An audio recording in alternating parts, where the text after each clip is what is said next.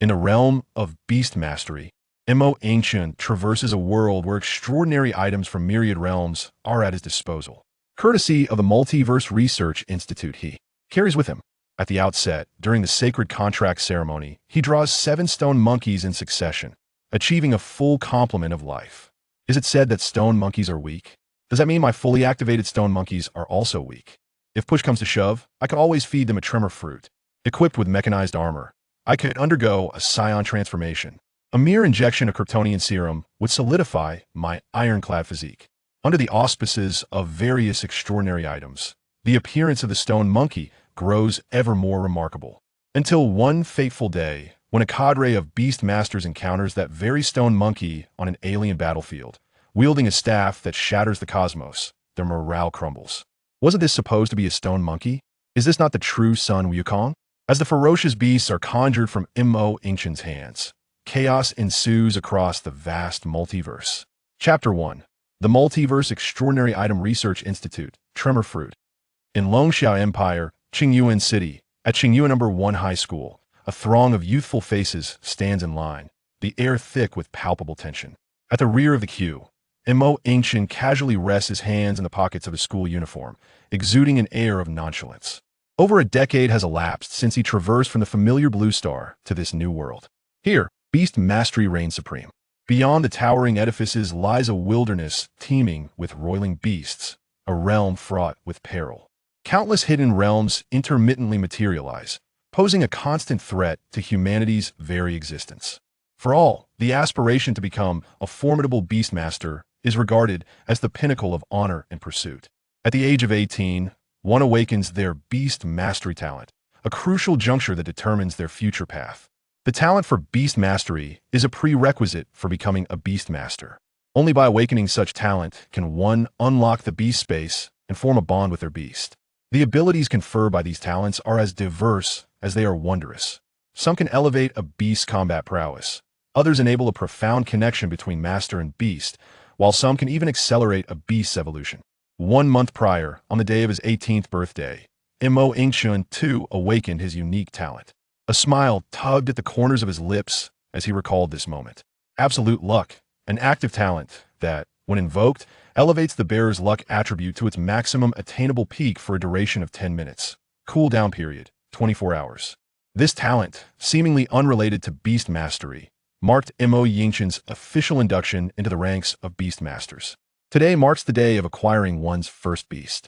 Through the soul altar, each participant will randomly draw their inaugural beast. The quality of the beast drawn can determine a beast master's fate for a lifetime. Possessing the absolute luck talent makes such a probabilistic endeavor feel tailor-made for me. He mused, I am virtually assured of drawing the most powerful beast currently possible to contract. Yet, he lamented the missed opportunity of the devil fruit from that morning, just a hair's breadth away from success.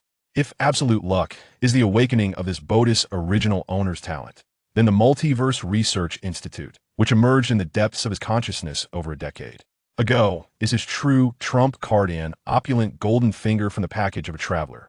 This institute manifests as an immense complex, nearly unfathomable in its vastness. The faded inscription on an ancient plaque at the entrance reveals its name, Multiverse Extraordinary Item Research Institute. The opening of this institute is utterly unpredictable, ranging from a mere 3 to 5 days to as long as 6 months, entirely dependent on its mood. Each time it opens, he is granted a day's worth of time, allowing him to enter in an incorporeal form an unlimited number of times. However, the greatest challenge lies in the astonishing rate at which his mental energy depletes upon entering the institute. Over the span of more than a decade, he has yet to fully explore even the periphery of the institute, let alone approach the extraordinary items displayed within. The closest he came was this very morning, when he nearly reached the door of a research chamber. Through the glass, he caught a glimpse of a peculiar fruit adorned with spiraling patterns resting on the research table at the room's center. In the final moments before his mental energy was completely exhausted, he fixated on the words inscribed on the chamber's wall. From World 0017, a fruit that grants extraordinary power. According to the naming conventions of World 0017, this fruit is known as the Tremor Fruit, and then he was unceremoniously expelled from the realm of consciousness.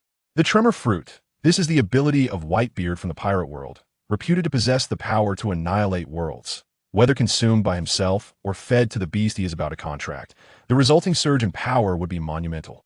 With a mere wave, he could incite earthquakes. With a stomp, he could summon tsunamis. The sheer destructive potential ignited a fervor within Yingchen's heart. If only he could acquire it. His gaze flickered, stifling the urge to rush back into the Institute. Today's contract ceremony is of utmost importance. It lays the foundation for his path as a beast master, a singular opportunity in a lifetime that must not be squandered. Each exploration of a Multiverse Research Institute has left him utterly drained. There's no telling whether this state of extreme mental depletion might yield unforeseen negative repercussions during the contract ceremony. As for that tremor fruit, it won't sprout legs and run away, will it? After the ceremony, he would return home and meticulously plan his approach to the Research Institute. He should possess considerable confidence in securing that fruit. With this thought, Yingchen's spirits lifted considerably, even brimming with anticipation. First, he would navigate the contract ceremony, leveraging his absolute luck to secure a top-tier beast, thus establishing a solid groundwork. Then he would head to the Institute and obtain the tremor fruit. The vision is almost too splendid to bear. As Yingchen indulged in his daydreams, an earth-shattering rumble jolted him from his reverie, shaking the ground beneath his feet. The atmosphere on the playground, already taut with tension, reached a fever pitch. All the students ceased their chatter, turning in unison towards the source of the sound. There, at the edge of the playground, a colossal figure approached with measured strides. It was a giant, towering 3 stories high, with a single eye that gleamed ominously. Its skin, reminiscent of rock, shimmered with a bronzed luster. The giant's massive eye opened and closed, exuding an overwhelming aura of ferocity. Its powerful arms bent to form a sturdy platform upon which stood a middle-aged man clad in a Zhongshan suit, hands clasped behind his back, surveying the youthful faces below with a calm gaze. The one-eyed giant was a crank beast, one of the prize beasts of Principal Lichangqiu Qingyu No. 1 High School. In this world, beasts are classified into 7 ranks, from lowest to highest: F, E, D, C, B, A, and S. Whether there exist other realms beyond these, such knowledge lies beyond Yingchen's current grasp. However, merely possessing the Tire Beast Mastery is already regarded as the pinnacle of combat prowess in the small third-tier city of Qingyuan, sufficient to instill awe within the region. Standing atop the colossal palm of a giant, Lichangqiu cleared his throat and proclaimed in a resonant voice, "Dear students, your presence here signifies that you have awakened the innate talent for beast mastery. You are indeed the true paragons of destiny. Today marks the annual contract ceremony. It is your first and singular opportunity to acquire your destined beast. Without further ado."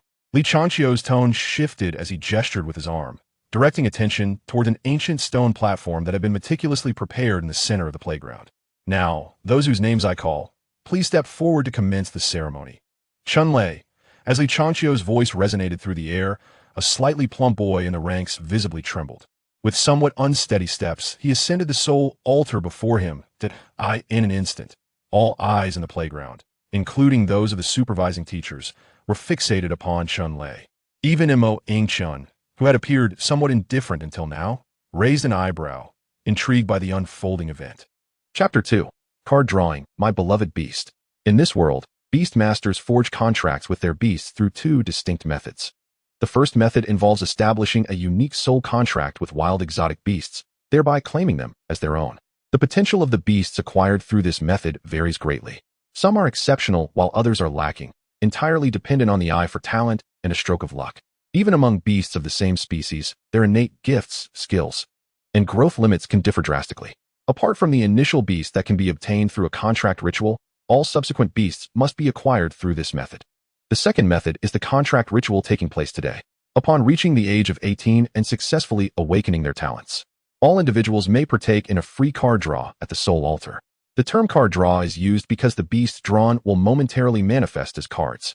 Only upon the beast master's selection and confirmation of the contract will the beast depicted on the card materialize, becoming a living entity. The principal advantage of the destined beast drawn through the contract ritual is that, upon death, it can be resurrected via the beast space. And all such beasts possess innate full potential. For instance, if one draws a beast rated as E-class, it is guaranteed to grow to the pinnacle of E-class. In contrast, A wild beast contracted independently may appear to be E-class, but, due to its lineage or inherent limitations, may only possess the potential to reach mid-E-class at best. Thus, beasts obtained through the contract ritual are referred to as destined beasts, distinguishing them from others. Amidst the crowd, a leading teacher, suppressing his voice, earnestly advised the surrounding students. Prepare yourselves. The boon bestowed by this soul altar today represents the purest and most significant opportunity on your path as beast masters. Only beast cards may be drawn. Other items such as equipment cards, resource cards, or skill cards will not manifest at all. Even if one were to use the exceedingly rare soul stones to reopen the altar in the future, drawing a beast will be impossible. Not to mention, soul stones are strategic resources that ordinary families have never encountered. Upon hearing this, the already tense group fell into a deeper silence. The students held their breath, their eyes fixed unwaveringly on the center of the altar. This singular guaranteed opportunity was one no one wished to miss. Look, Chunlei's first card draw result is out. Someone in the queue exclaimed. Above the altar, the previously serene air suddenly rippled. Countless points of light appeared out of thin air, drawn by an unseen force, rapidly converging until they solidified into a card, approximately palm-sized, hovering gently. The card depicted a vivid image of a vibrant green caterpillar, feasting on a tender leaf. Species, green leaf caterpillar. Level, F-Class 1 juvenile. Attribute, grass. Strength, 1. Agility, 2. Mental, 4. Constitution, 3. Skills, silk spinning, color changing. Beneath the altar, Chunlei's expression visibly fell. It's a green leaf caterpillar, an F-Class beast. The potential is indeed rather low. In truth, it was not merely low. It was at the very bottom. Although we are currently only first-tier beast masters, we are theoretically capable of contracting E-Class beasts. What combat ability could an F-Class caterpillar possibly possess? A flamboyantly styled boy scoffed, expressing his discontent. However, a demure girl wearing glasses immediately countered. But one mustn't be so quick to judge. Despite its initial rating of F, the green leaf caterpillar is renowned for its rapid growth. Moreover, it has numerous evolutionary pathways. With the right materials, it could evolve into a jade butterfly, or with a stroke of luck, even into a toxic moth, which would indeed possess considerable combat prowess. The challenge lies in the rarity of E-Class beast cards. Our school, Qingyuan No. 1 High School, graduates so many students each year. Yet the number of those who draw E-Class beast cards can be counted on one hand. Let us not be hasty. According to the rules of the contract ritual, each person can draw twice and then choose one beast from the two drawn. He still has one more chance, and perhaps the second time will yield a reversal. Someone whispered, unsure if they were comforting Chunlei or themselves. At the altar, Chunlei initiated his second draw. Soon, a second card materialized, hovering steadily beside the green leaf caterpillar's card. The card depicted a sleek, shiny-furred hound, slightly crouched in stance. Species, Fong-Tooth Hound. Level, F-Class 1 juvenile. Attribute, fighting. Strength, 3. Agility, 3. Mental, 2. Constitution, 2. Skills, bite, pursuit. Chunlei did not hesitate long between the green leaf caterpillar and the Fong-Tooth Hound. He decisively selected the more combat-capable hound as his destined beast. Yingchen's gaze shifted from the vanished card in the sky back to the ancient stone altar. For him, this soul altar was a stage bestowed by the heavens. His absolute luck talent could amplify fortune for a full 10 minutes, with each individual afforded 2 opportunities to draw. This meant he could not only acquire something exceptional, but also select the finest option among the best. Securing an E-Class beast was an inevitability. It was merely a matter of which beast would be drawn. This was not just an opportunity. It was the cornerstone upon which he would establish an undeniable advantage over others from the outset. The growth acceleration provided by a top-tier E-Class beast was immeasurable. It was no wonder that those around him were so nervous that their palms were sweaty, while he, Yingchen, remained calm and collected, hands tucked casually in his pockets, as if everything were well within his control. As time passed in anticipation, one student after another completed their contracts. Sigh, just 2 F-Class beasts. My Iron Claw Cat and Hyacinth. A girl descended, her spirits visibly dampened. Having an F-Class is already commendable. My buddy drew a non-combat ornamental rainbow bird last year. Amidst the murmurs, a sudden gasp erupted. Look, it's Suli. What did she draw? The brilliance is astonishing. All eyes turned toward the altar. Before Suli, a green card radiated an extraordinary light, surpassing any previous draw. It's E-Class. It must be an E-Class beast. My goodness, look. Sue, the academic prodigy, has drawn an E-Class shadow mantis. Her luck is off the charts. I'm envious. Suli is truly a winner in life. Good family background, excellent in studies. And now such luck. Yingchen's eyes narrowed as he looked skyward. Species, Shadow Mantis. Level, E-Class 1 Juvenile. Attribute, Shadow. Strength, 30. Agility, 40. Mental, 17. Constitution, 13. Skills, Stealth/Sweep. Stealth. The Shadow Mantis can merge into the shadows beyond the enemy's line of sight, launching a surprise attack. Slash, wielding its forelimbs. It strikes the target, inflicting 120 damage, with a cooldown of 30 seconds. Sweep. Sweeping across a fan-shaped area in front, it inflicts 40 damage on up to 5 targets. With a cooldown of 20 seconds. The attributes of the Shadow Mantis swiftly materialized in Yingchen's mind. This beast, indeed, possesses remarkable qualities. With 2 offensive skills, both single target and area damage capabilities, it delivers significant damage and can stealth, making it a natural assassin-type beast. Nurturing it could yield promising prospects. Just then, a voice resonated. Yingchen, step up. Chapter 3. Wait a moment. With absolute luck activated, how can one draw such trash? As Yingchen's name was called, the previously noisy discussions on the playground momentarily halted. Numerous gazes converged upon him. After all, the name Yingchen carries substantial weight in the senior year of Qingyuan No. 1 high school. For 3 consecutive years, he had consistently ranked first in his grade, a fact as unyielding as thunder. Yingchen strode toward the altar, passing by Su Li, who had just concluded her contract and was descending. He nodded indifferently at Su Li, acknowledging her presence. On Su Li's serene face, one could not discern much emotion. However, in the fleeting moment their eyes met, there was a hint of challenge. Yingchen raised an eyebrow slightly. Throughout their 3 years in high school, this academic prodigy, Su Li, had perpetually remained in his shadow, occupying the 2nd rank for 3 whole years. Now, having drawn such a formidable E-rank Shadow Mantis, was she attempting to turn the tide? Intriguing indeed. Just as Yingchen set foot on the altar, before he could steady himself, a sudden uproar erupted from the crowd. Explosive news. That Yifanxing from number 2 high school has drawn an E-rank winged dragon lizard, cried a well-informed boy, his voice piercing through the air. What? The winged dragon lizard? Good heavens, our number 1 high school's hopes of securing the top spot in this year's national examination seem to be hanging by a thread. It's over. Principal Li looks positively pallid. Why panic? No matter how impressive the winged dragon lizard is, isn't it still an E-rank? Su Li's Shadow Mantis is also E-rank. We may not necessarily lose. Upon hearing this, several glances turned toward the speaker as if he were a rare creature. Dude, are you daydreaming in class? Someone nearby couldn't help but scoff. Can the ordinary E-rank compare to the winged dragon lizard? Its evolutionary pathway is clear, and if properly nurtured, it will evolve into the B-rank rampaging fire dragon. Quite formidable. Exactly. This kind of beast possesses immense potential in the examination. Alas, no. 2 high school has indeed struck a stroke of luck. Yingchen, standing on the altar, naturally heard all these discussions with clarity.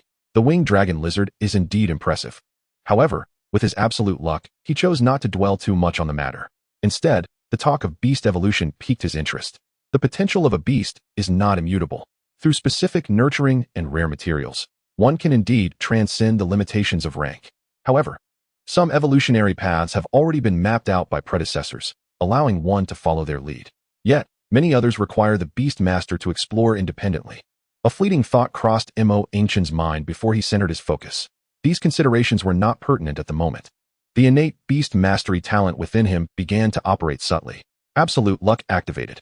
In an instant, an indescribable sense of profundity enveloped him, as if the invisible threads of the universe were inclining towards him. He extended his hand, gently pressing against the frigid surface of the soul altar. Buzz. The altar trembled slightly. The contract ceremony officially commenced. Countless streams of light appeared out of thin air, converging above the altar. Just as the card was about to solidify, golden specks of light, released from the activation of his absolute luck, silently melded into the card. The operation of the soul altar seemed to momentarily pause, as if something were forcibly intervening. Then, the edges of the card, which was on the verge of taking shape, began to shift in hue, transforming from the original white representing F rank to a pale green. Green. An E-rank beast. Another E-rank. What is happening? Su Li is E-rank, and so is Yingchen. Could it be that academic excellence enhances luck? Quick look. Above Yingchen's head, the card crystallized completely. On the pale green surface, a grayish-white, scruffy monkey, wielding a crude stone stick, squatted on a broken tree branch, baring its teeth. Species, stone monkey. Level, E-rank 1 juvenile. Attribute, rock. Strength, 25. Agility, 23. Mentality, 12. Constitution, 40. Skills, rock armor, passive, agile monkey roll, brewing. Rock armor, Passive consumes stamina to generate rock armor, enhancing personal defense. Agile monkey roll executes a rapid roll in a designated direction, momentarily increasing movement speed post-roll. Brew, don't ask, every monkey can do it. A stone monkey? An E-rank stone monkey? I expected something rare, and it turns out to be this. A boy laughed heartily, pointing at the card. This thing. Apart from having slightly higher attributes, what else is it good for? The key lies in the skills. The stone monkey lacks any offensive skills. It's utterly worthless. Haha. This is hilarious. Mo, the academic prodigy, is now going to switch careers to selling monkey wine? Next time we have a gathering at school, he'll cover the drinks. An E-rank disgrace. This stone monkey is the bottom of the barrel within its rank. Not only that, it even pales in comparison to some clearly defined F-rank beasts. At least those have potential for the future. The discussions erupted. Many faces wore expressions of schadenfreude, harboring a hint of envy toward Yingchen, who had long been the top student. In this moment, it seemed they had found an outlet for their frustrations. That is not entirely fair. It is still an E-rank. And its base attributes are there. A somewhat rational classmate murmured. I remember the stone monkey has an evolutionary path that can lead to the D-rank armored monkey, which has decent defense. Before the words left his mouth, someone nearby snorted derisively. Armored monkey? Brother, wake up. Do you know how difficult it is to obtain the materials for evolving from stone monkey to armored monkey? Just the century-old stone milk is beyond the means of an ordinary family, let alone all the other assorted items. Even if it does evolve, the armored monkey is notoriously subpar within the D rank. Enough of this. Yingchen is about to draw again. Let's see if he has a chance to defy the odds. On Yingchen's side, as he prepared for the second draw, a sense of doubt arose within him. Wait a moment, with absolute luck activated. How could I end up with such a worthless beast? Could it be that the luck was concentrated on the second draw? He had an inkling that the situation might not be as straightforward as it seemed. As thoughts surged, the radiant light above the altar coalesced once more. A new card slowly took shape, its pale green borders unmistakably denoting an E-tier creature. Yingchen felt a momentary calm wash over him. Yet, as the image upon the card clarified, a burst of laughter erupted. Amongst the crowd, the boy who had earlier laughed the loudest was now doubled over in mirth. Could it be? Another stone monkey? Had Yingchen stirred a hornet's nest of monkeys? Good heavens, what was he to do? Was he left with no choice but to select the stone monkey? How unfortunate. Yingchen's luck was abysmal. Others at least had a modicum of choice. But he had drawn two identical cards. The top scholar had truly stumbled this time. What terrible fortune! In stark contrast to the cacophony of opinions around. Suli stood amidst the throng, her elegant brows knitting together in mild concern.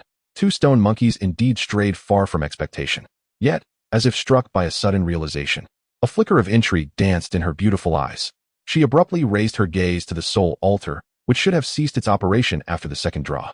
To her astonishment, the altar erupted once more in a brilliant display of light. Chapter 4. The card glitched. Full life, stone monkey. What was happening? The altar was glowing again. Wasn't it supposed to allow only two draws? Gasps filled the air as everyone stood in stunned silence at this unforeseen turn of events. Under the incredulous stares of the crowd, the third card rapidly coalesced. The pale green border remained striking, revealing a grayish-white monkey with a sharp beak. Brandishing a rudimentary stone staff, grinning broadly. Another stone monkey? 3 already. What on earth was going on? Before the crowd could recover from the shock of this trio of stone monkeys, the process repeated itself. 4th, 5th, 6th, and even 7th draws. The entire scene unfolded like a copy-paste operation, repeating a total of 7 times. The playground fell into an eerie silence. Whether it was the students who had just been mocking or the seasoned teachers leading the group, even the principal Li Changqiu, standing atop the giant's palm, all gaped in disbelief at the 7 identical stone monkey cards hovering above Yingchen's head. This bizarre spectacle shattered the limits of their understanding. At that moment, an unexpected transformation occurred, except for the first stone monkey card that Yingchen had drawn, which remained suspended in stillness. The remaining 6 cards began to tremble ever so slightly. Then, with a series of cracks, all 6 cards shattered almost simultaneously, transforming into 6 pure streams of pale green light. Like weary birds returning to their nest, these 6 beams sliced through the air, merging seamlessly into the first stone monkey card. In that instant of fusion, the previously blank reverse side of the first stone monkey card adorned itself with 6 flowing streams of light, forming an enigmatic pattern. What was that? A student asked, his voice quivering. Among the crowd, a bespectacled teacher, known for his vast knowledge, fixed his gaze on the card's reverse, gasping in astonishment. The fate seat. This is the fate seat.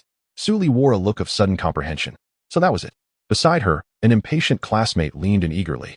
pressing her for answers. Suli, what have you figured out? Do tell us, what is happening? Suli shifted her focus from the 7 identical cards atop the altar to the crowd. Her voice tinged with awe. The rule of the soul altar is to draw 2 different beasts for us to choose from. However, if one, like Yingchen, repeatedly draws the same beast, she paused, seemingly gathering her thoughts. The altar has no independent consciousness. It operates strictly within established rules. If it fails to meet the prerequisite of drawing 2 different beasts, it will continue to draw until a second distinct beast is obtained. As for those repeatedly drawn identical cards, Suli inhaled deeply, pointing to the lone stone monkey card glowing above Yingchen's head. They will transform into fate seeds, merging into the first card. Upon hearing this, the surrounding students began to grasp the implications. The fate seed was a unique enhancement mechanism for beasts. Only by drawing the same beast through the soul altar could one ignite a fate seed. Each ignited fate seed would grant the beast a powerful new ability or attribute enhancement. Aside from the initial special contract ceremony, every Beastmaster would see their contracted beasts added to the card pool. By using a soul stone to activate the altar, there existed an exceedingly minuscule chance of drawing a fate seed, thus acquiring a formidable enhancement. However, the odds were infinitesimally low. They were not oblivious to what a fate seed entailed. After all, it was not unheard of for the wealthy to invest soul stones to forcefully obtain the same beast and ignite a fate seed or 2. Yet, Yingchen's ludicrously fortunate start, drawing 7 identical cards and igniting 6 fate seeds on the spot, far exceeded their wildest imaginations, leaving everyone's minds momentarily in a state of bewilderment. Was this not akin to exploiting a glitch in the rules of the soul altar? Just how many soul stones had he saved? I recall a few years back, a notable figure from Kyoto passed through Qingyuan and borrowed the altar. They poured in over 200 soul stones and only ignited a single fate seed. Just one. Over 200 soul stones could easily purchase half of Qingyuan City. Suddenly, a clever student in the crowd furrowed his brow, catching a flaw in Su Li's explanation. Wait a minute, Su Scholar. According to your earlier statement, the rule of the soul altar is to draw 2 different beasts for selection, otherwise, it will keep drawing. But look above Yingchen's head. Aren't they all stone monkeys? This does not satisfy the condition, so why did the altar stop drawing? Upon hearing this, Su Li cast a disinterested glance at the boy, who stood puffed up with self-importance. With a sigh, she felt no desire to explain further. However, a classmate nearby, unable to bear the foolishness any longer, pulled the boy aside, lowering his voice with a bemused tone. Hey man, can you not embarrass yourself here? What more could he draw? He has already maxed out. The boy's smugness vanished in an instant. Su Li remained rooted in place, her expression complex as she cast a glance at Yingchen. Instinctively, she delved into her own beast space. Within that realm, a strikingly cool and formidable shadow mantis lay quietly in wait. This E-tier beast. Just moments ago, she was brimming with confidence, her future gleaming with promise. Yet now, as she gazes upon the reverse side of the card hovering above Yingchen's head, a sense of trepidation washes over her. The intricate pattern of the fully realized stone monkey, delineated by 6 resplendent points of light, makes Su Li bite her lip in contemplation. Her shadow mantis suddenly seems less appealing. Yingchen's consciousness intertwines with the floating card. The card, radiant with 6 constellation points, transforms into a streak of light and vanishes into his beast mastery space. Eagerly, he opens the attribute panel to scrutinize its contents. Chapter 5. Stone Monkey? Apologies. I possess an omnipotent combat monkey. Race, Stone Monkey. Level, E rank. Level 1 Juvenile. Attribute, Rock. Constellation, 6 constellations. Strength, 25. Agility, 23. Mentality, 12. Constitution, 40. Skills, Rock Armor. Passive, Agile Monkey Roll. Brewing, Rock Armor. Passive consumes stamina to generate a rock armor, enhancing defense. Agile Monkey Roll. Rolls in a designated direction, temporarily increasing movement speed after the roll. Brew. Don't ask, just know that even monkeys can do it. Constellation 1. Strength beyond measure. Critical hit rate increased by 20. Constellation 2. Phantom of the Wind. After rolling, the Agile Monkey leaves behind an afterimage that attacks nearby foes, dealing damage equivalent to the original. Constellation 3. The Rock takes form, significantly enhancing rock armor's defense. Constellation 4. A Thirst for Wine. After consuming alcohol, attack power increases by 50. Constellation 5. The initial appearance of the somersault, transforming Agile Monkey Roll from a roll into a teleportation. Constellation 6. Awakening of the Great Sage, detonating rock armor, increasing attack speed by 100 for 10 minutes. A torrent of information floods his mind. Yingchen maintains an outward calm, yet his hand, tucked into his pocket, involuntarily clenches. The astonishment he feels is ineffable. He is acutely aware of his extraordinary luck, and while he anticipated acquiring an E-rank beast, he could never have fathomed that his talent would manifest in such a miraculous manner. The fully realized stone monkey is beyond mere fortune. It is a miracle under the rules of the soul altar. Consider the amplification of attributes. Is the E-rank a disgrace? Does the stone monkey lack offensive skills? Irrelevant. Constellation 2, Phantom of the Wind. The afterimage left behind by the agile monkey after rolling can engage in indiscriminate attacks on surrounding enemies, with damage equal to that of the original. Isn't this akin to an area of effect attack? Is the attack power insufficient? Fear not. Constellation 4, A Thirst for Wine. While other beasts may require various buffs before battle, his stone monkey merely needs to imbibe a few hearty gulps of alcohol to see its combat prowess soar. A 50 increase in attack power. Are you intimidated? Not at all. Now, coupled with Constellation 1, Strength Beyond Measure, granting a permanent 20 critical hit rate. What more could one desire? If that still doesn't suffice, I can always trigger rock armor and activate Constellation 6, Awakening of the Great Sage, further boosting attack speed by 100. Not to mention Constellation 3, The Rock Takes Form, which significantly enhances the already commendable defense of rock armor. And let us not forget Constellation 5, the initial appearance of the somersault, which transforms the agile monkey roll from a mere roll into an instantaneous teleportation. What does this signify? Ultimate agility and a ghostly ability to maneuver. Whether in pursuit, evasion, or repositioning for an attack, this monkey will possess unparalleled prowess. This is no ordinary stone monkey. This is, in fact, a versatile combat monkey that embodies offense, defense, explosive power, and mobility. Each constellation perfectly addresses the stone monkey's weaknesses, or rather, amplifies its innate characteristics to their zenith. A comprehensive enhancement without any blind spots. As for evolution, Yingchen finds himself less impatient at this moment. Even if the current evolutionary paths are not exceptionally powerful, what does it matter? The starting point of a fully realized stone monkey far exceeds that of an ordinary E-rank. Worst case, he can explore the evolutionary paths himself. From now on, you shall be named the Great Sage. Strive diligently. One day, I will cultivate you into the formidable being capable of shattering the heavens with a single staff, instilling awe across the 3 realms. Moreover, within the Multiverse Research Institute, a coveted devil fruit awaits his retrieval. The mere thought ignites a fervor within Yingchen. Today is indeed a double delight. He yearns for a tranquil spot where he can delve into the Research Institute and claim that fruit he has coveted all day long. Yingchen swiftly descends from the altar, offering a faint smile to the glum-faced Su Li before turning to leave. However, just a few steps away, a figure rushes to intercept him. It is none other than Principal Yingchen. Yingchen raises an eyebrow, appraising the esteemed headmaster. Yingchen, somewhat bashful, rubs his hands together. Young man Yingchen, might you summon forth the stone monkey you just contracted? I, along with everyone else, would love to witness it. His excitement is understandable. This is a living, fully realized stone monkey. Having served as principal for a lifetime, Yingchen has encountered countless beast masters. Yet he has never laid eyes on a fully realized beast. He reminisces about those so-called geniuses from large cities, who, upon contracting a beast with 1 or 2 constellations, would strut about as if they were the pinnacle of existence. Now, a fully realized stone monkey, my student, just moments ago. He was simmering with frustration over that boy from the neighboring number 2 high school, Yingchen or Yingchen, who had contracted an E-rank winged lizard. He feared the top spot in this year's citywide examination might slip away. But now, what winged lizard? What nonsense, Yingchen. They are but mere younger siblings. Yingchen can scarcely imagine the expression that will adorn the face of the principal of number 2 high school upon hearing this news. Observing the anticipation etched upon Yingchen's face, Yingchen ponders for a moment. Why not? He too wishes to witness firsthand the prowess of this fully realized great sage. Merely viewing the attribute panel renders the strength too abstract. Many explanations merely denote substantial enhancements. To truly grasp its strength, one must bring it forth. With this resolve, Yingchen nods affirmatively. He extends his arm, focusing his thoughts. A hum resonates, and a radiant light flashes. On the altar's periphery, a silhouette shifts from ethereal to corporeal, gradually materializing. A stone monkey, adorned in robust rock armor and wielding a hefty stone club, emerges from the glow, standing approximately 1.5 meters tall, significantly larger than an ordinary stone monkey. Its gray-white fur is faintly visible through the crevices of its armor.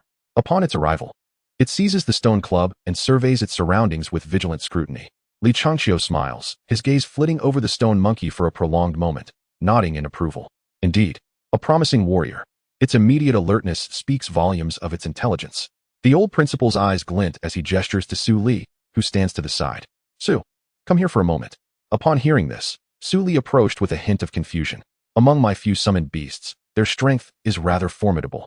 Although Yingchen's stone monkey is at full potential, it is, after all, merely an E-rank beast. I fear that my old companions might inadvertently harm this rare treasure in their eagerness. Therefore, I wish to conduct a simple assessment of its combat abilities and would appreciate your assistance in summoning the shadow mantis you just contracted for a friendly spar with this stone monkey. Let us allow everyone to witness the extraordinary qualities this full potential stone monkey possesses. Chapter 6. Is that tension? No, that is excitement. A spark of brilliance ignited in Su Li's previously tranquil eyes. Her shadow mantis pitted against Mo Yingchen's stone monkey? While it is true that the stone monkey contracted by Mo Yingchen is an extraordinary six-potential being, a veritable miracle, the principal's words ring true. No matter how many potentials it possesses, it remains an E-rank beast, augmented only by 6 additional special attributes. Creatures like the stone monkey are inherently unsuited for combat, lacking even a single offensive skill in their repertoire. No matter how strong, how formidable could it truly be? Her shadow mantis, on the other hand, is a bona fide E-rank assassin-type beast, a natural predator. Very well, Principal, I understand, Su Li replied succinctly. With a swift motion of her arm, a flash of dark light surged forth, and the elongated figure of the shadow mantis materialized before the assemblage. Its entire body was adorned in a deep green exoskeleton, shimmering under the sunlight with a metallic sheen. The edges of its forelimbs glimmered with a frosty light, appearing exceptionally sharp. Hiss! The moment the shadow mantis appeared, it emitted a low, penetrating hiss. Its multifaceted eyes swiftly locked onto the stone monkey in the distance, its form slightly crouched, adopting a hunting stance. A fierce and primal aura of killing intent enveloped the vicinity, prompting the surrounding students to instinctively take a step back. The great sage seemed to sense the impending threat as well. The sturdy staff it bore was abruptly slammed into the ground with a resounding thud, and it stomped its feet in mild irritation. The onlooking students erupted with excitement. Wow, is the fight about to commence? Su's shadow mantis looks ferocious, radiating an aura of lethal intent. Although Mo Yingchen's stone monkey is at full potential, it appears somewhat anxious. Compared to the shadow mantis, it seems to lack the commanding presence. Of course, the stone monkey is inherently ill-suited for combat. Moreover, facing an assassin-type beast like the shadow mantis, how could it not feel trepidation? Li Chanxiu nodded, his gaze sweeping over the 2 poised beasts. Excellent, both are in position. Let us begin. As his words echoed, the shadow mantis' dark green form abruptly flickered, dashing away at an astonishing speed in the opposite direction of the great sage. In mere moments, it vanished around a corner, eluding the stone monkey's line of sight. The great sage appeared momentarily bewildered, scratching its head in confusion, puzzled by its opponent's maneuver. Stealth. The shadow mantis had activated its stealth skill. A wave of suppressed gasps erupted from the students gathered at the sidelines. It has vanished. The shadow mantis is invisible. This is troublesome. The stone monkey has no idea from which direction the attack will come. This monkey is in for a beating, indeed. Yet, Mo Yingchen remained unfazed, even sporting a slight smile. He was well aware of the great sage's extraordinary capabilities. Was that expression on the great sage's face one of tension? No. It was unmistakably excitement. The great sage, wielding its staff, cautiously rotated its body, its keen eyes darting across the open ground, endeavoring to detect the shadow mantis's whereabouts. Meanwhile, the shadow mantis demonstrated remarkable patience. 1 minute, 2 minutes, nearly 3 minutes passed, yet the lethal dark green figure remained elusive. My heavens, this mantis has an incredible capacity for restraint. If it were me, I would have charged in long ago, a restless boy muttered under his breath, perspiration beading on his forehead. What do you know? This is the hallmark of a top-tier assassin-type beast. When it strikes, it will unleash a torrent of power, targeting the vital points. The great sage appeared to grow increasingly impatient, lightly tapping its staff against the ground. In that fleeting moment of distraction, a dark green figure surged forth from the shadows behind the great sage's left flank. Silent and swift, the shadow mantis's glimmering, scythe-like forelimbs, charged with a fierce gust of wind, sliced directly toward the great sage's chest. Rending skill, activate. Here it comes. What incredible speed. If this strike connects, the stone monkey might very well be disemboweled on the spot. The crowd erupted in gasps, and several timid girls instinctively covered their eyes. In a flash, the great sage reacted almost instinctively, preparing to utilize its agile maneuvers to evade the blow. With the afterimage left by the wind shadow technique, it could even launch a counterattack. However, just as it was about to act, Mo Yingchen, through their soul connection, swiftly intervened. A directive coursed through the bond, directly entering the great sage's mind. Do not move. Endure this strike. The momentum that was about to surge forth came to an abrupt halt, leaving the great sage frozen in place. It tilted its furry head in confusion, its expressive eyes searching for clarity from Yingchen. Despite its bewilderment as its master, it chose to comply unconditionally. Standing still, it braced itself for the impending strike from the lethal dark green scythe. Clang! A shrill sound of metal scraping resonated sharply across the silent playground. The shadow mantis's razor-sharp forelimb, empowered by the rending skill, struck solidly against the great sage's rocky armor. Contrary to expectations of a shattered exoskeleton and a gruesome display of carnage, only a cascade of dazzling sparks erupted. The rocky armor bore merely a faint white scratch, barely perceptible. The shadow mantis's compound eyes momentarily froze, seemingly unable to comprehend the turn of events. How could this be possible? Su Li's lips parted in disbelief, her voice trembling. Her shadow mantis, known for its ferocious attacks among E-rank beasts, utilizing a stealthy ambush followed by the rending skill's damage amplification of 120, should have been able to inflict significant harm, even on a defensive beast of the same rank. But this stone monkey, my heavens, what kind of defense is this? It couldn't be breached at all. Was this rocky armor forged from iron? This full-potential stone monkey is astonishingly resilient.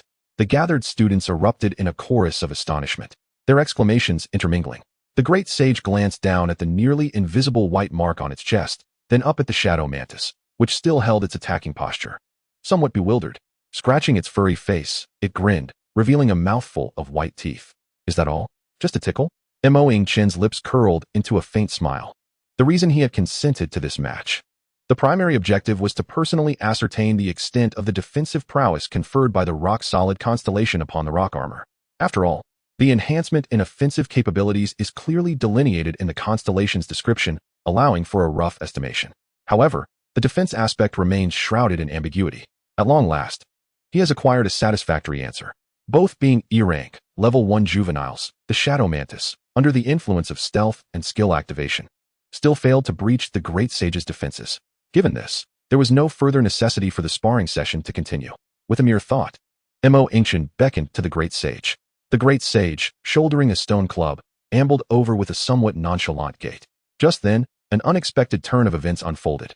The shadow mantis, perhaps incensed by the great sage's dismissive demeanor, launched a surprise attack once more from behind, without any command from Su Li. Its wings buzzed vigorously as it sought to strike. Yingchen's gaze sharpened, ready to issue a warning, but the great sage's reaction surpassed his expectations. The stone club, previously resting on its shoulder, was instantly swung with tremendous force, creating a powerful gust of wind as it was hurled backward. The action, though simple and crude, was executed with remarkable speed and precision. With a resounding thud, the shadow mantis, which had just advanced behind the great sage, could not even complete its attack before being soundly struck by the club. The dark green figure was sent hurtling backward like a cannonball, crashing against the wall of the teaching building. Chapter 7. The illegitimate child of the Mo family? Further investigation of the Research Institute. Li Changqiu's smile abruptly froze. As the principal, his wealth of experience allowed him to be the first to react, his voice urgent. Quick, healing-type beastmasters, come help. He called out to the accompanying teachers, his tone laced with anxiety. Among the crowd, a teacher wearing thick glasses, responsible for instructing beastmaster care, hurried forward. With a flick of his hand, a gentle white light shimmered, and a butterfly with a wingspan of nearly half a meter, radiating a sacred glow, materialized from thin air. The Holy Light Butterfly employed its healing skill. The D-rank Holy Light Butterfly flapped its wings lightly, scattering golden and white starlight that accurately flowed into the fallen shadow mantis. Where the light touched, the dark green blood seeping from the shadow mantis appeared to slow somewhat. It was only then that the onlooking students snapped back to reality from the astounding scene of the earlier strike, their eyes widening in horror as they examined the shadow mantis's injuries. A collective gasp echoed across the playground. The dark green carapace of the shadow mantis was now marred with ghastly cracks, large pieces of its shell flaking away to reveal the bright red soft tissue beneath. Dark green blood continued to ooze outward, forming a small, shocking pool on the ground. Had it not been for the ongoing effect of the D-rank healing skill from the Holy Light Butterfly, there was no doubt that the once formidable shadow mantis would have perished instantly. This won't do. The Holy Light Butterfly is only D-rank, and the injuries are far too severe. Li Changqiu's brow furrowed deeply as he decisively ordered, immediately transport it to the Municipal Beastmaster Center Hospital. Arrange for a C-rank healing-type Beastmaster to administer emergency treatment. It is imperative that we restore it today. We cannot allow Su Li to miss the opening of the secret realm tomorrow. Several teachers and students hurriedly gathered a stretcher, rushing out of the school with the shadow mantis in tow. Su Li bit her lip, remaining silent as she quickly followed behind. Yingchen could not help but rub his nose. In truth, the great sage had held back. That earlier strike, though seemingly ferocious, had deliberately avoided the shadow mantis's head and vital areas, targeting instead the relatively sturdy lower carapace. Otherwise, had it struck the head, Su Li's newly contracted E-rank beast would have likely perished on the spot, without even a chance for rescue. My apologies. A cool yet slightly hoarse voice sounded from behind, catching Yingchen off guard. He turned to see Su Li had halted her steps, watching him from a short distance away.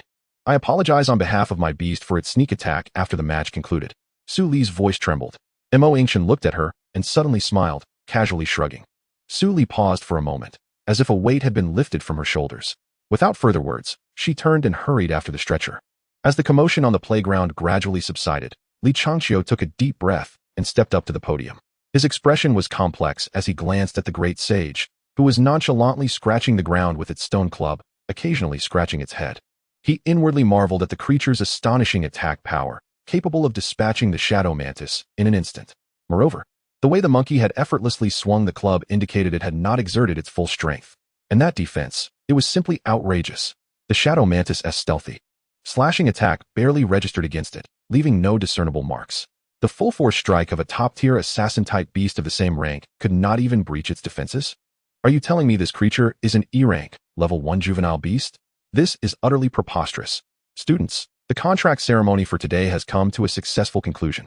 You may all return now and take the time to familiarize yourselves with the abilities of your new companions, forging deeper bonds with them. Tomorrow, several high schools in Qingyuan City will jointly open an E-rank secret realm. This presents an excellent opportunity for rapid level advancement and practical experience for both you and your beasts. Be sure to prepare diligently and do not become complacent. Yingchen hailed a taxi, arriving at the entrance of a luxurious estate. This was the place where he had lived for over a decade since his arrival in this world, the Mo family, one of the top families in Qingyuan City. It was founded by the current head, Mo Tian. Mo Tian was not only a shrewd businessman, but also a formidable Tier 3 Beastmaster, possessing a powerful C-rank beast. The Phantom Wolf. Yingchen was the illegitimate son of this Mo family patriarch. Standing at the entrance, Yingchen rubbed his face with his hands. When he lifted his head again, his entire demeanor had dramatically shifted. His once proud posture now slightly hunched, and his gaze transformed from one of clarity to a cautious and timid demeanor. This submissive, even somewhat pitiful appearance was the standard configuration for him within the Mo family and his means of survival. According to the laws of the Longxia Empire, even an illegitimate child possessed legal inheritance rights. However, in a prominent family like the Mo family, this inheritance right was practically negligible in practice. He was entirely overlooked within the Mo family, and even his nominal father, Mo Tian, treated him as though he were invisible. Yet even so, he remained overshadowed by the legitimate heir of the Mo family. The eldest son of Mo Tian, Mo Yu, along with Mo Tian's original wife, Yingchen, were perceived as potential threats. Upon initially traversing into this realm, he was still grappling with the situation, mistakenly believing he had taken over the body of some young master. Displaying naivety, he hoped to garner the family's attention and resources. However, instead of recognition, he inadvertently instigated a heightened vigilance and intense wariness from Mo Yu and his mother, Yingchen. During that period, he found himself facing constant provocations, both overt and covert, as various petty schemes unfolded. Suppression and exclusion became a daily routine. Had it not been for his 2 lifetimes of experience and relatively mature mindset, he might have succumbed to mental collapse long ago. It was only after a moment of enlightenment that he decided to conceal his brilliance entirely, adopting a guise of innocence and timidity within the household. Gradually, the antagonistic actions directed at him began to subside. Now, Yingchen had transformed into a bona fide beastmaster. According to his plan, once the college entrance examinations concluded, he would feign a desire to study abroad, thereby liberating himself from the suffocating grasp of the Mo family. With practiced ease, he returned to his modest room nestled in the corner of the estate. Yingchen securely locked the door behind him. With a mere thought, the figure of the great sage materialized within the room. Great sage, shortly my consciousness will depart from my body, Yingchen stated solemnly, observing the agitated stone monkey. During this time, remain here to protect me. If any unwise individual dares to lay a hand on me, feel free to wield your staff and strike them without mercy. Based on his previous experiences, he knew that once his consciousness entered the research facility, he would be oblivious to the external circumstances. Each prior entry had filled him with trepidation, but with the Great Sage as his guardian, he felt an immense sense of relief. The Great Sage, tilting its fluffy head in confusion, extended a paw to scratch its chin, clearly bewildered by the notion of his consciousness leaving his body. Yingchen could not help but chuckle at the sight. Approaching the monkey, he affectionately tousled its fur. In simpler terms, while I am asleep, ensure my safety. Do not allow anyone to disturb or harm me. The Great Sage finally grasped the situation. It grinned broadly, revealing rows of gleaming white teeth, puffed out its chest, and thumped it thrice, then gave Yingchen a thumbs up, leaving him both amused and exasperated. Chapter 8. The Tremor Fruit, exclusive to Beastmasters? Sitting cross-legged on his bed, Yingchen did not hasten to extricate his consciousness. Instead, he meticulously calculated and simulated the intricate pathways within the research facility in his mind. He had traversed the facility countless times. However, due to limitations in his mental prowess, he had always lingered at the entrance, unable to delve deeper. It could be said that he was intimately familiar with the routes surrounding the main entrance. With his eyes closed, he could easily navigate to the room where the tremor fruit was stored. After a quarter of an hour, Yingchen slowly opened his eyes, having confirmed every detail. No longer hesitating, he concentrated his thoughts. In an instant, the familiar sensation of vertigo enveloped him, and the scenery shifted. When his vision regained clarity, he found himself standing before the entrance of a vast complex. Without pausing, he sprinted forward. The movement of his consciousness within the research facility drained his already limited mental energy with each passing moment. Entering through the main doors, he took the far-right path. At the upcoming intersection, he turned left and boarded the innermost elevator. The elevator would ascend to the second floor, taking a full 10 seconds to arrive. Exiting the elevator, he proceeded straight and turned left into the third corridor. As Yingchen raced through the cold, metallic expanse, he mentally calculated the path and timing. His mental energy flowed away like a torrent unleashed from a dam. He could distinctly feel the familiar weakness encroaching upon him. The edges of his vision began to blur. In a mere 15 minutes, his mental reserves were nearly depleted. He couldn't help but frown, a flicker of anxiety crossing his mind. The mental energy consumed was comparable to his previous encounter at this location, which implied that if he continued at this pace, he might still fall short. Was he to face another failure? Determined not to yield, he pressed on, his mind racing with strategies. Abandonment? Absolutely not. Finally, he arrived near the room housing the tremor fruit. Through the tempered glass, he beheld the fruit, emitting a peculiar glow, resting quietly on the laboratory table. All that stood between him and the room was the corridor ahead. However, time was running out. Yingchen clearly sensed that his mental energy was nearly exhausted. The distortion of his vision intensified.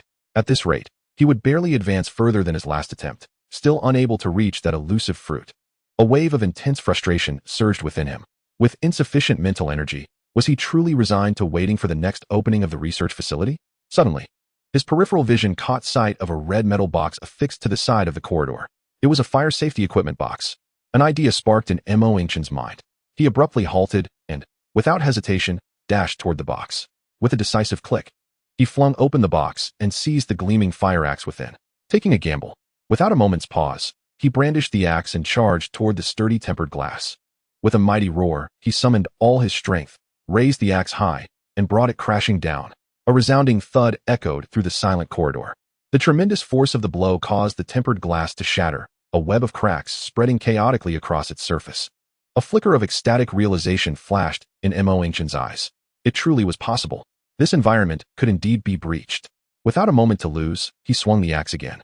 Another thunderous crash resounded as the tempered glass could no longer withstand the assault, shattering completely and sending countless shards flying in all directions. Yingchen paid no heed to the shards that rained upon him as he surged through the gaping hole.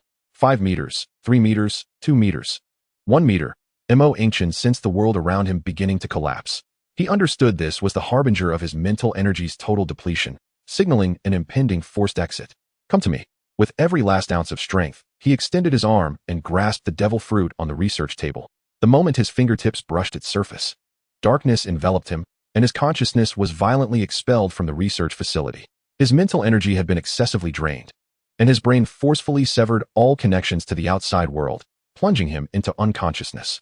In the fleeting instant before his mind faded, several cold system messages stubbornly penetrated his fading awareness. Detection of an object not belonging to this world entering. This item conflicts with the rules of this world and is currently extracting the world's essence for fusion. Fusion successful. This item can be used normally. Tremor Fruit, a special item from another world, imbued with extraordinary power. Upon consumption, one can acquire the power of vibration. Note, this item conflicts with the rules of the world. After merging with the world's essence, it only affects Beast Tamers. Yingchen clung to the last vestiges of clarity, laboriously absorbing this information. Soon after, an abyss of darkness completely engulfed him. The night passed in silence. Save for the faint chirping of insects outside the window, the great sage quietly stood guard at the door, its round eyes vigilantly scanning the shifting silhouettes of trees beyond the crack. The good news was that no one had come. The bad news was that after a night had elapsed, the great sage was hungry. The nature of its species dictated its exceptionally irritable temperament. Sustaining the vigil through the night was solely due to its unwavering loyalty to its master. However, the strange fruity aroma emanating from its master became increasingly intense, as if countless tiny hands were scratching at its heart. As dawn broke, the great sage could no longer endure. It cautiously approached the bedside, peeking over. Its gaze fixated on the alluringly glossy fruit. The great sage swallowed hard. The master merely instructed it to protect him, but never forbade it from eating. This fruit was so fragrant and large. Surely, the master could not finish it all. It craned its neck, inching closer with its monkey lips. Saliva nearly dripped onto Yingchen's hand. Just one small bite, definitely no more. Yes, just one bite. The rest is for the master. The monkey's mouth drew nearer, almost able to feel the fruit's peculiar texture. Just as the monkey was about to sink its teeth into the tremor fruit, Yingchen suddenly opened his eyes wide. He reached out and seized a tuft of fur at the back of the great sage's neck, yanking it upwards with force. The great sage was utterly bewildered. What just happened? The fruit that was almost in its grasp had vanished just like that? It instinctively raised its monkey eyes, only to meet Yingchen's gaze, which bore a bemused smile. In an instant, its face flushed crimson. No, even more so? Oh no, the master is awake. Not only had it attempted to steal a bite, but it had also been caught pilfering the master's fruit. Chapter 9. The Great Sage of Full Fate and the Tremor Fruit? Released from Yingchen's grip, the great sage stood awkwardly in place, much like a child who had misbehaved. With its fluffy head bowed, its two round eyes could not help but sneak glances upward, anxiously gauging Yingchen's expression. Yingchen looked at its guilty demeanor, feeling both exasperated and amused. The bond with his primary beast was unlike any subsequent contracts. Its loyalty was absolute. Even if Yingchen commanded the great sage to end its own life, it would do so without hesitation. Yet, this monkey was far too mischievous. He finally began to understand why. When Sun Wukong descended from the mountains, Bodhi Patriarch had admonished him repeatedly not to proclaim himself as his disciple. Just one night without supervision, and it dared to sneak a bite from his hand? What would happen in the future? Yingchen deliberately adopted a stern expression. What is mine is yours, but what I do not give you, do not even think about it, understand? He poked the great sage's forehead. If I catch you stealing from me again, I shall break your legs. The great sage flinched at his words, its head bobbing up and down in a rapid nod, terrified that Yingchen might lift it up and deliver a sound thrashing. Then, with a swift flick of its eyes, it pitifully extended a paw, rubbing its flat belly in a feeble attempt to convey its genuine hunger. The look in its eyes was the epitome of innocence. Yingchen was amused by its theatrical display. All right, wait a moment. I need to examine this first. Just hold on. With that, he turned his attention back to the tremor fruit, scrutinizing it closely. Tremor Fruit, a special item from another world, imbued with extraordinary power. Upon consumption, one can acquire the power of vibration. Note, this item conflicts with the rules of the world. After merging with the world's essence, it only affects Beast Tamers. The description of the item's attributes was identical to what he had seen before losing consciousness last night. However, Yingchen was not easily dissuaded. This was the Tremor Fruit, the same as that of Whitebeard. A single punch could unleash tsunamis and shatter dimensions, a supreme devil fruit coveted by countless pirates. If he could consume this fruit, would the day of rapidly advancing to high martial arts, kicking through secret realms, and defeating S-rank beasts be far off? After tremendous effort, calculating routes, exhausting mental energy, and ultimately resorting to smashing the Research Institute's tempered glass, he had managed to retrieve it from the Multiverse Research Institute. Yet, a cold statement proclaiming that it only affected Beast Tamers had dismissed him. Yingchen stared at the tremor fruit in his hand, feeling as if a stone were lodged in his chest. Moreover, would not the other treasures he retrieved from the Research Institute also be merely for show? What a jest! Why should he, a remarkable transmigrator, lack any semblance of protagonist halo? Was there no script of transcending the mortal realm and looking down upon the world? Just like that, It was all gone. He refused to accept it. What if this system prompt was erroneous? Gritting his teeth, Yingchen took a deep breath, cradled the tremor fruit in both hands, and bit down. Crunch. Yingchen felt as if his teeth had collided with stone. He instantly released his grip, clutching his jaw in pain, nearly shedding tears. The great sage, watching from the side, wore a perplexed expression. It could not fathom what its master was doing. Spit. Spit. Yingchen grimaced, feeling as though his teeth were loose. He gazed at the tremor fruit. Not a single tooth mark had been left on its surface. Dejected, he tossed the fruit towards the great sage. This wretched thing is, indeed, not meant for human consumption. The great sage instinctively caught the flying fruit, its eyes lighting up, and its monkey mouth instinctively moved closer. Yet, just as it was about to take a bite, it abruptly froze, sensing something was amiss. Something was terribly off. The great sage cocked its head, its eyes darting around. Why had the master thrown this fruit back to it? Did that mean it was meant for it to eat? No. If it was meant for consumption, the master wouldn't have stopped it just moments ago. Thus, the truth could only be one. Could it be that the master was testing it? Testing its resolve? Testing its loyalty? Yes, it must be so. To see if it could resist the temptation of this delicacy and not falter again. One human, one monkey, locked in a gaze, creating an atmosphere that was exceedingly delicate. Yingchen rubbed his still sore jaw, observing the great sage clutching the fruit, torn between desire and hesitation, yet refusing to take a bite. Yingchen could not help but chuckle at its antics. I say, what performance are you putting on? Have you not been hungry all night? Just moments ago. You refused to give it to me, yet now you feign modesty while secretly yearning to nibble at my hand. Now that I present it to you, you put on airs. Squeak. The Monkey King was taken aback by the question. He glanced at Yingchen, then at the fruit in his hand. Could it be that I have miscalculated? Is this truly a gift for me? Cautiously, he lowered his head, tentatively stealing a glance at Yingchen. Noticing a hint of a smile on his master's face, accompanied by an encouraging gaze, the Monkey King steeled himself. What did it matter? Starvation was a far worse fate. The instant the fruit's flesh touched his tongue, the Monkey King's expression froze in disbelief. Ugh, yuck! An indescribable flavor surged through his very soul. He shuddered violently, his stomach churning tumultuously. The morsel he had just bitten nearly erupted from his mouth. This was the moment Yingchen had been waiting for. What did the novels he had read in his past life say? The devil fruit must be consumed in its entirety. No spitting out. Swallow it. With swift reflexes, Yingchen clamped down on the Monkey King's head with one hand, while snatching the remaining fruit from his claws with the other. In a flash, he thrust the remaining flesh into the Monkey King's mouth. The Monkey King, with his mouth stuffed, flailed desperately. Behave yourself. Swallow it. Yingchen commanded fiercely, firmly covering the Monkey King's mouth. The Monkey King froze in place. The command echoing through their soul bond was indisputable. Tears of humiliation and rage welled up in his eyes as he was left with no choice but to begrudgingly, and with great difficulty, swallow the biochemical weapon piece by piece. His entire being felt shattered, as if his very existence had dimmed. It was only when Yingchen confirmed that he had fully consumed it that he lifted the sole command. Ugh, yuck! The Monkey King scrambled on all fours towards the restroom, gripping the toilet's edge as he began to retch violently. Ugh, ugh, ugh. The heartbreaking sounds accompanied by intense convulsions reverberated in the small restroom. Yingchen stood at the door, observing the Monkey King's pitiful state, unable to suppress a smirk. Was this fruit truly so intoxicating? After a considerable struggle, the Monkey King emerged from the restroom, his face wrinkled and weary, his gaze towards Yingchen tinged with resentment. Yingchen cleared his throat, averting his gaze as if he had not seen. Enough. Digest it, and let us see what changes occur. His primary concern now lay in the potential enhancements the tremor fruit could bestow upon the Monkey King. Chapter 10. The D-Class Evolution Path of the Stone Monkey. The Monkey King?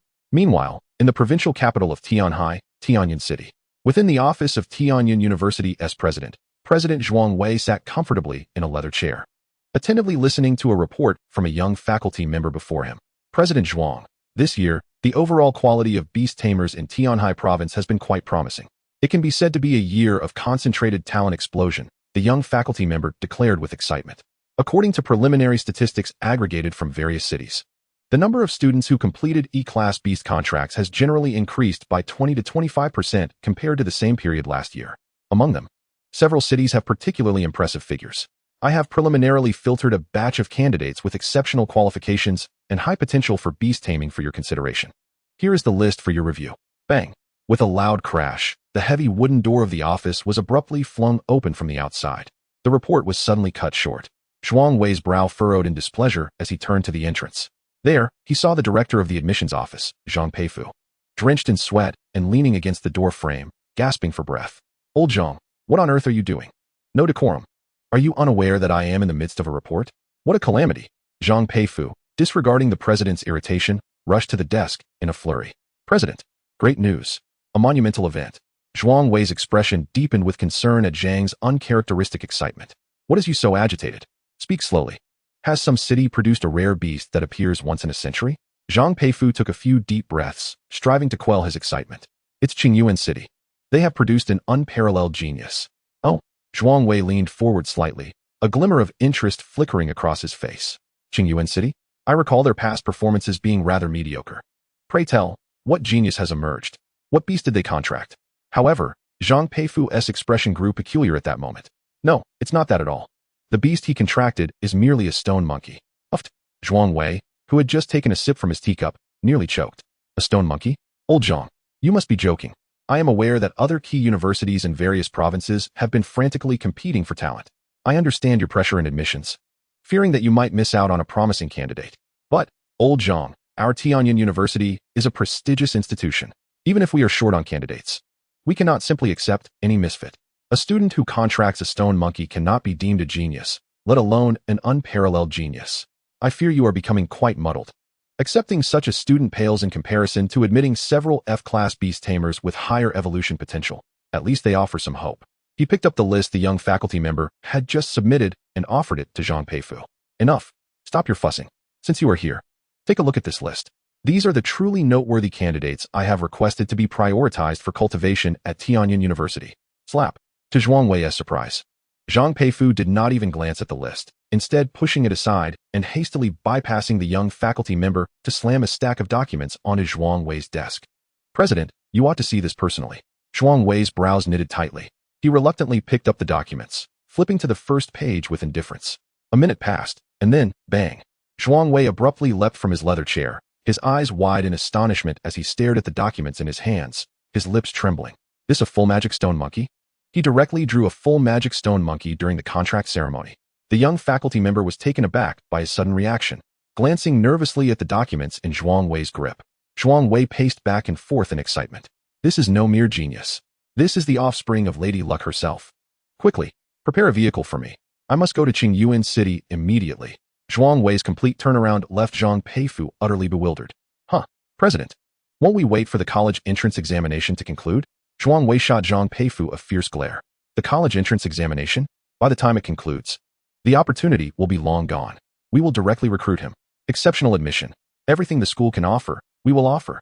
This Yingchen shall be ours at Tianyin University. With that, Zhuang Wei seemed to recall something. When was this document submitted? Zhang Peifu instinctively replied, it seems it arrived yesterday afternoon. What? It arrived yesterday afternoon. And you only delivered it to me this morning? He pointed a trembling finger at Zhang Peifu, his agitation palpable. Old Zhang, I think your tenure as the head of the admissions office is coming to an end. If this talent gets snatched away, I will hold you accountable. Zhuang Wei paced anxiously in his office. No, that kid is undoubtedly being courted by other schools right now. Let's not even mention it. Those old rivals in Donghai province are quite well informed. Perhaps their representatives are already en route to Qingyuan City. Even if I rush over now, I might not make it in time and could easily fall short. He pressed his forehead, deep in thought. Suddenly, Zhuang Wei smacked his thigh, his eyes brightening. Of course. Old Huang. Isn't he conducting research in that newly discovered D-level secret realm near Qingyuan City? Zhang Peifu was startled by his sudden outburst. After a moment of confusion, he nodded. Old Huang is over there, but, he hesitated. Principal, Old Huang's status in the entirety of the Dragongxia Empire's Beast Taming academic community is that of a luminary. To ask him to lower himself to snatch a student who hasn't even taken the college entrance examination, that, Zhuang Wei waved his hand dismissively. Cutting him off, what do you know? This is an extraordinary time, and extraordinary measures must be employed. Old Huang is one of the few remaining honorary professors at Tianyin University, a fifth-tier advanced beast tamer. Moreover, he is an absolute authority in the field of stone monkeys. As long as Old Huang is willing to personally intervene, that kid named Yingchen will surely come rushing over the moment he sees a fifth-tier beast tamer recruiting him. The more Zhuang Wei spoke, the more exhilarated he became. Besides, we want to be the only ones vying for him. When Old Huang showcases his A-level beast, who would dare to compete with Tianyin University for talent? Who would be audacious enough to act recklessly before him? As Zhang Peifu listened, the worry on his face gradually gave way to excitement. But principal, do you think old Huang will agree? Upon hearing Zhang Peifu's question, Zhuang Wei smirked. Have you forgotten what beast Yingchen has contracted? Zhang Peifu scratched the back of his head, looking somewhat puzzled. The stone monkey. Just as the words left his mouth, he suddenly froze, his eyes widening in realization. Right? Old Huang. The stone monkey.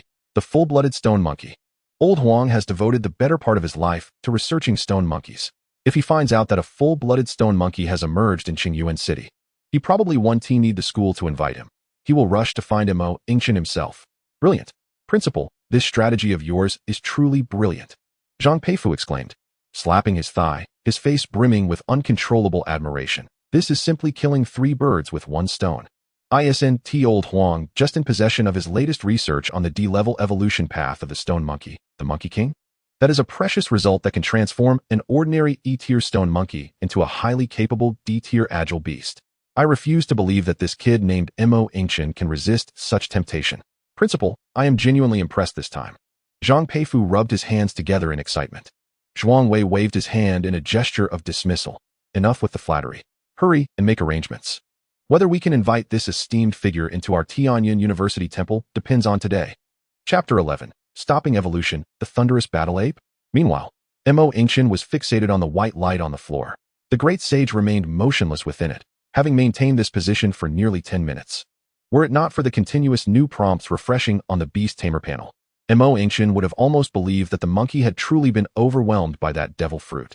Detected that the beast, stone monkey, has ingested a high-energy evolutionary item, the tremor fruit. Tremor fruit digestion in progress. Tremor fruit digestion progress. 12. Tremor fruit digestion progress. 10. Detected that the stone monkey's body is insufficient to continue digesting the tremor fruit. The stone monkey's body has undergone modifications due to the high-energy evolutionary item. Beginning evolution. Evolution direction analysis in progress. Evolution direction confirmed. Thunderous battle ape. Evolution commencing. Yingchen stared at these words, momentarily bewildered. Evolved? Just like that? What a joke. As a top scholar who had dominated the first place in his grade for 3 consecutive years, he was certainly aware that beasts could evolve. He even possessed knowledge of the only publicly known evolution path for stone monkeys, the armored monkey. That was no small feat. The primary material, the century-old stone milk, was quite costly, and it required several rare treasures alongside a special high-pressure environment to allow the stone monkey to refine its rock armor skills continually. Only then would there be a minuscule chance of success. But now, it was evolving simply by eating a fruit? The thunderous battle ape? He had never heard of it. Moreover, the great sage was currently only at E-tier level 1 in its juvenile phase. It had not met a single foundational condition for evolution. As this thought flashed through his mind, a new change indeed appeared on the Beast Tamer panel. Detected that the Beast Tamer's strength is at level 1, unable to support a D-tier beast. Detected that the beast, stone monkey, is currently at level 1, juvenile phase. Evolution conditions not met, evolution halted. Energy has been sealed. Please have the Beast Tamer fulfill the evolution conditions promptly to attempt evolution again. Subsequently, the hazy white light enveloping the great sage gradually thinned, ultimately vanishing entirely. It suddenly sprang up from the ground, shaking its head left and right, seemingly still dazed. Upon noticing Yingchen staring at it, the monkey froze, instinctively retreating a step. Its 2 paws even unconsciously covered its mouth. Clearly, the earlier encounter with the devil fruit had left it with an indelible psychological scar. Seeing the monkey's startled demeanor, Yingchen couldn't help but chuckle. He called up the great sage's attribute panel. His gaze immediately fell on the race section. Race, stone monkey, thunderous battle ape, evolution halted. Level, E-tier level 1 juvenile phase. Attributes, rock. Destiny seats, 6. Strength, 25. Agility, 23. Mentality, 12. Constitution, 40. Skills, rock armor, passive, agile monkey dash, brewing, tremor fruit, 10. Tremor fruit, 10 passive ability. When the stone monkey attacks, it can consume stamina to trigger tremor power, with controllable range, maximum radius of 100 meters. Destiny seat 1. Strength transcends all. Destiny seat 2. Shadow of the wind. Destiny seat 3. Rock forming. Destiny seat 4. Wine lover. Destiny seat 5. Initial somersault. Destiny seat 6. Awakening of the great sage. Everything else remained unchanged. The only difference was that the race display now included the thunderous battle ape. In terms of skills, there was an additional entry for the devil fruit, 10. With a passive trigger allowing attacks to carry tremors, within a controllable range of up to 100 meters. The breath of Yingchen became noticeably heavier, a testament to the extraordinary spectacle unfolding before him. He found himself impatiently anticipating the moment when the great sage would unleash a single strike, reducing everything within 100 meters to mere dust. Moreover, this was merely the absorption of 10 units of energy. One could only imagine the formidable strength that would manifest once the great sage fully harnessed this power. Would the heavens truly tremble and the earth shatter with a single blow? An indescribable surge of excitement welled up within him. He had not anticipated that a single could directly catalyze the evolution of the great sage. Although the process had been interrupted due to insufficient conditions, the system's prompt was unequivocal. The energy had been secured. This signified that as long as he and the great sage's levels progressed in tandem, evolution could be resumed at any time. Provided the conditions were met, this fully fledged stone monkey could evolve into the journey of a beast master towards evolution was seldom a straightforward endeavor. The methods were myriad, and the conditions to be fulfilled were as varied as they were complex, often deterring the vast majority of beast masters. Nonetheless, two fundamental principles remained unassailable in the realm of evolution. Firstly, the beast master's own rank must be sufficient to accommodate the elevated tier of the evolved beast. Currently, Yingchen was a first-tier beast master, capable of contracting and controlling only E-grade beasts. It was only upon reaching the second tier that one could command D-grade beasts. Advancement in rank necessitated relentless meditation and training to hone one's mental acuity. Naturally, as the beasts leveled up, they would also impart a portion of their refined mental energy back to their masters, providing a modest acceleration in their own progression. Secondly, the beast itself must attain a level exceeding 50 to enter the so-called evolutionary phase. The growth stages of a beast are clearly delineated as infancy, growth, maturity, peak, perfection, and finally, the evolutionary phase. This growth is not merely a product of the passage of time. It demands tangible combat experience and the hunting of exotic beasts to gain experience and elevate levels. Generally, a beast transitions into the growth phase at level 10 and into maturity at level 20, continuing this trajectory until level 50, which marks the threshold for evolution. However, this does not imply that level 50 is the pinnacle of a beast's potential. In reality, any tier of beast can reach a maximum level of 100. Yet, level 50 is the minimum requirement for qualifying for evolution. In practice, the majority of beasts, even those that attain level 100, often remain unable to evolve due to various factors, such as the unavailability of suitable evolutionary paths or the scarcity of rare materials, or due to the inadequacies of their masters, ultimately remaining stagnant at their current tier throughout their lives. This is the prevailing norm for beasts in this world. Upon successful evolution, a beast level resets, commencing the arduous journey anew from first tier, level 1.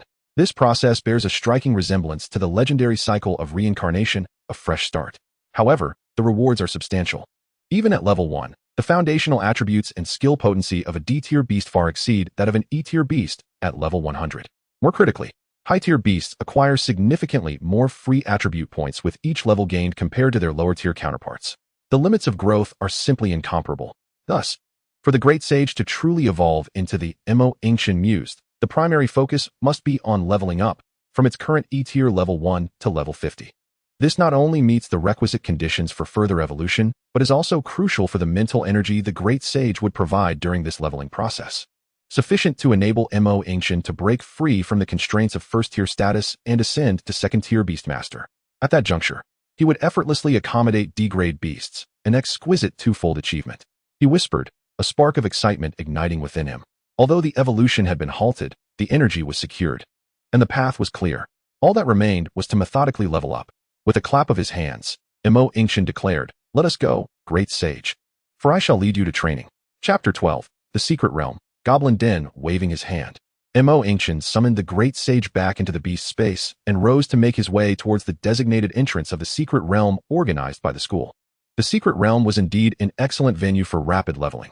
In this world, aside from the wilderness teeming with exotic beasts, countless perilous locations exist.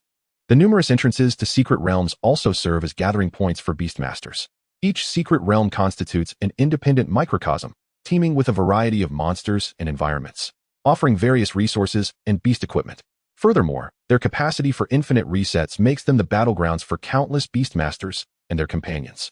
Every year, the authorities of Qingyuan City organize a unified opening of the Goblin Den secret realm for the graduating students of the third year of high school. This secret realm is akin to a novice village in terms of difficulty. The goblin monsters within are not particularly formidable, yet they provide a relatively safe environment. Moreover, it is open free of charge for a full 10 hours to all students who have just contracted their beasts. For those embarking on their journey as Beastmasters, this constitutes a generous benefit. After all, those stable output locations, firmly controlled by various human factions, do not come without a price. To engage in monster hunting and leveling up, one must diligently purchase entry tickets. As Yingchen walked, he contemplated the Goblin Denver. He recalled that last year, the most formidable student managed to elevate the realm to level 7 within the 10-hour time frame, with the strength of the Great Sage. Overcoming level 7 would be a mere formality. Achieving level 10 and entering the growth phase seemed entirely reasonable. In addition to leveling, equipment was an urgent concern. Although the Goblin Den was a novice secret realm, it too could yield equipment. The Great Sage had yet to acquire a single piece of gear. Securing a full set would undoubtedly enhance its capabilities. Upon arriving at the outskirts of Qingyuan City, Yingchen found the area bustling with activity and noise. His gaze swept across the clusters of students gathered in groups. All the graduating students from high schools throughout Qingyuan City, numbering in the hundreds, had converged here, eagerly awaiting the official opening of the Goblin Den secret realm. Despite their transformation into Beastmasters, the youthful exuberance of these newly minted adults remained undiminished. Having just acquired their own beasts, they were all eager to showcase their skills and make a remarkable impression in the upcoming secret realm. Many had been so excited the previous night that they had hardly slept, turning restlessly as they admired their newly contracted beasts. Some had even cradled their beasts as they slept, treating them as precious treasures. At this moment, they huddled together in small groups, animatedly discussing their beasts, their voices brimming with anticipation for the future. Have you heard? Li Chong from Class 1 contracted a wind wolf, reputed to be incredibly swift. What of the wind wolf? Wang Shui from Class 2 contracted an ice crystal butterfly, which possesses control skills. Enough of the competition. Today, we shall see whose beast can level up the most. Just then, a commotion erupted among the crowd. Amidst a chorus of astonished whispers and envious remarks, the sounds clearly reached Yingchen's ears. Look, it's young Master Yi. Young Master Yi has arrived. Wow, Brother Yi, your winged dragon lizard is simply magnificent. Just look at that outfit, a complete ensemble of green from head to toe. How much must that have cost? Brother Yi, today as first kill of the dog-headed man's lair surely belongs to you. Hearing the commotion, Yingchen slightly raised his eyelids and cast his gaze towards the epicenter of the excitement. There, a finely dressed young man approached, surrounded by a throng of admirers. Beside him stood a formidable creature, nearly 3 meters in height, covered entirely in dark, glimmering scales, standing proudly and exuding an air of majesty. Its sturdy limbs were grounded firmly, and the sharp tips of its claws reflected a cold glint under the sunlight. Most striking of all were the expansive, fleshy wings upon its back. Though they were not yet unfurled, their latent power was palpable. The arena was not devoid of other students summoning their beasts, yet, in stark comparison, they appeared utterly lackluster. This was not merely due to the creature's impressive rank, but also because it was clad in a complete set of shimmering, pale green leather armor that covered nearly every vital area from its head to its limbs. The armor fit the contours of the dragon lizard's physique flawlessly, and the edges of its wings were adorned with sharp metal blades that glimmered ominously. Evidently, this winged dragon lizard had only just been contracted the previous day, yet overnight. Its owner had equipped it with an entire suite of exquisite gear. Such financial capability and meticulous effort were enough to leave the majority of the students present, hailing from modest backgrounds, in awestruck silence. Young Master Yi, the presence of your winged dragon lizard is absolutely stunning. Indeed, just the cost of this equipment alone could sustain us for several years. Listening to the accolades from the crowd, Yi Fanqing struggled to suppress a smile, his lips curling in a manner more difficult to contain than an AK. Yet, he feigned an air of nonchalance, tilting his chin slightly and casting his gaze towards the sky at a 45-degree angle. It's just average, merely luck. As for this set of equipment, alas, I had no choice. He spread his hands in a mock display of helplessness. You all know I prefer to let my strength speak for itself. But my parents insisted that since I contracted a winged dragon lizard, I must be worthy of its stature. So, I scoured several auction houses across multiple cities last night, meticulously selecting these pieces, which were only delivered to me this morning. He paused, his eyes sweeping over the envious gazes surrounding him. However, to me, it's all just that. Green gear, hardly worth mentioning. At this, a cacophony of gasps erupted around him. Not worth mentioning. We haven't even managed to gather a single piece of whiteboard gear. Comparing ourselves to others is infuriating. Yingchen stood at the periphery of the crowd, listening to Yi Fanqing's ostentatious remarks, unable to suppress a twitch at the corner of his mouth. He genuinely wanted to laugh, The pretense was so overt, and his rank truly lacked distinction. Yet, it was also undeniably disheartening. Just look at the configuration before him, then cast a glance at his own. It was truly a challenge to articulate. Just then, the previously tranquil air in the center of the open space suddenly rippled with an unusual disturbance. All eyes were drawn to this curious phenomenon. The ripples intensified, culminating in the sudden appearance of a colossal, oval-shaped portal radiating a ghostly blue light. Before the portal, the ground trembled slightly as an ancient stone monument, towering at over 10 meters, broke through the earth. It was inscribed with an intricate array of golden characters, Mystic Realm entrance, and record steel. Every Mystic Realm, upon stabilizing, bore such a stele near its entrance, serving the purpose of documenting the achievements of the Beastmasters who entered. For instance, the names of the first teams to successfully conquer the realm would be eternally etched at the top of the stele, basking in unparalleled glory. Furthermore, the shortest completion times would also be meticulously recorded. The novice Mystic Realm, such as the dog-headed man's lair, had undoubtedly been traversed countless times by previous students. The most coveted record of first completion had long been claimed. Presently, the true source of intrigue and aspiration for all lay in the rankings on the speedrun leaderboard. The stele would clearly enumerate the top 100 teams based on their completion times. More importantly, as long as one managed to secure a spot on the leaderboard, even if they placed 100th, the rules of heaven and earth would bestow corresponding rewards based on their ranking.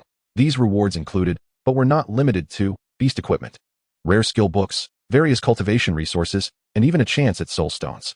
Chapter 13. Su Li's invitation, the speedrun team? The students, unable to contain their excitement, surged towards the portal, their figures disappearing one after another into the shimmering gateway. Yingchen, of course, was no exception. This mystic realm was only open for 10 hours, and every moment was crucial for the ascension of the great sage's level and future evolution, leaving no room for waste. Classmate, a somewhat melodious voice called from behind, causing him to pause momentarily. Turning around, he was met with a familiar visage. It was Su Li. To his slight surprise, she was not alone. Beside her stood the previously prominent Yingchen, along with a boy and a girl, both of whom were evidently well off based on their attire and accessories. Seeing Yingchen halt, Su Li's delicate face brightened with joy as she approached swiftly, her imposing shadow mantis trailing closely behind, its compound eyes shimmering with ethereal light. Classmate, let me introduce you. Before he could respond, she sidestepped and began to present her companions. This is Saga. His beast is an E-grade thunder spirit, known for its formidable ranged output. The boy named Saga was of shorter stature, appearing somewhat shy as he nodded at Yingchen. This is Xiaoyu, Saga's sister.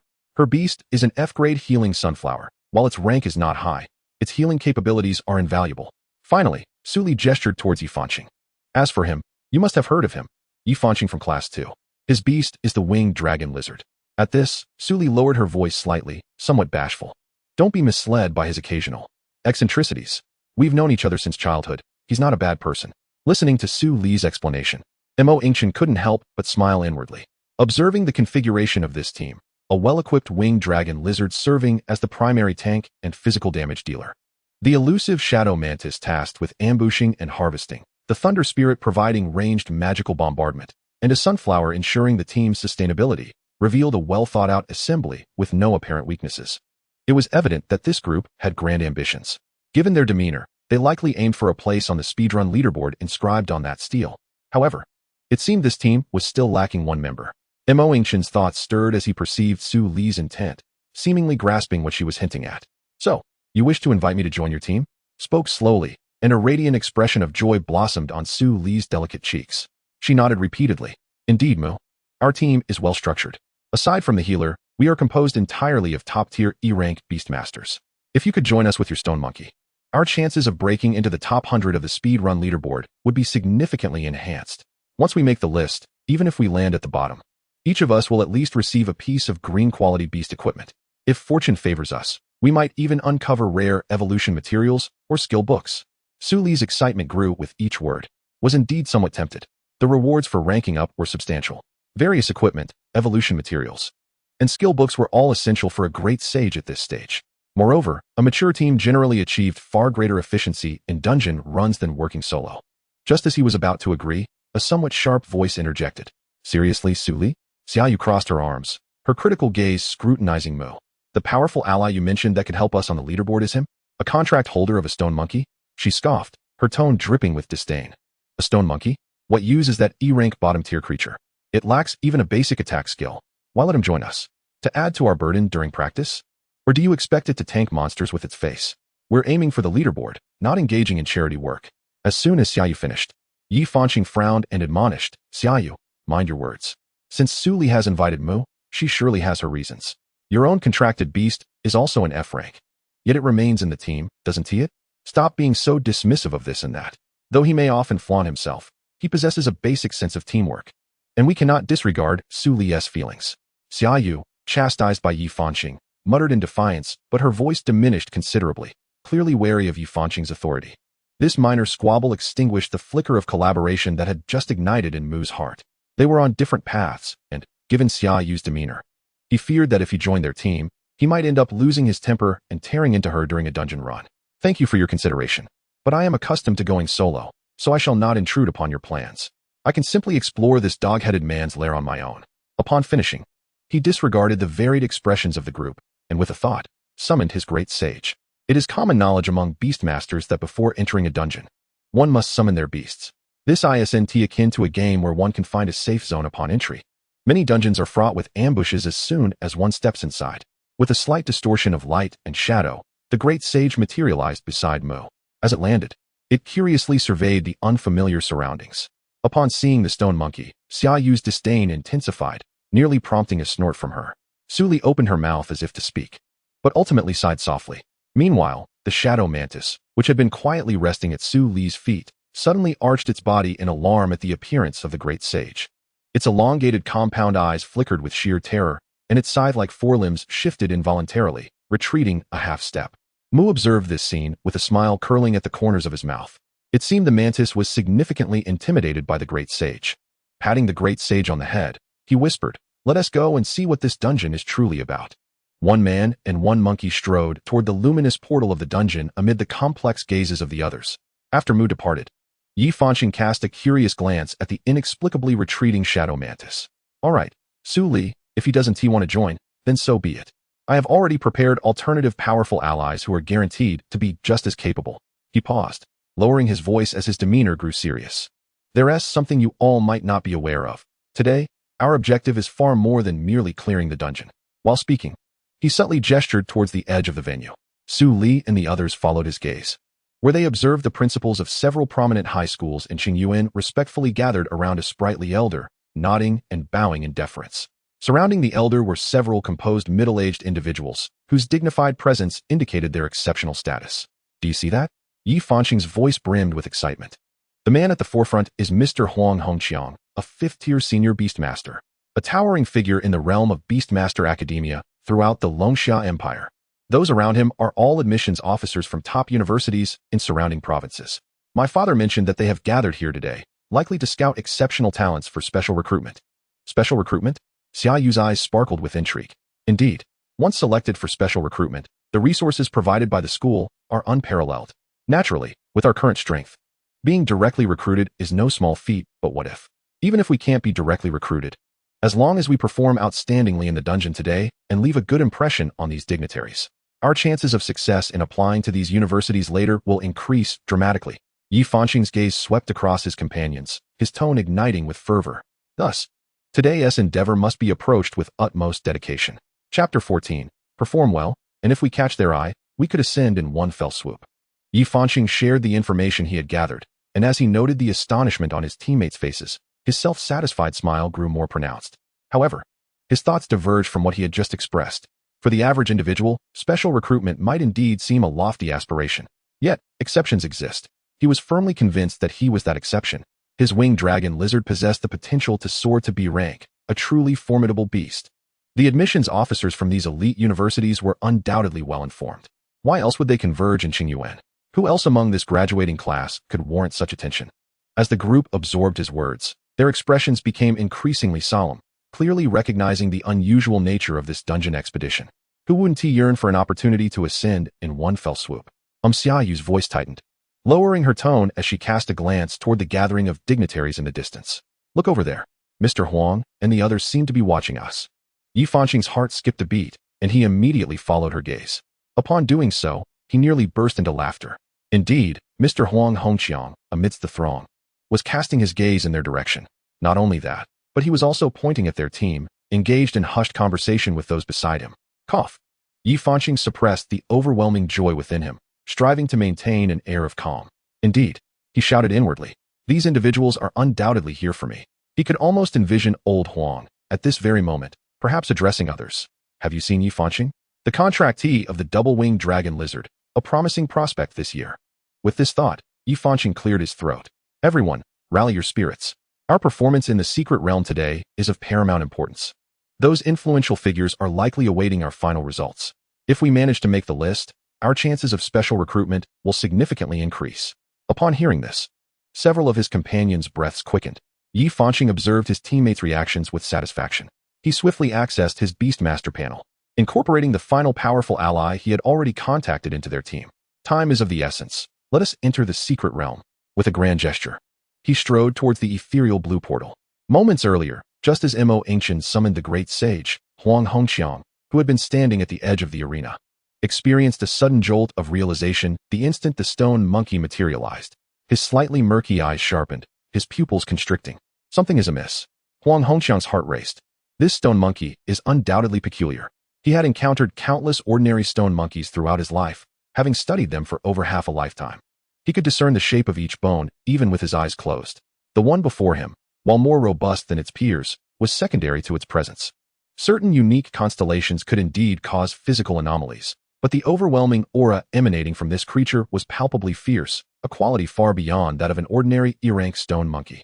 What unsettled him further was the fact that, while others may not have perceived it, his status as a fifth-tier advanced beast master endowed him with acute mental acuity. At the moment the stone monkey's right foot made contact with the ground, an extraordinarily bizarre wave of power flickered at the point of contact between its paw and the earth. Huang Hongqiang instinctively directed a thread of mental energy underground to investigate. Upon doing so, even he, a seasoned expert, could not suppress a gasp of astonishment. The seemingly intact surface of the hard bluestone floor bore no cracks. Yet mere inches below, the ground had been shattered into a fine web-like pattern by the force that had erupted in an instant. What kind of power is this? It precisely directed its destructive force into the object without causing any surface damage. Could this be a special ability bestowed by the constellation? At that moment, Li Changqiu approached. Old Huang, that individual is Yingchen, the contractee of the full-mandate stone monkey. Huang Hongqiang responded with a grunt.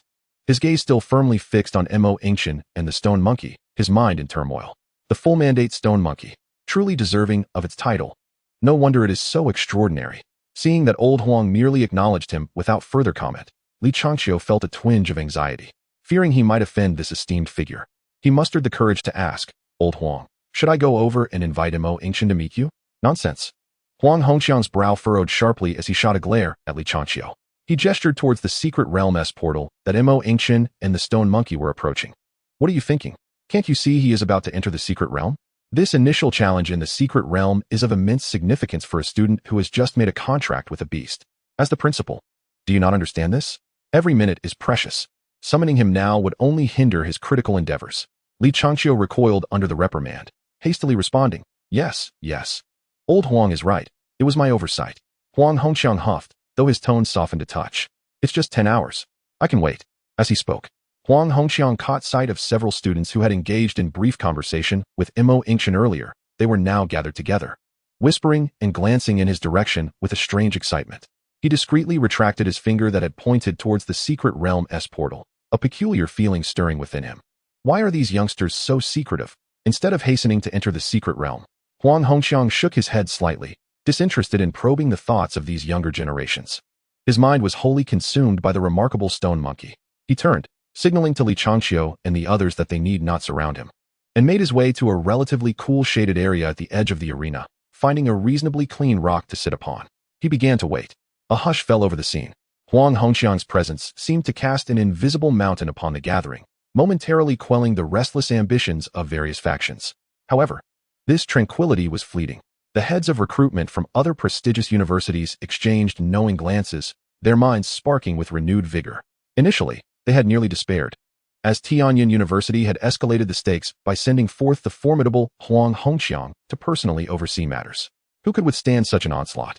Not to mention, they wouldn't even have the opportunity to approach Yingchen for a casual conversation. Yet now, a twist of fate had emerged. Old Huang had declared he would wait for 10 hours. This interval was a variable, a chance. Wang Chong from Southern University, his eyes glinting with determination, was the first to act. He straightened his suit jacket and discreetly detached from the recruitment group, approaching Li Changqiu. Principal Li, it's an honor to finally meet you. I'm Wang Chong from the Southern University Admissions Office. Chapter 15, The Emergence of Shocking Power. Nightmare difficulty is not so daunting. Wang Chong extended his hand, adopting a humble demeanor. Greetings. Li Changqiu was taken aback, hastily reciprocating the handshake. The head of admissions from a key university wielded significant influence, if not outright strength. Under normal circumstances, such a figure would hardly spare him a glance.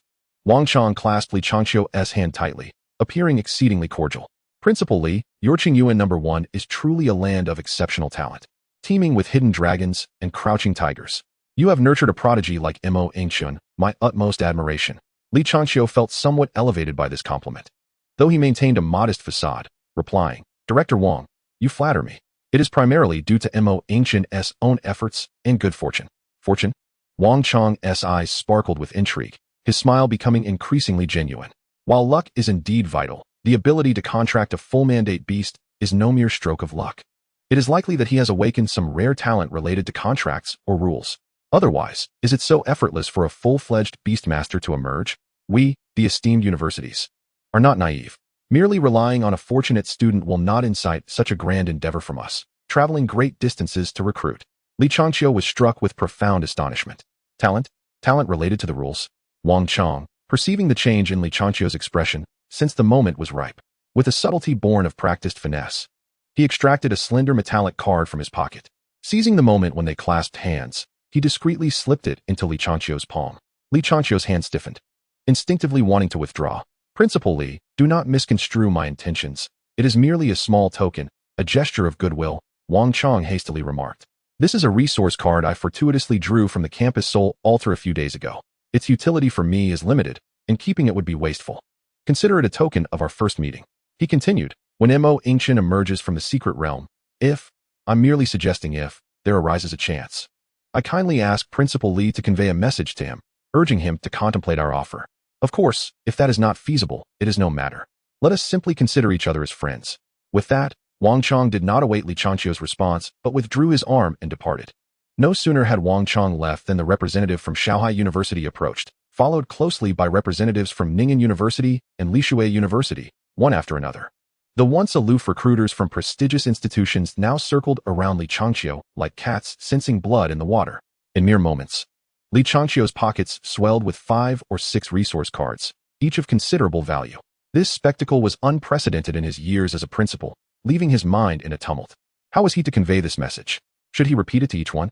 Or perhaps consider other students? That Yi Fanxing, with her dual-winged dragon lizard. Her appearance is striking. She is evidently a prime candidate for cultivation. Su Li's shadow mantis is no less impressive. If all else fails, what of Xia Yu's F-rank sunflower?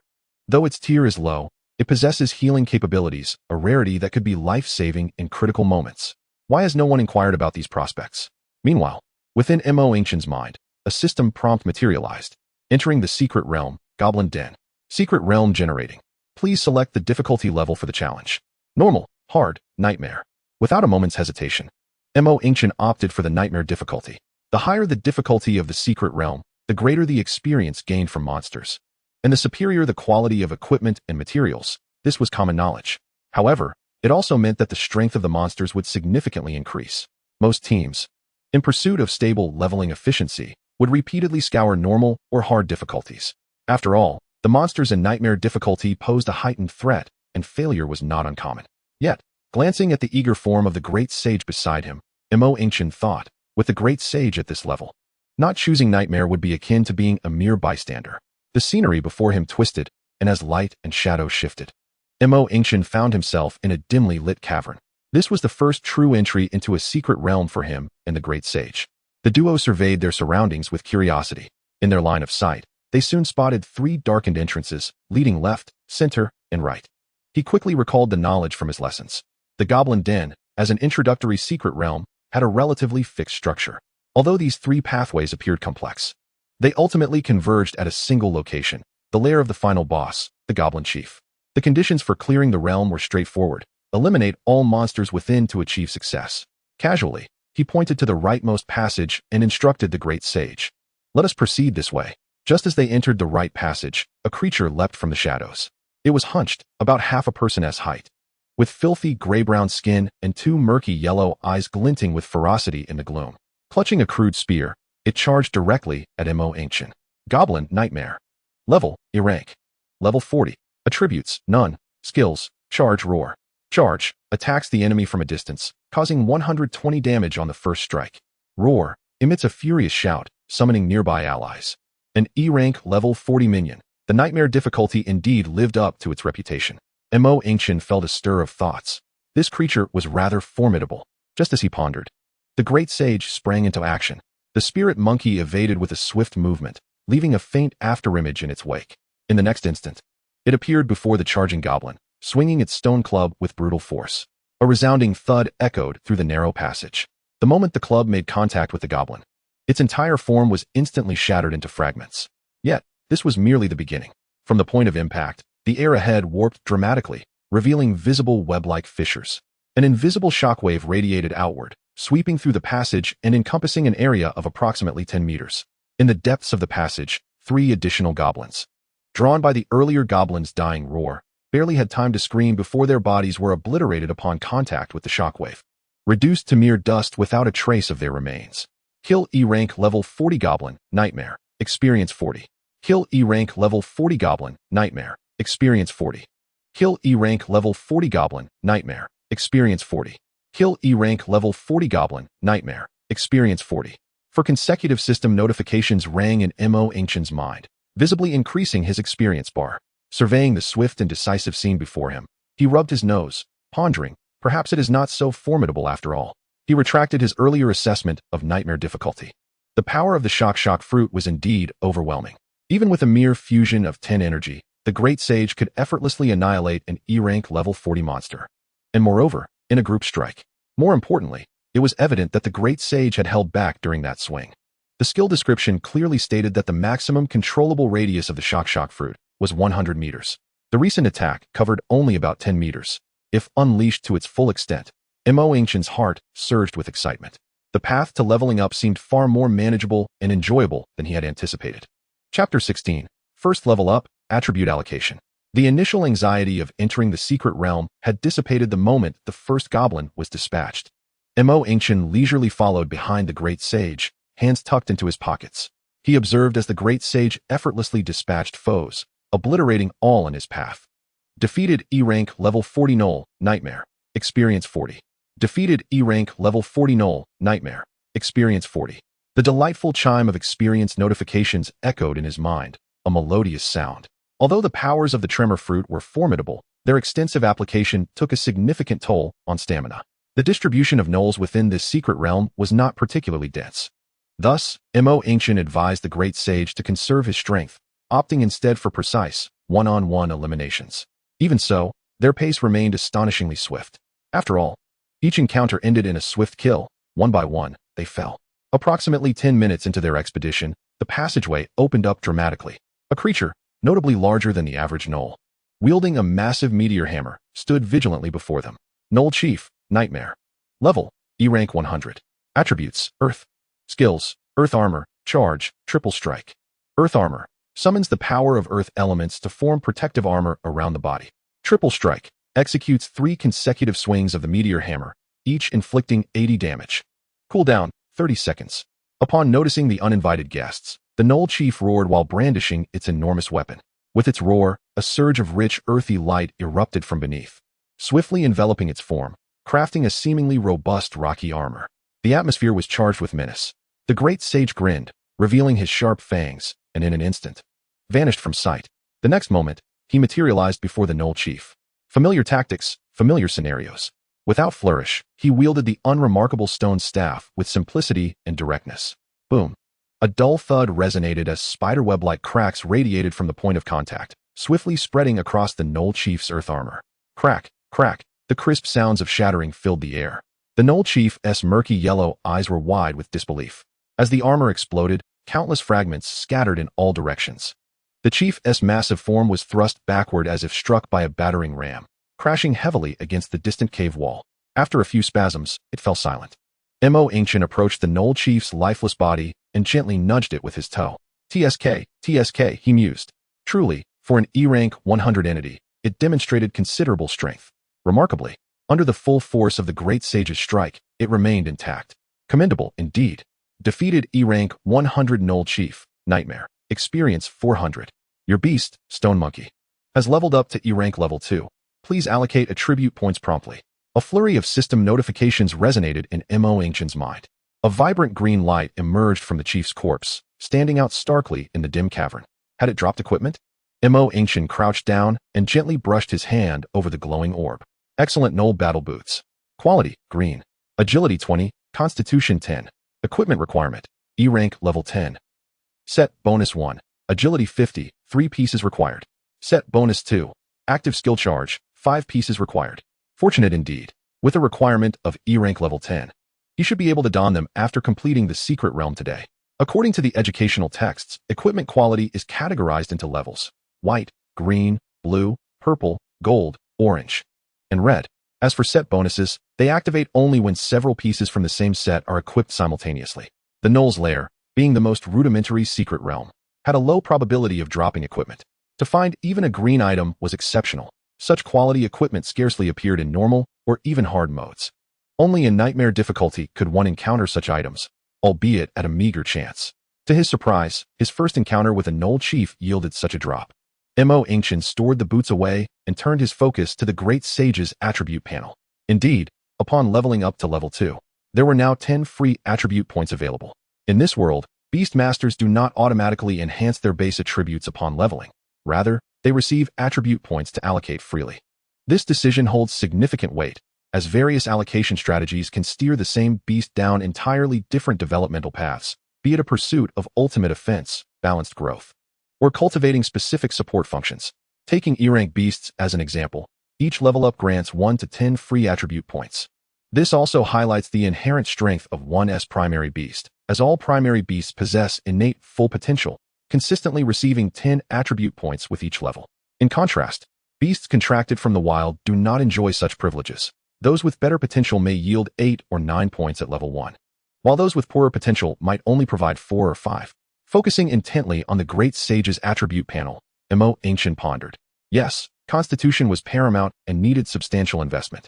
The Tremor Fruit's abilities were indeed overwhelming, yet unlike other magical skills, they consumed stamina rather than mental energy.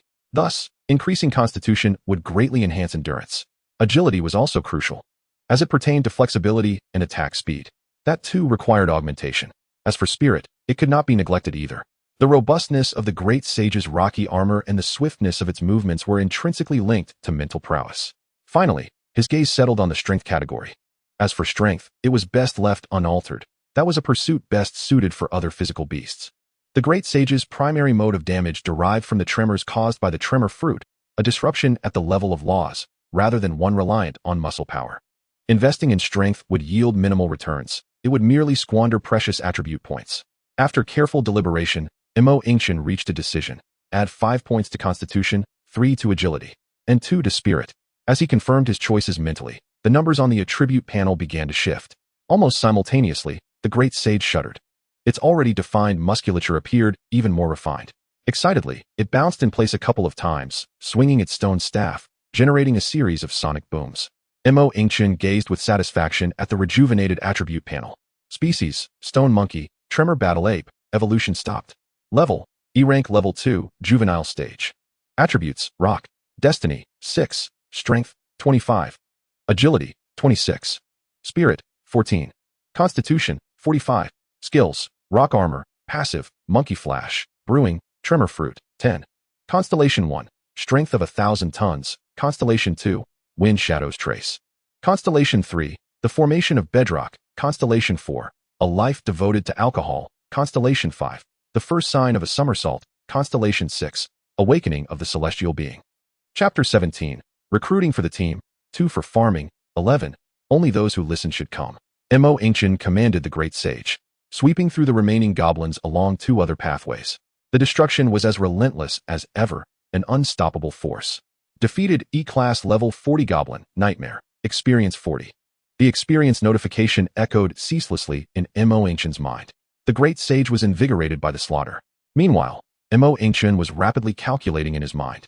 Although the goblin lair was structurally simple, with 3 forks, each had to be cleared one by one. The great sage was swift in eliminating foes. Yet the time spent running back and forth could not be saved. He estimated that if he were to solo the entire dungeon, including the final return to the entrance, it would take approximately 40 minutes.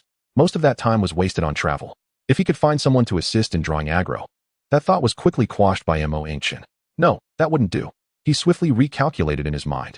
According to the dungeon rules, in a 3-person team, the experience gained would significantly diminish for each member, even if they could compress the clearing time to 10 minutes. The total experience would still be less efficient than his current soloing method. This arrangement was not advantageous. What if he formed a team with just one other person? The experience gain would then be 70% of soloing. He would clear 2 pathways, taking care of the boss along the way, while the other person would run back and forth on the remaining path, drawing all the monsters to the entrance of the dungeon.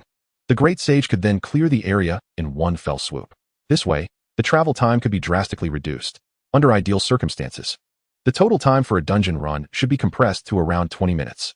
20 minutes per run, with experience at 70% of soloing, would yield a total of 140 experience for 40 minutes, an increase of 40% in efficiency. Yingchen's eyes brightened. This plan was indeed feasible. Efficiency was paramount. With a sense of purpose, he wasted no time. After vanquishing the last goblin, Yingchen led the great sage through the portal and back to the outside world. Upon exiting the dungeon, a dense crowd of students gathered in the clearing. Their spirits notably diminished compared to when they had entered.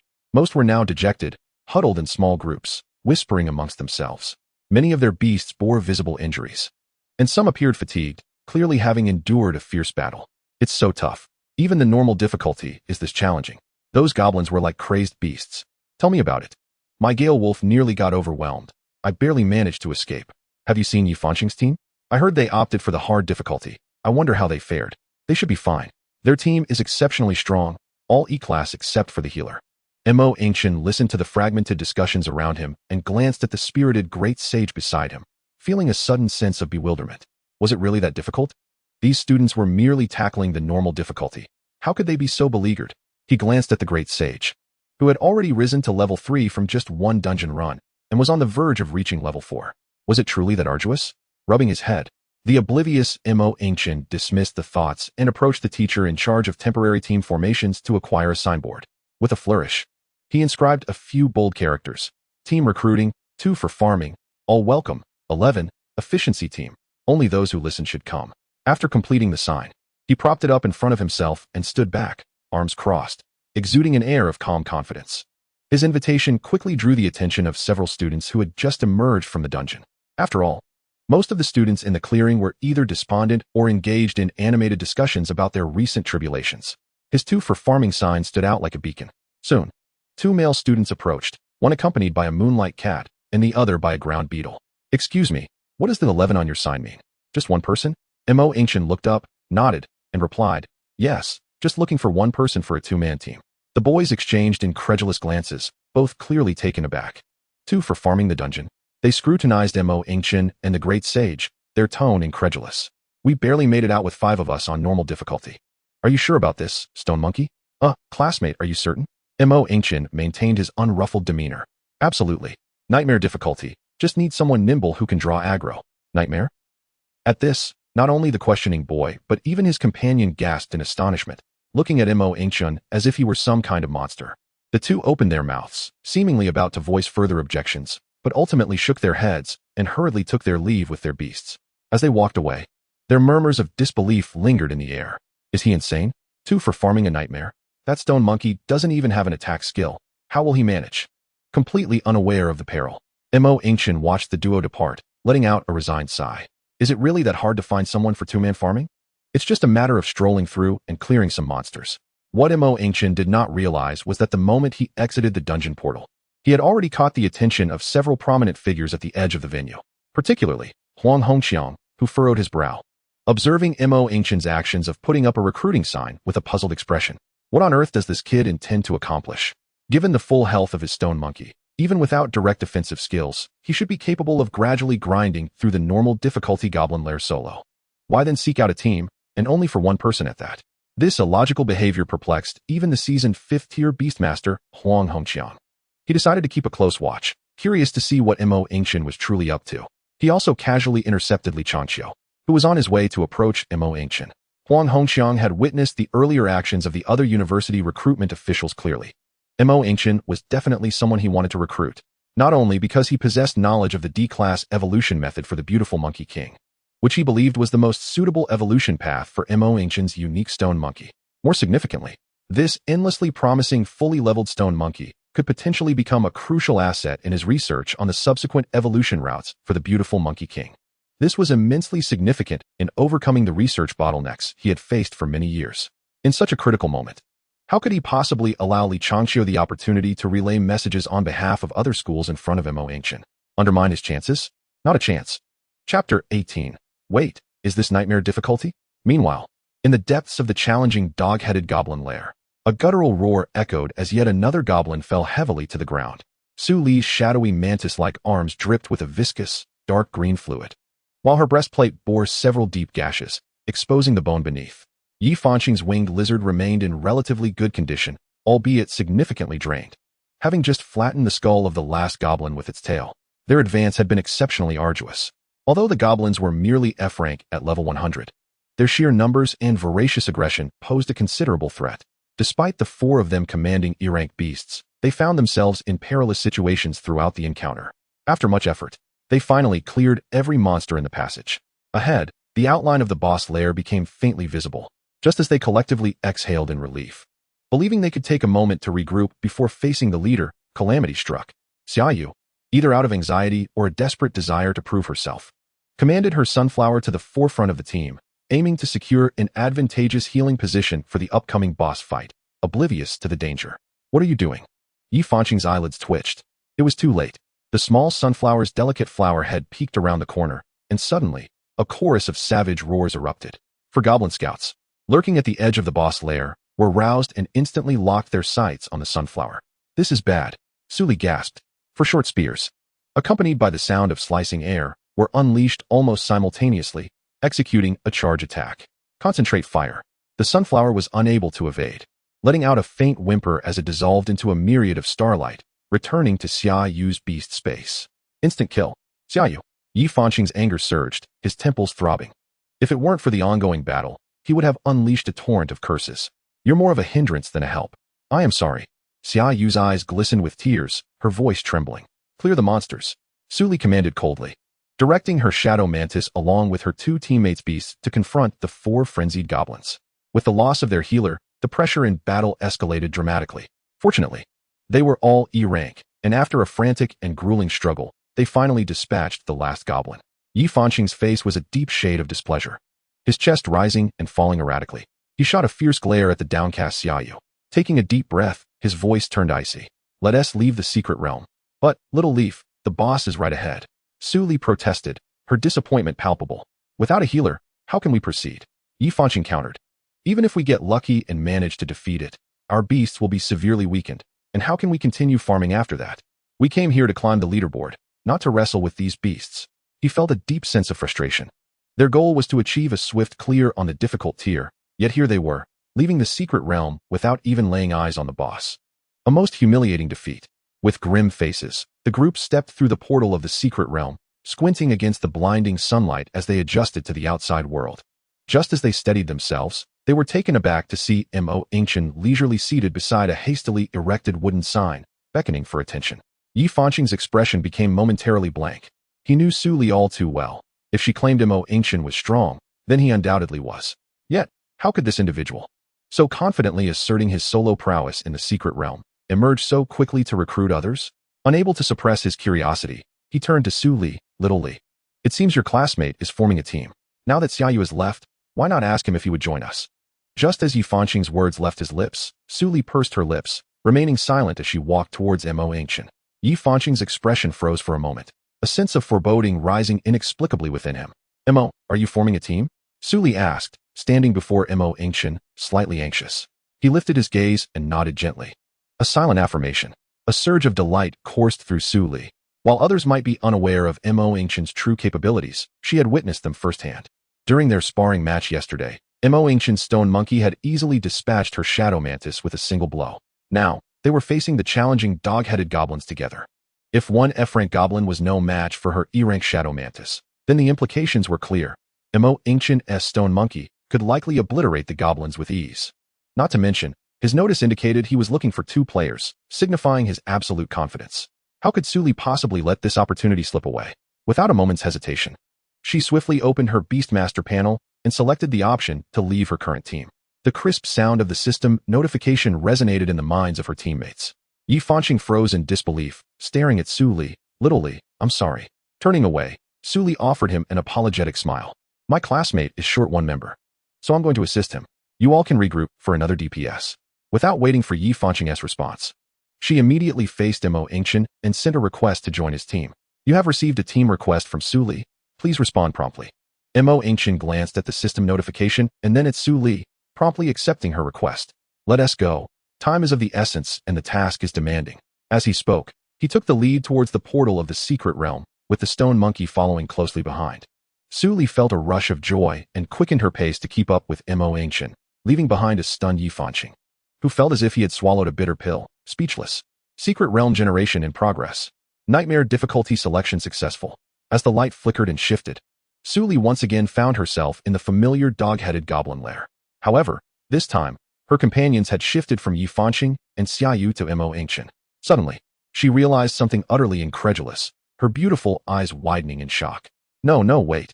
Is this nightmare difficulty?" Su Li's voice trembled with disbelief. "Did you select the wrong option? Nightmare difficulty? What a jest. There are only 2 of us.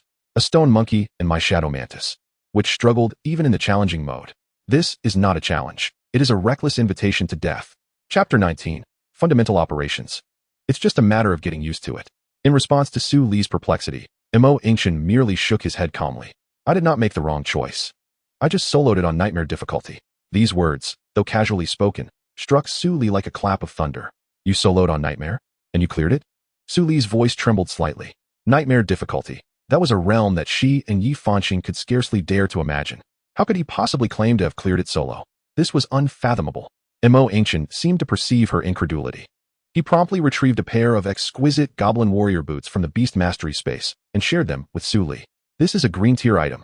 The Goblin Warrior Set Boots." As a top scholar in theoretical knowledge at Qingyuan High School, she recognized the equipment at a glance. Green quality gear. Such items could only drop from the nightmare difficulty bosses in the goblin lair, and even then, the drop rate was exceedingly low. The evidence lay before her, leaving no room for disbelief. An overwhelming sense of unreality washed over her. What kind of robust golden thigh had she latched onto? Her gaze towards Yingchen transformed entirely. Any lingering resentment had been cast aside. "Dawe." Su Li's address shifted dramatically. "Just tell me what to do next. I, Su Li, will absolutely follow your lead. If you tell me to go east, I shall not stray west." Yingchen chuckled softly. "It's quite simple." He pointed to the central path among the 3 forks ahead. "That passage is yours. Take your shadow mantis in and lead all the monsters back here to this open space. Leave none behind. With your shadow mantis's agility and speed, as long as you remain cautious, you can easily evade those goblins." "Let them all out?" Su Li was once again taken aback. Those were nightmare difficulty goblins. The quantity would surpass that of the hard mode, and their strength would be even greater. How could she possibly kill them all? Yet, Yingchen seemed oblivious to the expression on her face and dashed down the right passage. "Hurry up. I gathered the team for efficiency, not to waste time here with you." The great sage followed closely behind, and soon their figures vanished into the darkness. Su Li glanced at the direction in which Yingchen had disappeared, then at the central passage before her. Gritting her teeth, she resolved, "If I must die, then so be it. Dawe, I shall trust you just this once." With that, she charged into the passage with her shadow mantis, her heart pounding with trepidation. 20 minutes passed, each second feeling like a dance upon the edge of a knife. Beads of sweat trickled down Su Li's forehead, her breathing rapid. Behind her, a dark horde of nightmare difficulty goblins relentlessly pursued. These creatures, elevated in level and voracious in their aggression compared to their counterparts in hard mode, nearly grazed her shadow mantis with their sharp spears on several occasions. Ahead, the promised open space loomed. She commanded her shadow mantis to accelerate, narrowly escaping the confines of the passage. However, the sight before her caused her heart to plummet. It was empty.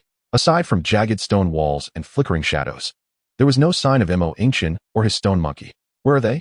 Su Li's mind buzzed, feeling disoriented. Had he run ahead? Or was he merely toying with her? The goblins behind her had already poured out of the passage, their fearsome visages appearing even more terrifying in the dim light. Run. We must leave the secret realm immediately. This thought barely formed in her mind before she had the chance to turn. Suddenly, the ground trembled violently. Then came the sound of thundering footsteps, surging from the depths of the left passage. The noise was reminiscent of 1,000 galloping horses. Su Li's complexion paled slightly. After 20 minutes, she had become intimately familiar with that sound. Yet now, the commotion was far greater than the horde of goblins trailing behind her. Instinctively, she turned to look. In her line of sight, Yingchen burst forth from the left passage, followed closely by the seemingly ordinary stone monkey. And behind them, Su Li's mouth fell agape. It was a black wave composed of goblins, dense and numerous. She estimated their numbers to be at least double that of her own horde. Among them, a particularly burly figure wielded a massive meteor hammer, the goblin chief. What is this? Yingchen casually approached her side, explaining in a relaxed tone, "It's nothing. I merely lured out the monsters from the left and right passages as well." All of them. Su Li's beautiful almond eyes widened in disbelief. Every single goblin from the entire lair, including the final boss, had now congregated in this small entrance space. And why did Yingchen appear utterly unfazed? Then, Su Li witnessed a scene that would be etched in her memory forever. The seemingly endless horde of goblins roared with a thunderous clamor, charging furiously towards their position. The stone monkey, standing before her, and Yingchen, faced this wave of monsters, enough to instill despair in any E-rank Beast Master team. Merely raised the unremarkable stone stick it held. The stick was lifted high above its head, then came crashing down with a resounding boom. The deafening sound seemed as if it would overturn the entire secret realm. An explosive shockwave erupted. Su Li felt her eardrums thrum painfully, the ground beneath her quaking violently, fracturing.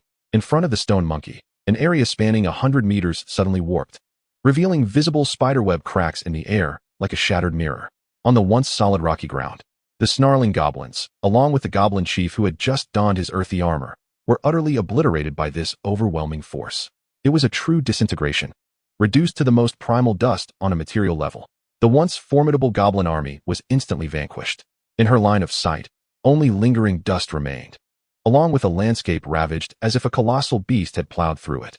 Kill E-rank level 40 goblin, nightmare, experience 40. Kill E-rank level 40 goblin, nightmare, experience 40. Kill E-rank level 100 goblin chief, nightmare, experience 400. A cacophony of system prompts inundated Su Li's mind. Your beast, Shadow Mantis, has leveled up to E-rank level 2. Please allocate attribute points promptly. Your beast, Shadow Mantis, has leveled up to E-rank level 3. Please allocate attribute points promptly. Leveling up twice in quick succession? Su Li's mouth fell agape, her mind a blank slate. She stared vacantly at the stone monkey beside her, which had just retracted its stone club. Is this truly the power that an E-rank beast can possess? Is this genuinely the difficulty of a nightmare? A flicker of astonishment passed through Yingchen's eyes. Though he had anticipated this outcome, witnessing the complete annihilation of enemies within 100 meters was still enough to elicit a few impressed clicks of his tongue. The power of the, even at its preliminary fusion stage, was rather excessively formidable. What was that skill just now? Su Li inquired cautiously. Yingchen cast her a sidelong glance, a faint smile gracing his lips. Basic operation, you'll get used to it. Su Li, basic operation? Get used to it? How on earth can one adapt to such a thing? Chapter 20. Huang Lao. I have seen through it all. Yingchen stepped towards the location previously occupied by the dog-headed leader and waved his hand. Ordinary dog-head leg armor. Quality white. Constitution 3, Agility 2, Strength 2. Equipment requirement. F rank level 10. Set attribute 1. Constitution 20, 3 pieces required. Set attribute 2. Agility 25, 5 pieces required. It's a pity not to have obtained a green item, Yingchen mused. Initially hopeful for the chance to acquire several green items and complete the elite doghead set attributes. Regrettably, he was met with only the ordinary doghead leg armor of white quality. He pursed his lips in mild disappointment. The distinction between ordinary and elite sets was not merely nominal. Their effects were leagues apart, and their quantities could not be combined. Casually, he tossed the leg armor to the great sage. In a flash of light, a rough leather armor materialized around the great sage's shins. Curiously, the great sage lifted his leg and tapped it with his paw. Enough, stop tapping. It won't hinder your movements, Yingchen urged. Then turned his attention back to the still petrified Su Li, waving his hand before her. Snap out of it. Su Li jolted back to reality, instinctively checking her Beastmaster panel. The level of the Shadow Mantis had astonishingly surged from E-rank level 1 to E-rank level 3. To ascend 2 levels in a single secret realm. Such speed was beyond her wildest imagination. "Mo, you truly are," she stuttered, struggling to articulate a fitting compliment. Here she was, Su Li, a paragon of academic excellence, having held the title of top student for 9 consecutive years and second for 3 more. Yet, at this moment, she found herself at a loss for words. Observing her flushed face, Mo Yingchen chuckled softly. "Next time, you and your shadow mantis will handle the right passage. The great sage and I will take the left and middle." Su Li nodded vigorously. "Understood. I will ensure the task is completed." Any lingering doubts and insecurities had been obliterated by that earlier cataclysmic blow. Now, she trusted Mo Yingchen implicitly. "Let us go, don't waste any time. Every second we delay reduces our experience gain." With that, he took the lead, and the great sage followed closely behind, wielding the stone club with an air of indifference. Su Li inhaled deeply and hurried after them. This traversal of the secret realm was, overall, nothing short of flawless, with remarkable efficiency. However, Mo Yingchen had made a slight miscalculation. He had inadvertently directed Su Li to the middle passage, which happened to be the shortest of the 3 routes. Consequently, when Su Li, accompanied by the shadow mantis, returned to the entrance with a string of dog-headed monsters in tow, Mo Yingchen and the great sage had yet to arrive. Not long after entering the passage, Mo Yingchen recognized the predicament. He promptly altered his strategy, abandoning the idea of the great sage eliminating enemies one by one and instead opting for a swift advance. Even so, they arrived back at the entrance just a tad later than Su Li and her shadow mantis. That brief interval, however, was a matter of life and death for Su Li. Those dozens of nightmare-level dog-headed monsters she had attracted were no trifling foes. Should they catch up to her, the shadow mantis would be annihilated in an instant. Fortunately, the outcome was favorable. As Su Li trailed behind Mo Yingchen, exiting the secret realm, her delicate features retained a hint of unreal days. "Xiaoli," a voice, tinged with curiosity, interrupted her reverie. Yi Fanqing stood nearby, accompanied by several teammates, evidently having just reassembled their party to tackle the challenging secret realm once more. "You all," Yi Fanqing regarded Su Li, his gaze flitting between her and Mo Yingchen, his brow furrowing in confusion. "How did you emerge so quickly? Didn't you just enter not long ago?" He distinctly remembered Su Li entering with the individual named Mo Yingchen, the total time being no more than 20 minutes. Su Li opened her mouth to speak, but could not find her voice. How could she explain? Should she reveal that they had completed the nightmare-level dog-headed nest in just 20 minutes? Should she mention that the seemingly unremarkable stone monkey had obliterated all monsters, including the final boss, with a single strike? Such revelations would likely lead Yi Fanqing to believe she had lost her mind. Before she could respond, Mo Yingchen had already taken Su Li by the hand, leading her back towards the portal to the secret realm. "Let us go, we're pressed for time." Su Li jolted back to reality and, without a moment to spare for further conversation with Yi Fanqing, hurried to follow. "Hey!" Yi Fanqing watched the pair vanish into the light portal, bewildered. What is going on? Are they just playing around? Meanwhile, at the edge of the arena, several admission officers and school leaders from various universities had been closely observing the dynamics around the secret realm portal. Huang Hongqiang, in particular, was the first to spot Mo Yingchen. When he noticed both Mo Yingchen and Su Li exiting the secret realm only to re-enter almost immediately, a glimmer of brilliance ignited in his half-closed eyes. Glancing at his wristwatch, he noted the time, 20 minutes. Huang Hongqiang stroked his chin, his gaze imbued with an air of realization. As one of the foremost beast scholars in the Longxia Empire, he harbored 2 great passions in life: raising monkeys, with a particular fascination for the evolutionary paths of stone monkey-type beasts, and delving into strategies and efficient methodologies for various secret realms. Though the infamous dog-headed nest in Qingyuan City was merely a novice-level secret realm, he had conducted sufficient research on it. 20 minutes. What a remarkably critical timestamp. This just so happens to be an E-rank Beastmaster, and the time required for a round trip in the secret realm is precisely 20 minutes. Huh. What a clever little creature, Huang Hongqiang murmured to himself. Indeed, quick-witted. Huang Hongqiang could not help but utter a soft commendation. His gaze towards the portal of the secret realm was now imbued with increasing admiration. Li Changqiu, the principal of Qingyuan First High School, glanced over upon hearing this. Observing the profound smile on Huang Hongqiang's face, he was filled with curiosity. Is Elder Huang praising Mo Yingchen? Seeing Li Changqiu's inquisitive expression, Huang Hongqiang, with nothing else to do, gladly elaborated. The Goblin Den, traversed at the pace of an E-rank Beastmaster, takes approximately 20 minutes for a simple round trip. Li Changqiu nodded slightly, aware of this time frame. However, he quickly pressed on. Elder Huang, merely completing a round trip hardly constitutes clearing the secret realm, does it? At this, Huang Hongqiang's smile deepened. That is precisely why I said, this lad, Mo Yingchen, possesses a nimble mind. Did you not mention earlier that his stone monkey could eliminate an E-rank shadow mantis in a single strike? Li Changqiu acknowledged this fact, confirming that Su Li's shadow mantis had not withstood even one blow from his stone monkey. Exactly. Capable of dispatching an E-rank shadow mantis. How could the F-rank 100 level goblin minions, which pose a moderate challenge, be anything but child's play? Thus, whether he clears the realm or not is of little consequence. Chapter 21. I grant you an opportunity. After this, assemble another companion. Elder Huang was full of admiration. What is the primary objective of a novice secret realm? Is it not to allow students to swiftly familiarize themselves with their beasts and level up? This lad, Yingchen, seems to have grasped this concept. A spark of insight flashed through Li Changqiu's mind. You mean to say that Yingchen has forsaken clearing the realm, even foregoing the defeat of the boss, in pursuit of maximized efficiency in eliminating minions for experience? Is he treating this challenging secret realm merely as a leveling ground? Indeed. Huang Hongqiang nodded in approval. By clearing only 2 pathways of minions, he can promptly exit and reset. 20 minutes per cycle, maximizing experience. This lad has quite the potential. His assessment of Yingchen rose to new heights. Not only does he exhibit remarkable beastmaster potential, but his combat strategy also surpasses that of his peers. If he were to be complemented by the evolution method of the D-rank Monkey King, Huang Hongqiang envisioned a formidable future champion rising before him. Yet, Li Changqiu's brow furrowed once more as he pondered a crucial question.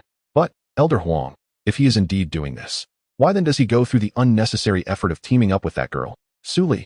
A duo would reduce the experience acquisition, would it not? Surely, he would gain more experience solo. This inquiry caused Huang Hongqiang's smile to waver slightly. After a brief contemplation, he relaxed his brow and regarded Li Changqiu with a hint of jest. You still do not comprehend the youth of today. That young lady, I caught a glimpse of her just now, possesses quite the charm. A young man, brimming with vigor, accompanied by a fair maiden. What significance does a mere fraction of experience hold? Li Changqiu could not help but twitch his lips at this remark. Is it truly so? How is it that, in my memory, Yingchen barely acknowledged Su Li throughout his 3 years in high school? However, Elder Huang is indeed a towering figure in the realm of Beastmaster studies and secret realm strategies. Just from the timing of entering and exiting the secret realm, he could deduce so much. This level of insight and analytical prowess is truly commendable. Li Changqiu's respect for Elder Huang deepened further. Time swiftly passed between Yingchen and Su Li as they repeatedly entered and exited the secret realm. Su Li's initial shock gradually dulled to a state of numbness, and now she could approach and collect spoils with composure even after the great sage's devastating strikes.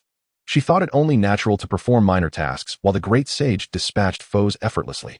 As the secret realm's closing countdown entered its final hour, yet again, the seemingly ordinary stone staff of the great sage came crashing down.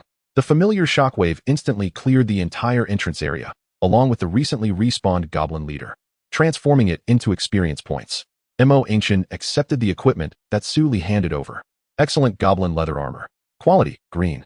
Constitution 30, strength 10. Equipment requirement, E-rank level 10. Set attribute 1, agility 50, 3 pieces required. Set attribute 2, active skill charge, 5 pieces required. Finally, another piece of green gear. Yingchen raised an eyebrow, a hint of a smile gracing his lips. After such an extended period of grinding, aside from the initial, excellent goblin battle boots that had dropped during his first solo run, everything else had been white gear. The meager attribute boosts from white gear were inconsequential to the now E-rank level 25 Great Sage. The white gear cluttering his inventory would likely be discarded for sale once the secret realm was completed. However, green gear, with its ability to provide an additional 30 to 40 attribute points, was equivalent to leveling a Beastmaster by 3 or 4 levels, a significantly advantageous gain. He promptly equipped the leather armor onto the Great Sage, immediately enhancing its already formidable physique with a fitting, leather armor that further accentuated its impressive stature. As for the set effects, Yingchen remained unperturbed. Despite the impending closure of the secret realm, his premeditated strategy had yet to be executed. The absolute luck he had concealed for an entire day was finally about to come into play. Glancing at Su Li, who was busy allocating upgrade points for her shadow mantis, he said, I grant you an opportunity. After this, assemble another companion. To be honest, Yingchen himself had scarcely any friends at school. There were 2 primary reasons for this. The first, as previously mentioned, was due to the reputation of the Mo family, which had compelled him to maintain a low profile. It was only after becoming a Beastmaster that he began to regain his former disposition. Yet, he was disinclined to cultivate any complex social relationships. The second reason was even simpler. Having lived over 40 years across 2 lifetimes, How could he be expected to forge friendships with a bunch of teenagers still in the throes of adolescence? How juvenile. Upon hearing Yingchen's words, Su Li's eyes brightened. She almost instantly grasped his intent, her heart racing uncontrollably. You mean you want to compete on the leaderboard? The speedrun leaderboard for nightmare difficulty? After spending nearly 8 or 9 hours with Yingchen in this secret realm, from her initial shock and daze during his every sweeping strike with the great sage, she had now become adept at collecting drops with unwavering composure amidst the swirling dust. There was no denying it. Habituation was a formidable force, especially when such a habit could propel her Shadow Mantis's level to meteoric heights. The glaring inscription of E-rank level 24 on the Shadow Mantis caused her lips to involuntarily curl upwards. 24. Such a level, not merely within Qingyuan City, but indeed throughout the entire community of Beast Tamers, would surely elicit disbelief if spoken aloud. She even harbored doubts as to whether this level had shattered the highest record prior to the college entrance examinations. After all, the nature of secret realms imposes stringent level restrictions. The Kobold Nest, categorized as an E-rank secret realm, permits only Beast Tamers of 2nd rank or below and beasts of D rank or below to enter. This regulation effectively eradicates the possibility of high-ranking Beast Tamers aiding their low-ranking counterparts in leveling up, particularly during this critical period of stringent scrutiny against deceit before the examinations. She vividly recalled that at this time last year, the most talented newcomer in Qingyuan City had contracted an E-rank tyrant tiger renowned for its offensive prowess. And even at the closure of the secret realm, its beast level had merely reached 7, comparing level 7 to level 24. Su Li felt herself buoyed by a sense of exhilaration. Gaining admission to the nation's premier Beast Taming University, once a distant dream, now seemed almost a foregone conclusion. Having scrolled for so long, she had indeed entertained thoughts of that exalted speedrun leaderboard, yet the ever-casual Yingchen had never hinted at it. No matter how much her heart raced with anticipation, she dared not broach the subject herself. The thrill of such a roller coaster-like leveling experience was undeniably addictive. Should she inadvertently utter a misstep that might displease this esteemed figure, leading him to abandon her in her pursuits, she would find herself bereft of any solace. In her eyes, with someone as prodigious as Yingchen, who could dispatch monsters with such ease, the choice of team members hardly mattered. As long as they were capable and agile, any beast tamer would likely suffice in his estimation. Chapter 22. In my life, I, Yingchen, am not inferior to anyone. Now, Yingchen was finally poised to ascend the leaderboard. More critically, he had entrusted her, Su Li, with the authority to recruit team members. What did this signify? It represented Yingchen's acknowledgement of her. The mere thought of being a core member, joining forces with Yingchen to conquer the legendary nightmare difficulty speedrun leaderboard, basking in the glow of public adoration, sent her heart racing as if about to leap from her throat. The opportunity to carve her name into history lay before her. Suppressing her overwhelming excitement, she swiftly retrieved her phone upon exiting the secret realm, dialing Yingchen's number. We're sorry, the user you have dialed is currently unavailable. The cold, mechanical tone from the receiver caused the thrill on Su Li's face to freeze instantly. Undeterred, she attempted again, only to receive the same disheartening response. How frustrating it was for the connection to falter at such a crucial moment. Su Li stomped her foot in exasperation and hurriedly approached a nearby teacher responsible for maintaining order. Excuse me, do you know when Yingchen's team entered? The teacher glanced at her and recalled. Yingchen's team has been inside for about 40 minutes now. 40 minutes? That meant they still had to wait around 10 more minutes. They were tackling the difficulty level, and a successful run typically took about 50 minutes. Su Li bit her lip in resignation. Oh, Yingchen, this tremendous fortune is not that I do not wish to share it with you. The chance to ascend the nightmare-level speedrun leaderboard and achieve fame was something I immediately thought of you for. If you fail to seize this moment, it cannot be blamed on me. With a soft sigh, she returned to Yingchen's side. Yingchen has already entered the secret realm. He probably won't be out for another 10 minutes. Should we wait a bit? Torn between hope and anxiety for her friend, she made one final attempt. After all, in her eyes, this individual standing beside her was a genuine powerhouse. 10 minutes was ample time for someone of his caliber to traverse a significant portion of a nightmare-level secret realm. To her astonishment, Yingchen, contrary to her expectations, nodded in agreement. Let us wait a moment. There's no rush. No rush. Su Li's gaze shot up, her eyes wide with disbelief. Yingchen had actually said he was not in a hurry? He was willing to sacrifice his precious time to wait for Yingchen? An exhilarating thought surged uncontrollably within her. Was it possible that his kindness stemmed from a fondness for her? That he was willing to wait for her friend out of affection? Her heart skipped a beat, and her cheeks flushed. Stealing a glance at Yingchen's face, she caught his gaze. Their eyes met, but his expression was devoid of any emotion. Suli. All right, perhaps I was reading too much into it. Yingchen casually settled down in a nearby spot. Closing his eyes to recuperate, he could distinctly sense his mental energy swelling like a tide, nearing its peak. Thanks to his numerous explorations of the Multiverse Research Institute, each instance of pushing his mental limits and subsequent recovery had contributed to a notable enhancement of his mental faculties, far surpassing those of his peers. His agreement to wait had nothing to do with Su Li's fleeting thoughts. Rather, he understood that this opportunity was his last.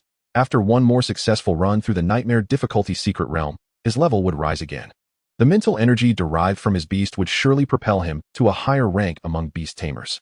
Once he ascended to a second-rank Beast Tamer, the gate to this E-rank secret realm would forever close to him. Thus, this final chance to challenge the speedrun leaderboard must be executed flawlessly. Yingchen's dual-winged dragon lizard, balanced in both offense and defense with commendable output, was particularly noteworthy for its resilience under nightmare difficulty, making it an exemplary tool beast unlikely to fail. This was also the deeper reasoning behind his decision to entrust Su Li with the team-building authority. He anticipated that she would undoubtedly think of her old teammate, Yingchen, during such a crucial moment. At that moment, the shimmering portal of the secret realm rippled, and Yingchen emerged with his teammates, a glow of uncontainable exhilaration on his face. Just moments ago, he had once again led his team to conquer the difficulty level of the Kobold Nest. Although Su Li's unexpected departure, coupled with subsequent attempts, had led him to a realistic understanding of his situation, the so-called speedrun leaderboard for difficult levels indeed fell a tad beyond his reach. Nevertheless, as he opened his beast panel and beheld the impressive level 7 of his dual-winged dragon lizard, a profound sense of pride surged within him. Level 7. This was the highest level record among the new generation of Beast Tamers in Qingyuan City before last year's entrance examinations. With nearly half an hour remaining until the closure of the secret realm, he was confident he could achieve another run. Even if he couldn't complete it, the experience gained would surely elevate his dual-winged dragon lizard to level 8. A record-breaking feat. The thought of his impending achievement filled Yingchen with a sense of exhilarating fulfillment. No one shall assist my aspirations to the azure heights. I shall tread the snow to the mountain's summit. Suli, oh Suli, just wait and see. I shall demonstrate with undeniable facts that departing from my team is your greatest loss. I, Yingchen, in this lifetime, shall not be inferior to anyone. His heart swelled with boundless ambition, already envisioning the astonished and envious gazes of the crowd upon breaking records. Suddenly, a sharp sound echoed. Crack. The back of his head was struck with a solid thud. Yingchen shivered all over, as his lofty aspirations of not being weaker than anyone were swiftly dashed. He turned to see who the fool was, only to hear a voice so familiar that it made his scalp tingle. Little Yezi, what are you grinning about? Your mouth is stretched like a Nike logo. Hurry up, quit your team and join mine. Something good is about to happen. Yingchen nearly choked on his breath. The question of why hovered on his lips, but as he caught sight of Su Li's second slap swinging toward him, he swallowed it back down. Memories of being schooled by his elder sister since childhood surged in his mind. Almost instinctively, he opened the Beastmaster interface, his finger hovering over the option to exit the team. Confirm. Apply to join the team. The entire process was as smooth as flowing water, executed in one breath. You have a new team application, please process it promptly. The contemplative Yingchen's mind stirred, and he consented. As soon as Yingchen exited, the mindset of the few members in his original team exploded. No, Yiga, what are you doing? Saga was the first to contain his emotions. Did we not agree to grind one more time, striving to elevate the Beastmaster to level 8 and break last year's record? If you leave now, are you not abandoning us halfway? Saiya's Thunder Spirit and Yingchen's double-winged dragon lizard were at the same level, both core members of the team. They were on the verge of breaking last year's record together, and now, with Yingchen's sudden departure, his anger surged. Yingchen opened his mouth, struggling to find words. What could he say? That his reason for leaving the team was merely a habitual action of following Su Li since childhood? He could not utter such words. Where would his pride go? Su Li's brows furrowed slightly as she stepped forward, discreetly positioning herself in front of Yingchen. Her gaze swept over Saga and the others, her tone tinged with hostility. Enough, I have more pressing matters to attend to. I cannot team up with you for now. Find someone else and do not waste time. Chapter 23. Dare you insult my Mo Dachui as useless? Having spoken, Su Li turned to face Yingchen, intending to disclose the plan for the leaderboard. But before she could open her mouth, someone nearby voiced their discontent. Sister Su Li, how can you do this? The protest came from Xiaoyu, who, having lost her beast, was idly waiting at the entrance of the secret realm. Witnessing the recent events unfold, Fanqing is the core of my brother's team, and they are about to break last year's record. How can you be so selfish? Making Fanqing quit just to take that contract-bound useless stone monkey? Have you considered the feelings of the rest of us? Useless?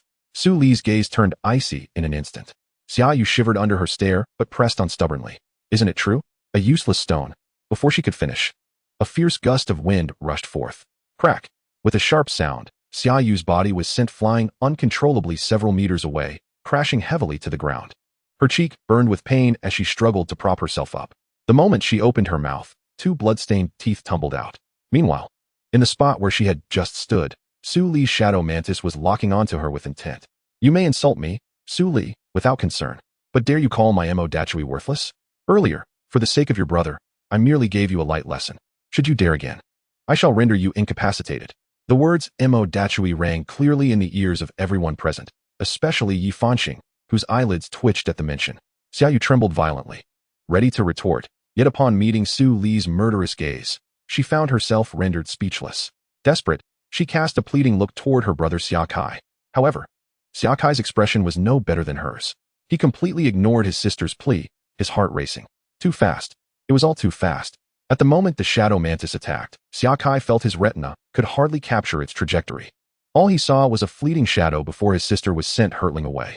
Inquiring through the mental connection with his thunder spirit, he received only a wave of shock mirroring his own. From his understanding, the speed exhibited by that mantis indicated it had at least entered its growth phase. Growth phase? That was level 20. Xia Kai's mind went blank. How could it possibly rise to level 20 in such a short time? Was it because of that Mo Yingchen? He glanced at the figure not far away, the one Su Li was calling Mo Dachui, and a chill ran down his spine. Su Li, uninterested in the complex emotions of the Xia siblings, grabbed the still-dazed Yi Fanqing and walked over to Mo Yingchen. Mo Dachui, the task is complete, and I have brought little Yezi for you. Our time is precious. The secret realm will not remain open for long. Mo Yingchen nodded. First, clarify the precautions with him. Once we enter the secret realm, the timer will commence, so do not waste time on explanations. Upon hearing this, Su Li's eyes brightened. She recalled Mo Yingchen's earth-shattering clearing methods and imagined Yi Fanqing's expression when witnessing it all. She could hardly contain her excitement.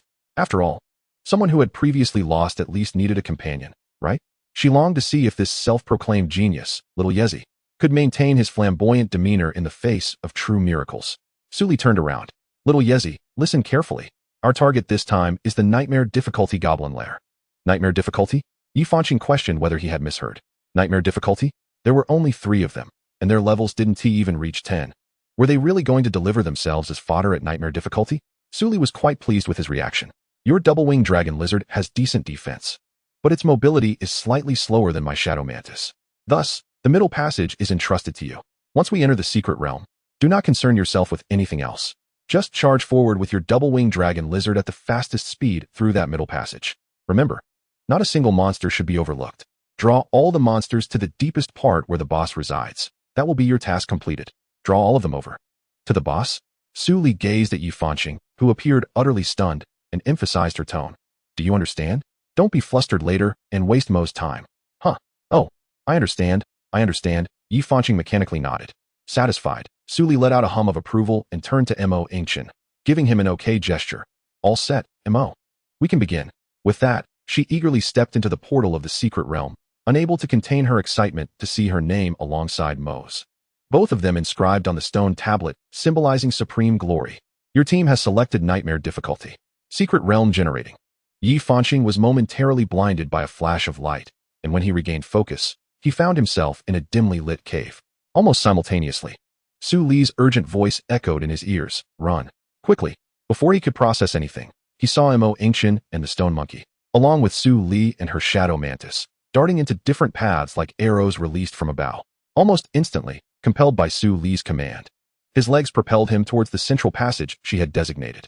After sprinting for a dozen meters, he suddenly realized, wait, this is a Nightmare Difficulty secret realm. Is it wise to charge forward recklessly, drawing all the monsters to the deepest boss lair? What a fool's errand.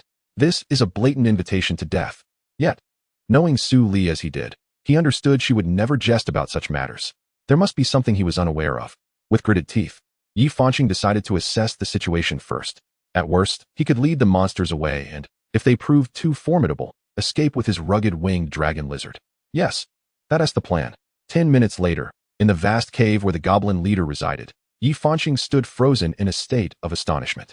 Moments ago, he had rushed in with a horde of nightmare-level goblins trailing behind him, only to find Yingchen and Su Li also leading an equally terrifying number of goblins from 2 other passages.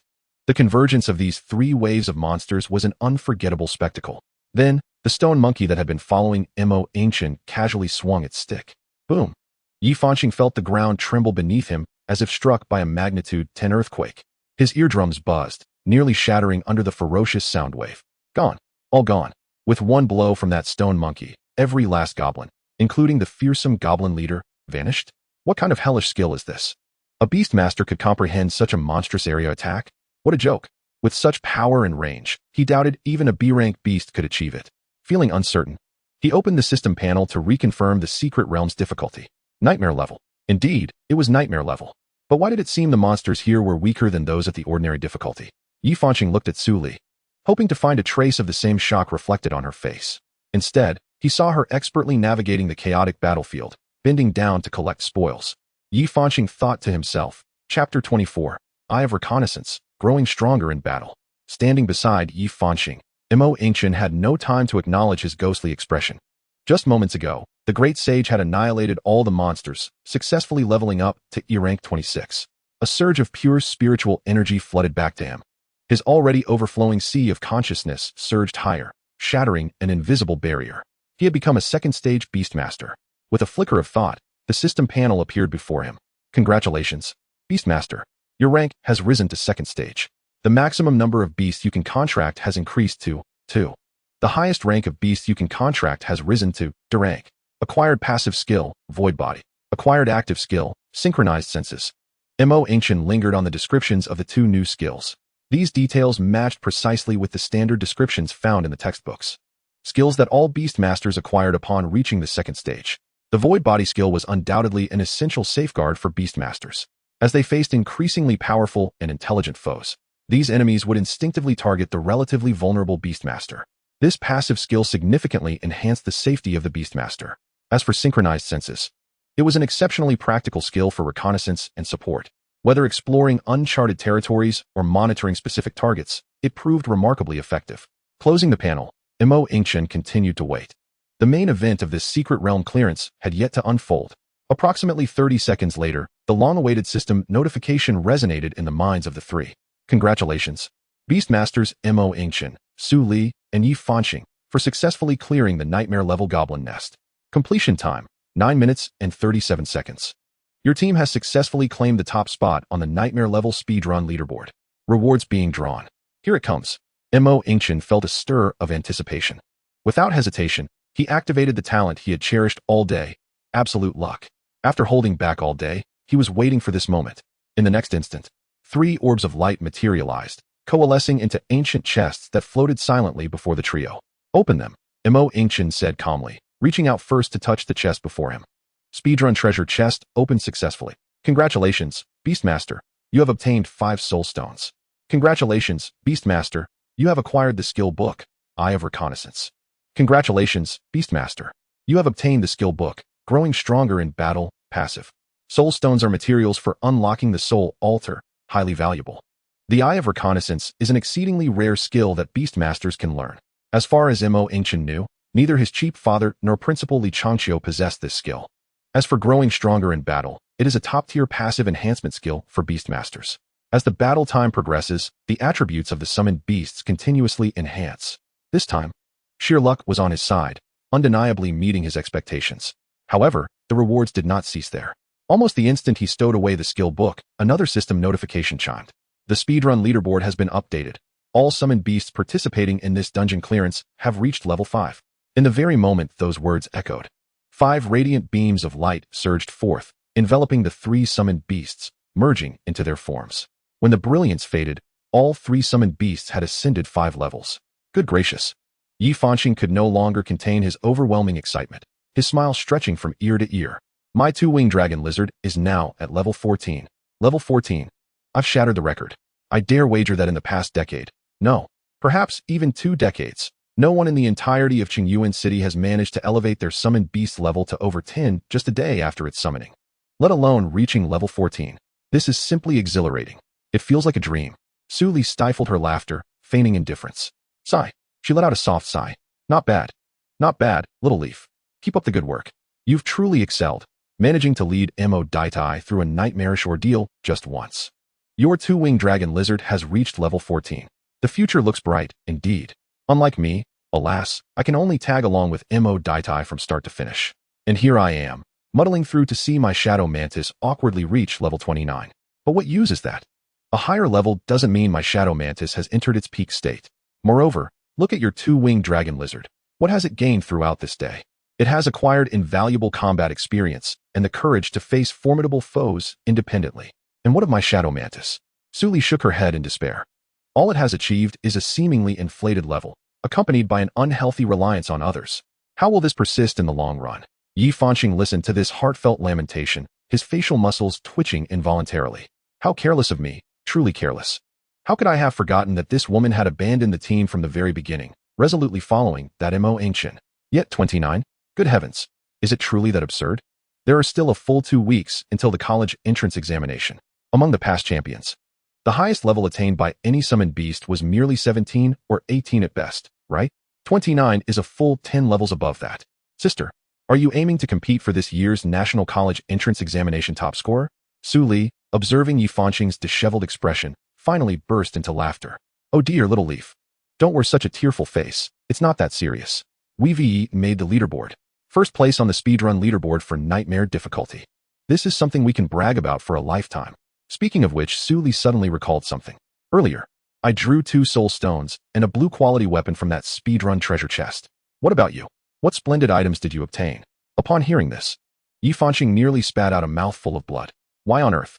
It was one thing for this woman's summoned beast to be vastly superior. He could accept that, as she had chosen wisely. But why must her luck in treasure chests surpass his by such a margin? He had only drawn 1 soul stone and a green piece of equipment. Why did she, Su Li, get to draw 2 soul stones along with a blue-grade item? This is utterly unfair. As the era of summoned beasts has unfolded, the treasure chest reward mechanism for the dungeon speedrun leaderboard has been thoroughly researched by generations of Beast Tamers. The best rewards that can be obtained from the chests are undoubtedly the soul stones, followed by precious skill books, and then various grades of equipment and materials. Chapter 25. Is evolution so difficult? The soul stones, which allow access to the soul altar for card drawing, hold immense value. After all, nearly all high-level evolution materials, rare skill books, and even legendary high-tier equipment primarily originate from the soul altar. Not to mention, the soul altar also harbors an exceedingly slim chance of yielding a summoned beast's fate seat. As for skill books, their significance far surpasses that of equipment of the same tier. Skills can accompany summoned beasts as they grow, continuously serving their purpose. Whereas equipment, especially the low-tier gear obtained at this stage, will soon be rendered obsolete. Mo Yingchen listened to the conversation between Su Li and Yi Fanqing, quietly observing the great sage, who had reached the impressive level of 31, well into its mature phase. He also glanced at the 5 soul stones and 2 skill books lying quietly in his backpack. After contemplating for a mere 0.3 seconds, Mo Yingchen decided it was best not to dampen the excitement of his 2 teammates. After all, happiness is so simple. Why crush it with a more profound joy? Outside the dungeon, Mo Yingchen disbanded the team and waved casually at Su Li and Yi Fanqing, signaling them to depart. Just as he was about to find a place to rest, Yi Fanqing suddenly called out to him from behind. Mo Yingchen turned to face him, only to find Yi Fanqing wearing a serious expression, his eyes brimming with determination. Mo Daitai. Yi Fanqing took a deep breath and spoke earnestly. Although you are indeed strong now, we are still but first-tier beast tamers, and our contracted beasts are merely E-grade. However, I will strive to improve. With my talent, I am confident that within 6 months, I will ascend to a second-tier beast tamer. At that point, my 2-winged dragon lizard can begin its evolution along the established path, with at least a 50 chance of successfully evolving into a D-grade earth dragon beast. Yi Fanqing gazed intently at Mo Yingchen, his eyes ablaze. Mo Daitai, you must not become complacent. If by then I am proudly accompanied by an earth dragon beast, and your stone monkey remains merely E-grade, what then? With that, Yi Fanqing turned away, a look of pride on his face as he and Su Li re-entered the dungeon. With 20 minutes remaining, given their current strength, they could still manage to clear the hard level at least once more. Yi Fanqing strode off with great ambition, leaving Mo Yingchen standing in place, speechless. Such naive optimism. Young man, 6 months to rise to second-tier beast tamer? A 50 chance for your two-winged dragon lizard to evolve into a D-grade earth dragon beast? Young lad, have you considered the words you are uttering? I am already a second-tier beast tamer. Or do you think I have refrained from entering the dungeon with 20 minutes to spare simply for no reason? It is because the dungeon would not permit my entry. As for evolution, the Tremor War Ape, care to inquire? For others, evolving a summoned beast may be a Herculean task, but for me, it is merely a matter of obtaining a Tremor Fruit. Besides, even if the Great Sage were to remain at E-grade without evolving, Yi Fanqing truly believed that his D-rank Earth Dragon Beast could garner any advantages in the face of the Great Sage's current might. With the terrifying destructive power displayed by the Great Sage, an ordinary D-rank beast would surely be reduced to mere mush with a single strike. Opening his backpack, 8 soul stones lay quietly within, accompanied by 2 skill books and 2 pieces of equipment, all nestled in the corner. That clever girl, Su Li, had taken the initiative to present their rewards drawn from the express treasure chest before leaving the secret realm. According to her, their rapid ascent in rank and presence on the leaderboard was solely due to the Great Sage's guidance. As for the rewards, they dared not claim any. The Great Sage, however, was not overly formal, accepting them without hesitation. Su Li spoke the truth, were it not for his presence. The two of them would only be struggling against the dog-headed creatures in the realm of difficulty. The notion of claiming rewards from the nightmarish leaderboard was simply out of reach. Su Li was perceptive enough to offer her contributions willingly. Otherwise, would she, Su Li, truly sacrifice herself? Well, that was not entirely out of the question. Although the Great Sage had lived 2 lives, accumulating over 40 years, forming friendships with these youngsters was indeed a challenge. Yet, Su Li was merely 18. Eye of Detection, a Beastmaster skill that, upon use, allows the detection of beast data not exceeding one's own rank. Growing Braver, passive, a passive ability that grants a 1-point increase to all attributes every 30 seconds once the beast enters combat, with a maximum amplification of 20. A splendid find. The Great Sage's eyes gleamed with delight. Such a percentage-based enhancement, especially one that boosts all attributes, speaks volumes of its value. Its potential for growth is extraordinary, with effects that become increasingly formidable in the later stages. Without hesitation, he imparted this skill book to the Great Sage while he himself absorbed the Eye of Detection. After managing the 2 precious skill books, his gaze fell upon the first piece of blue equipment, a trophy contributed by Su Li. Shadow Blade. Quality, Blue Excellent. Strength, 210. Agility, 100. Special effect, Sharp. Increases the physical attack power of the wielder by 5. Equipment requirement, D-rank level 10. Proficiency in bladed weapons. The attributes were commendable, with significant boosts to both strength and agility. Particularly, the 5-point increase in physical attack power was undoubtedly a premium attribute among blue-quality weapons. The Great Sage mused internally. However, the issue was that the Great Sage wielded a staff. He casually stored it away in the corner of his backpack for future consideration, perhaps for a second beast. If it proved unnecessary, selling it for coin would be the only recourse. The second item was equipment drawn by Yi Fanqing. Although merely green quality, it sparked a glimmer of interest in the Great Sage. Excellent dog-headed arm guards. Quality, green. Strength, 10. Constitution, 10. Equipment requirement, E-rank level 10. Set attribute 1. Agility 50, unlocked. Set attribute 2. Active skill charge, requires 5 pieces to unlock. At last, 3 pieces of the dog-headed set were assembled. The addition of 50 agility points would yield immediate benefits. As for the 5-piece set, the Great Sage shrugged. It was merely a charged skill. With his instantaneous movement, the Great Sage found little value in it. Gathering his scattered thoughts, the Great Sage opened the attribute panel. Just moments ago, due to the express leaderboard reward, the Great Sage had surged 5 levels. Consequently, the free attribute points gained had yet to be allocated. After a series of adjustments, all attribute points were duly distributed. The Great Sage's newly enhanced attributes lay clearly before the Great Sage. Great Sage, Race, Stone Monkey. Thunderous Battle Ape, Evolution halted. Level, E-rank level 31, Mature Stage. Equipment, Excellent dog-headed leather armor, Excellent dog-headed battle boots, Excellent dog-headed arm guards. Attributes, Rock. Destiny Constellation, 6 stars. Strength, 25, 20. Agility, 113, 70. Mentality, 72. Constitution, 190, 50. Skills, Rock Armor, Passive, Nimble Monkey Evade, Brewing. Tremor Fruit, 10. Growing Braver, Passive. Constellation 1. Solid Rock. Constellation 2. Wind Shadow Trace. Constellation 3. Strength of 1,000. Constellation 4. Passionate Drinker. Constellation 5. Initial Tumbling. Constellation 6. Awakening of the Celestial Being. Chapter 26. A Dilemma? An Elite Potential Cultivation Agreement. Beholding the lavish attribute panel of the Great Sage, The great sage could only utter a single word: formidable. At E rank level 31, he had entered the mature stage. With the augmentation of 6 constellations, his capabilities far surpassed those of his peers. Everything seemed to be progressing toward perfection. Yet, the great sage was not without his own troubles. His concern stemmed from one fact: he was too powerful. This overwhelming strength did not refer to the great sage, but rather to himself, the Beastmaster. Under normal circumstances, other Beastmasters toiled diligently to raise their first familiar to its maximum level, only managing to barely touch the threshold of second rank for themselves. Yet here he was. With the great sage at merely level 31, he had already achieved the status of a second-rank Beastmaster.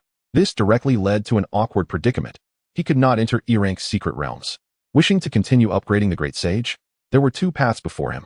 The first was to venture into perilous wilds, gradually battling the scattered exotic beasts. Unlike those in secret realms, wild beasts would not respawn once defeated. Generally, they were quite dispersed. Leveling up in the wild was essentially a waste of time. The second option was to explore E-rank secret realms. It sounded appealing: higher-level monsters, ample experience, perfectly suited for the current great sage. But therein lay another issue. He, Yingchen, was currently a high school senior. In the lead-up to college entrance examinations, to prevent certain individuals from exploiting loopholes, he had disguised himself as a false genius, infiltrating top universities to squander resources. The Dragon Nation had strict laws. High school students were prohibited from entering secret realms above D rank. This regulation effectively barred Yingchen from his path. Want to enter? Wait until after the college entrance exams. Yingchen sighed. The conditions for the great sage's evolution hinged solely on reaching level 50. Yet, there remained merely half a month until the examinations. After level 30, the experience required for leveling surged geometrically, at least tenfold compared to that needed at level 20. Did this mean he truly had to spend half a month aimlessly grinding in the wild? Even if he were to grind tirelessly, would the great sage manage to level up 2 or 3 times in that span? Leveling in the wild was an order of magnitude less efficient than in secret realms. Moreover, he had now attained the status of a second-rank Beastmaster, allowing him to contract a second familiar. However, the conditions for acquiring that second familiar were far less favorable than simply drawing from the contracting ceremony. He would either have to venture into the wild to capture one by chance or purchase one of varying quality from the market. Choosing a beast companion is indeed a vexing matter. Yingchen could not help but scratch his head, a hint of frustration appearing between his brows. There were far too many considerations to ponder. He muttered to himself, leaning aside and closing his eyes, temporarily setting these concerns aside. The question of a second beast companion could wait for another day. At present, the most pressing issue was to find a way to elevate the great sage's level and hasten its evolution. Yingchen, what troubles you? Just as his thoughts were in disarray, a familiar voice resonated beside him. Li Changqiu approached, his expression laced with concern. I noticed you've been sitting here for nearly 20 minutes. The secret realm is about to close. Why not seize the last moments to enhance your skills? Yingchen opened his eyes and cast a casual glance past Li Changqiu. He noticed several individuals who had been in Li Changqiu's company earlier, including an elderly man who exuded an overwhelming pressure. They were all now approaching him. Seeing that Yingchen had not replied and was instead gazing behind him, Li Changqiu promptly understood and stepped aside to introduce. Allow me to present these esteemed individuals. This is Elder Huang Hongxiang from Tianyin University, along with educators from several prestigious universities in the neighboring province. He rattled off the names of several renowned institutions known throughout the nation. They are all affiliated with the finest academies of the Longxia Empire and have come specifically to recruit you. As Li Changqiu spoke, the teachers from these illustrious universities directed eager gazes toward Yingchen. He realized the news had spread rapidly.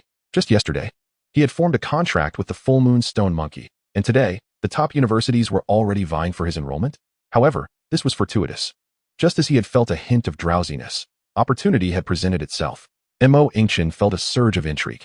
So many prestigious institutions were clamoring for his attention.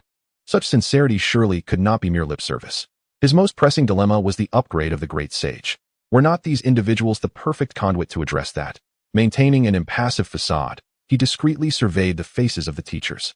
Li Changqiu, noticing his interest, smiled even more broadly and made way. Yingchen, this is Elder Huang Hongxiang, a 5th-tier beast master, who has come expressly for you. Elder Huang stepped forward, his eyes gleaming with unabashed admiration. Young friend Mo, I represent Tianyin University and extend a sincere invitation for you to join us. We have prepared the highest caliber potential cultivation program for you, with preferential resources allocated. And an agreement can be signed prior to enrollment to ensure all benefits are realized. As he spoke, Huang Hongxiang produced a neatly bound document and handed it over. This contains the details of the agreement. I encourage you to peruse it. Mo Yingchen accepted the document and casually flipped through its contents, his gaze swiftly scanning. Even with prior preparation, he could not help but nod inwardly. Tianyin University, as one of the foremost institutions in the Longxia Empire, certainly did not hold back. The agreement detailed everything from accommodation standards post-enrollment, monthly stipends for cultivation resources, preferential treatment in earning credits, to priority exchange rights for rare materials. The benefits were indeed lavish. Yet, to Mo Yingchen, these were merely embellishments. What he truly valued were the clauses regarding beast cultivation and personal growth. 3 stipulations stood out prominently. First, during their time at the university, should a beast master S-tier increase and a new contract be formed, the school would provide high-quality beast choices commensurate with the student's current tier. Second, the university's professional mentor team would tailor the most comprehensive development plans and evolutionary paths for each beast contracted by the student, covering all essential resources necessary for their training. Third, each student enrolled in the top potential program would be paired with at least one seasoned beast master of 4th tier or above as a dedicated mentor, providing one-on-one guidance and support. These conditions encompassed nearly everything a genius might require for growth, as if Tianyin University sought to be a nurturing caretaker, meticulously organizing every detail. But was this all there was? He closed the agreement and looked up, puzzled, at the others. Was it not said that these individuals had come specifically to recruit him? Why, then, did the representatives from other universities remain silent, while only Tianyin University had proposed terms? As he surveyed the room, Mo Yingchen's gaze sharpened slightly. Aside from Huang Hongxiang, the other university representatives appeared pale, their foreheads glistening with perspiration. Some even seemed to struggle with their breathing. Were they being suppressed by someone's spiritual pressure? Turning to Huang Hongxiang, he remarked, "Elder, the choice of university has always been a mutual process. Surely you understand this better than I. Since all of you have come today, it would only be fair to allow me to hear the offers from each institution. Your use of spiritual pressure to silence the others is somewhat unorthodox, would you not agree?" At this statement, the atmosphere fell silent. Li Changqiu listened in trepidation, fearing that this 5th-tier powerhouse might retaliate against Mo Yingchen's audacity. Huang Hongxiang's previously narrowed eyes widened suddenly, his sharp gaze locking onto Mo Yingchen, as if the air itself had thickened. After a moment, his taut expression relaxed into a hearty laughter. "Ha ha ha, what a bold young man. You truly possess a measure of audacity. Knowing I am a 5th-tier beast master, you dare to point it out directly. Impressive." As he spoke, the invisible pressure dissipated. Huang Hongxiang cast a glance at the other recruitment representatives, who looked as if they had just been granted reprieve. Yet, even if they were permitted to present their terms, what difference would it make? He vowed that Mo Yingchen would surely choose Tianyin University. Internally, he chuckled coldly, believing that the exclusive evolution path materials prepared for stone monkeys would be his trump card. He was confident that no other beast master who had contracted a stone monkey could resist such temptation. The other 5 university representatives, feeling the weight of that mountainous spiritual pressure lift, simultaneously exhaled deeply. They regarded Mo Yingchen with newfound astonishment. This young man not only possessed extraordinary talent, but also displayed a courage and intellect that far surpassed his peers. Without further hesitation, they promptly produced their pre-prepared recruitment agreements and presented them to Mo Yingchen. "Mo, this is our Southern University's top potential cultivation program. Mo Yingchen, take a look at our Ning and University. We have specialized resources for combat training." And in an instant, Mo Yingchen found himself with multiple agreements in hand. He began to peruse them rapidly. The terms offered by these elite institutions were largely similar, given that they were all among the nation's most prestigious universities. For years, they have been locked in fierce competition, and the benefits offered have long since settled into a relatively balanced equilibrium. It is quite challenging to amend an agreement solely for the sake of an individual. These conditions are, of course, the stuff of dreams for an ordinary genius. However, for Mo Yingchen, his most pressing dilemma at present lies in addressing the subsequent upgrade issues of the great sage. These conventional privileges do not directly alleviate his immediate concerns. Casually setting aside the agreements in his hand, he refocused his gaze on the assembly of individuals. "I have reviewed the agreements. The terms are quite similar across the board. Personally, I hold no particular preference for any specific school. They are all essentially the same to me." Upon hearing this, Huang Hongqi furrowed his brow, while the professors from the surrounding universities suddenly brightened with interest. When recruiting students externally, their greatest apprehension is that students may be reluctant to study out of province. After all, this world is starkly different from Mo Yingchen's previous life. The wilderness is fraught with peril. Once a student opts for an out-of-province institution, it is highly likely they won't return home at all during their 4 years at university. Let me propose a few conditions for your consideration, Yingchen continued, shifting the conversation. If any institution can meet my stipulations, I shall promptly decide to enroll. However, time is of the essence. I shall only join the first school that agrees. Pausing momentarily, he observed the nodding heads of the attendees before proceeding without further delay. First, I require a comprehensive set of techniques for cultivating mental energy. Second, prior to the college entrance examination, I need access to a D-rank secret realm for training and upgrades. What? Li Chanqiu exclaimed, his complexion paling instantly. A D-rank secret realm? High school students are forbidden from entering. This is a strict law of the Dragon Kingdom. Has this fellow lost his mind? This is no longer merely a matter of resources. It is a challenge to the rules. The other recruiting professors wore expressions of shock, exchanging bewildered glances. The onlooking students erupted in astonishment. A D-rank secret realm? Before the entrance exam? Surely he must be dreaming. This is an open challenge for the school to undermine its own regulations. How audacious! Yingchen truly dares to make such demands. Ignoring the uproar around him, Yingchen calmly put forth his third condition. Third, when I contract new beasts in the future, I hope the school can provide them in accordance with my specific requirements. After uttering these words, he fell silent, patiently awaiting a response.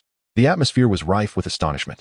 The surrounding students regarded Yingchen with expressions akin to those one might reserve for a curiosity. They were racking their brains to be noticed by these prestigious institutions. While he boldly began to lay down conditions, each more outrageous than the last. This individual seems utterly unafraid of driving away the professors from these esteemed schools.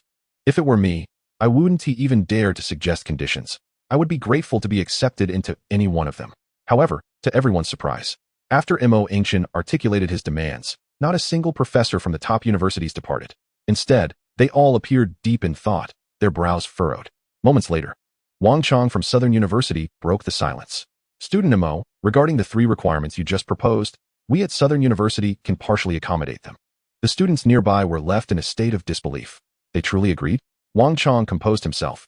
As for the first point regarding mental energy cultivation techniques, we can provide that. For the third point, we can offer specific options for the beasts you will contract in the future. As long as your requests are not too extravagant, the institution will do its utmost to fulfill them. However, I must clarify that early exposure to mental energy techniques may not be beneficial for your current stage. He then shifted his tone, revealing a hint of difficulty. As for the second requirement, entering a D-rank secret realm before the entrance examination for training, I regret to inform you that Southern University simply cannot agree to this. Such matters are governed by the laws of the Dragon Summer Empire. We cannot, nor would we dare, acquiesce to such a request. Moreover, Student Mo, Wang Chong attempted to persuade him, given your current capabilities, even in an E-rank secret realm, with the right choices, you would still be able to enhance your skills. There are several resource-rich E-rank secret realms nearby Southern University. Should you choose us, I can ensure that you have access to tickets for these realms.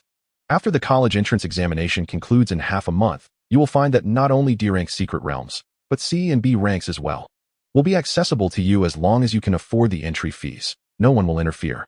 But for now, it is a matter of principle. As soon as Wang Chong finished speaking, a professor from Ning'an University immediately chimed in. Indeed, Student Mo, what Wang said is entirely accurate. Our Ning'an University can likewise agree to your first and third conditions. Furthermore, the mental energy cultivation technique we are willing to provide is the thunderclap refinement technique, once mastered. This technique not only strengthens your mental energy, but also bestows a trace of thunderous power, proving remarkably effective in combat. Our Longwu University offers something similar. The Dragon Cauldron Foundation technique not only fortifies mental energy, but also enhances the physical strength of contracted beasts, yielding significant benefits over time. Chapter 28. You are already a second-tier beastmaster, are you not? Yingchen listened to the declarations of the recruiting professors from several universities, feeling a subtle sigh within. The 3 conditions he had laid out were, in fact, the result of careful deliberation, and they represented the most advantageous terms for his current situation. This world possesses mental energy cultivation techniques that can expedite the training process. He was well aware of what early cultivation of mental energy techniques means for an ordinary beastmaster. In the beastmaster hierarchy, the core remains the contracted beast. The innate potential and the ability to resurrect infinitely upon death dictate that most beastmasters invest their energy in this area. Mental energy cultivation techniques resemble a double-edged sword. Early cultivation may lead to an accelerated elevation in the beastmaster's rank. While the mental sea may swell, what is the outcome? The result is a predicament such as his own, where the level of his beasts fails to keep pace with his rank, rendering him unable to access lower-level secret realms. Thus, typically, only two types of individuals pursue mental energy techniques. The first type consists of those whose contracted beasts have exhausted their potential and hold no hope for evolution, leading them to despair. They turn to mental energy in a bid to elevate their ranks swiftly and contract higher-tier beasts. The second type comprises the privileged prodigies born with a silver spoon, supported by formidable factions. For them, a contracted beast is significant but not singularly important. Their families have already paved the way for them. If they cannot access lower-level secret realms due to their rank, what a joke. Their family elders will guide them to higher-level realms to gain experience. Their first contracted beast is more like a stepping stone, while the true trump cards are the other beasts meticulously arranged by their families. So why does he still demand mental energy techniques? While outsiders may be oblivious, Yingchen is acutely aware of his own trump card. Is the great sage powerful? Undoubtedly so, exceedingly so. This fact is indisputable. The remarkable prowess exhibited by the great sage cannot merely be attributed to the so-called 6 fate constellations that enhance attributes in the eyes of the masses. Clearly, this is not the case. While the attributes bestowed by those 6 constellations have indeed facilitated a dramatic transformation for the great sage, elevating him from an unremarkable E-rank stone monkey to a top-tier entity among E-rank beast tamers. The true key that enables him to transcend rank barriers and possess strength comparable to a D-rank warrior lies in the Yingchen fruit from the Multiverse Institute of Extraordinary Artifacts. To explore that enigmatic institute and procure even more astonishing extraordinary items, what is required? Mental fortitude, an immense reservoir of it. As for the concerns regarding the inability of high-ranking beast tamers to access lower-tier secret realms, Yingchen remains unfazed. Why not engage in battles across ranks? He muses. It's hardly a challenge. Furthermore, his third stipulation, requesting the school to supply beasts according to his specific requirements, is grounded in a strategic foresight regarding the institute. Who knows what peculiar treasures may emerge from the institute next? It's essential to have a suitable beast to accommodate them, ensuring the school can provide an appropriate vessel for his future extraordinary artifacts. This is indeed a prudent consideration. As for entering the D-rank secret realm ahead of schedule, that is purely to expedite the great sage's ascension to level 50, thereby enabling the long-awaited evolution. After all, one can hardly contain their excitement at the thought of the Zhentian War ape's true power. Yet, he had not anticipated that this seemingly innocuous condition would become the greatest obstacle. The laws of the Longsha Empire wield a formidable deterrent. Each prestigious school dares not overstep the boundaries. With a sigh, he reflects, it seems I must temporarily impose on the great sage. Post-examination evolution will suffice. His gaze drifts over several agreements, meticulously weighing the tangible benefits offered by various universities, ultimately settling on Longwu University. After all, their mental cultivation method is remarkably effective. Their dragon cauldron solidification technique not only hones mental strength, but also enhances the physical resilience of the tamed beasts. This will suffice. Yingchen is resolute in his decision and prepares to voice his confirmation. At this moment, however, a voice interjects. I, on behalf of Tianyin University, accept all 3 conditions proposed by Yingchen. Yingchen abruptly turns his head to meet the gaze of Huang Hongqiang, who grins back at him. Didn't I mention before? Today, regardless of what conditions other universities present, you, Tianyin University, are assuredly on board. He pauses, then drops a bombshell. Not only will I agree to your 3 conditions, but I will also provide a D-rank evolution path that perfectly suits your stone monkey, the evolution method of the Monkey King. His words elicit astonishment among the other instructors. The teacher from Longwu University is the first to react. Earlier, Yingchen's demeanor suggested he was leaning towards their institution. Huang Lao, what are you doing? We are well aware of your prowess as a 5th-rank beast tamer, but so openly defying the laws of the Longsha Empire. Isn't that rather inappropriate? Yet, Huang Hongqiang remains unfazed, hands clasped behind his back, exuding an air of nonchalance as he surveys them. Oh, defy imperial law? Have I? Was it not clearly stated in the Longsha laws that high school students are prohibited from entering secret realms ranked above E? Your agreement to allow Yingchen entry into the D-rank secret realm is, in itself, unlawful. Huang Hongqiang chuckles, interrupting. But what if there exists a student whose innate mental prowess is extraordinary? What if, prior to the college entrance examination, he has already become a 2nd-rank beast tamer? Wang Chong and the others exchange bewildered glances. If such a scenario were true, exceptions could surely be made through the Education Department and the Beast Tamer Association for a qualification review. Wang Chong instinctively follows along, but suddenly halts mid-sentence. Turning sharply to stare at Yingchen as if he were a marvel, mouth agape in dawning realization. Huang Hongxiang's voice resonates at the perfect moment. Mo Xiaoyu. With just 20 minutes remaining until the closure of this secret realm, it seems you are not merely unwilling to enter, but rather, you are already unable to do so. His eyes narrow, his tone resolute. You must have already attained the status of a second-rank Beast Tamer, am I correct? As his words settle, gasps of astonishment ripple through the crowd, drawing the attention of both the onlooking students and the other university recruitment instructors, all eyes now fixed on Mo Yingchen. Awaiting his response, meeting their gaze, Mo Yingchen offers an awkward smile. Huang Lao possesses keen insight. Before he can finish his thought, he senses a surge of concentrated mental energy emanating from Mo Yingchen. By heavens, the mental energy has detached. This truly indicates a second rank.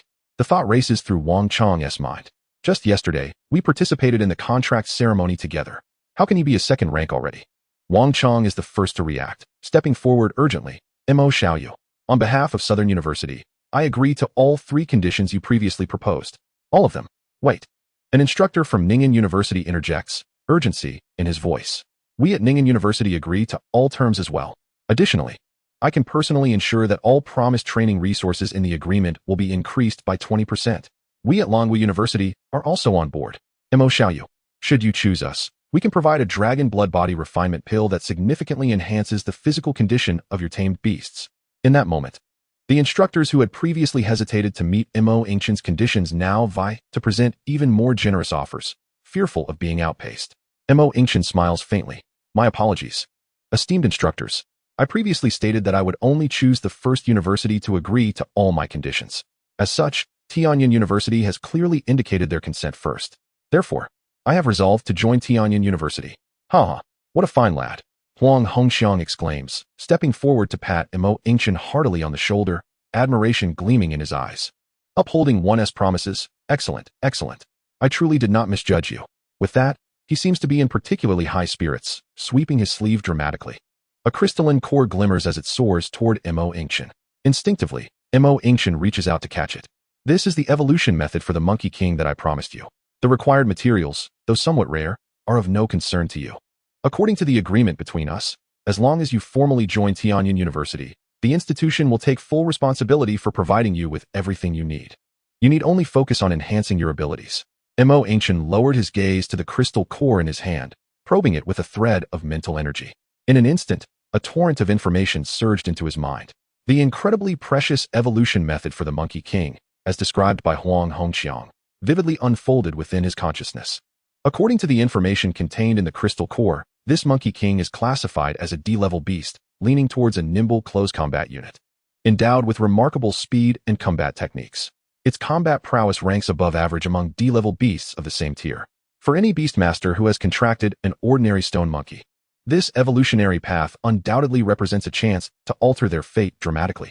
However, this was of no use to him, to say nothing of the fact that his great sage had essentially completed its evolution and could not possibly evolve further towards the Monkey King.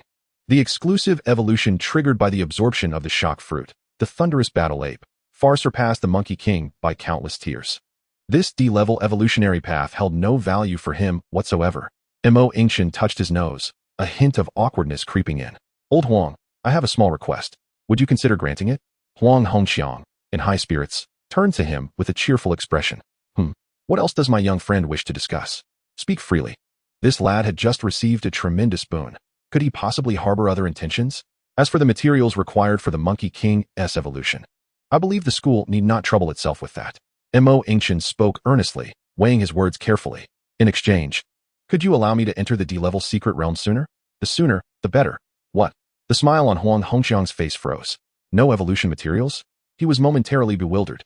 This was the culmination of years of painstaking research, the optimal evolutionary path specifically devised for stone monkey-type beasts, priceless and sought after by many.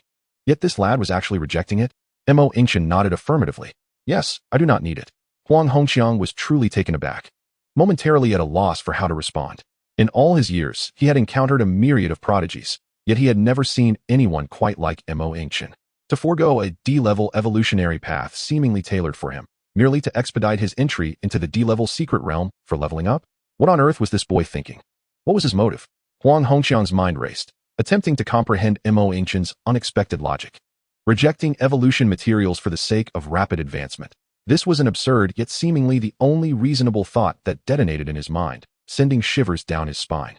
He suddenly looked up, his composure shattered. Could it be that your stone monkey has already? Huang Hongxiang trailed off, glancing at the others, refraining from continuing. Yingchen grinned.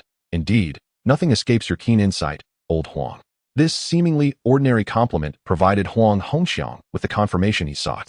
Even as a fifth-tier beast master, accustomed to numerous grand spectacles, he could not help but gasp in astonishment, his mind reeling. Yet, he quickly reminded himself of the presence of others and forcefully suppressed his surprise, restoring his expression to calmness. This was utterly different from Yingchen's premature ascension to a second-tier beast master. For a high school senior to break through to a second-tier beast master, though rare, was not unheard of. There were always some prodigies whose mental prowess far exceeded that of their peers. However, for a beast to evolve prematurely, such an event required the beast to possess a formidable power capable of altering its very essence. This would grant a minuscule possibility of disregarding the limitations of the beast master and tier, enabling an early evolution.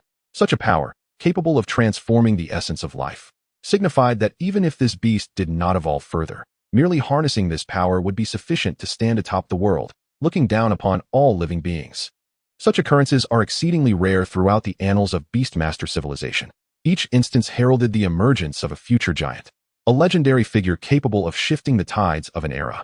Among the scant few precedents, every Beastmaster who experienced such an astonishing transformation ultimately reached heights that even Huang Hongqiang, as a fifth-tier Beastmaster, would look up to in awe. Chapter 30, Yanggu. Your record has been broken. Huang Hongqiang resolved firmly within himself that this matter must remain concealed from the other schools. Who knows what mischief they might concoct?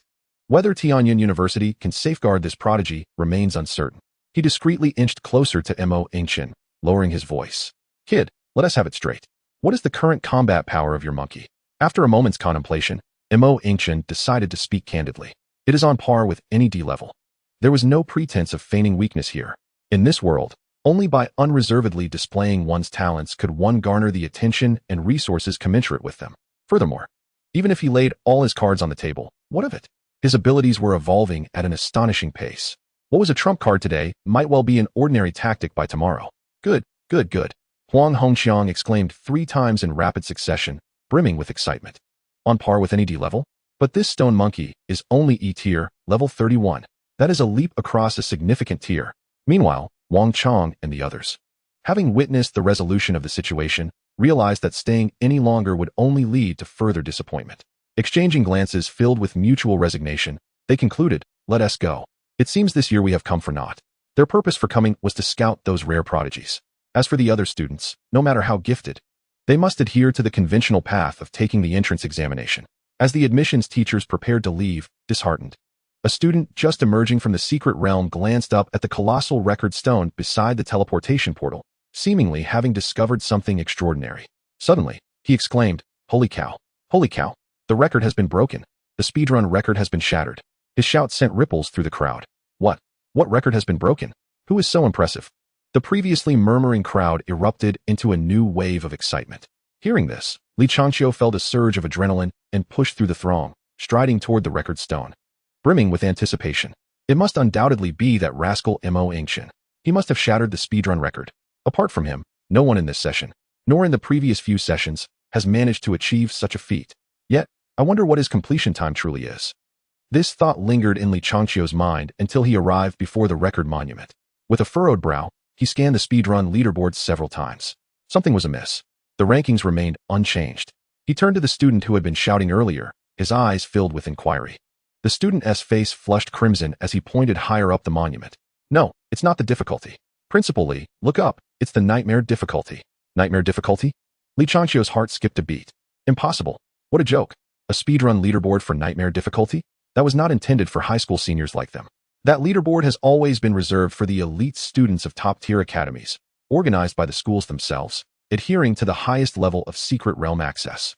Only through meticulously selecting the most suitable formations and equipment, and repeatedly strategizing, could one hope to set such records. Yingchen. Could he truly ascend to the nightmare speedrun leaderboard? With a surge of excitement, Li Changqiu quickly looked up.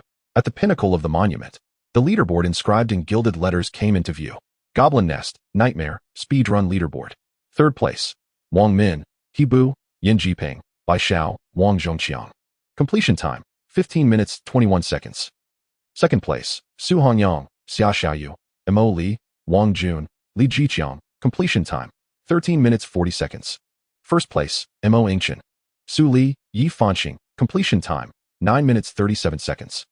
How can this be? He truly made the list. Moreover, it was first place. A completion time of 9 minutes, 37 seconds. Over 4 minutes faster than the second place. What is even more outrageous is that there were only 3 of them. Just 3 individuals managed to obliterate the record for nightmare difficulty, and they did so with such a crushing completion time. The teachers from several prestigious universities, who were on the verge of leaving, were drawn in by the sudden uproar. They halted in their tracks. As they recognized the name Mo Yingchen on the nightmare difficulty leaderboard, their expressions shifted yet again. Student Mo. Wang Chang suddenly turned around, calling out to Mo Yingchen, who was nearly leaving with Huang Hongqiang. Student Mo, please reconsider our offer from Southern University. We are willing to enhance our previous terms. We are prepared to make an exception for your elite potential training agreement, effective until you advance to a Tier 4 Beast Master. All the resources you require before reaching Tier 4 will be fully covered by Southern University.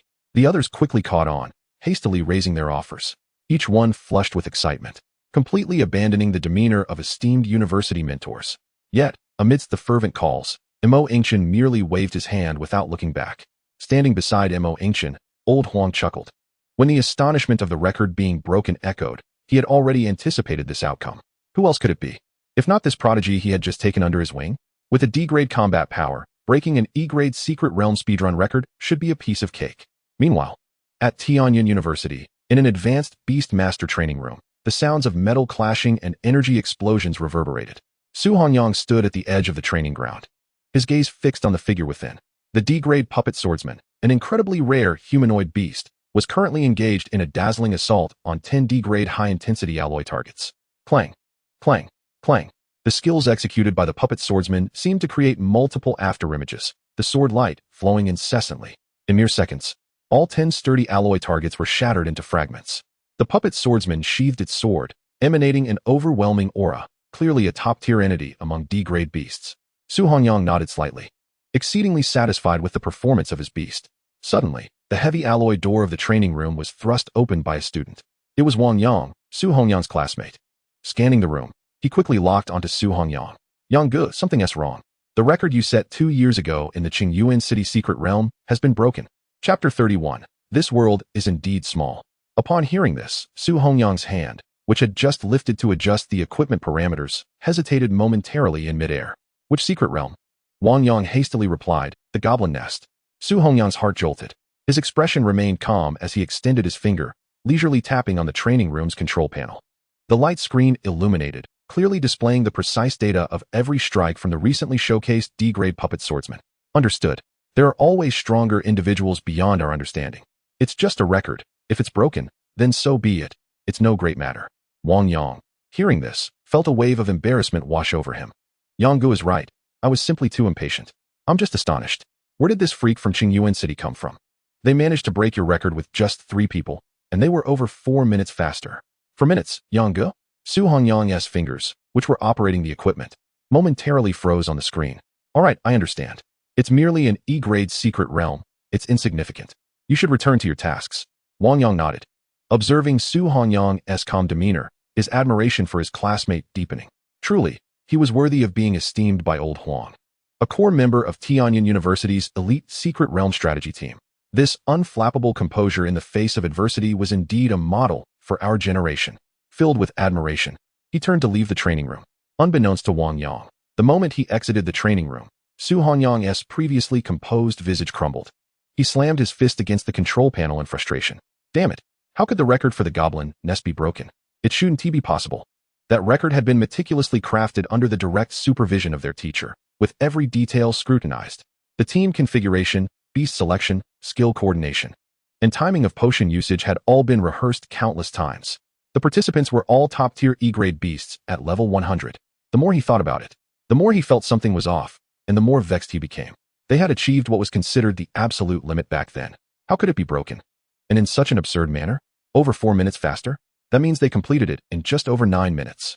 Su Hongyang inhaled sharply, his mind racing as he recalled the journey from the entrance of the secret realm to the lair of the final boss, the Knoll Chieftain. It must have taken at least 9 minutes of full sprinting. He paused for a moment, then waved his hand to retract the puppet sword servant into the beast mastery space. Returning to his dormitory, he began to pack his belongings. Yesterday, Old Huang had relayed news of a brand new D-rank secret realm that had emerged in the wilds of the ruined stone hills, specifically requesting him to lead a team to secure the first completion record. Just an E-rank secret realm record, he muttered to himself, trying to quell his frustration. No need to be upset, one must think big. My current goal is already set on D-rank secret realms. Ladies and gentlemen, welcome aboard this train, the electronic announcement chimed. This train departs from Qingyuan City, passing through the misty flower marsh, the ancient tombs, and the ruined stone hills. The final destination is Tianyan City. Attention! We are approaching ruined stone hills. Passengers preparing to disembark, please get ready. With the armed train's electronic notification, the carriage trembled slightly before coming to a gradual halt. Yingchen, carrying a simple backpack, stepped off the train. Beneath his feet lay solid ground, and the air was tinged with the distinctive dryness and fine dust of the wilderness. Upon disembarking, he was greeted by the endless undulations of rocky terrain. Nearby stood dozens of armed military personnel, their cold gun barrels scanning the surroundings with vigilance, ready for any beast that might leap out to attack. In the face of such a scene, Yingchen felt an overwhelming sense of ease. It was nothing but freedom. The previous night, he had returned to the Mo family, moving stealthily without disturbing anyone, merely retrieving a few personal belongings from his room before leaving that suffocating family behind. To him, there was no lingering attachment. Now, he was truly setting sail, with the vast sea beckoning fish to leap and the high skies inviting birds to soar. This feeling was unprecedented. Yingchen lowered his head and fished out his phone from his pocket. The screen lit up, displaying a flashing red for his location. This was the position Old Huang had specially sent him before departing yesterday. According to Old Huang, this location housed a D-rank secret realm, newly discovered in recent days, with no team having successfully cleared it yet. Utilizing his privileges, Old Huang had placed him into the first completion team organized by Tianyan University. Yingchen bore no psychological burden about this. The opportunity was something he had fought for. With a thought, a flash of light appeared beside him, and the familiar figure of the great sage manifested. The two of them, a man and a monkey, raced toward their destination. At the entrance of the secret realm, amid the rugged rocks, Su Hongyang and 3 others stood in the shadow of a massive boulder, their gazes occasionally drifting toward the horizon. Brother Yang, what do you think about this new team member personally appointed by Old Huang? What is his background? Asked a slightly stocky team member named Huang Meng, his tone tinged with curiosity. Another calm and composed female team member, Qinya, chimed in. Anyone personally arranged by Old Huang must possess extraordinary abilities. However, I've hardly heard of this Yingchen during our time at school. Su Hongyang maintained a serene expression.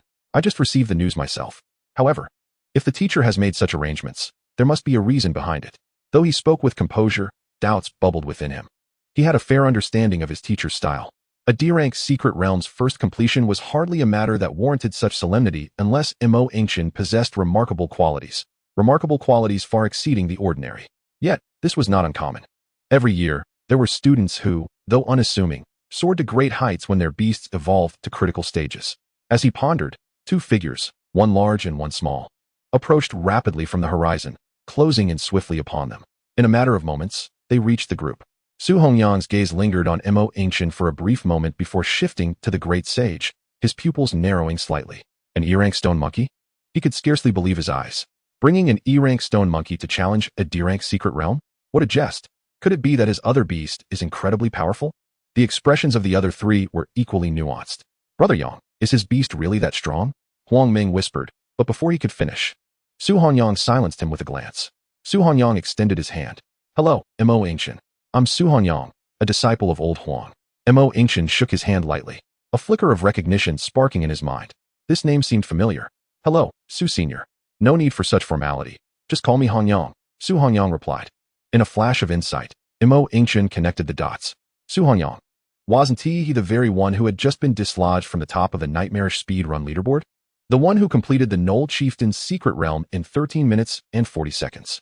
So it was him. What a small world. Chapter 32, Underestimated. Su Hongyang handed a stack of printed materials to Yingchen, indicating for him to take a look.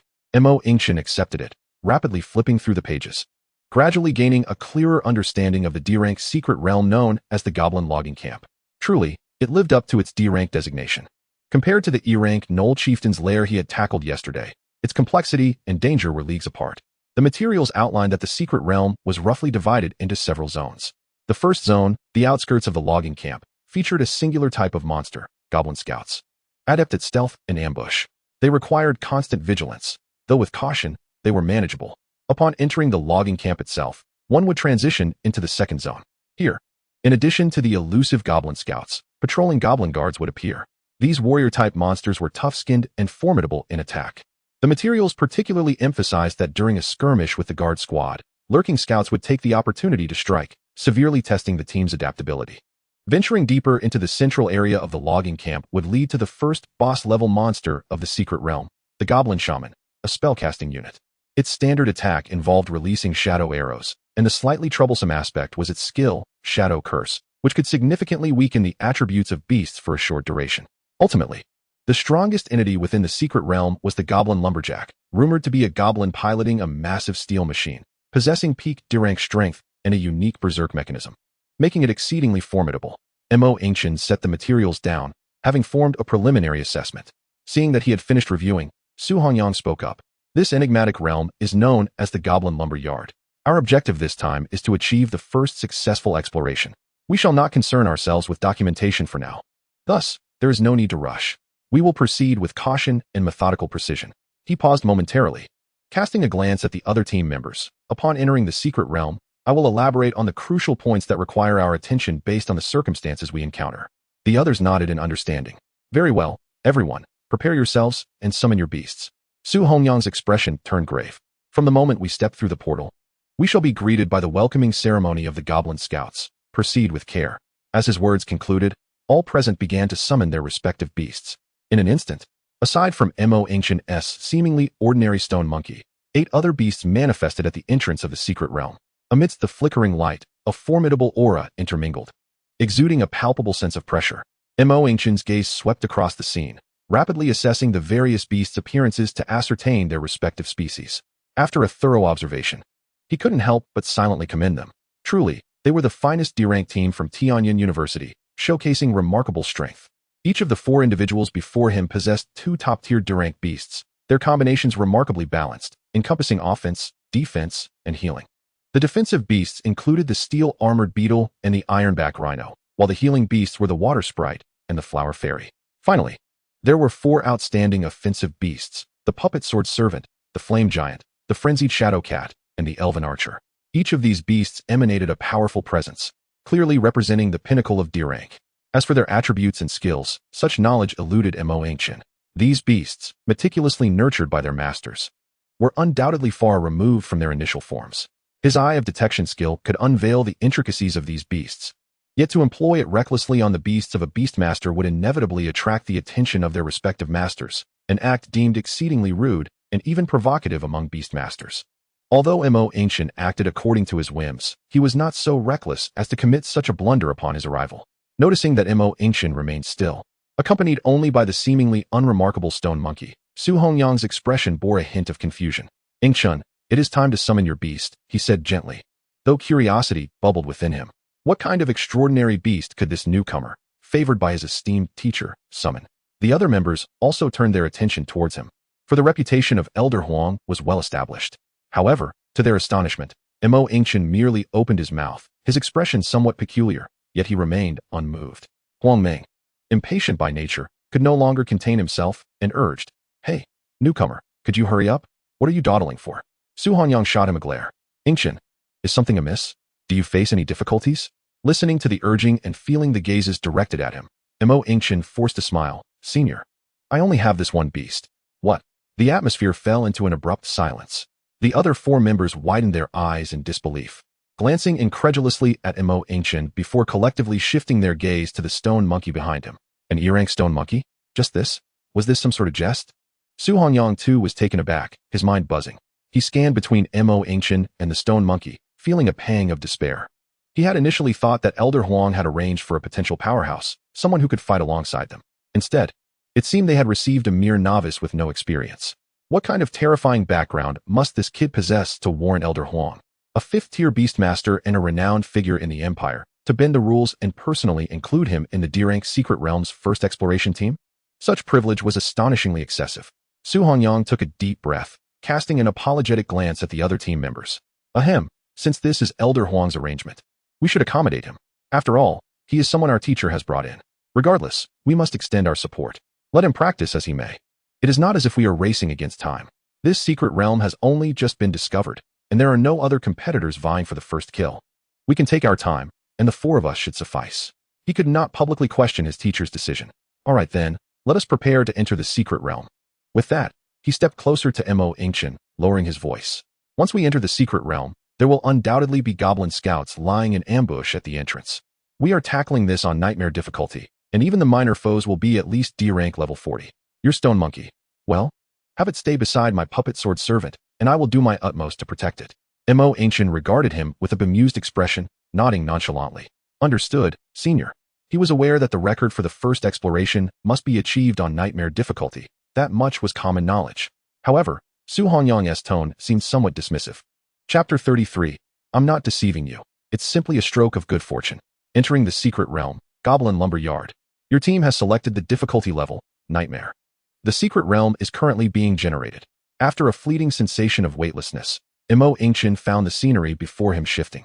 Beneath his feet lay soft soil, mingled with the scent of wood shavings and machine oil. Ahead loomed the expansive outline of a lumber mill, where an abundance of logs were haphazardly piled upon the ground. Be cautious, they're coming. Su Hongyang's voice rang out. Almost instantaneously, 9 diminutive figures surged forth from behind the group, brandishing short daggers that glimmered with a ghostly green light. Goblin Scouts. The beasts of Su Hongyang's team reacted with remarkable swiftness. The steel-armored beetle and ironback rhino immediately emitted low, rumbling roars. Their bodies enveloped in a radiant glow as they charged towards several of the Goblin Scouts. The water sprite and flower fairy commenced their incantations, their gentle light enveloping the surroundings. Healing and defensive beasts, hold off the creatures on the left. Su Hongyang directed swiftly. Flame Giant, Frenzied Shadow Cat, and Elven Archer. Take down those 3 on the right with my puppet sword servant. As the battle commenced, Su Hongyang's focus intensified, orchestrating the formation and rhythm of his beasts' attacks and defenses. However, a glance from the corner of his eye caught a sight that nearly stopped his heart. Yingchen's E-rank stone monkey had, astonishingly, begun to charge at a goblin scout, brandishing a stick and shouting fervently. Su Hongyang nearly choked, his forehead throbbing in anxiety. Yingchen, quickly call your stone monkey back. That's a D-rank level 40 creature. This is nothing but chaos. His voice was tinged with rising frustration. The fate of Yingchen's stone monkey mattered little to him. However, it was the teacher who arranged for Yingchen to join them. If he failed to protect him, who could say what reprimands awaited him upon their return? The situation was dire. Su Hongyang, without a moment's hesitation, directed his Flame Giant. Flame Giant, unleash the flame burst and strike that goblin scout before the stone monkey. Hurry. A blazing fireball rapidly coalesced in the hands of the Flame Giant. With searing heat, it hurtled towards the goblin scout, facing the great sage. Su Hongyang felt a slight sense of relief. The power of the flame burst was formidable. Even if it did not slay the D-rank scout, it would certainly force it back, granting the puppet sword servant some much-needed time for rescue. At the same moment, the puppet sword servant received the command, poised to intervene at a moment's notice. The beasts of the other members were all seasoned veterans. Even the healing types posed no immediate danger. Thus, he could confidently prioritize saving the stone monkey. Su Hongyang had even devised a plan. Once he rescued the stone monkey, he would ensure Yingchen was thoroughly educated, making him realize that the D-rank nightmare realm was not a place for his reckless antics. Yet, just as the flame burst was about to strike its target, an unforeseen event transpired. The great sage, facing the fierce goblin scout, neither dodged nor retreated. Instead, he swung his stone staff with a mighty arc, producing a deep, resonating whoosh. Boom. The anticipated scene of the stone monkey being shattered did not unfold. Instead, the D-rank level 40 goblin scout emitted a piercing scream, spewing green blood as it was sent flying. Even more bizarrely, the surface of the goblin scout's body was suddenly adorned with intricate white cracks, as if being cleaved by some invisible force. Blood continued to seep forth. The searing flame burst narrowly grazed the retreating goblin scout, detonating on the ground and creating a crater. Su Hongyang inhaled sharply. What did he just witness? The E-rank stone monkey had knocked away a D-rank level 40 goblin scout? Was this truly a stone monkey? Was this the capacity of an E-rank beast? Before he could fully comprehend this staggering revelation, the stone monkey seized the momentum, emitting an excited squeal. It performed a roll and, in an instant, vanished from sight, leaving behind only a blurred afterimage.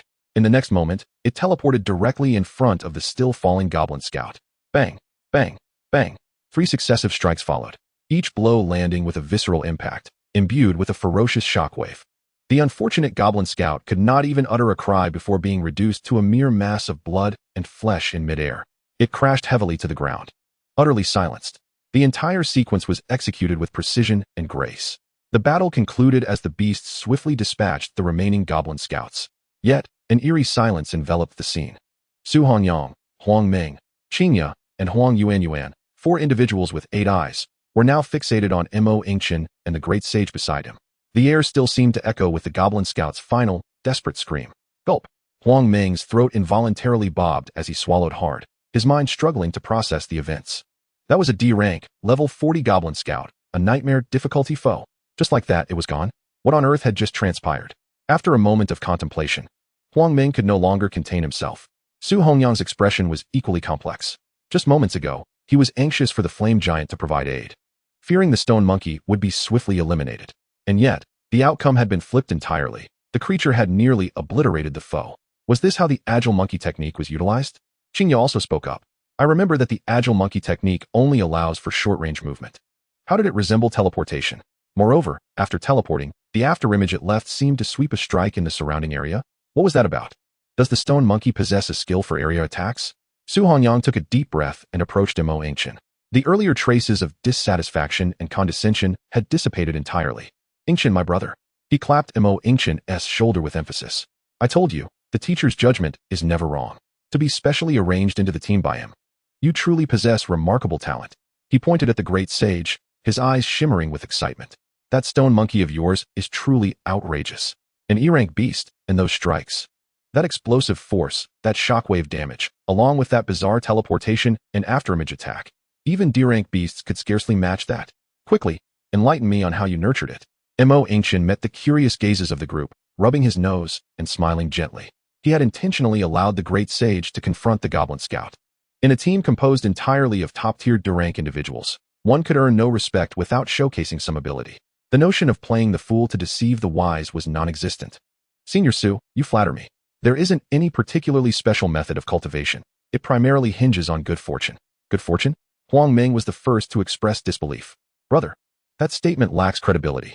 To cultivate an E-rank stone monkey capable of defeating a D-rank, level 40 monster, if that were solely due to luck, wouldn't we who diligently invest resources in nurturing our beasts appear foolish?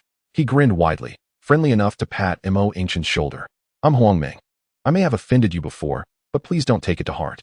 With the prowess of your monkey, I, Huang Ming, acknowledge you as my brother.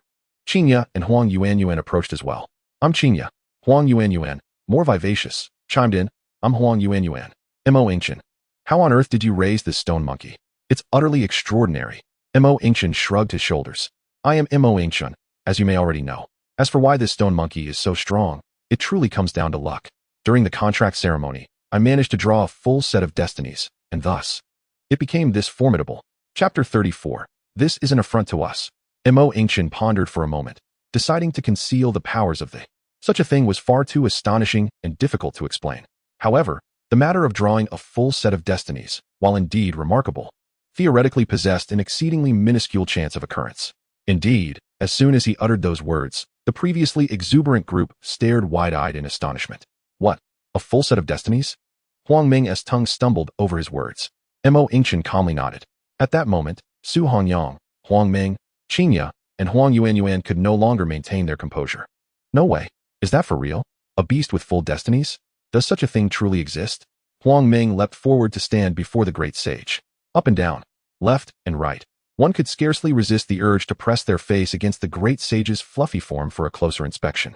The great sage, feeling somewhat impatient under such scrutiny, bared his teeth and emitted a series of warning squeaks.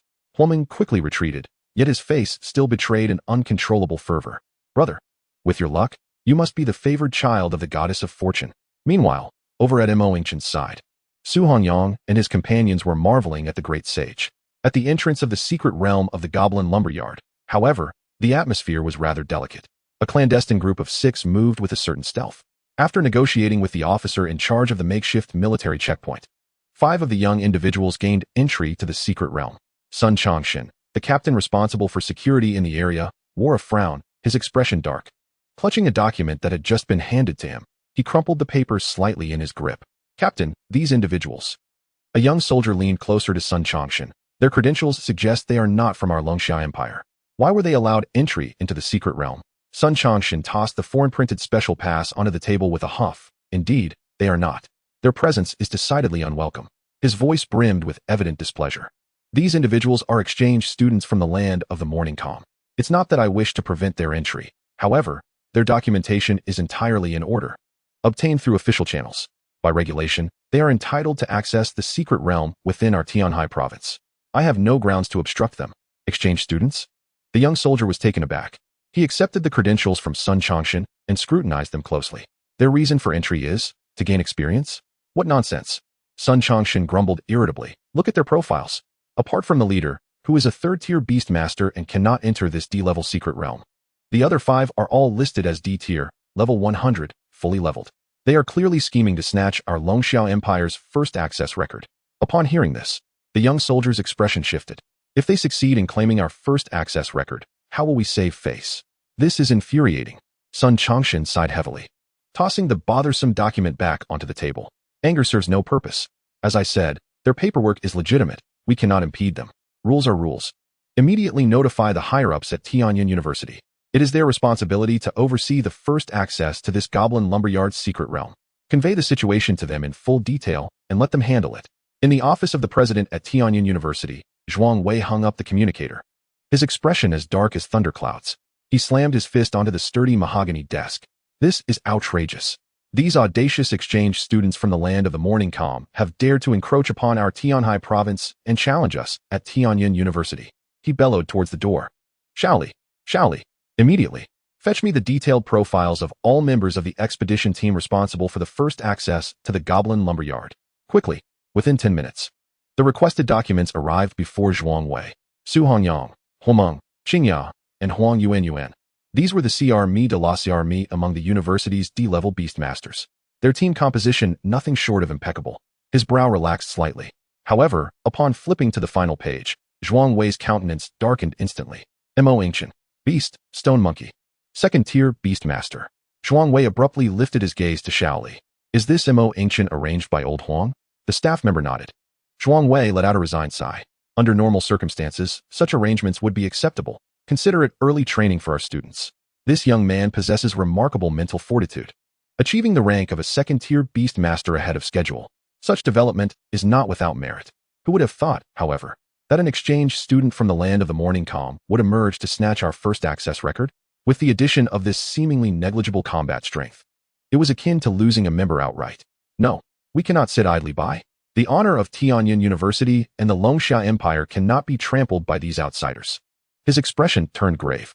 Immediately notify Zhang Xiaochun. Instruct him to drop everything and head to the Goblin Lumberyard with utmost urgency. His 2 primary beasts are both top-tier D-level, fully leveled.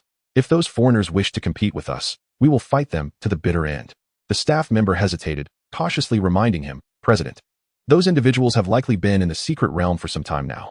Even if Zhang Xiaochun departs immediately and utilizes the fastest flying beast, by the time he arrives at the entrance of the Goblin Lumberyard, Zhuang Wei's eyes widened, interrupting him sharply. What are you afraid of?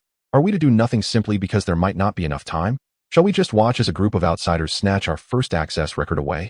If this news spreads, where will my honor lie? What of Tianyin University's century-long reputation? He inhaled deeply, his tone resolute. What if those foreigners fail to clear it on their first attempt? To entertain a worst-case scenario, even if we lose the first access, we must ensure that the speedrun record for the nightmare difficulty remains ours. It must be secured. Do you understand? Now go. Yes. I will take care of it immediately. The staff member was left trembling by Zhuang Wei's barrage of commands, not daring to utter another word. He turned and fled the office. Chapter 35. Finally, an opportunity to showcase extreme output. Within the Goblin Lumberyard, after witnessing the great sage's formidable combat prowess, Su Hongyang and his companions no longer held even a trace of their previous contempt. The atmosphere among the team transformed into one of extraordinary harmony and camaraderie, particularly as they observed Mo Yingchen's stone monkey charging alongside the robust ironback rhino, bravely withstanding the onslaught of several goblin warriors. Amidst the flurry of strikes, sparks flew, and the stone monkey seemed to rival the ironback rhino in endurance, while its offensive capabilities outstripped those of its adversaries by a considerable margin. Su Hongyang grew increasingly astonished and pleased. Yingchen, your stone monkey is truly exceptional. With its durability and explosive output, the tremors from its unique staff techniques can even shatter the heavy armor of the goblin guards. Moreover, it possesses area attack capabilities. He chuckled. To be honest, at first, I genuinely believed old Huang had thrust a burden upon us to carry. Now it appears I underestimated the situation. This is no burden. Your stone monkey is not at all inferior to our D-level, level 100 beasts. It is simply unimaginable that this is an E-level beast. Our progress is significantly faster than I had anticipated. It is indeed a pity that you possess only one beast companion.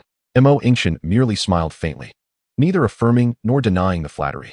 He then inquired, Senior, let us set aside such matters for the moment. Up ahead lies the final boss, the goblin lumberjack, correct? The data you previously provided was rather vague in its description of this boss, merely stating that it is exceedingly troublesome. Upon broaching the subject, Su Hongyang's smile faded. Indeed, the goblin lumberjack represents the greatest challenge within this secret realm and serves as our most formidable obstacle to a successful first clear. According to the intelligence gathered by the advanced team, the most troublesome aspect of this boss lies in its unique berserk mechanism. In normal difficulty, the boss will enter a berserk state 20 minutes after the battle commences. In hard mode, this time is reduced to 15 minutes. No one has ventured to ascertain the time for nightmare difficulty, but based on previous patterns, we surmise that there is, at most, a mere 10 minutes to react. Once that time elapses, it will enter its berserk mode. Yingchen nodded slightly, countering with a question, what occurs once it goes berserk? Once it enters this state, its power escalates dramatically. Su Hongyang continued. Under nightmare difficulty, the goblin lumberjack is already a D-rank entity at level 100. Upon going berserk, its strength may very well soar to C-rank. Huang Meng, overhearing, gasped, C-rank? How on earth do we contend with that? With our numbers, it could swat us aside with ease. Precisely, Su Hongyang affirmed his remark. Once it attains C-rank, our only option will be to immediately retreat and re-enter the secret realm. Otherwise, annihilation awaits us. He surveyed the group, summarizing, in simple terms, this boss imposes exceedingly stringent demands on our output capabilities. We must eliminate it within the 10-minute window before it goes berserk. Attempting to wear it down gradually is utterly impossible. A flicker of inscrutable emotion passed through Yingchen's eyes. Output threshold. The corners of his mouth curled slightly. Since forming a pact with his great sage, he had yet to encounter an adversary that could truly unleash its full prowess. Previous foes had either been dispatched with a single blow or, as was the case today, required coordinated efforts from teammates, failing to showcase the great sage's complete abilities. Now, the goblin lumberjack presented the perfect opportunity to witness just how formidable the full might of the great sage could be.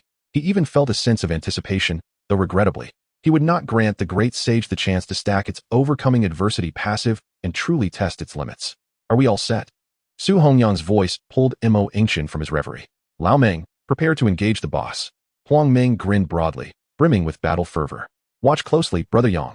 With Su Hongyang's command, 9 beast companions swiftly adjusted their formations, each channeling their energy to its zenith. The ironback rhino, led by Huang Meng, let out a thunderous roar. A visible crimson aura emanating from it, rapidly expanding outward to envelop all allied beasts, including the great sage. Anger roar increases the physical attack power of all friendly beasts within a 10-meter radius by 20. Cooldown, 10 minutes. Following this, Huang Yuanyuan's flower fairy gracefully ascended into the air, chanting a spell. Delicate pink motes of light descended like gentle rain, alighting upon each beast's head and melding into their forms. Flower blessing, a chant that bestows a blessing upon all allies in the designated area, enhancing all attributes by 5.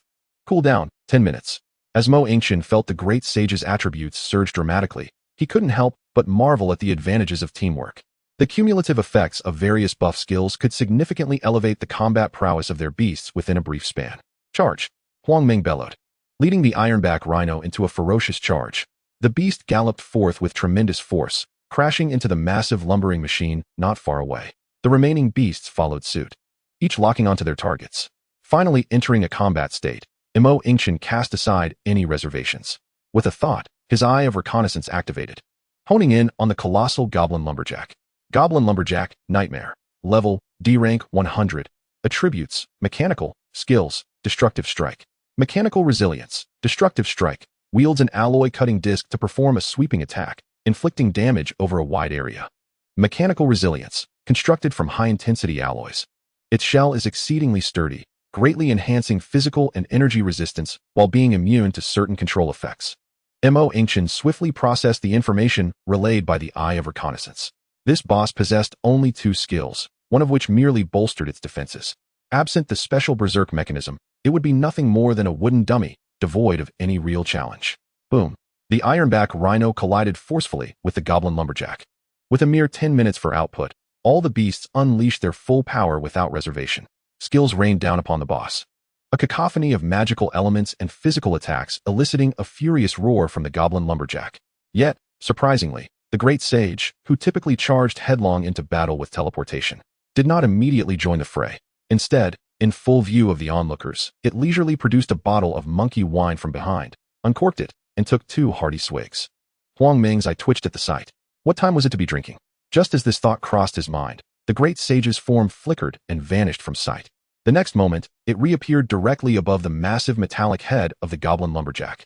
What transpired next left Su Hongyang and the others utterly dumbfounded. With a sharp crack, the great sage's robust rock-like armor shattered without warning, disintegrating into countless tiny fragments that scattered into the air.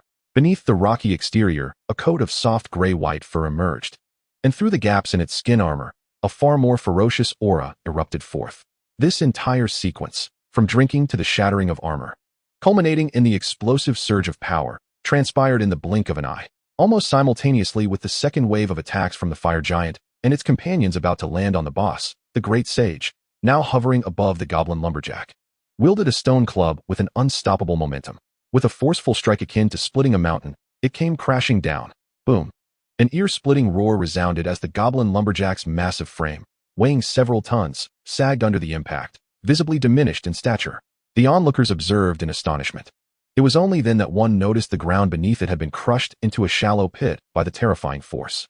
Before it could react, an invisible wave of shock erupted from the point of contact between the stone staff and the mechanical construct, spreading instantaneously. On the robust alloy shell, a myriad of white cracks inexplicably appeared, accompanied by a shower of sparks. This assault, Su Hongyang felt his throat dry up. Could it be that it had been concealing its true strength all along? However, this was merely the beginning. The great sage brought down his staff with a swift motion, his wrist twisting as the stone staff was lifted again at an almost imperceptible speed. Another heavy strike followed. Bang, bang, bang, bang. The trajectory of the stone staff was indiscernible. All that could be seen were blurred shadows of the staff, cascading down upon the head of the goblin lumberjack like a torrential storm. Destiny Seat 6, Awakening of the Celestial King, detonating rock armor. Attack speed increased by 100 for 10 minutes. My heavens, what an astonishing attack speed. Is this the might of a fully leveled character? This attack speed has increased at least 2-fold. Xingya could not help but exclaim. Her usual grace utterly vanished. Huang Yuan's mouth fell open in astonishment, pointing at a frantically rising damage statistic on the system panel and shouting, "Look at the output statistics. The stone monkey's output has exploded." Just then, a glimmer of determination shone in Xingya's eyes. Without a moment's hesitation, she immediately issued a new command to her beast. Meow. The rampaging shadow cat let out a sharp cry, abandoning the enhancement it was about to bestow upon the puppet swordsman. A blood-red halo emerged from it, accurately landing at the feet of the great sage. Rampage technique. Attack speed increased by 30, duration 10 seconds. The already astonishing speed of the staff shadow accelerated yet again. Bang, bang, bang, bang. To the onlookers, the individual sounds of impact were drowned out, leaving only a continuous, piercing sound of metal grinding against metal. The massive form of the goblin lumberjack crumbled at a visibly rapid pace. 8 minutes and 30 seconds. Hurry up. It's about to go berserk. Su Hongyang glanced at the timer, beads of sweat forming on his forehead. His pride, the puppet swordsman, appeared rather feeble in comparison to the indistinct shadow of the staff. At last, with a resounding crack, the enormous mechanical construct collapsed, reduced to a pile of scrap metal. The battle concluded, leaving only the heavy breaths of the few remaining. Su Hongyang trembled as he opened the team's damage statistics panel. He stared intently at the lines of numbers, his mouth slightly agape, yet unable to utter a single word. Yangge, how did it go? Quick, take a look. My elf archer's output should be considerable, right? Huang Ming leaned closer. However, when his gaze fell upon the panel, the smile on his face froze instantly. 5th place, elf archer, damage percentage, 15. 4th place, flame giant, damage percentage, 17. 3rd place, rampaging shadow cat, damage percentage, 17. Second place, Puppet Swordsman, damage percentage, 19. He instinctively read aloud, his voice dwindling to a whisper as he saw the name and number of the first place, leaving him utterly speechless. First place, Stone Monkey, damage percentage, 30. Am I seeing things? Huang Ming rubbed his eyes and glanced again, then abruptly turned to look at Yingchen. 30%? Huang Yuanyuan's mouth formed an OAS. She muttered. The four of us, the strongest output beasts combined, only dealt 68%. That one monkey dealt nearly half of our total damage. Yanggu, your puppet swordsman is a top-tier output at D rank, level 100. Su Hongyang let out a bitter laugh, slowly closing the panel. He looked at Yingchen, his expression a complex mixture of emotions. The ace beast he had painstakingly cultivated with countless resources had been utterly crushed by an E-rank stone monkey in a manner that felt almost humiliating. He stepped forward and heavily clasped Yingchen's shoulder. Brother, I concede. I truly concede. Don't worry, once the first clear rewards come through, we will do nothing but assist you in leveling it up to 50. We will ensure your stone monkey evolves into the Monkey King as soon as you return to school. If an E rank can be this formidable, what might it become upon evolving to D rank? Yingchen calmly extricated himself from Su Hongyang's grasp. After a moment of silence, he replied, There's no need for the Monkey King. When it reaches level 50, the Great Sage will evolve directly into the thunderous War Ape. The Monkey King is not something to aspire to. Just then, a cold system notification echoed in everyone's mind simultaneously. Congratulations Beastmaster Yingchen, Su Hongyang, Huang Ming, Qingya, and Huang Yuanyuan for clearing the secret realm, Goblin Lumberyard. All participating beasts reach level 7. Reward chests have been distributed to your personal spaces. As the system announcement concluded, the Great Sage was enveloped in 7 radiant beams of light, his aura surging rapidly. His level instantly soared to 38, while the other 8 beasts remained unresponsive. Yingchen understood. Their beasts had long since reached D rank, level 100 perfection, and could no longer gain experience. This first clear reward was a substantial gain for him. Wow. My luck has exploded. I actually got 4 soul stones. Huang Ming's exuberant voice drew the attention of everyone around. Qingya examined her rewards, a wry smile crossing her face. My luck wasn't too great. I only received 2 soul stones and a skill book that I want to use. Alright, let us not be greedy, Su Hongyang interjected. In a D rank secret realm, the maximum you can obtain is 7 soul stones. How much more do you expect? As soon as he finished speaking, he noticed Yingchen leisurely opening the treasure chest before him. Absolute luck, Yingchen silently mused. The chest radiated brilliance. Congratulations Beastmaster for obtaining 7 soul stones. Congratulations Beastmaster for obtaining Purple Gold Fiery Sun Staff, purple. Congratulations Beastmaster for obtaining Evolution Material Leader's Horn. Huang Ming, still basking in the glory of his 4 soul stones, leaned closer after Yingchen finished. Yingchen, how did it go? How many did you get? Yingchen glanced at his gains, responding calmly. 7. Huang Ming's smile froze on his face. And a purple weapon, plus an evolution material, Yingchen added. The atmosphere fell into an eerie silence once more. Huang Ming looked down at the 4 soul stones in his hand, then back up at Yingchen. Brother, tell me honestly, did you pay the system? Yingchen touched his nose, remaining silent. His mind was wholly absorbed in the wealth he had just acquired. In addition to the several soul stones obtained from Su Li and her companion earlier, his collection of soul stones had now amassed to a total of 15. However, this number remained insufficient. The Titan Battle Ape, after its evolution, required 6 soul stones to reawaken its fateful seat. According to the records, while the attributes of a beast's fateful seat can be inherited post-evolution, they do not undergo any alteration. Moreover, 6 fateful seats represent the upper limit. Should one acquire a new fateful seat from an evolved beast, it would be possible to select a replacement from the existing seats. At that time, it would be imperative to ensure that the Titan Battle Ape also attains a full fateful seat, undergoing a selection process. Furthermore, the imminent contract with a second beast would necessitate another 6 soul stones. No, 6 would not suffice. He had resolutely decided to wait until he procured a second extraordinary item at the Multiverse Research Institute before contracting the second beast. If the second beast underwent a similar transformation as the Titan, merging with the extraordinary item to trigger its evolution, another 6 stones would be required. In total, 18 soul stones would barely suffice.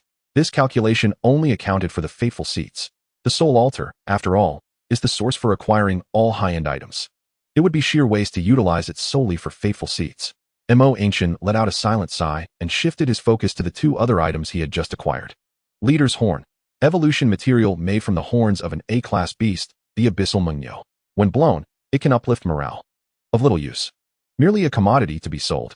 For other beast masters, this evolution material could potentially be explored to see if it could guide existing beasts toward a specific evolutionary direction.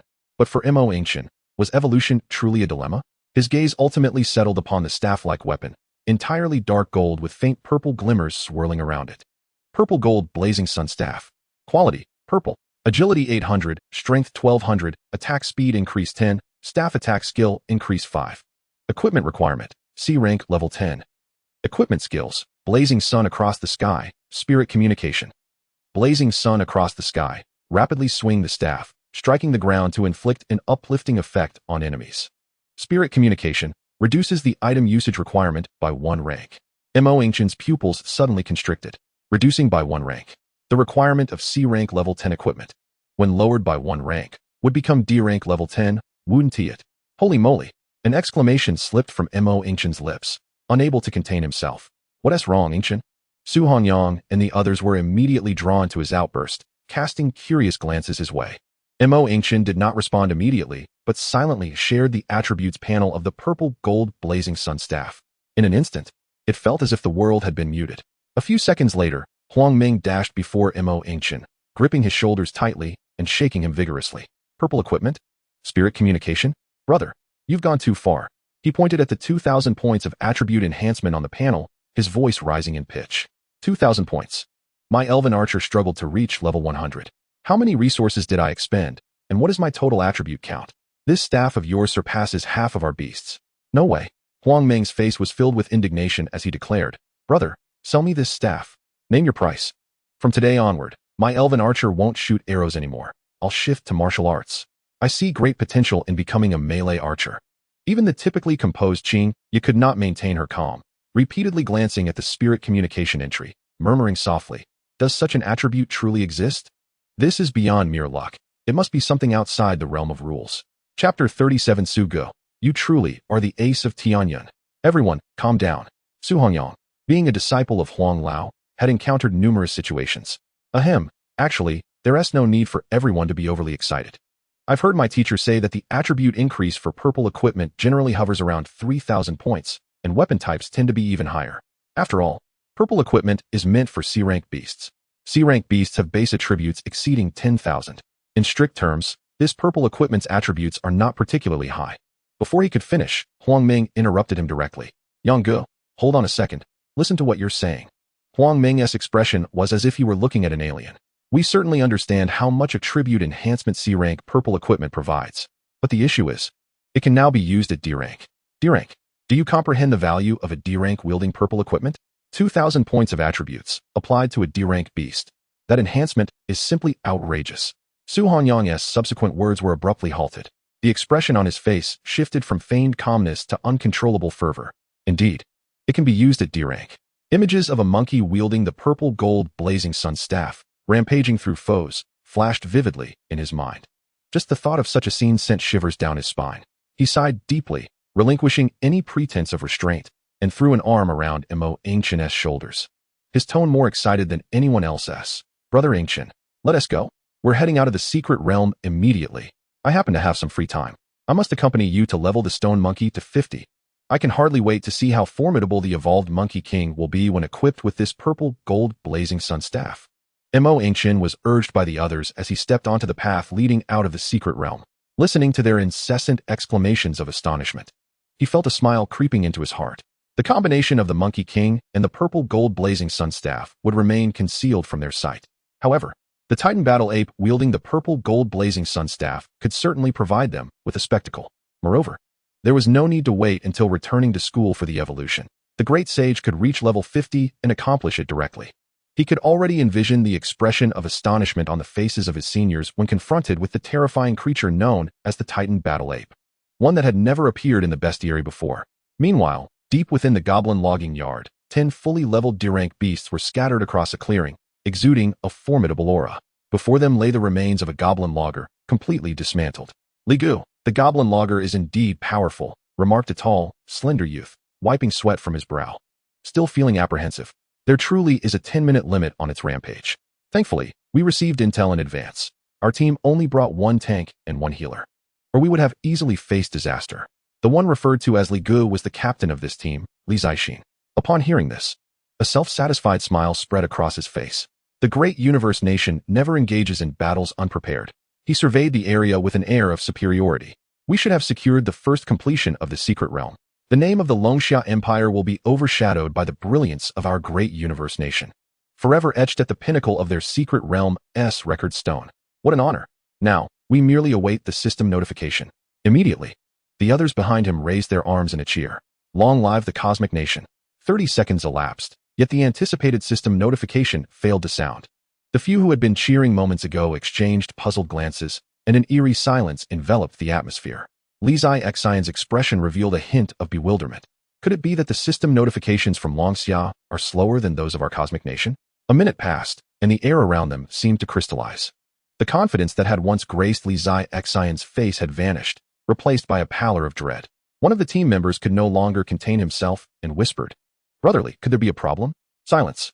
Li Xian barked back. What could possibly go wrong? We have advanced steadily, and our speed has reached its zenith. No one could surpass us. 5 minutes slipped away, and in the suffocating silence, each breath became laborious. The once assured demeanor of Li Xian had dissolved into a visage of fury. "Damn it!" he exclaimed, striking the nearby tree trunk with a fierce punch. The first completion of this secret realm had been snatched away. This revelation struck like a resounding slap, painfully stinging the faces of all present. "Let us go. Follow me out of this realm. I intend to uncover which fool has dared to usurp the glory that rightfully belongs to us." Li Xian's countenance twisted with rage, his eyes ablaze. The first completion may be lost, but we shall seize the top spot on the speedrun leaderboard, with a record they could never hope to attain. We shall trample their names beneath our feet. The cosmic nation shall never concede defeat. Meanwhile, Yingchen and his companions were in high spirits as they approached the entrance of the secret realm, animatedly discussing their triumph. "I still can't believe it's real," Huang Ming remarked, trailing beside Yingchen. "Can you show me that stick again? Just one glance. I promise I won't touch it." Yingchen shot him a sidelong glance, choosing to ignore him. Su Hongyang playfully rapped Huang Ming on the back of the head. "Enough of that. We have more pressing matters at hand." He turned to the group. "We achieved the first completion, but the speedrun leaderboard remains. We played it too cautiously this time, taking 3.5 hours. Based on past experience, the threshold for the nightmare difficulty speedrun is at least under 3 hours. Yingchen expressed his surprise. "There's a time threshold?" "Of course," Su Hongyang explained. "Otherwise, the first team to discover the secret realm would automatically be on the leaderboard, regardless of their speed. The rules are not that simple. We already grasped the essentials. Now, with time on our side, we can both level up Yingchen and aim for the speedrun leaderboard." The group chuckled and bantered, the atmosphere light and carefree. However, as they traversed the undulating, water-like ripples of the realm's exit, a starkly different atmosphere assailed them from the outside. What had once been guarded by merely a handful of military personnel was now swarmed by hundreds of armed soldiers, the air thick with an aura of tension and foreboding. The laughter among the team abruptly ceased. "What is happening?" Qinya furrowed her brow, confusion clouding her features. Just then, a figure burst forth from the crowd, charging directly towards Su Hongyang. "Whoa, Brother Su. Incredible!"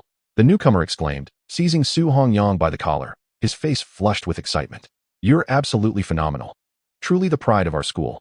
Even with an E-rank teammate, you managed to secure the first completion. That was close. We thought we were going to be humiliated. If that group of fools had succeeded, our Tianyin University would have been shamed for eternity." Su Hongyang was momentarily dizzy from the fervor, firmly grasping the young man's shoulder. "Zhang Xiaochun, what on earth are you doing? What fools? Clarify this for me." Just then, the light gate of the secret realm shimmered and distorted. Li Xian and his team emerged, their expressions ashen. Their eyes immediately locked onto the stone tablet next to the entrance. Upon seeing the name of the Longxia Empire emblazoned at the very top, the color drained from their faces. Li Xian's fists clenched so tightly that they cracked, his lips quivering in disbelief. A middle-aged mentor, waiting outside, rushed forward. The group huddled together, speaking in hushed, urgent tones. Moments later, Li Xian abruptly lifted his head, his eyes filled with a burning sense of indignation. Without uttering a word, he plunged back into the light gate of the secret realm. Su Hongyang furrowed his brow, piecing together Zhang Xiaochun's disjointed remarks. His mind clouded with questions. What exactly is happening? Who are they? Exchange students from the fools. Zhang Xiaochun quickly clarified. The military said that you entered just before them, and they specifically requested to enter this secret realm. What? Su Hongyang's heart raced. Huang Ming and the others also paled. Zhang Xiaochun pointed at the stone tablet, his voice trembling. Fortunately, You all secured the first completion. If you had been just a moment slower, the consequences. He left the statement unfinished, but the implication was clear to all present. Su Hongyang felt a chill run down his spine, silently grateful that Yingchen's stone monkey had performed admirably, allowing them to claim the first completion. If it had been taken from them, he, Su Hongyang, would bear the burden of leading the team and would surely find his name etched on the shame pole of the school, a lasting mark of disgrace for future students to bear. As this thought crossed his mind, he suddenly gazed at the light gate of the secret realm, a new idea igniting within him. With the first completion lost, what purpose did it serve to go back in? The speedrun leaderboard. Su Hongyang's voice was hoarse. These obstinate fools are intent on seizing the top spot on the leaderboard. Huang Ming exploded with rage. Damn, these idiots are seeking their own demise. Unable to claim the first completion, they aim for the speedrun. What a disgrace. No, we must go in. He rolled up his sleeves, brimming with fighting spirit. Brother Yang, we have to go in and show them who's boss. Let them understand why flowers bloom so beautifully. Su Hongyang's gaze turned steely. Indeed, this record pertains to the honor of the Long Xia Empire. We cannot yield an inch. After making his decision, he inhaled deeply, turning to Yingchen with a look of deep regret. Yingchen, my brother, this matter. Su Hongyang found it difficult to articulate his thoughts. The chilling memory of the 30% output ratio still echoing in his mind, the image of that stone stick shattering the boss fresh in his memory. Yet reason reminded him that the speedrun leaderboard differs from the first completion. The first completion only requires defeating the boss. The speedrun tests the efficiency from entry to exit. Every second meticulously scrutinized. Having an additional teammate with merely a single beast companion, regardless of how formidable that companion may be, would inevitably affect their efficiency in clearing minor enemies. This was a fundamental flaw in their team composition. Brother Yang, what are you pondering? Huang Ming exclaimed in agitation, seizing his arm. We must hurry and confront them. If we delay, the record will slip away. I know. Su Hongyang let out a low grunt, shaking off his hand. Ultimately, he had made up his mind. He gazed at Yingchen, his tone heavy. Brother, I apologize. In the competition for the speedrun leaderboard, we require the utmost clearing capabilities. You only possess a single beast.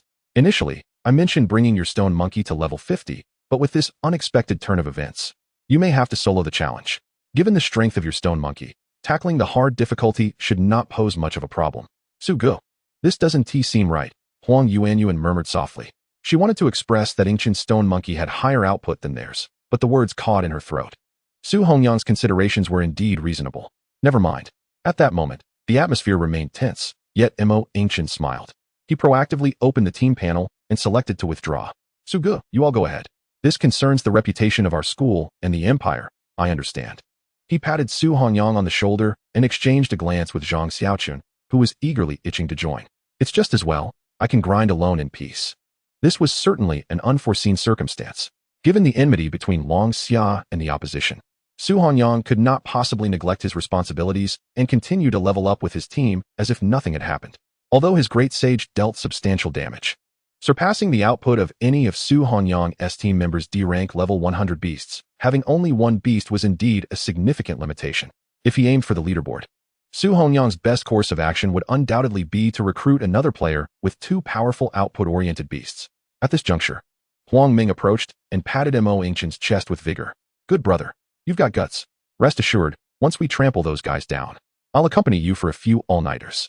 Su Hongyang sighed in relief and immediately invited Zhang Xiaochun into the team. Everyone, there's no need for me to elaborate on the gravity of the situation. Since those guys dare to come, they must be well prepared. We must exhibit 200% focus. Be ready for a protracted battle. Today, the top spot on the speedrun leaderboard must belong to Long Xia. Let us do this. The group roared in unison, their battle spirit soaring. Su Hongyang regarded Zhang Xiaochun, nodding solemnly. Has everything been arranged at the school, including the strategy experts and reinforcements? Zhang Xiaochun puffed out his chest. Rest assured, Yang Ge, the principal issued the order personally. The top 3 strategy experts from the school, along with over 20 students equipped with various top-tier D-rank beasts, are en route at full speed. Su Hongyang felt a slight easing of his tension. With the school as their backing, the pressure in his heart diminished considerably. Since the opposition dared to come, they were undoubtedly prepared. Every attempt moving forward must be executed with utmost diligence, meticulously honing each detail to perfection. This would be a protracted battle, testing not only configurations and tactics, but also mindset and perseverance. He paused, his voice resolute. Until we achieve a record that makes them gaze up in awe, one they can never surpass, this battle shall not truly conclude. Understood. Huang Ming was the first to shout, his eyes ablaze with fervor. We must keep them firmly beneath us. Qingya, too, shed her usual calm demeanor, her tone resolute. All right, into the secret realm. Su Hongyang ceased further speech, gesturing grandly as the team surged into the portal of the secret realm. With the rest of the team still en route, it was up to the 5 of them. This first encounter must establish their momentum and firmly suppress the opposition. Chapter 39. The Multiverse Research Institute reopens. Yingchen watched as Su Hongyang and the others vanished through the light portal, extending his hand to gently pat the head of his great sage. They left. We should also get busy. The great sage blinked, letting out a low growl, seemingly in response. Yingchen strode confidently towards the entrance of the secret realm. The interface popped up, and without hesitation, he selected the difficulty. Nightmare level. Hard difficulty? That scanned experience wound even sufficed to fill the gaps between his teeth. If he wished to level up swiftly, Nightmare level offered the highest efficiency. Admittedly, with the Great Sage currently at E-rank level 38, soloing the Nightmare level's final boss, the Goblin Lumberjack, was indeed improbable. The 10-minute berserk mechanism was virtually a deadlock. However, who decreed that entering the secret realm necessitated completing it? His primary objective was to elevate the Great Sage to level 50 as swiftly as possible, achieving evolution into the Thunderous War Ape. This was the essence of his journey. The experience from a D-rank secret realm was akin to an upgrade paradise for the E-rank Great Sage. As for the speedrun leaderboard, a glint of amusement flickered in Yingchen's eyes. He had never claimed disinterest in that ranking. An E-rank Great Sage could generate 30% of the output, astonishing Su Hongyang and his entire team. If he evolved into a D-rank Thunderous War Ape, what a sight that would be. It was worth noting that the Great Sage was still only E-rank. Even upon evolving into a D-rank Thunderous War Ape, he would still meet the entry conditions for the secret realm. Half a month later, outside the secret realm, within a temporarily erected camp, Yingchen stood at the doorway, his gaze fixated on the dazzling white light pulsating in the center of the room. Finally, level 50. Just moments ago, after he and the Great Sage cleared the last batch of minor monsters, the familiar glow of leveling up illuminated the surroundings, marking their rise to level 50. Without a moment's hesitation, he immediately exited the secret realm to initiate evolution. The relentless training over the past half-month was not in vain. The thought of the formidable stats of the Thunderous War Ape ignited a fervor within Yingchen. Outside the camp, the previously desolate scene had transformed dramatically over the past 2 weeks, due to the sudden rush for the leaderboard. This new secret realm had become the focal point of attention for Tianyan City and all surrounding areas. The entrance to the secret realm had been expanded into a massive military outpost. A steady stream of Beast Tamers, military personnel, and logistical teams flowed in and out. All eyes, intentionally or not, converged on the enormous record monument beside the entrance. The entire speedrun leaderboard was densely inscribed with names. Yet the true battleground lay within the top 2 rows. Over the past half-month, Su Hongyang's team and Li Zixin's team had clashed like 2 tireless beasts, fiercely vying for dominance over each other's records. Often, as one side refreshed their record by mere seconds, the other would surmount them with a slightly improved time within half a day. The competition had escalated into a frenzied race against time. Yingchen's gaze fell upon the pinnacle of the monument. Nightmare difficulty speedrun leaderboard. First place, Su Hongyang, Huang Ming, Zhang Xiaochun, Wang Wanquan, Bai Yi. Completion time, 1 hour 59 minutes 27 seconds. Second place, Li Zixin, Jin Yunhao, Zhao Renhe, Han Shanyu, Chui Qingjun. Completion time, 1 hour 59 minutes 59 seconds. He noted that the roster for Su Hongyang's team had already undergone 2 changes. It seemed that in their pursuit of unparalleled clearing efficiency, even Huang Yuan and Qingya had been replaced with pure damage-dealing substitutes. To compress time to such an extent, it seems that Su Hongyang and his team have indeed approached their limits. Even Huang Yuan and Qingya have been replaced. The current team configuration likely consists of a single tank, a single healer, and 8 damage dealers. They might even have forsaken the healer altogether. Despite these adjustments, they have not advanced even a single step in 3 days. This indicates that the potential of their current formation has been nearly exhausted. To accelerate their progress, they would need to exchange their soul tank for another damage dealer, deploying 10 purely offensive beasts in a desperate gamble. However, the risks involved are staggering. Any misstep could lead to the immediate demise of the beasts within their ranks, save for those that can be revived. The death of a meticulously nurtured D-class, fully leveled beast would be enough to make any beastmaster feel as though they were bleeding from the heart. Alas, do you think these 2 teams are mad? Is it worth it for just a few fleeting seconds? You know nothing.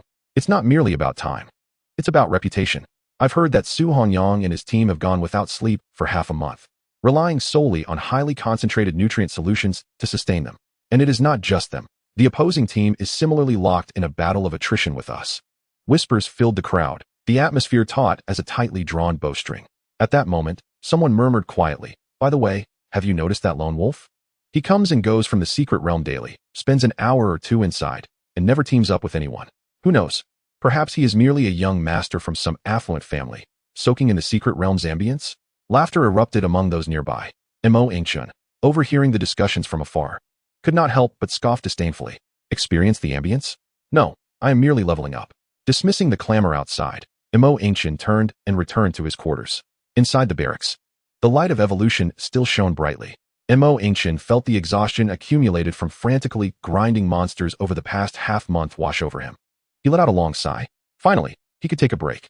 However, just as he was about to sit down, a familiar hum unexpectedly resonated within the depths of his mind. This sensation caused Yingchen's body to tense instantaneously, his eyes sparkling with intensity. The Multiverse Research Institute. It had unexpectedly reopened at this moment. A wave of elation surged through him, dispelling all fatigue. Following the evolution of the great sage, his next objective was to contract a second beast. He had been troubled over this second beast, as the success of the great sage had rendered him disinterested in ordinary beasts. Only a top-tier specimen fused with extraordinary items would be worthy of the title of his second beast. Yet, extraordinary items could only be obtained within the Multiverse Research Institute. He had thought he would have to wait several more months, but happiness had arrived so suddenly. It had been just over half a month since the last opening. And here it was again. It was as if he had been dozing off only to receive a pillow. Glancing at the situation outside, although there were many people, order was maintained. The area had been taken over by the military, ensuring safety and security. With that in mind, he did not hesitate any longer. With a thought, the world before him transformed into a stream of light and faded away. In its place stood the grand architectural complex, familiar and spanning the endless void. Returning to familiar grounds, Yingchen's state of mind was significantly different. He did not rush out in search of treasures as he had before. Instead, he stood still, carefully gauging the rate at which his mental energy dissipated. Now a second-tier beastmaster, the intensity of his mental energy was no longer comparable to the past. A few seconds later, Yingchen's breath quickened. Following that, an uncontrollable excitement surged within him. The rate of mental energy loss remained unchanged, yet his total mental energy had multiplied 4 or 5 times compared to before. This signified that this time, he could remain within the Institute for a duration extended by 4 to 5 times. Longer exploration time meant the potential to delve deeper into more areas and discover invaluable extraordinary items. Chapter 40. All things return to dust. Excellent, splendid. Yingchen tightened his fists. He raised his gaze, peering beyond the familiar structures nearby, directing his attention toward the shrouded, unknown regions cloaked in mist. He set forth, his figure swiftly advancing toward the Research Institute. Yingchen navigated expertly to the laboratory where he had obtained the tremor fruit a fortnight prior. He cast his eyes upon the glass he had shattered before. It was as pristine as ever. Approaching, he extended a finger and lightly tapped it, producing a clear sound. The glass had been restored. Yingchen stroked his chin, brow furrowing slightly. This institute possesses an automatic repair function, or does everything reset upon each entry? He quickly dismissed that speculation. No, it wouldn't make sense. If everything reset, the tremor fruit he had taken should have reappeared here. Yet, the laboratory was entirely empty. It seemed that every extraordinary item taken was genuinely gone. This implied that each extraordinary item in the Multiverse Research Institute was one of a kind. Suppressing his thoughts, he continued his exploration deeper into the institute. This time, with ample mental energy, he had plenty of time. He traversed through several desolate, silent corridors until another laboratory door illuminated with a guiding light came into view. Yingchen's heart stirred. He hurriedly approached. The words on the doorplate were clearly visible. From world number 00191, this blood possesses immense energy. According to the naming conventions of world number 00191, this blood is called the Pangu bloodline. Yingchen's breath caught abruptly. He stared at those 4 characters, his eyes widening in astonishment, momentarily at a loss for words. The Pangu bloodline? What an absurd jest. If this were to be taken out and fused with a beast, wouldn't that beast directly create the heavens and the earth? An uncontrollable fervor surged within him, making his heart pound wildly in his chest. He nearly lunged at the door, pushing it open with force. Inside the laboratory, the lights blazed brightly, and everything was spotless, exuding a sense of futuristic technology. However, The display platform in the center of the room was utterly bare. The ecstasy on Yingchen's face gradually solidified, ultimately morphing into an expression of helpless laughter. Well, if this item could be casually placed here, it would be a profound disrespect to the great Pangu. He chuckled self-deprecatingly, forcibly suppressing the immense disappointment swelling within him. He turned to leave. It was all right. The institute was vast, and there would surely be other treasures. However, when he discovered the third laboratory with a lit sign, his optimistic outlook shattered completely. He had mentally prepared himself, yet upon reading the inscription on the doorplate, he could not help but twitch at the corner of his eye. From world number 003, this artifact possesses strange fluctuations. According to the naming conventions of world no. 003, this artifact is called the Jade Disc of Creation. Yingchen fell silent. He was even too apathetic to push the door open. Merely standing there in quiet contemplation, peering through the glass, he gazed at the desolate research table within, his expression somewhat dulled. First, there was the bloodline of Pangu, and then the Jade Disc of Creation. The artifacts housed within this institute were increasingly preposterous. It felt akin to a beggar, impoverished throughout his life, suddenly discovering two mountains of gold before him, only to approach and realize they were mere paintings, holographic projections, no less. Ah, I see now. Yingchen exhaled deeply, feeling a weight of exhaustion settle upon him. This was merely a tantalizing illusion crafted to entice me.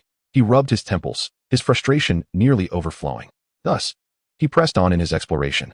He was momentarily dazzled by the two grand illusions that had flashed before his eyes. Yingchen continued his path with a stoic demeanor, his mindset having shifted to one of complete surrender. Whatever may be, so be it.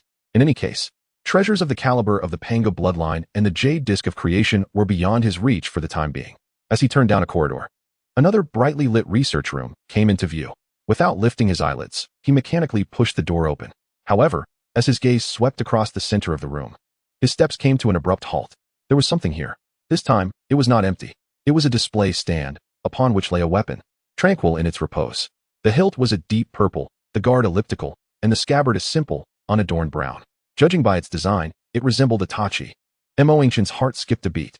He forced himself to delay any examination of the blade, instead directing his gaze slowly toward the accompanying placard. Deep breaths were futile now. He could only clench his fists tightly, as if to contain the surging thrill within him. Originating from World 0034, post-liberation, this weapon possesses the ability to generate flames of extreme temperature. According to the naming conventions of World 0034, this weapon is dubbed Flowing Blade Like Fire. Boom. The final four words resonated in Yingchen's mind like a thunderclap from the heavens. His thoughts momentarily blanked. Flowing Blade Like Fire. In the world of the Shinigami, this was the Zanpakuto of Yamamoto Jinryu Sai Shigekuni, the captain commander of the Godai 13. The most ancient and powerful, hailed as the strongest of the fire-based Zanpakuto. Once unleashed, it could emit temperatures rivaling the core of the sun at 15 million degrees, a weapon terrifying enough to incinerate the entirety of the Soul Society. He dashed toward the display stand in a single bound, trembling hands extending forth. The fervor in his eyes was nearly overflowing as he firmly grasped the frigid hilt. Yingchen took a glance at his dwindling spiritual energy. With a single thought, he exited the Multiverse Research Institute. This was sufficient. The acquisition this time was more than enough. The tremor fruit represented the pinnacle of physical destruction, while this flowing blade like fire was the very essence of annihilation. Yingchen now began to anticipate the fusion of his second beast companion with this Zanpakuto. One initial release would unleash a hellfire capable of incinerating all in its path. Not to mention, there lay a more terrifying Bankai. Visions from his previous life as manga flickered through his mind. All things shall return to dust, flowing blade like fire. How many youths had this phrase etched into their DNA, brimming with passion and vitality?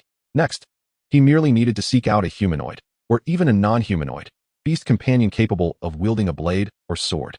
After all, it was flowing blade like fire. Detection of an item not belonging to this world has occurred. This item conflicts greatly with the world's rules, extracting the world's essence for fusion. Fusion successful. Item, flowing blade like fire. Type, extraordinary weapon from another world. Description, a weapon imbued with the ultimate flame rules, possessing both initial release and Bankai forms. Capable of unleashing terrifying power that incinerates all. Note, this item conflicts with the World S rules, after fusion with the World S essence. It will only affect the Beast Companion. Chapter 41, The Terrifying Tremor Warrior Ape. Consciousness returned to his body. The icy system prompt echoed in his mind, dissipating slowly, reminiscent of his prior acquisition of the tremor fruit. Flowing blade like fire could likewise only be wielded by a beast companion. However, Yingchen had anticipated this all along. Since his entry into the Multiverse Research Institute, over 2 hours had elapsed in the outside world. The sky had darkened completely.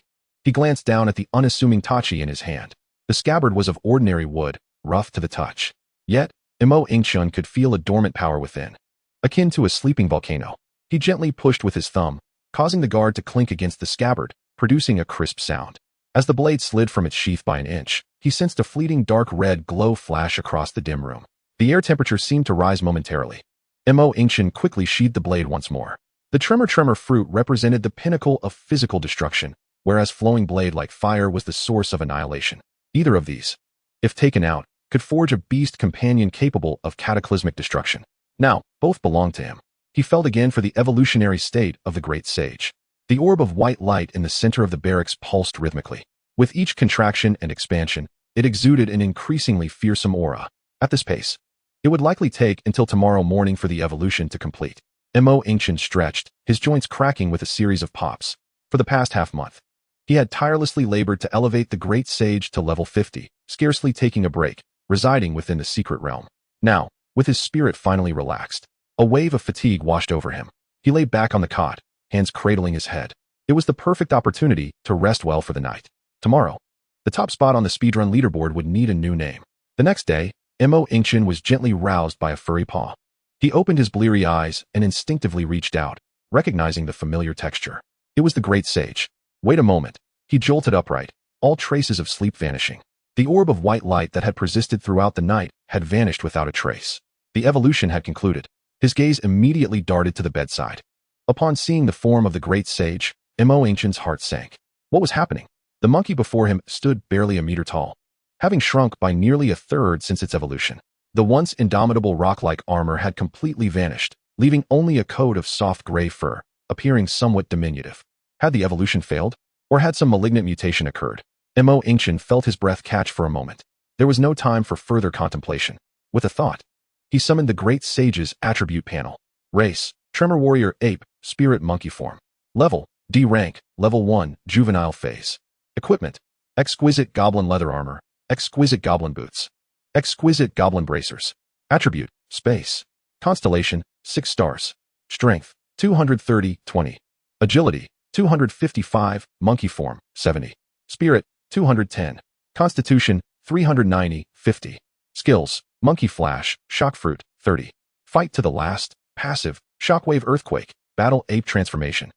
Shockwave Earthquake, strikes the ground, generating a shockwave with a radius of 10 meters, dealing 300 shock damage. Battle Ape Transformation. The thunderous Battle Ape can switch between Monkey Form and Battle Ape Form. Monkey Form. Agility increased by 50. Battle Ape Form. Constitution increased by 20. Strength increased by 10. Spirit increased by 20, with an additional passive state, Sovereign Emergence. Sovereign Emergence. Passive increase of 100 attack speed. Attacks inflict stun. Constellation 1. Force of 1,000 tons. Constellation 2. Wind Shadow Trace. Constellation 3. Primordial Rock Formation. Constellation 4. Drunkard's Life. Constellation 5. First Signs of Somersault. Constellation 6. Awakening of the Celestial. After reviewing the attribute panel, Yingchen finally felt a sense of relief as his heart, which had been lodged in his throat, settled back down. Fortunately, it was not a failed evolution. He extended his hand to gently stroke the soft, gray fur of the great sage. The texture was no longer as rigid as the previous rocky armor, but possessed a certain agility. The great sage also seemed somewhat unaccustomed to his newly diminished form. Tilting his head and scratching the back of his head, gazing at his own palm with a look of confusion. It was all right. He had not weakened, but rather grown stronger. Yingchen softly reassured himself, redirecting his gaze back to the attribute panel. The equipment remained unchanged, still the somewhat shabby goblin set. The requirement for the purple gold sun rod was D rank, level 10, which he could not yet utilize. Yingchen was eager to level up. Having spent the last half-month grinding low-level monsters, he had indeed looted several green items, yet none surpassed the goblin set, so he refrained from making any replacements. But this was not the crux of the matter. The focus lay in the fact that the evolved great sage now possessed 2 entirely distinct forms. According to the skill descriptions, switching forms appeared to incur no cost. In monkey form, agility was augmented by 50. This form represented the epitome of maneuverability and evasion. The current agility of 255 must have been the result of the enhancement from the monkey form. If he transitioned to battle ape form, this agility would be deducted in favor of enhancements to constitution, strength, and spirit. Yet, once he transformed into battle ape form, Yingchen's attention was drawn to the additional passive state. Sovereign Emergence. Passive increase of 100 attack speed. Attacks inflict stun. The corners of his eyes involuntarily twitched. A permanent 100 increase in attack speed. Every attack accompanied by a stun. This transcended the realm of mere strength. It ventured into the territory of reason. Images began to form in Yingchen's mind. A colossal ape towering in size, pinning its enemies into a corner, wielding a rod that became a blur of impenetrable shadows. Ruthlessly controlling and dispatching foes. This was not combat. It was unabashed torment. Next were the skills. The rock armor and brewing skills had vanished, replaced by a brand new active skill, Shockwave Earthquake. Most critically, the fusion degree of the shock fruit had surged from 10 to 30. This itself represented a qualitative leap, signifying a substantial enhancement in both the foundational power and range of the shockwave. Moreover, the skill, Shockwave Earthquake, was based on this 30 fusion degree, further amplifying it by 300. Despite the seemingly limited attack range of 10 meters, Yingchen felt a tingling sensation at the back of his neck. With this single skill unleashed, it seemed unlikely that anything within a 10-meter radius would survive. This was the true essence of cataclysmic destruction. He slowly exhaled a breath of murky air, all his worries and doubts transforming into an uncontrollable elation. The high maneuverability of monkey form, the insurmountable control and explosive power of battle ape form, coupled with a wide-ranging destructive skill, that was the D-rank thunderous battle ape. Chapter 42, Self-Destructing Strategy, Record Unbreakable? However, there was not without its drawbacks. With the disappearance of the rock armor skill, the Great Sage's defensive capabilities had significantly diminished, transitioning from a versatile template capable of both offense and defense into a template solely focused on raw damage output. Furthermore, the absence of skills had rendered 2 of the 6 constellation attributes utterly ineffective. Constellation 3, Primordial Rock Formation, and Constellation 6, Awakening of the Celestial, had both lost their efficacy due to the lack of the rock armor skill. The enhancement from Awakening of the Celestial, however, had been perfectly compensated by the Sovereign Emergence skill, even transforming into a permanent enhancement with more outrageous effects. Yet, the defense provided by rock armor was irrevocably lost. Nevertheless, Yingchen did not dwell too much on this. After all, post-evolution, the thunderous battle ape could once again select its own 6 constellations, necessitating a decision on replacements with the existing constellations. Now that 2 positions had been vacated, it actually spared him the hassle of future choices. Yingchen stood up, stretching his limbs. He gazed at the Great Sage, who was curiously examining his new form, and a smile crept across his face, filled with youthful exuberance. Let us go, Great Sage. It is time to etch our name at the pinnacle of the stone monument. With that, Yingchen led the Great Sage out of the makeshift tent. As soon as he stepped outside, however, he paused, sensing an unusual atmosphere. It was oppressively silent, akin to death. Hundreds of individuals were gathered before the record stone tablet. Yet not a single sound escaped their lips. At the forefront of the crowd stood Li Zixin and his 5 companions, who had been competing against Su Hanyang for the speedrun leaderboard. They stood there with an air of arrogance, one member even brazenly stepping on the base of the monument, loudly proclaiming something that elicited uproarious laughter from his companions. The laughter pierced through the silence, echoing sharply. Su Hanyang and his group were also among the crowd. The fierce glint in Huang Meng's eyes was bloodshot, his chest heaving violently as he glared intently at the group. Had it not been for a teammate restraining him, he would have likely charged at them by now. Su Hanyang's expression was equally grim, his fists clenched so tightly they turned pale, lips pressed together in silence. Yingchen's gaze swept over the crowd, landing upon the colossal record stone tablet. He raised an eyebrow in surprise. Nightmare difficulty speedrun leaderboard. First place, Li Zixin, Jin Yunhao, Zhao Renhe, Han Shanyu, Choi Xiangjin. Completion time, 1 hour 43 minutes 50 seconds. Second place, Su Hanyang, Huang Meng, Zhang Xiaochun, Wang Wanquan, Bai Yi. Completion time, 1 hour 53 minutes 7 seconds. They had managed to push the record forward by nearly 10 minutes. How was this achieved? Had they dismissed all tanks and healers, opting for 10 pure damage-dealing beasts to brute force their way through? That seemed unlikely. Su Hanyang's group had attempted this and failed twice, losing a D-rank beast, and were wary of trying again. The disparity is staggering, a full 10 minutes. How can we possibly catch up? Whispers of suppressed frustration rippled through the crowd. At that moment, Li Zixin seemed to revel in the attention of the masses. Clearing his throat, he He shouted towards Su Hongyang in a clumsy attempt at Longxia dialect. Mr. Su, are you satisfied with this record? Our team from the Great Universe Nation merely took it a tad seriously, and you all faltered. His gaze swept across the arena before landing on Su Hongyang, brimming with unabashed disdain. This record will remain here forever, a mountain that Tianyin University will never surmount. Admit it, you have lost. A stir arose among the crowd. Many students from Tianyin University flushed with anger. Yingchen navigated through the throng, heading straight for Su Hongyang. Yingchen. Su Hongyang managed to force a smile that was more painful than a grimace. Beside him, Huang Ming's eyes, bloodshot and furious, lit up upon seeing Yingchen. Those scoundrels cheated. He seethed through gritted teeth. What happened? Yingchen's gaze flitted over the steel before returning to Su Hongyang. Taking a deep breath, Su Hongyang appeared utterly drained, fatigue and defeat etched across his face. Huang Ming could no longer contain himself, growling. Those lunatics. Their team had 5 members. And aside from their signature beasts, the other 5 were all D-rank beasts that learned self-detonation. Yingchen's eyebrows arched slightly. Self-detonation? I know that skill. Due to regulatory constraints, signature beasts cannot learn it. Only those contracted in the wild can. Once activated, the beast unleashes energy far beyond its limits, only to perish completely. In other words, it is a one-time skill. Once used, the beast is gone. The death of a beast means the spirit energy occupied by the beast master is not returned. Once dead, it is gone for good, without a chance for recontracting unless the beast master's level is elevated to acquire a new beast slot. And the cost of obtaining a new beast slot is that of a 4th-tier beast master. As Huang Ming's voice trembled with anger, he continued. They sent those 5 beasts straight into self-detonation, and the final boss didn't even flinch before being obliterated on the spot. They effectively pushed the time forward by 10 minutes. Yingchen, after a moment of silence, calculated swiftly in his mind. 5 meticulously nurtured D-rank beasts, alongside 5 permanently voided beast contracts, all for the sake of topping a D-rank secret realm speedrun leaderboard? The price was exorbitant. These fools are truly reckless. Let us go. There's no hope left. Su Hongyang finally spoke, patting a teammate's shoulder as though all strength had drained from him. This self-destructive strategy could only be conceived by madmen. This record cannot be broken. Even if we were to procure 5 self-detonation skill books now, neither the school nor the military would permit such actions.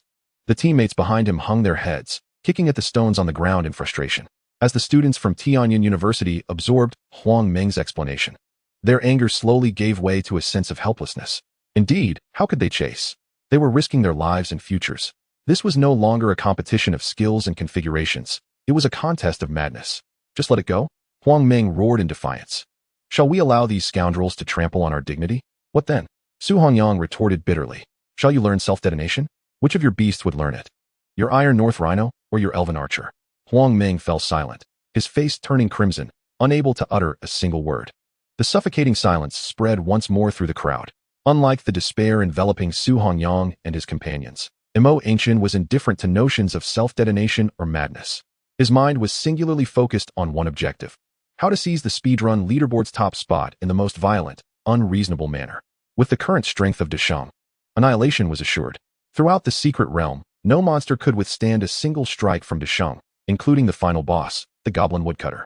Given that the time spent slaying monsters could be disregarded, the only factor to consider was the route. A vividly clear map of the secret realm unfurled in Yingchen's mind. Over the past half-month, he had traversed this space countless times. Every fork, every monster's position, was etched into his very bones. While Li Zixin's team had saved over 10 minutes from defeating the boss, they could not save a single second in clearing the minor monsters. What I need to do is maximize the efficiency of clearing minor monsters to create a record that no one could ever hope to surpass. Regrettably, the secret realm's terrain was intricate. It was impossible to gather all the monsters like in the Kobold Nest and eliminate them in one fell swoop. However, this challenge was no match for him. In the Multiverse Research Institute, he had mastered route planning for the sake of saving every precious second. As Su Hongyang prepared to lead his team away, looking utterly dejected, as if his very spine had been extracted, Yingchen called out, "Hey!" Su Hongyang halted, turning back in confusion. "Senior, are we really leaving?" Yingchen wore a slight smile. "The competition isn't over yet. Why concede so early?" "Concede?" Huang Ming spun around, his eyes ablaze. "Those scoundrels sacrificed 5 beasts in self-detonation. What do we have to pursue them with?" The crowd around them turned their gazes, most filled with sympathy and resignation. Indeed, they were risking their lives. How could they compete? Yingchen ignored Huang Ming's outburst, instead fixing his gaze on Su Hongyang. "Let us wait a moment. Perhaps a miracle will occur? After uttering this, he said no more, gently patting Desheng's head before plunging into the portal of the secret realm. His calm demeanor stood in stark contrast to the atmosphere of despair surrounding them. Su Hongyang and his companions stood dumbfounded, staring at the spot where Yingchen had vanished, lost in thought for a while. The crowd erupted in whispers. Who is that? Going in alone? Is he insane? Wait, I think I've seen him before. He asked that lone warrior who has been soloing dungeons recently. Li Zixin's group noticed the commotion, bursting into laughter upon seeing Yingchen enter the secret realm alone. Haha, have the Longxiao people gone mad? Sending someone in to die? The piercing laughter further darkened the expressions of Tianyun University's students. Damn, Huang Ming suddenly roared, smashing his fist against a nearby rock. Yingchen is right. We cannot let this slide. He suddenly grasped Su Hongyang's arm, shaking it vigorously. Yanggu, let's try again. I refuse to believe that we can't catch up within just 10 minutes. Yanggu, let's continue. We must give it another shot. Yes, Yanggu, let's try again. I cannot return like this, feeling unsatisfied. Let's give it a go. Su Hongyang was enveloped by the voices of his teammates. He gazed into the fiery eyes of Huang Ming, observing the expressions of determination and struggle etched upon the faces of his comrades. The heart, once frozen by despair, seemed to show signs of thawing. The calm figure of Yingchen flashed through his mind, along with the words, perhaps there might be a miracle. A miracle? He self-deprecatingly tugged at the corners of his mouth. Yet, as his gaze swept over Li Zixin's arrogant face, a surge of seething anger coursed through his veins. He could not bring himself to concede defeat. The void in Su Hongyang's eyes dissipated, replaced by a resolute determination akin to burning one's boats. He inhaled deeply, his voice hoarse yet unwavering. All right, let's give it one more try. Go. Into the secret realm. The group exchanged glances, and the heavy expressions on their faces finally melted away, replaced by smiles. It was the only choice when pushed to the brink. If Yingchen were aware that his single phrase had rekindled Su Hongyang and his team's fighting spirit, he would likely find it both amusing and exasperating. He had merely suggested they wait and see, not that they should plunge in alongside him. However, he had no time to ponder such matters. The countdown had commenced the moment he stepped through the light portal. Great Sage, transform into battle ape form. With a thought, the small gray monkey that followed him, seemingly frail, abruptly halted. Roar! A deep growl erupted from its throat, followed by the sound of cracking bones, as if beans were being fried. Its height, originally less than 1 meter, began to swell dramatically. Beneath the silky gray fur, bulging muscles rippled. The figure transformed at a visible pace, becoming robust and fierce. 1 meter, 2 meters, 3 meters. Ultimately, a terrifying giant ape, standing an imposing 3.5 meters tall and exuding an aura of primal dominance, replaced the previous simian form. The shadow cast by the giant almost enveloped Yingchen entirely. He looked up at this colossal being, his lips twitching involuntarily. While he had anticipated the transformation, this was indeed an exaggeration. The visual impact was overwhelming. The great sage seemed equally intrigued by its newfound power. It lowered its gaze to inspect its fist, which was as large as a cauldron, then casually swung it forward.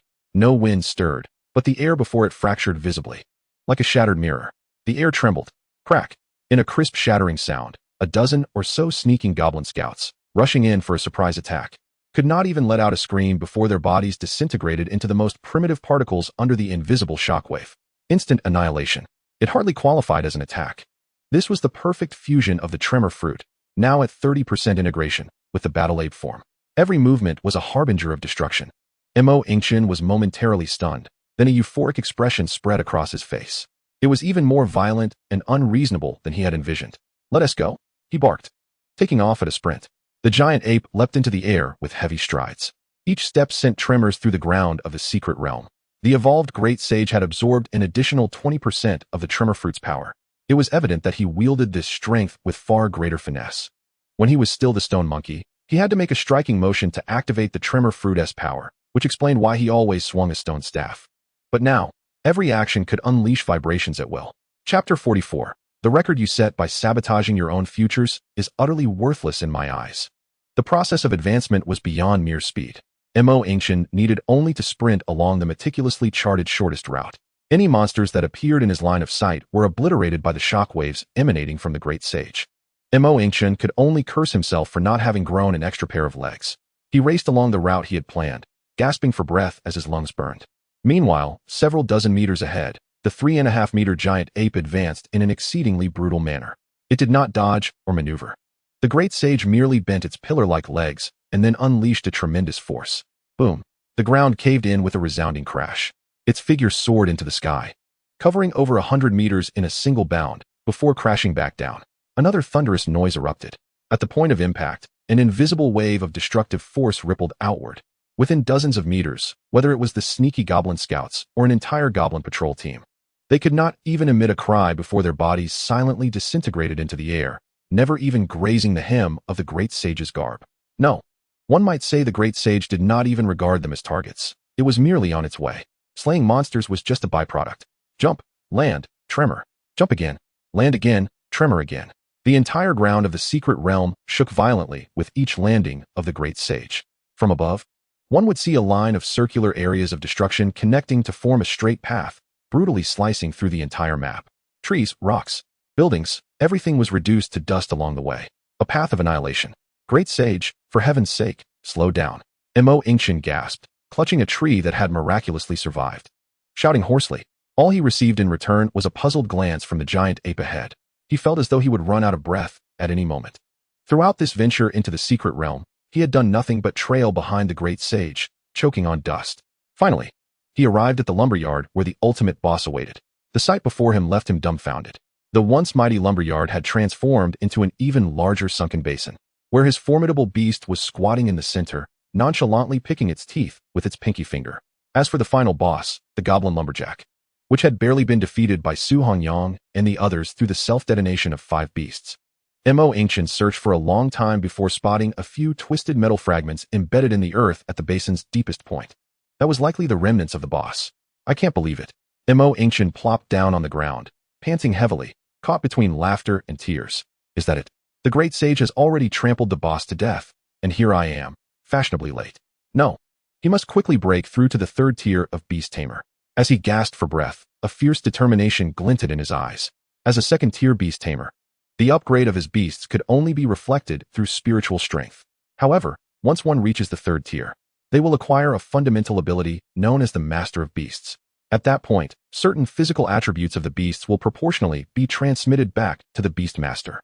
Otherwise, should this evolution continue unabated, not only would he be incapable of fighting alongside his companions, but he would also lack the qualification to cheer for the great sage from behind. Surely, as the Master, he cannot rely on his beasts to carry him everywhere in the future, can he? At that moment, the system's notification chimed in. Congratulations to the Beast Master for conquering the Goblin Logging Camp. Nightmare difficulty. Completion time, 1 hour, 3 minutes, and 0 seconds. Records are being updated. Congratulations to the Beast Master for attaining 1st place on the speedrun leaderboard for the Goblin Logging Camp under Nightmare difficulty. All participating beasts are at level 6. Rewards are being distributed. This marked the 3rd time Yingchen had made the leaderboard. His previous 2 achievements were for the speedrun leaderboard of the Knoll Den and the 1st kill leaderboard of the Goblin Logging Camp. He had grown quite accustomed to this process. No longer was he eager to activate the absolute luck talent. After all, rewards are drawn from treasure chests. He merely needed to unleash his skills before opening them. There was no need to rush. Outside the secret realm, the atmosphere before the massive record stone tablet remained stiflingly oppressive. Su Hongyang and the others had just gritted their teeth and charged back into the secret realm once more. The majority of the students remained behind, clinging to a faint glimmer of hope, continuing to wait. Just then, a sharp-eyed student in the crowd suddenly rubbed his eyes and uncertainly pointed at the stone tablet. Hey, look, hasn't he the stone tablet lit up? His exclamation instantly drew the attention of everyone present. Buzz. The name at the top of the record stone tablet suddenly became blurred, only to be erased by a blinding golden light. Following that, a brand new and more resplendent line of text was imprinted anew upon it. Over 100 people appeared to be collectively spellbound, each craning their necks and gaping in astonishment. Nightmare difficulty speedrun leaderboard. 1st place, Yingchen, completion time, 1 hour, 3 minutes, and 0 seconds. This newly emerged record effectively relegated the original records of Li Zixin and his companions to the lower ranks. After a moment of silence, a tumultuous uproar erupted like a tsunami. What the hell? Yingchen. Who is that? 1 person, 1 hour and 3 minutes? Am I seeing things? Is this even a record achievable by a human? I could barely make it to the boss's location from the entrance without engaging a single monster. And even an hour might not suffice. The crowd erupted into chaos, their discussions and exclamations merging into a cacophony. The uproar caused Li Zixin and his companions, who were preparing to pack up and bask in the glory of victory, to furrow their brows. What is going on? One of the team members glanced discontentedly toward the crowd. Do these Longxiao people just scream when they can't handle a loss? Li Zixin's expression darkened. He had caught snippets of the conversation. 1 hour and 3 minutes. One person. Absurd. Was this a case of losing so badly that they had begun to spout nonsense? Hey, who are you? Why are you pushing? A student from Tianyin University was rudely shoved aside, turning back to curse. Li Zixin hardly paid him any mind. With a grim countenance, he forcefully carved a path through the throng. He was determined to see why these failures were celebrating. As he lifted his gaze and met the stone tablet, the derision and arrogance etched upon his face froze. The once gleaming first-place position that rightfully belonged to him was now emblazoned with an excruciatingly glaring new name. Nightmare Difficulty Speedrun Leaderboard. First place, Yingchen. Completion time, 1 hour, 3 minutes, and 0 seconds. Second place, Li Zixin, Jin Yunhao, Zhao Renhe, Han Shangyu, Choi Changjun. Completion time, 1 hour, 43 minutes, and 50 seconds. Li Zixin's mind was engulfed in a loud buzz, as though it had been struck by a heavy hammer, and his vision began to fade. How could this be? How could it be possible? He fixated on that time, 1 hour and 3 minutes. Chapter 45, feeling like he missed out on a fortune. A panicked team member grasped Li Zixin's shoulder, shaking him vigorously. Captain, this must be fake, right? One person? How could he possibly be 40 minutes faster than us? He must have cheated. He must have used some kind of illegal item. 40 minutes. This number pierced Li Zixin's mind like a searing iron rod. They had sacrificed 5 D-tier beasts, employing the devastating method of self-detonation, and managed to compress their time against the boss by merely a few minutes. Yet this Yingchen, a single individual, had outpaced them by a staggering 40 minutes. This implied that he not only defeated the boss, but did so with an incomprehensible efficiency even in clearing the minor monsters. He recalled his own beast, which had been by his side for many years, under the self-detonation command. It had turned back to glance at him one last time before transforming into a sphere of annihilation. Those had been 5 living, meticulously nurtured D-tier beasts. They were 5 contractual slots now rendered permanently void. They were the glory and acclaim that would exempt them from military service upon returning home. Now, all of that had become a farcical joke. The record they had sacrificed their futures to obtain was now trivially trampled underfoot by someone who seemed to take it all lightly. Even beneath the dignity of being a stepping stone. Gagging, Li Zixin felt a rush of metallic tang rise in his throat. He violently shoved aside the team member beside him, his eyes bloodshot as he glared at the name on the stone tablet. In the crowd, the Tianyin University student he had previously pushed aside was now regarding him with a look reserved for a jester. Mimicking his earlier tone, he mockingly called out, "Mr. Li, are you satisfied with this new record?" A wave of suppressed laughter erupted around them. Each laugh felt like a resounding slap to the face of Li Zixin and his teammates. Li Zixin staggered, unable to maintain his footing, and turned to push through the crowd, fleeing in utter humiliation. Within the secret realm, Yingchen stood at the edge of the massive basin created by the great sage's footfall. Sighing, he slid down the slope into the pit. Observing this, the great sage leaped down after him. With a thunderous boom, the ground trembled once more. It curiously poked at the metal fragments that had fused with the earth at the bottom of the pit using its enormous finger. Yingchen circled around his beast. After rummaging through the ruins for a moment, he finally uncovered a glimmering blue light beneath a pile of twisted metal. High-frequency cutting blade. Quality, blue. Power, 350. Sword-type attack skill effect increased by 10. Additional skill, sweep, deals 150 cutting damage in a forward fan-shaped area. Cooldown, 60 seconds. Equipment requirement, D-tier, level 10. Not bad. Yingchen weighed it in his hands. The weapon was decent, providing a single attribute boost. For an offensive beast, this was a significant enhancement. The supplementary skill was also formidable. Although the cooldown time was somewhat lengthy at 60 seconds, a range skill with a 150 damage increase was indeed a rarity. General area skills typically suffer from a negative effect of attack decay. However, this sweeping strike defies that norm, boasting damage that surpasses even single-target attacks. Casually stowing his equipment into his bag, Yingchen finally shifted his focus to the main event of the day. He approached the center of the basin, and with a mere thought, the splendid treasure chest as a reward for clearing the level materialized out of thin air. Taking a deep breath, Yingchen instinctively prepared to activate his absolute luck talent. Yet, as his hand rose halfway, it abruptly froze in midair. An unexpected thought surged into his mind without warning. Absolute luck lasts for 10 minutes. His gaze moved mechanically, first glancing at the blue weapon within his bag, then slowly shifting to the remnants of the boss, crushed into metal discs upon the ground. Finally, his eyes settled on the treasure chest beside him. Yingchen opened his mouth, a single word lodged in his throat. rendering him speechless for a long moment. How could he have forgotten? He could have activated his talent before the boss engaged. 10 minutes was more than sufficient. Had he done so, the equipment dropped by the boss could have benefited from the boost of absolute luck. A wave of regret washed over him, feeling as though he had squandered a fortune.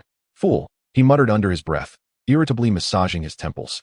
Observing his actions, the boss mimicked him, raising a fist the size of a cooking pot and using its pinky to rub its own temple. Confusion etched across its face. Yingchen was caught between annoyance and amusement, ultimately exhaling a long breath of resignation. It was done. No amount of regret would change the past, and he could only regard it as a lesson learned. Shaking his head to dispel the distracting thoughts, he refocused his gaze. With a thought, a familiar sensation coursed through him. Absolute luck activated. He commanded the treasure chest to open. At his command, the magnificent chest sprang open, emanating a soft glow. Reward successfully distributed. Congratulations, Beastmaster. You have obtained Soul Stone X6. Congratulations, Beastmaster. You have obtained Item Experience Potion X5. Congratulations, Beastmaster. You have obtained Item Skill Evolution Stone X3. Yingchen's breath caught for a moment. Skill Evolution Stone. This item could also be found in a secret realm treasure chest. In his memory, such items were typically exclusive to the Soul Altar. It seemed the credit lay with absolute luck. A surge of ecstasy welled up within him as he promptly clicked to view the details. Skill Evolution Stone can be used to evolve any skill of the Beastmaster, significantly enhancing its effects. The description was succinct yet weighty. Good fortune must be swiftly transformed into power. Yingchen had no habit of hoarding treasures away. With absolute luck on his side, he would continuously acquire even more formidable treasures in the future. He quickly assessed his options. The boss's current skills were Tremor Split, Agile Monkey, Quake-Quake Fruit, and the passive skill Battle Hardened. Without a moment's hesitation, one thought consumed his entire mind. The Quake-Quake Fruit. This was the core of his power. With a fusion degree of 30, the boss had already become a moving calamity, each action imbued with devastating force. What would happen if it evolved once more? He unhesitatingly issued the command in his mind. Choose the skill Quake-Quake Fruit for evolution. Detecting Beastmaster's command. Evolving skill Quake-Quake Fruit, 30. The system's notification was as cold as ever, yet anticipation ignited in Yingchen's eyes. However, the next moment brought disappointment. Evolution failed. Error. The target ability belongs to the Beastmaster itself and is merely for display. It does not count as a skill. Please select another skill. Skill Evolution Stone has been returned to the bag. Yingchen's expression froze. He stared at the cold notification, frozen in place for a long moment. Chapter 46. Skill Evolution, Blood Fury Berserker. After a few seconds, realization dawned upon Yingchen, and he chuckled wryly. Merely for display, it didn't count as a skill. He shook his head, somewhat begrudgingly accepting the logic. Given the Quake-Quake Fruit status as a rule-level ability, it was already a miracle that the system allowed the boss to fuse with it. Even the fusion progress was divided into percentages. A capacity of 30 was the maximum the Tremor Battle Ape could achieve. If a mere skill evolution stone could directly enhance it, its value would be astronomical. Though the reasoning was sound, he still felt a twinge of dissatisfaction, akin to gazing at a mountain of gold only to be told he could not touch it. The Quake-Quake Fruit was off limits. His gaze shifted to the remaining skills: Agile Monkey, Tremor Split, and Battle Hardened. Surely, these must be genuine skills. His eyes lingered on Tremor Split for a moment. A ground strike with a 10-meter radius, dealing 300 shock damage. This skill was straightforward yet powerful, representing the boss's strongest burst potential. If evolved, its might would likely become astonishing.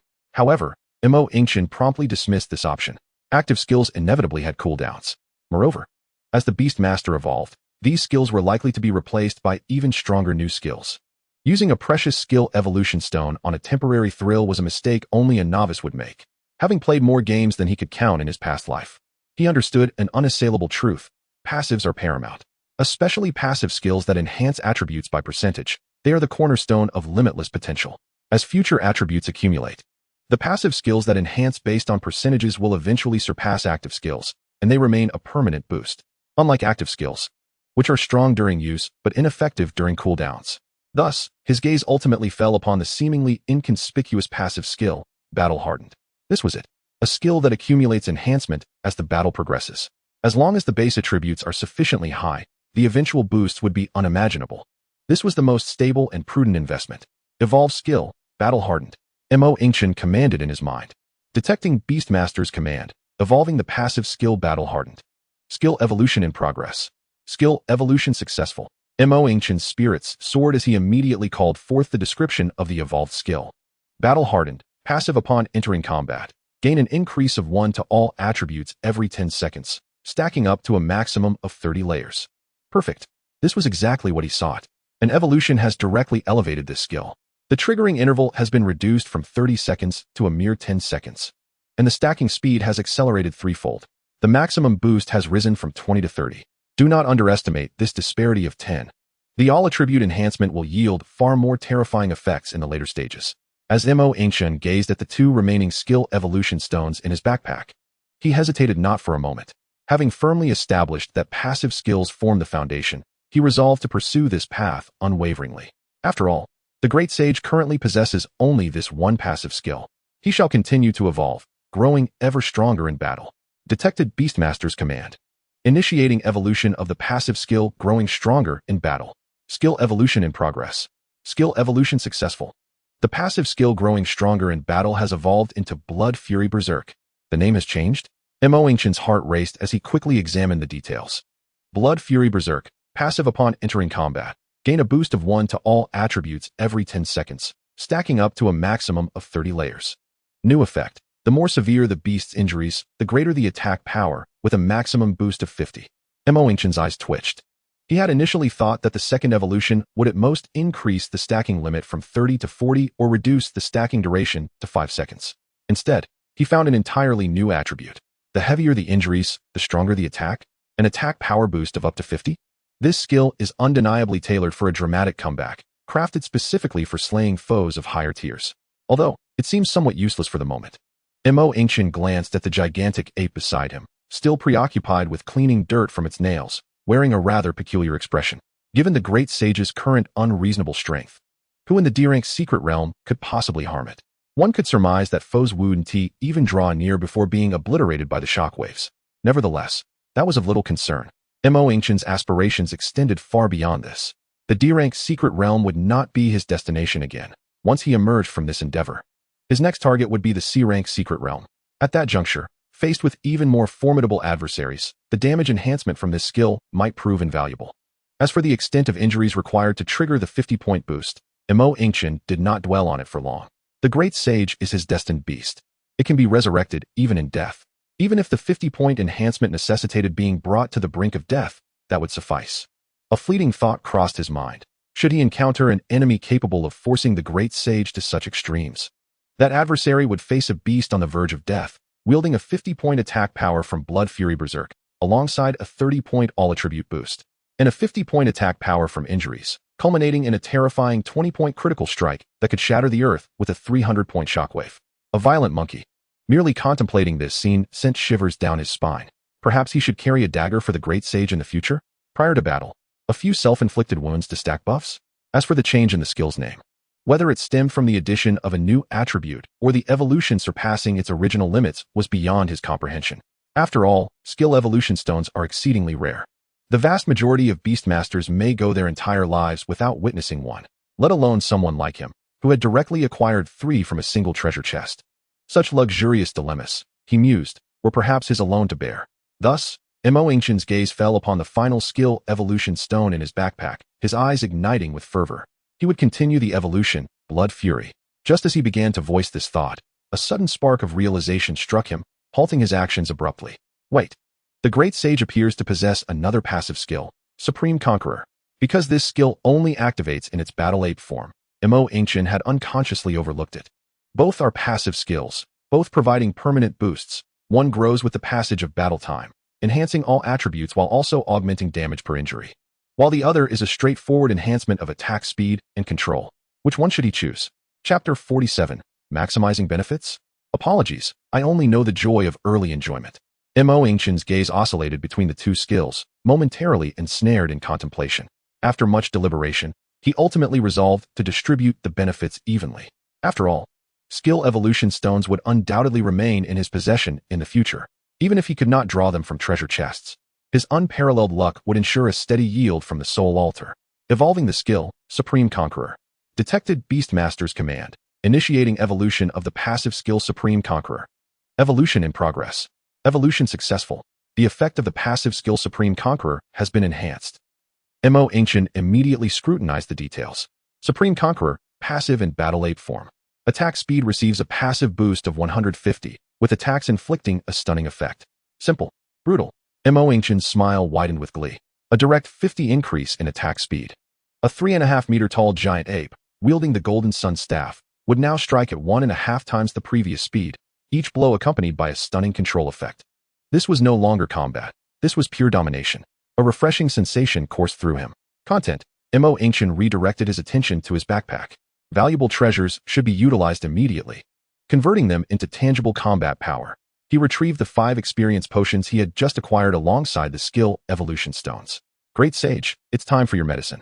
The effect of the experience potions is constant, regardless of the current level of the beast, as long as it has not reached the maximum level. Consuming one will elevate it by a tier. Many individuals, upon acquiring such items, hoard them, reluctant to use them until their beasts are in their 90s. When gaining experience becomes a monumental challenge, they pursue the so-called maximization of benefits. To this, Mo Ancient could only scoff. Childish. What is the point of hoarding treasures for a future that may never come? He was determined to elevate the Great Sage's level, meeting the requirements for wielding the Golden Sun Staff. The sooner he used it, the sooner he could relish the benefits. Enhancing combat power is what truly matters. Boom, boom, boom. A series of dazzling upgrade lights erupted around the Great Sage. The radiance layered upon itself, dazzling and resplendent. With each flash, the wild and domineering aura surrounding the Great Sage surged. Coupled with the previously acquired 6 levels from the leaderboard rewards, it resulted in a total of 11 level-ups. Mo Ancient's consciousness delved into the beast space, observing the lengthy list of attribute points awaiting allocation, his spirits soaring. The higher the rank of the beast, the more attribute points gained per level. His destined beast, full of potential.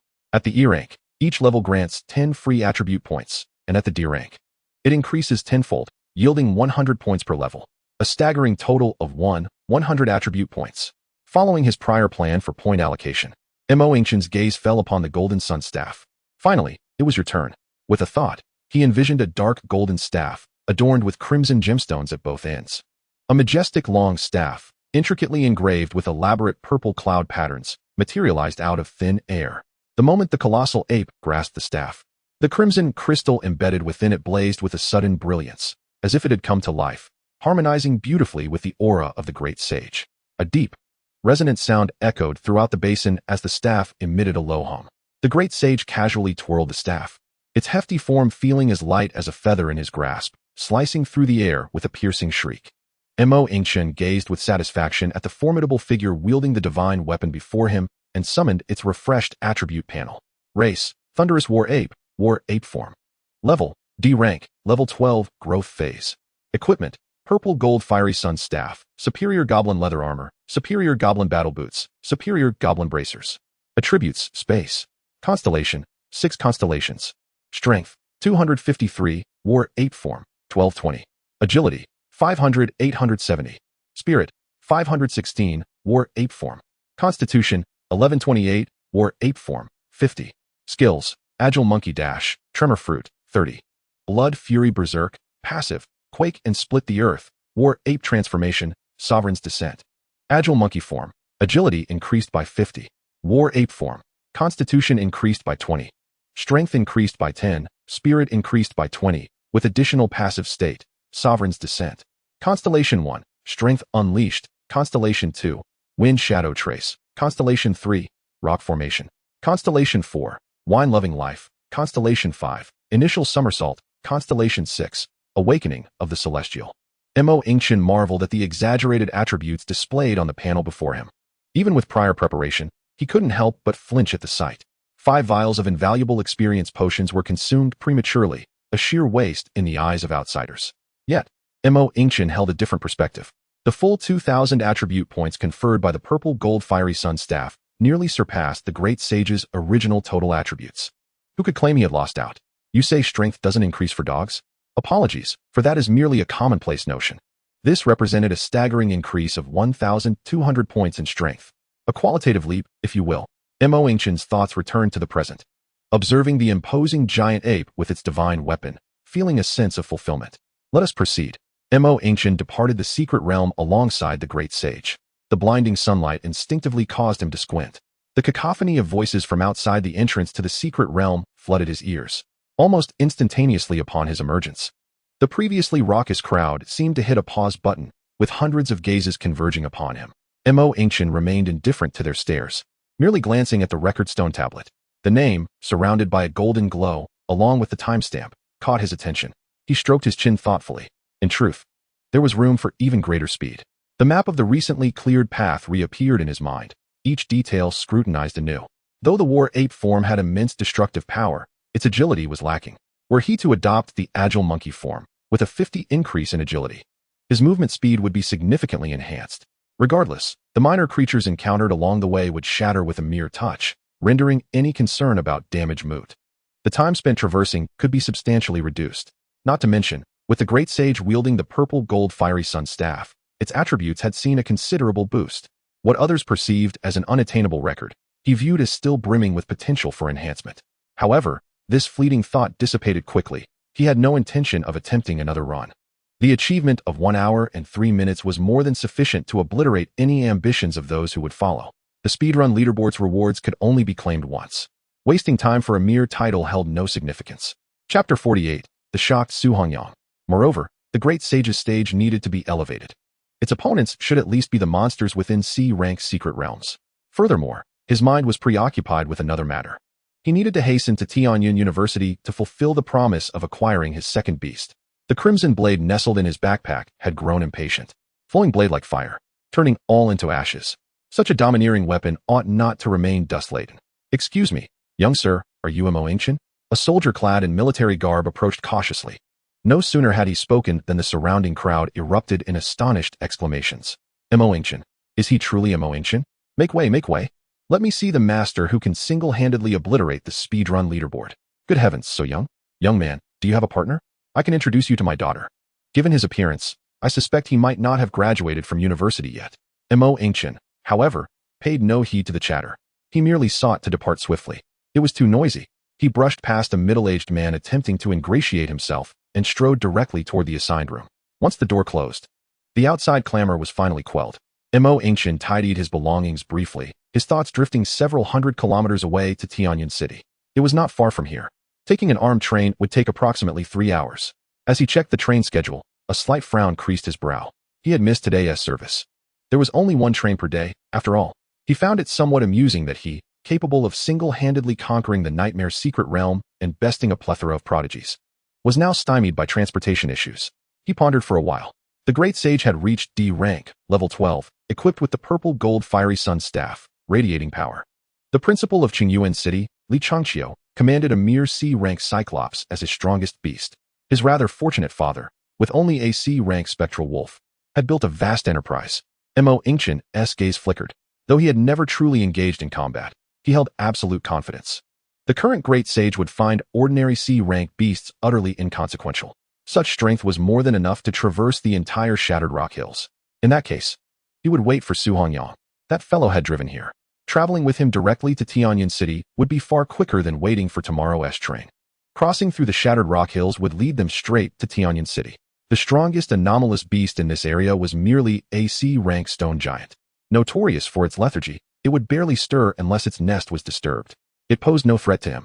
Yingchen quickly made his decision. The light gateway at the entrance of the secret realm shimmered and distorted. Su Hongyang and his group of 5 emerged, their expressions downcast, each face etched with defeat. Particularly, Huang Ming appeared pale. It seems we have indeed failed, one voice rasped, thick with resentment. Achieving ranking is not something one can accomplish merely with fervor. They were provoked by Li Zixin's group, and the emergence of Yingchen ignited a flicker of hope within them. Fueled by fervor, they charged back into the secret realm. However, in their impetuosity, they made numerous blunders in handling the finer details, nearly leading to their downfall when facing the final boss. At the critical moment, it was Huang Ming, his eyes bloodshot, who took the initiative to sacrifice his own beloved beast, the ironclad rhino, barely managing to slay the boss. Yet, despite this sacrifice, their clearance time still lagged almost 10 minutes behind that of Li Zixin's team. As soon as they emerged, Su Hongyang spotted a crowd gathered around the record stone tablet, pointing and discussing. However, the expressions on their faces had transformed from frustration and anger to one of fervent excitement. What was happening? A sense of foreboding gripped Su Hongyang's heart as he squeezed his way through the throng. In just one glance, he was rendered speechless. At the very top of the tablet, the names belonging to the others had been pushed to the second row.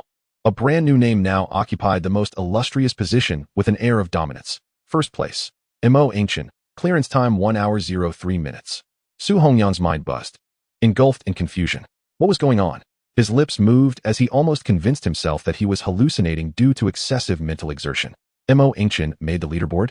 1 hour and 3 minutes? The teammates behind him also caught sight of it. Am I seeing things? One person? Doesn't he only have one beast? What a joke. 1 hour? Did he fly through it? Su Hongyang's gaze remained fixated on that name. He knew better than anyone how formidable Yingchen's stone monkey was. Just half a month ago, they had fought side by side as allies. If only Yingchen had possessed another beast, even a single D-grade one, he would have undoubtedly been the best choice for this record-breaking team. Back then, in pursuit of breaking records, he had personally spoken to Yingchen about it. He made what he believed to be the most rational and correct decision, opting to replace Yingchen with Zhang Xiaochen. And what was the result?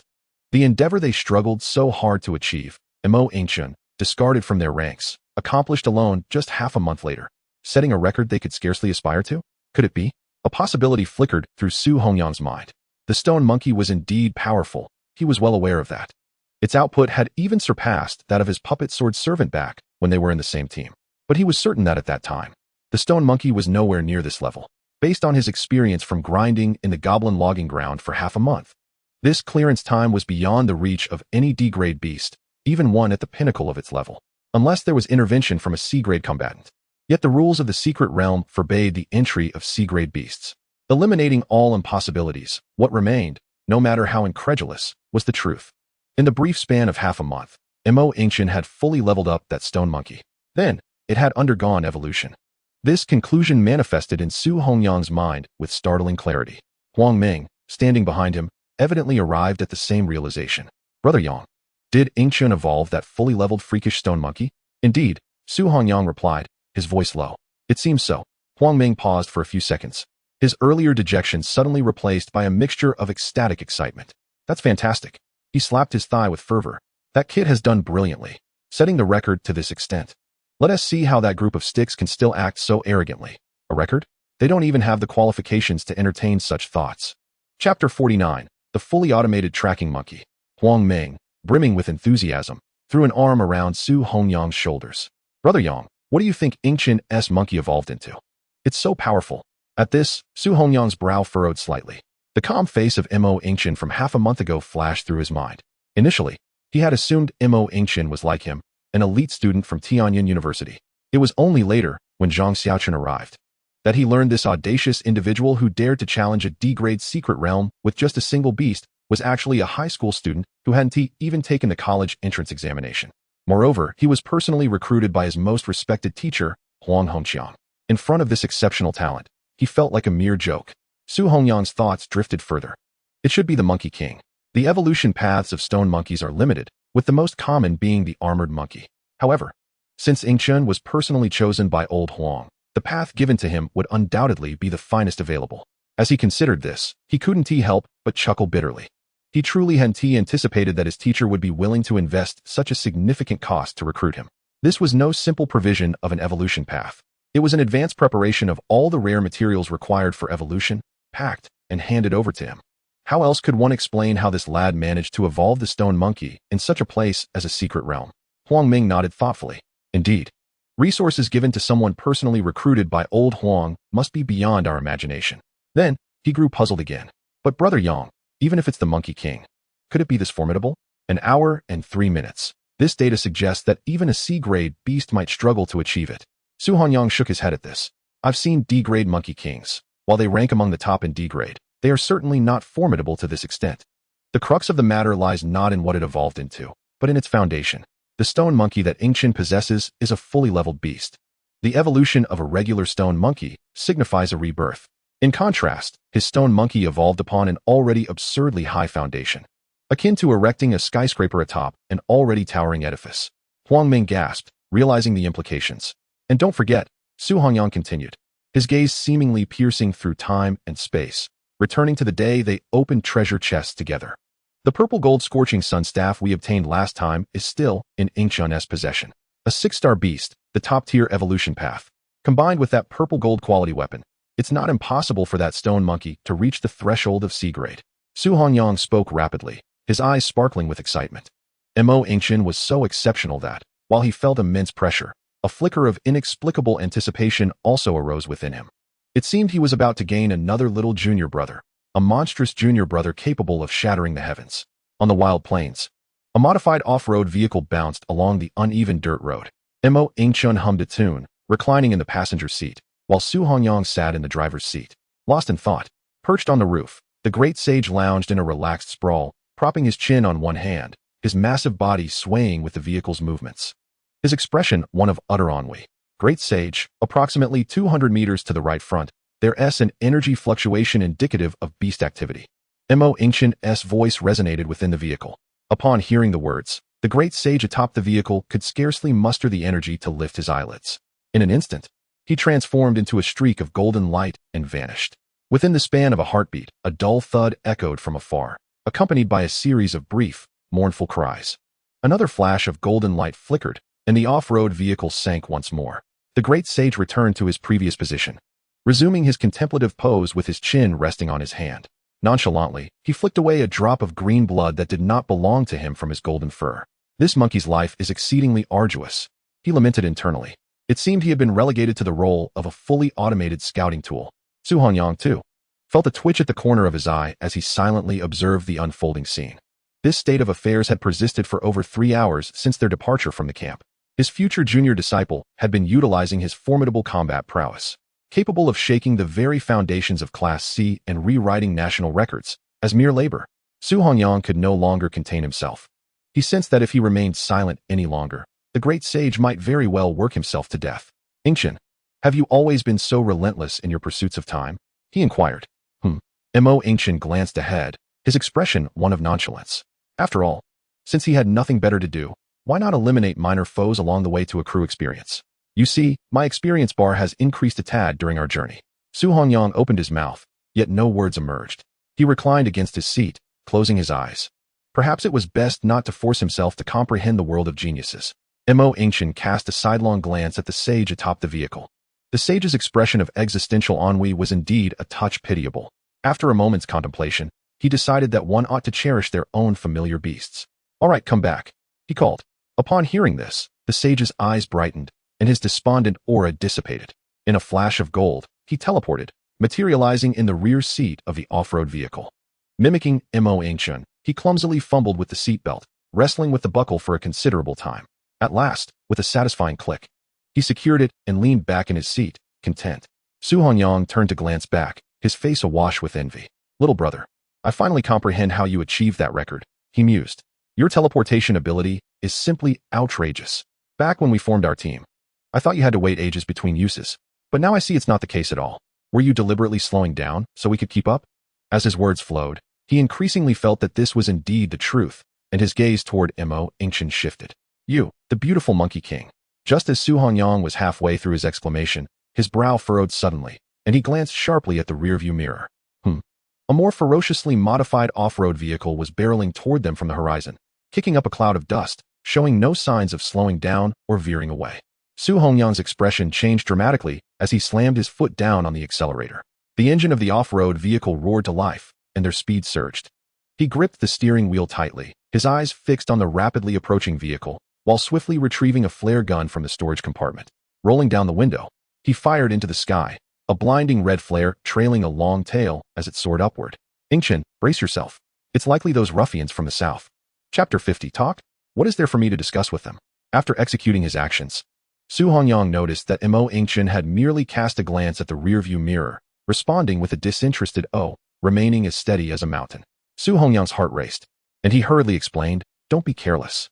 Although they have sacrificed their beasts and their strength is greatly diminished, you must understand that their mentor, the level 3 beast master Li Jinshan, should also be with them." His voice tightened with anxiety. Li Jinshan has a Class C venomous toad and a Class D fiery hound. If they decide to attack us, we'll be in serious trouble.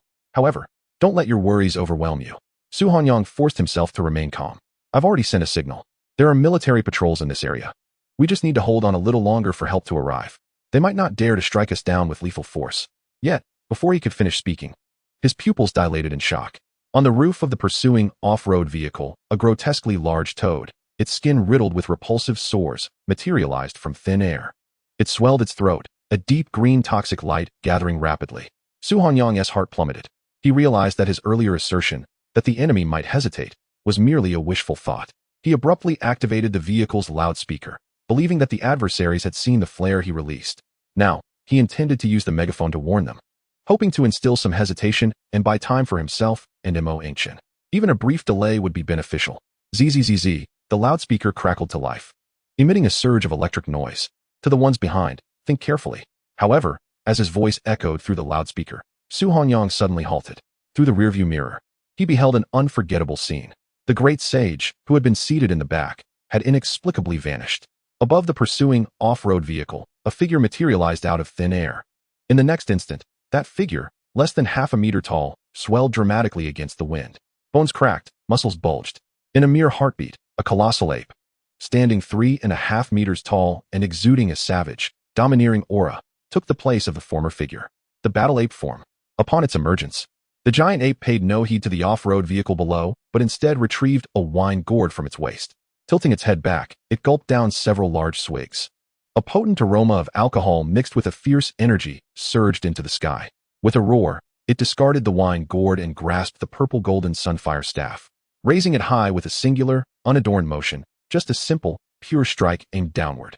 Yet as this blow descended, the surrounding air seemed to be instantaneously sucked dry, then violently collapsed inward with a mournful wail, as if the space itself were buckling under the pressure.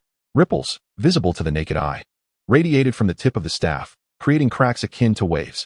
A devastating shockwave enveloped the off-road vehicle below with pinpoint precision. Boom. Everything vanished. Skill, earth-shattering rupture. This was the first time the great sage had used this skill since evolving into the earth-shattering battle ape, and it was also his strongest ability to date. With a staggering 300 amplification, the power of the tremor fruit he wielded reached its zenith. The great sage's massive form crashed to the ground, leaving behind a colossal pit nearly 10 meters in diameter. Charred earth churned, emitting a noxious odor of scorched matter.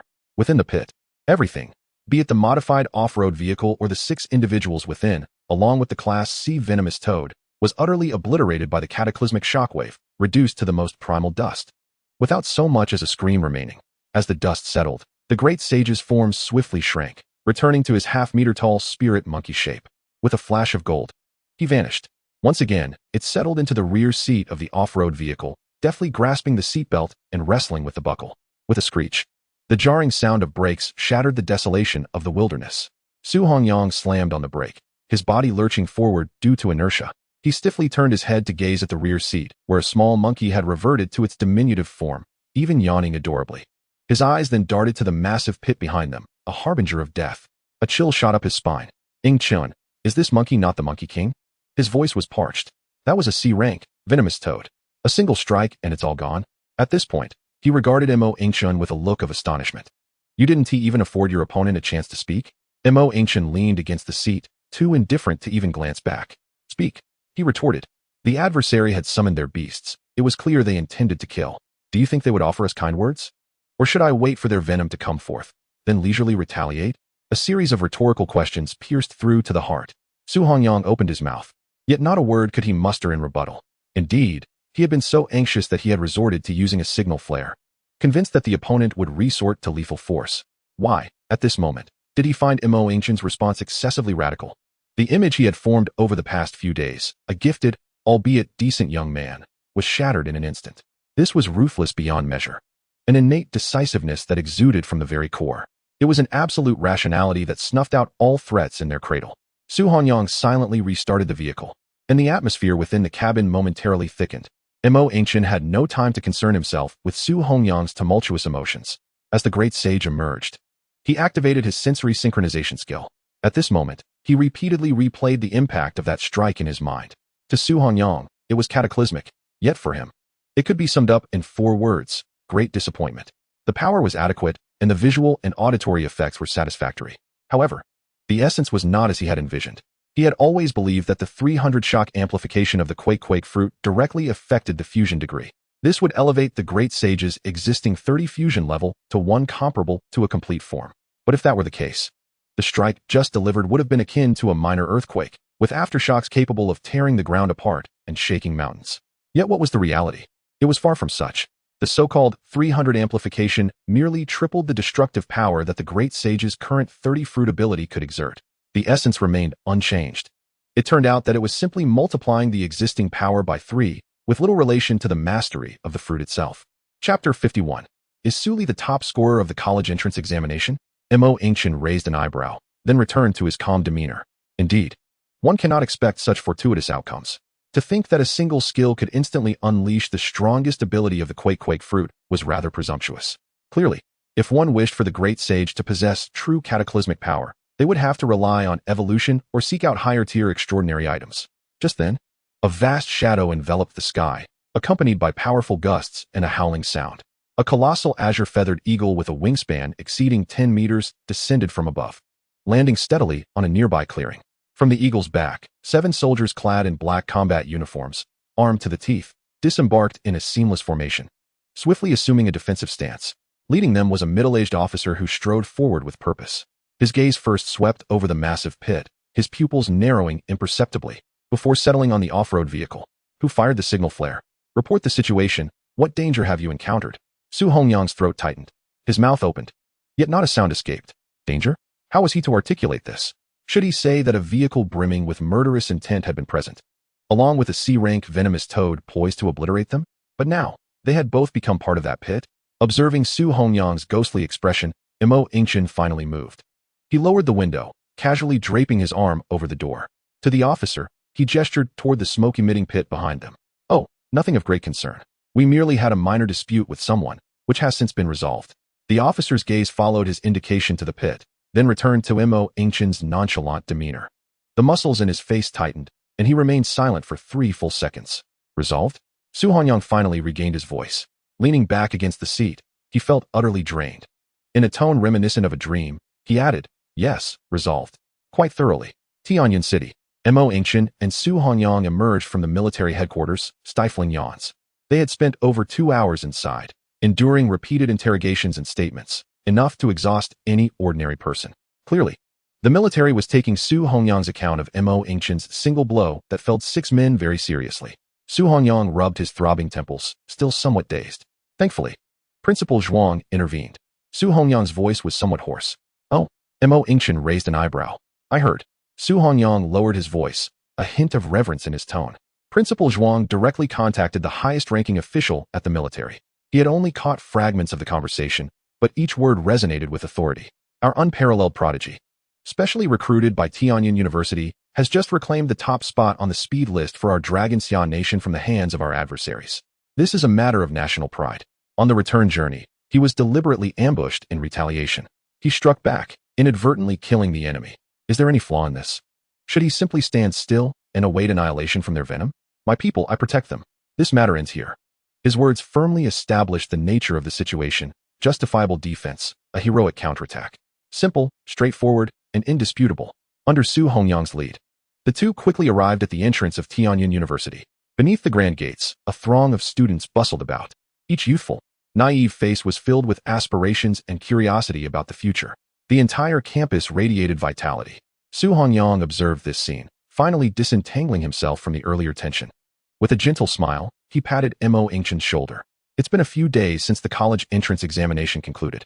The younger students who chose Tianyan University have mostly come to register, hence the increased crowd. As he pondered, an epiphany struck him, and his expression morphed into one of peculiar contemplation. Ah, of course, you are also a freshman. A creature capable of obliterating C-tier beast masters and their charges with a mere flick of its wrist is also a newcomer here to register. Su Hongyang felt his worldview had been somewhat upended. He sensed a need for solitude. I shall not accompany you any longer. I have matters to attend to. With that, Su Hongyang seemed to flee, waving his hand at Yingchen before hastily departing. Yingchen merely shrugged, unfazed. He strolled alone along the expansive tree-lined avenue of the campus. In this realm, the concept of a leisurely summer vacation post-entrance examination was non-existent.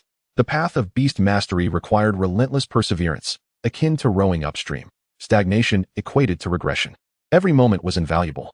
The conclusion of the entrance exams heralded the commencement of university life. Everyone was racing against time, too apprehensive to afford even a moment's relaxation. The campus buzzed with animated voices, intermingled with the cicadas' cries heralding the end of summer. As Yingchen walked alone, clusters of freshmen occasionally passed by. This vibrant aura of youth felt discordant with the bloodshed he had recently experienced, evoking a sense of disconnection from reality. At that moment, a cacophony of discussions from a nearby circle of upperclassmen and freshmen piqued his interest. Hey, have you heard? This year's top scorer in the imperial examination from the Longxia Empire is apparently named Su Li. She actually registered at Tianyin University. No way. Is that true? The national top scorer? Aren't they all scrambling to attend the Kyoto Beastmaster University? Who knows? That's the word on the street. I've heard she is quite formidable. Hailing from Qingyuan City. Qingyuan City. One voice dripped with condescension. That small place can produce a national top scorer? Surely there's some trickery involved. A seemingly well-informed individual chimed in. You hit the nail on the head. I've heard she simply got lucky. Just days before the exams, the Kyoto Research Institute happened to release a new evolutionary blueprint for the Shadow Mantis. The culmination was a B-tier void predator. She leveraged that to gain a plethora of policy bonuses, securing her status as the top scorer. Ah, that explains it. I thought as much. Someone from a small locale couldn't possibly compare to us in terms of depth. A B-tier evolutionary path. What luck! As Yingchen listened to the envious chatter, his steps faltered slightly. Qingyuan City, Shadow Mantis? A vision of a girl with a high ponytail and a determined gaze flashed across his mind. Chapter 52. Old Huang sent me to find Zhang Peifu. Wait, you're all misinformed. A chubby figure, seemingly a local student, squeezed into the circle, waving his hands mysteriously. Qingyuan's official sources have already debunked that. Her becoming the top scorer does relate somewhat to that evolutionary path, but it's not the main factor. What do you mean? Simply put, she triumphed through sheer strength. The chubby student, pleased to have captured everyone's attention, cleared his throat. Do you know what level her Shadow Mantis was at during the practical examination? How much? 20 at most, right? Previous top scorers were around that level. With a grin, the chubby one held up 3 fingers, then added a 5. 35. 35. Are you kidding me? From the time of the contract to the exams. That's barely half a month. How did she manage that? Leveling up twice a day? Does she live in a secret realm? A monster? Exclamations of disbelief echoed around him. Hearing the astonished reactions, a smile crept onto Yingchen's lips. So it was indeed that girl, Su Li. He recalled that before leaving Qingyuan City, he had casually raised her Shadow Mantis to level 29. To think that in merely half a month, she had single-handedly tackled another 6 levels in an E-tier secret realm. She was undoubtedly tenacious and adept at seizing opportunities. Impressive. A flicker of approval crossed Yingchen's mind before he refocused. Others' paths were ultimately theirs alone to tread. He had his own affairs to attend to. He strode past the bustling registration area for newcomers and entered the tranquil and solemn administrative building. The air within seemed cooler than outside, providing a stark contrast to the campus's clamor. Behind the reception desk stood a girl sporting a student council armband, engrossed in organizing a thick stack of documents. Her neatly tied ponytail accentuated her focus. Hello, could you please direct me to Director Zhang Peifu's office? Lin Mingjie looked up from her paperwork, her gaze landing on the weary-looking young man before her. Noticing his backpack and composed demeanor, she deduced his status. She offered a professional, standard smile. Student, you must be a freshman this year. What brings you to seek Director Zhang? New student registration, Yingchen replied. He recalled old Huang's instructions. Upon arriving at the university, he should bypass the newcomer registration and head directly to the administrative building to find Zhang Peifu. Lin Mingjie's smile faltered for a moment before transforming into an amused expression. Junior, you might be mistaken. The registration for newcomers is outside in the plaza. Did you see the tents with the longest lines? That's where you need to go. Director Zhang is quite busy and usually doesn't handle these specifics. If you know him, you can come back later. It's quite chaotic with everyone coming and going in these opening days. Her demeanor was kind, and her tone gentle. This newcomer had directly mentioned Zhang Peifu's name, indicating familiarity. She was curious about their relationship, but did not speculate towards the special admissions direction.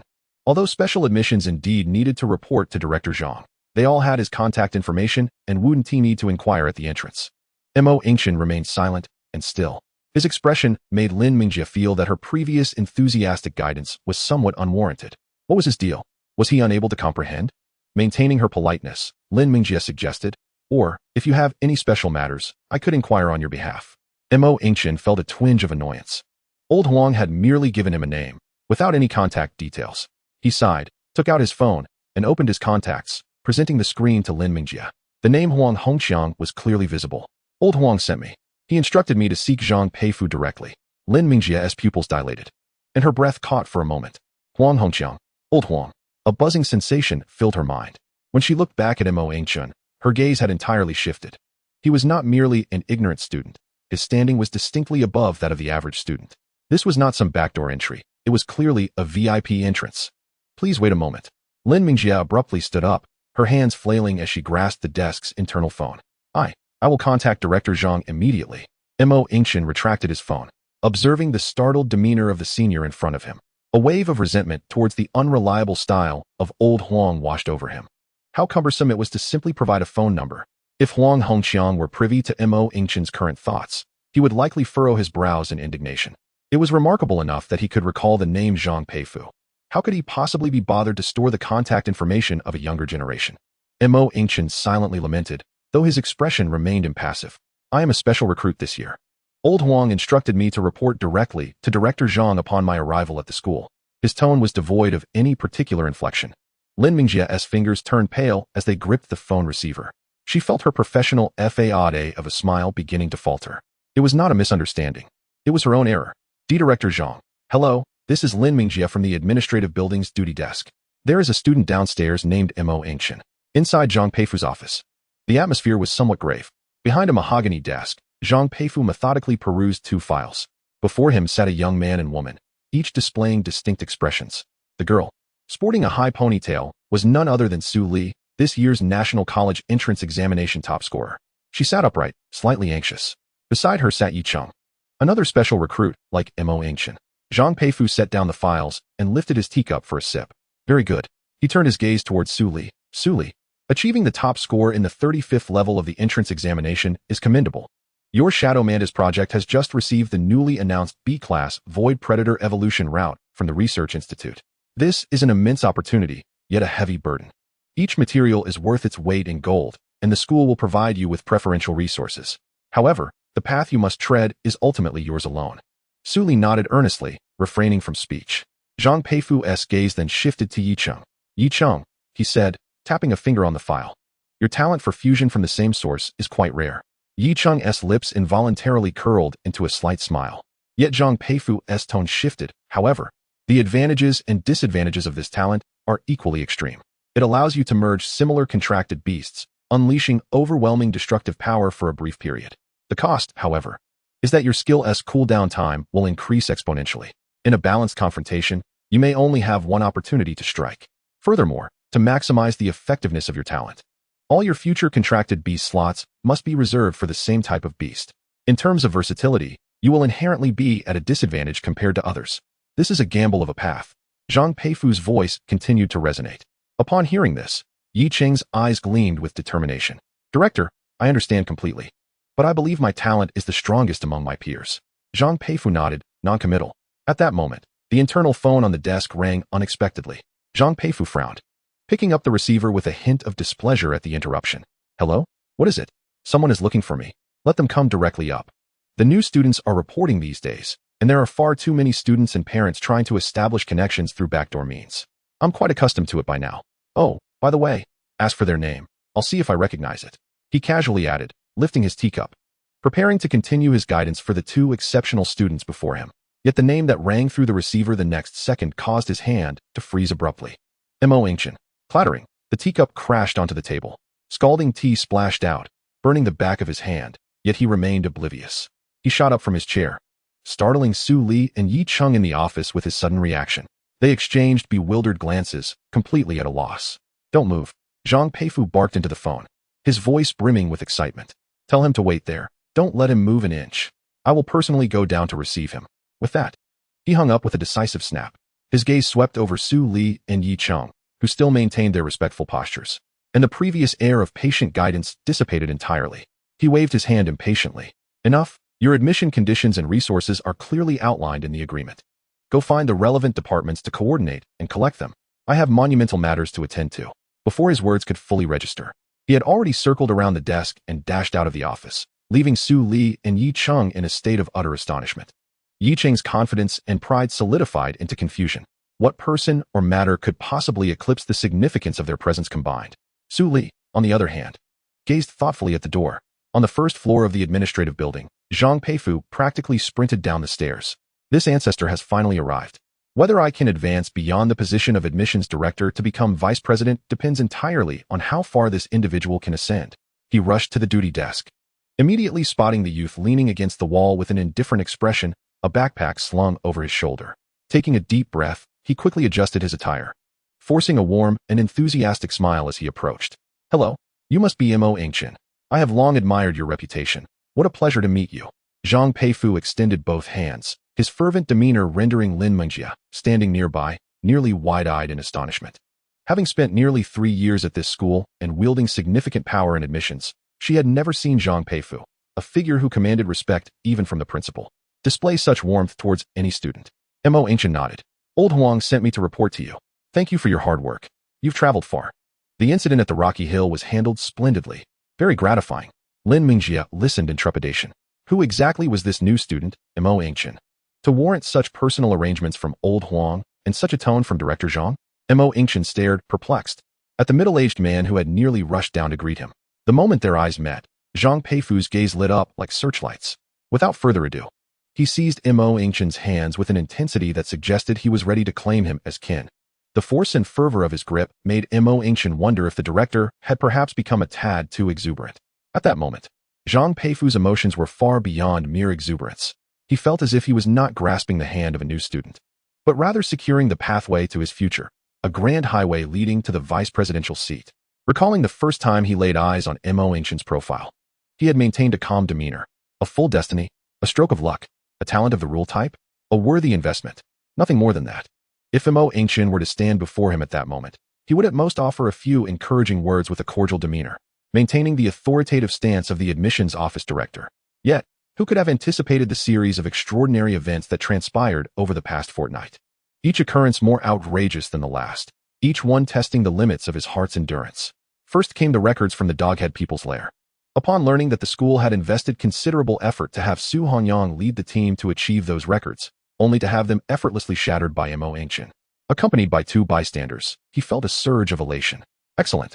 This validated the discerning eye of Tianyin University and confirmed that his own judgment, Zhang Peifu's judgment, was indeed correct. This investment was worthwhile. However, it did not end there. A second-tier Beastmaster, still in high school, had teamed up with Su Hongyang to secure the first kill record of a nightmarish difficulty at the Goblin Logging Yard. This transcended mere records.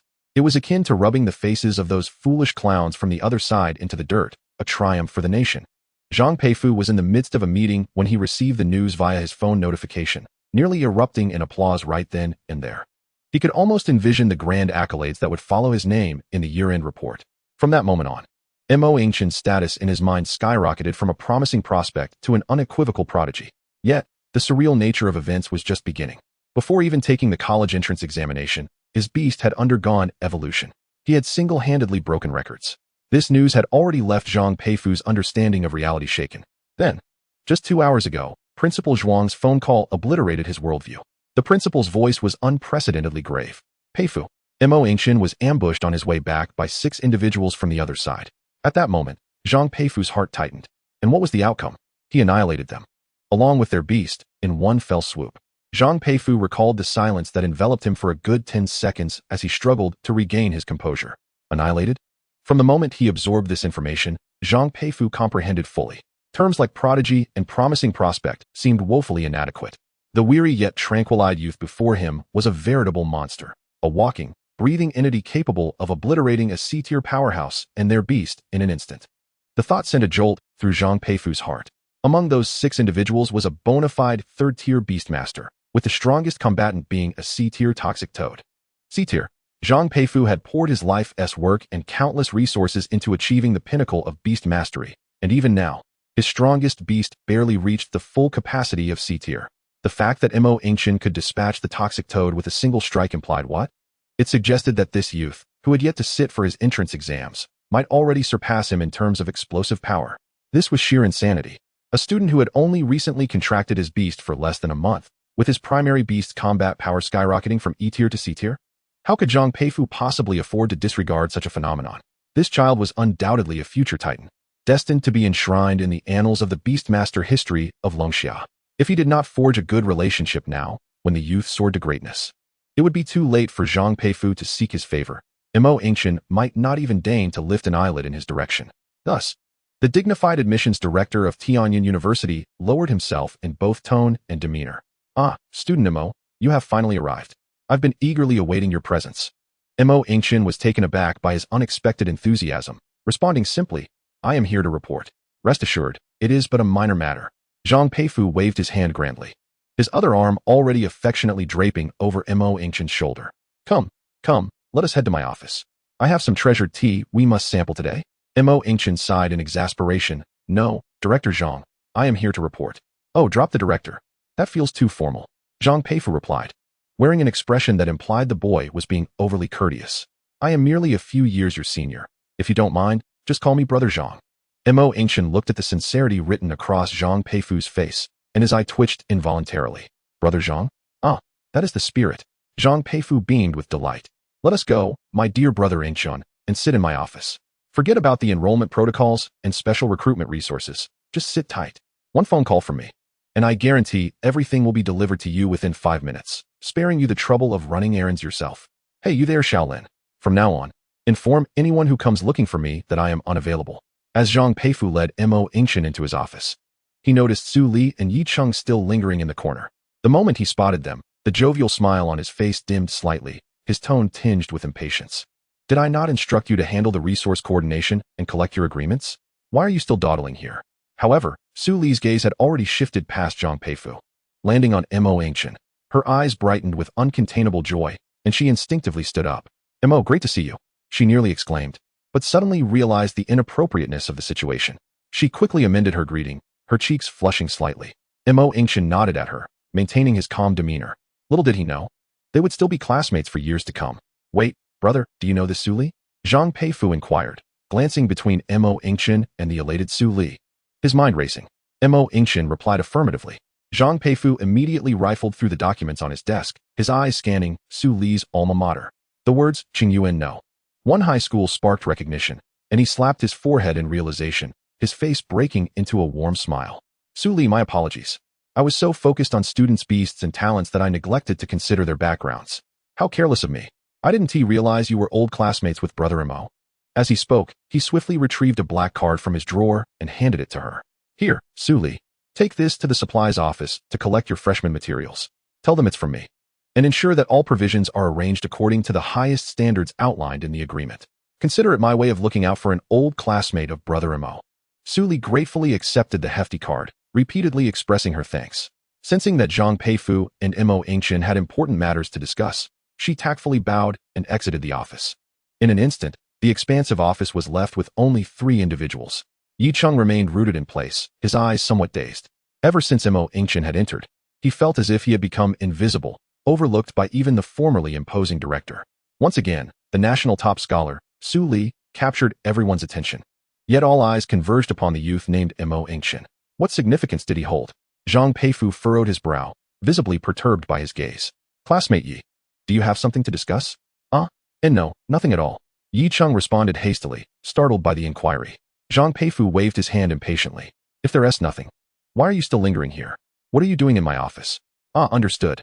Yingchen's expression shifted several times before he turned to leave. He stood stiffly at the office door, watching as it slowly closed before him, sealing off the lively conversations within. He felt a daze envelop him, his mind swirling in confusion. What was happening? They were all special recruits. How could the treatment differ so drastically?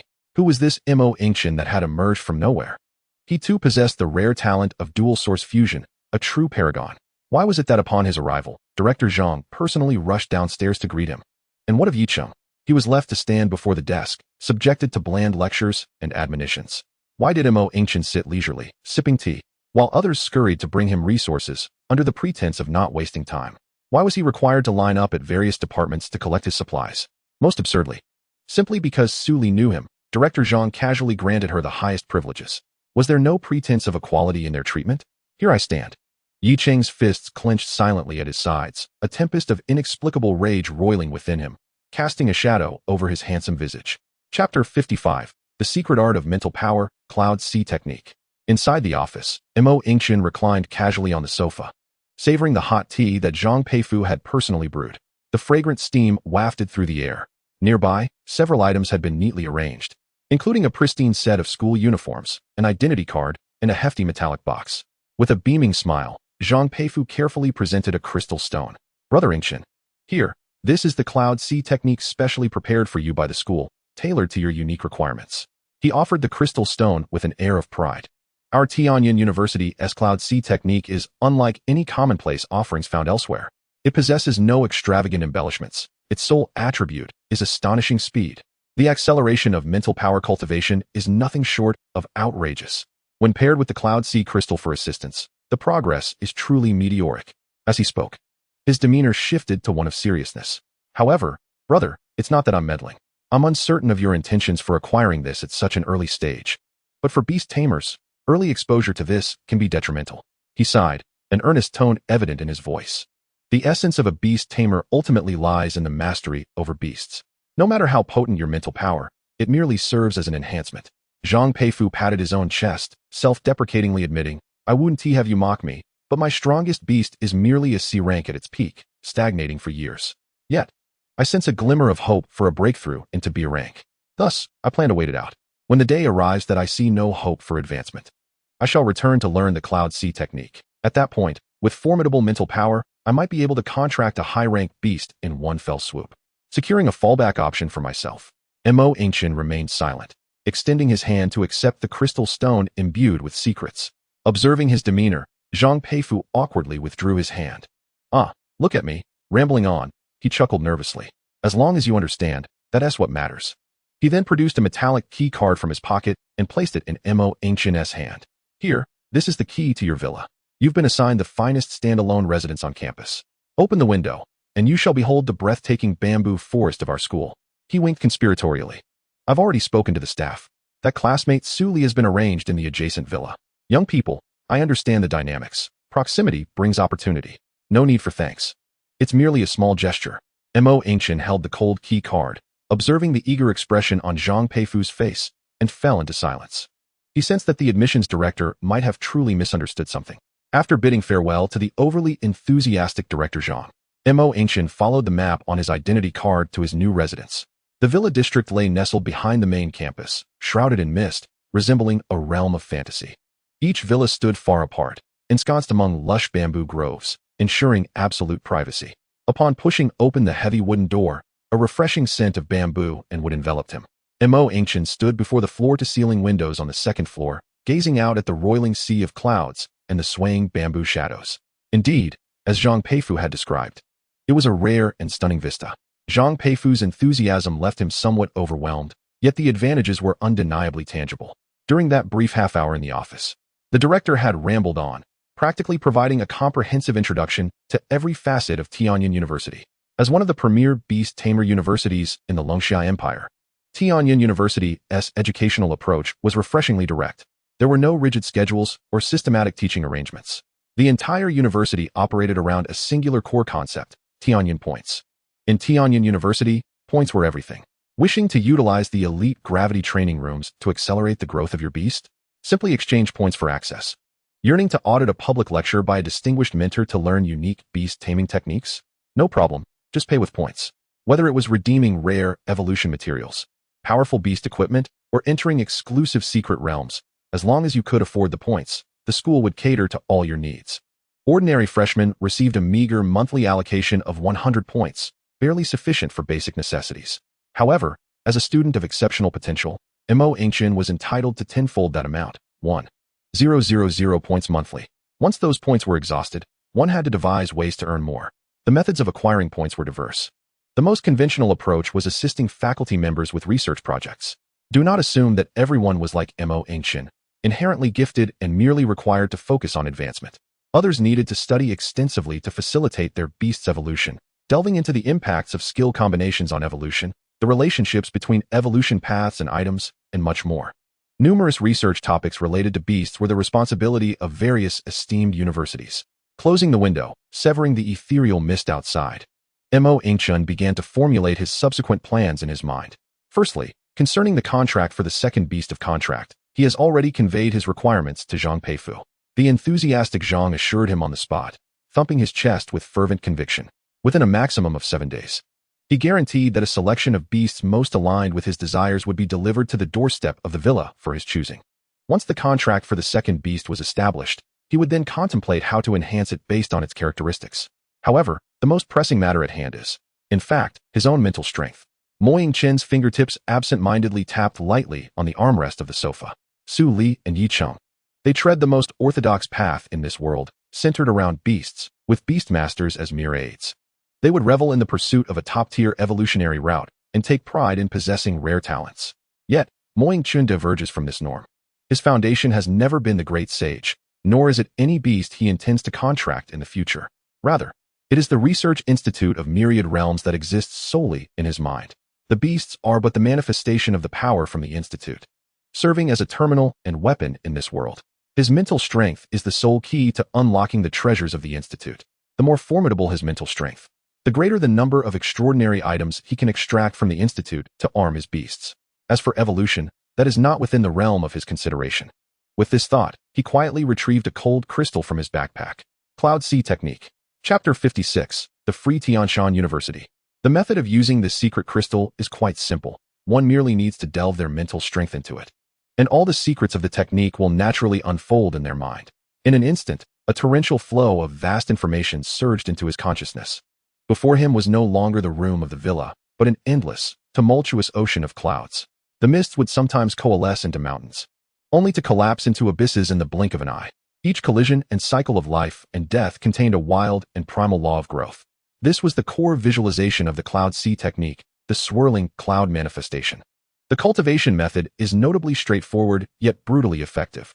It encourages beastmasters to simulate the violent form of this ocean within their consciousness, allowing their mental strength to perpetually rub against and expend itself, achieving the effects of tempering and enhancement. However, this is merely the foundation. A secret technique revered by an esteemed institution like Tianshan University could not be so uncomplicated. As the visualization shifted, Mo Yingchen beheld a hand grasping a crystal core emanating ethereal white mist, plunging into the stormy sea of clouds. The mist from the core continuously surged forth, transforming into the purest nutrients, merging with the ocean of clouds that had thinned due to vigorous consumption. Each expenditure of mental strength would be instantaneously replenished by this influx of external energy, even surpassing the previous amount. The boundaries of his consciousness expanded, forcefully stretched by this near-cheating cycle of consumption and replenishment. Mo Yingchen slowly opened his eyes, a glimmer of surprise flashing within them. So this is what Zhang Peifu meant by the cheat-like cultivation method in conjunction with the Cloud Sea Crystal. It was tailor-made for him. On that day, at the entrance of the dog-headed man's lair, various schools vied to extend their olive branches.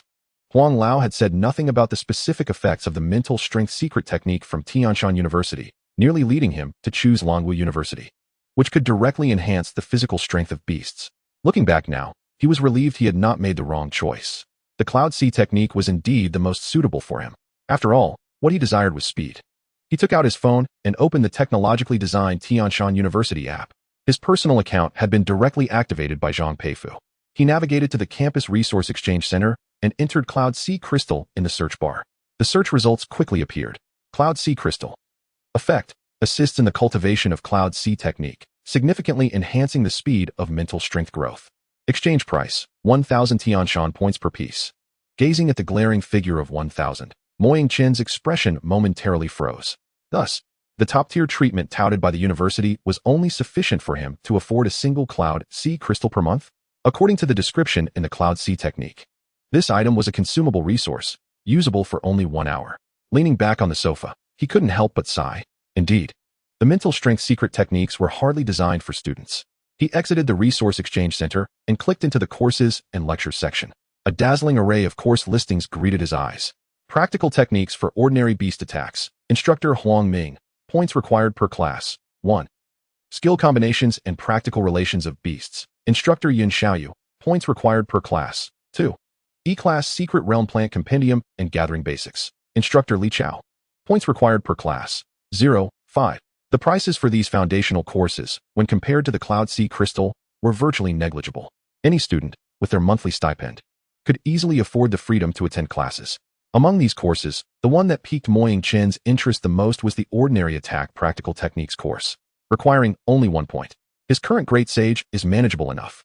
The ability of the Shock Fruit is straightforward. It is merely a pure outpouring of energy, requiring little in terms of combat technique and consuming only the physical stamina of the Great Sage. However, The second beast he is about to contract is an entirely different matter. The flowing blade, like fire, as a Zanpakuto, inherently demands mental strength for its utilization.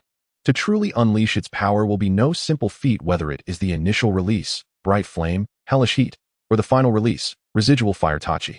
These techniques will undoubtedly entail significant consumption, making it impossible to utilize repeatedly in a single battle. Therefore, in scenarios where the release powers cannot be employed, mastering the most fundamental techniques becomes exceedingly vital. It seems this course is indeed worth attending. Yingchen gently tapped the screen with his fingertip, adding the course to his favorites list. Next, he tapped again, switching his phone back to the task delegation center. The dense list of tasks instantly refreshed, occupying the entire screen. Protect the wealthy merchant Ma Wanhao of Tianshan City, ensuring his personal safety. Task duration, ongoing. Daily reward, 3 Tianshan points. Proceed to the Secret Realm Crusader training camp and retrieve the holy water from the prayer pool. Each liter of holy water exchanged, 1 Tianshan point. Submit a complete set, 3 pieces, of the title set produced in the secret realm of the Moon Cave. Reward, 300 Tianshan points. Venture deep into the treacherous mist marsh, mapping the trap distribution in the southern region. Each 1,000 meters of effective map exploration rewarded with 10 Tianshan points. Yingchen raised an eyebrow. The avenues for earning points at Tianshan University are indeed diverse. He even spotted a long-standing task at the top of the list, prominently highlighted in bold red. Hunting mission, eliminate the Empire's corruptors. Details, locate and eradicate the undercover agents of the Eagle Empire, codename Vulture. Suspected to be a third-order Beastmaster. Reward, 10,000 Tianyun points. It appeared that acquiring points was not as daunting as initially presumed. Yingchen reclined on the sofa, already formulating a clear plan in his mind. Very well, let us wait and see. He switched off his phone. According to Zhang Peifu, within a week at most, my second beast would be delivered to my doorstep. After the contract is established, I shall head to the soul altar and extract all the soul stones I have amassed. Then, based on the circumstances, I will select advantageous courses to attend. The remaining time will be devoted entirely to undertaking missions that explore secret realms or hunt beasts. This would not only allow for the leveling up of both the Great Sage and the new beast, but also enable me to utilize the points earned to purchase Cloud Sea crystals, swiftly enhancing my mental prowess. The aim is to ensure nothing goes to waste. A third-order Beastmaster. He sensed the mental energy within his consciousness see. It should not take long now.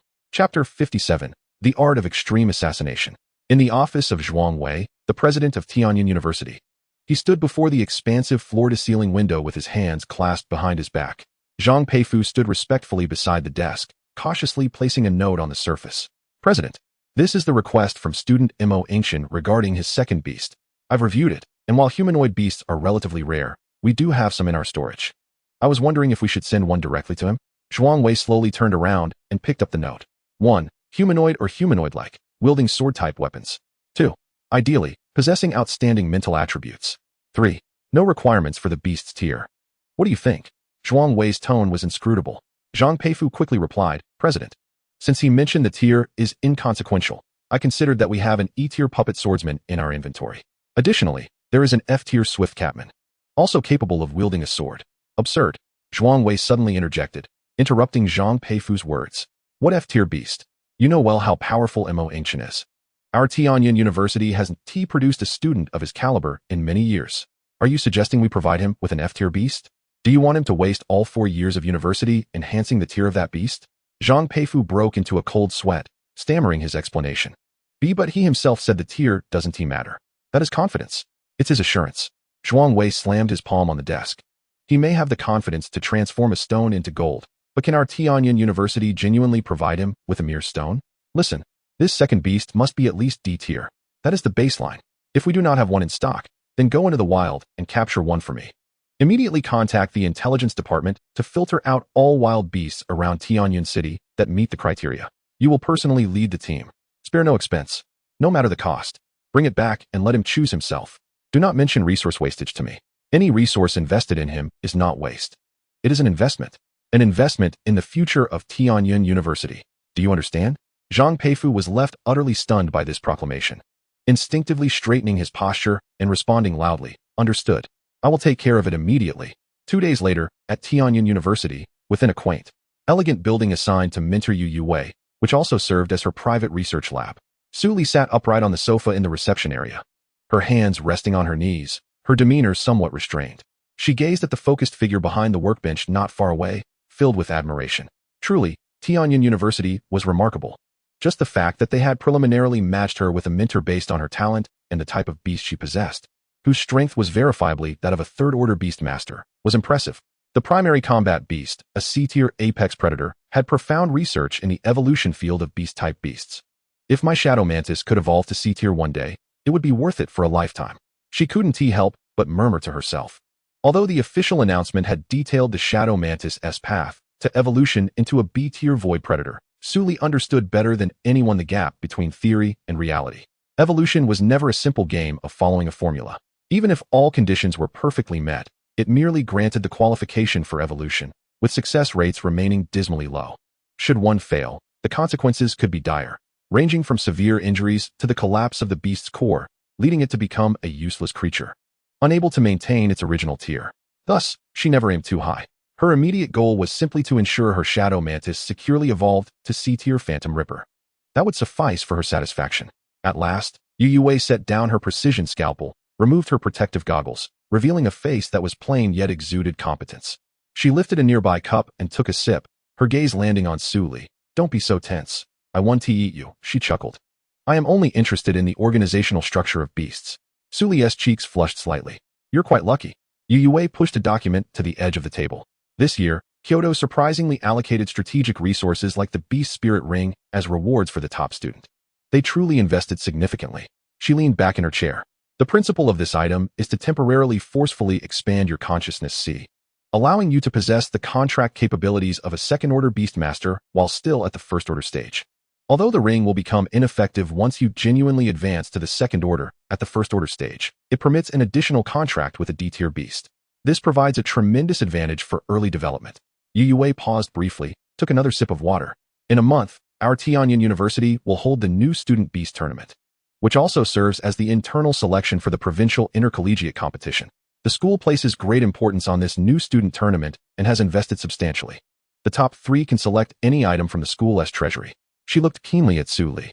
"Given your circumstances and the advantage of having dual beasts, as long as you don't make any major mistakes, you have a good chance of being among the top 3. When that time comes, don't hesitate. Directly choose the skill evolution stone. Use it to evolve your shadow mantis's stealth skill, fulfilling the hard requirement for evolving to D tier." Noticing Sully's gaze appeared somewhat dazed, she elaborated slightly. "Don't underestimate the name of this stone. It is indeed a strategic resource, virtually unseen on the market. If you pursue it through conventional means, you might never acquire one in your lifetime. To admit something embarrassing, I, as a teacher who has dedicated my life to beast research, have never had the opportunity to utilize such a thing myself." After a moment of reflection, Yue swiftly redirected back to the topic at hand. "Now, let us return to your development plan. I have narrowed it down to 2 potential paths," she declared, raising a single finger. "The first is the extreme assassination route. All your future contract slots should be reserved for beasts that can amplify the shadow mantis. For instance, those capable of creating dark environments, inflicting vulnerability curses, or providing instantaneous displacement. This would transform your shadow mantis into an ultimate weapon of lethal precision. The second option is balanced development, which is the choice of the majority of Beast Tamers. You would subsequently contract tank type, healing type, and ranged output type beasts, endeavoring to perfect your team composition to tackle various complex scenarios." Sully listened quietly, refraining from immediate response. The notion of extremes conjured an uncontrollable image in her mind, one of a figure wielding a staff to obliterate all in its path. That was the epitome of extremity. Yet, she was not Yingchen. She lacked such confidence. Though the shadow mantis was undoubtedly exceptional, it remained, at its core, a high-risk, high-reward assassin. A failed assassination would leave her devoid of options, akin to placing all her hopes on a precarious gamble, one she could not afford. Should she choose the extreme configuration, it would likely mean relying on others to level up in the future. She did not wish to be a weapon solely capable of shining when supported by specific tactics and allies. What she sought was the strength to stand firmly on this path independently. Having come to this realization, Sully lifted her gaze, her eyes clear and resolute. "Teacher, I choose balanced development." Yue was not surprised by her decision. Balanced development implied that your beast team would require greater synergy. Since your shadow mantis is an assassin, your second beast should either be a strong attacker to compensate for its shortcomings in direct combat, or a support type to enhance the shadow mantis's survivability. She pushed a document across the desk. "Consider this, the Sword Dancer, a D-rank support type. can bestow various enhancements such as attack and speed to allies through different sword dances. Or this, the Death Sword Saint, a standard D-rank strong attacker, high attack, low health, and a relentless approach. And then there's the Soul Blade Wielder, who excels in both offense and defense, capable of possessing other beasts to provide a temporary boost in attributes while also boasting commendable attack capabilities. Su Li gazed at the vivid images of the beasts in the documentation, a hint of confusion flickering in her eyes. Teacher, why are all the options you've selected humanoid and armed? At this, Yu Yue waved her hand dismissively, her expression slightly peculiar. Don't ask me. I am equally perplexed. When I was at the administrative building yesterday, searching for suitable beast data for you, I happened upon them in a frenzy. The entire intelligence department was burning the midnight oil, feverishly compiling information on all D-rank humanoid beasts wielding blades in the vicinity of Tianyan City. It seemed a prominent figure had requested it. I glanced through the list and found several that might suit you. So I conveniently took a copy to save myself the trouble of further filtering. She pointed to the Soul Blade Wielder in the document. I personally recommend this one. Its half-entity, half-spirit nature would create an excellent tactical synergy with your Shadow Mantis. Su Li was momentarily taken aback. What sort of significant individual could mobilize the entire administrative department of the school? Yet, this thought quickly dissipated as her attention was drawn back to the documentation. She nodded vigorously. Teacher, I trust your judgment. Let's go with it. Very well. Yu Yue seemed pleased with her decisiveness. Once you've made your choice, proceed to the task center to post a commission, allowing upperclassmen to assist you in the contract process. She paused thoughtfully. I recall that as the top scorer in the entrance exams, your enrollment agreement includes a monthly stipend of 500 points. However, acquiring a D-rank beast might require more than that. Transferring 500 points from her identity card to Su Li, she continued, this should suffice for now. A total of 1,000 points should be adequate. You can repay me next month once your points are issued. That afternoon, outside of Tianyan City, in the necropolis, a chilling wind stirred the withered leaves, swirling among the dilapidated tombstones and emitting a mournful sound. Su Jr., your talent is truly remarkable. To be contracting a second beast so soon after enrollment is no small feat. A dark-skinned senior remarked boisterously as they walked. Rest assured, the documentation states clearly that the Soul Blade Wielder is merely around level 20 of D rank, just entering its maturity phase. Both of our beasts are over level 50. It will be like child's play to defeat it. The senior patted his chest confidently. You find a place to hide, and we'll go in and beat it half to death. Then you can emerge and contract it. Understood. Su Li nodded, concealing herself behind a massive cross-shaped tombstone, her face alight with barely contained anticipation. The two third-year students from Tianyan University moved forward, the documentation indicating that the Soul Blade Wielder resided in the nearby crypt. 10 minutes later, Su Li, puzzled, entered the crypt. What should have been the lair of the Soul Blade Wielder was in utter disarray. The ground bore several neat slash marks, but beyond that, not a single trace remained. Senior, one of them scratched his head, a sheepish expression crossing his face. It seems your information was inaccurate. Judging by these marks, this beast has likely been snatched up by someone else. Su Li's anticipation crumbled instantaneously. Oh no. The sight of a dejected beauty often stirred a protective instinct in others. The two seniors exchanged glances, their expressions softening. Not to worry. How about this? Do you have any alternative beast options? We'll accompany you on another search. Su Li's eyes sparkled once more as she nodded vigorously. Yes, I do. 3 hours later, in the death abyss, the two seniors stood before an empty cavern, their voices tinged with exhaustion. Do you have any other alternatives, Junior? The Death Sword Saint is gone too. Su Li nodded numbly, rendered speechless. As dusk fell in the Blade Edge Canyon, the trio, having run all day, felt disoriented. Suddenly, one of the seniors pointed excitedly toward a figure in the distant ravine. Look, the sword dancer is still here. This shout seemed to inject new life into the other two. Let us go. After a whole day of searching, we finally found a live one. How unfortunate. What kind of day is this? We had 4 D-rank beasts snatched away from us today. It appears our information may have leaked. Someone is pursuing the same targets. This one must be captured for Su Li. The two roared, commanding their beasts to charge forward. With an onslaught of unrelenting ferocity, they bombarded the unfortunate sword dancer. 10 minutes later, they returned, shouldering the battered figure of the sword dancer. Thud! The sword dancer was unceremoniously tossed onto the ground before Su Li, resembling a lifeless canine. Quickly, Junior, the contract.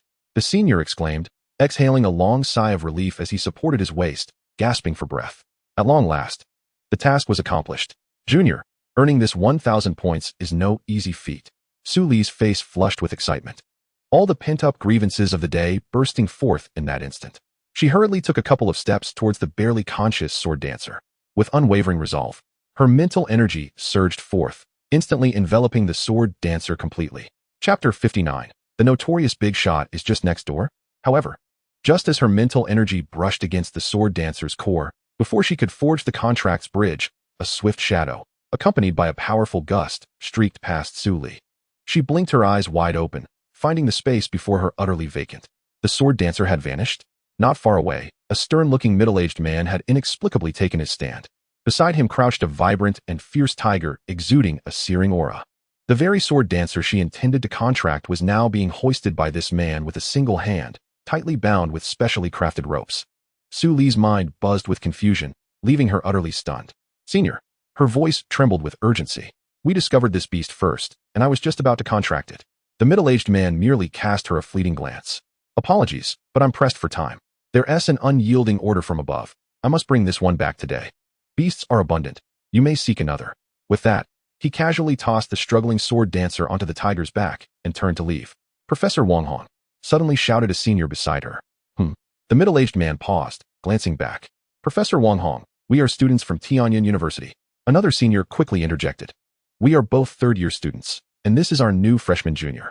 The man known as Wang Hong scanned the trio, his brow slightly furrowing. Sigh. He exhaled, seemingly perturbed by the inconvenience. Unfortunately, due to orders from above, I must take this sword dancer back to fulfill my duties. Here, he said, retrieving a temporary points card from his pocket and tossing it over. As personal compensation, I offer you 500 points to share among yourselves. The card arced through the air, landing on the ground before the three of them. Without further ado, Wang Hong patted the tiger's back and swiftly vanished at the canyon's edge. The mountain breeze swept through, rustling the fallen leaves on the ground, and carried away the solitary points card. An eerie silence enveloped the scene. The two seniors exchanged glances, their faces etched with helplessness. One stepped forward to pick up the points card. Junior, he turned to her. It seems that your list of beasts was not merely claimed by someone else. Rather, a certain big shot has monopolized the entire list. The other senior approached, sighing. It appears our efforts were in vain. Continuing our search would likely yield no results. There may not be a single one left. We shall forfeit your 1,000 points. This endeavor has not reached fruition. He waved the 500-point card in his hand. Consider this 500 as a token of appreciation from Professor Wang Hong for our efforts. By the bamboo forest beside the cloud sea, in the villa where Su Li resided. She lay supine on the soft sofa, her eyes listlessly gazing at the ceiling. Outside, the sea of clouds surged, twinkling with starlight. Yet, she possessed no inclination to appreciate the view. After a day of relentless running, she was left with a belly full of grievances and legs heavy as lead. From initial anticipation to a series of fruitless endeavors, culminating in the humiliation of witnessing her target snatched away by a faculty member from her own school. The halo of being a college entrance examination champion had been crushed beneath the weight of reality today. The abrupt ringing of a phone shattered the silence. With a weary hand, Su Li reached for her phone, swiping to answer without glancing. On the other end, the unmistakable mischievous voice of Yi Fanqing emerged. Su, the top scorer, how's life at Tianyan University treating you? Didn't you say you were going to contract your second beast today? Did it succeed? Without waiting for her response, he continued. Come on, quickly send a video. I, your fellow struggling student still in the novice village, wish to behold the grandeur of a D-rank beast and bask in your good fortune. With that, he abruptly hung up. The next moment, a video call request popped up on her screen. Su Li, expressionless, pressed to connect. On the other side of the video, Yi Fanqing immediately noticed her ashen demeanor and ceased his playful banter. What's wrong? Did something happen? Su Li's lips moved. All the emotions she had bottled up during the day found an outlet. She poured out her day's tribulations like a bamboo tube spilling beans. After she finished recounting her ordeal, a prolonged silence enveloped the call. Little Yezi, she lamented, her voice tinged with a hint of despair. Why am I so unfortunate? Yi Fanqing pondered for a moment. Didn't you mention that you live next to the big shot, Yingchen? Why not ask him? With his stone monkey's prowess, it shouldn't be too difficult for him to help you capture a D-rank beast. A glimmer of hope rekindled in Su Li's eyes. Knock, knock, knock. Inside Yingchen's villa, Zhang Peifu animatedly recounted his accomplishments when a knock interrupted him. Come in, Yingchen called towards the door. The door gently creaked open, and Su Li hesitantly stepped inside. However, upon seeing the scene in the living room, she froze in place. The expansive floor was strewn with over 10 unconscious beasts, each securely bound with specialized ropes.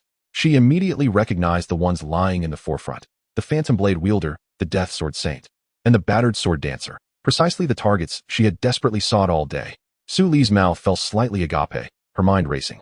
Yingchen, noticing her frozen stance, appeared somewhat surprised. Please take a seat. I'll finish up with Director Zhang before we chat. Su Li instinctively nodded, her body stiffly moving to a corner sofa. Her gaze fixated on the plethora of exotic beasts sprawled across the floor. Little brother, Zhang Peifu exclaimed, slapping his thigh. In accordance with your request, I mobilized the entire intelligence department to scour the surrounding areas of Tianyan City for all eligible D-rank beasts. They are all here. Would you like me to introduce them? These, however, were the result of our considerable efforts. Yingchen raised his hand to interrupt him, his gaze calmly sweeping over the scattered figures on the ground. No need. I can observe for myself. Zhang Peifu's words caught in his throat. He observed a wave of invisible ripples emanating from Yingchen's eyes. Eye of Reconnaissance, released continuously.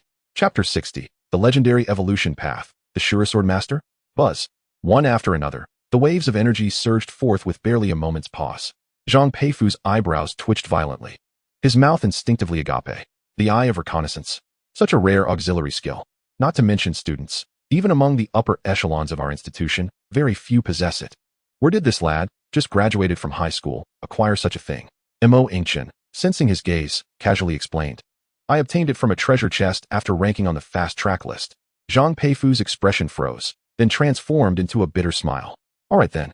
I almost forgot that one cannot apply conventional reasoning to this lad.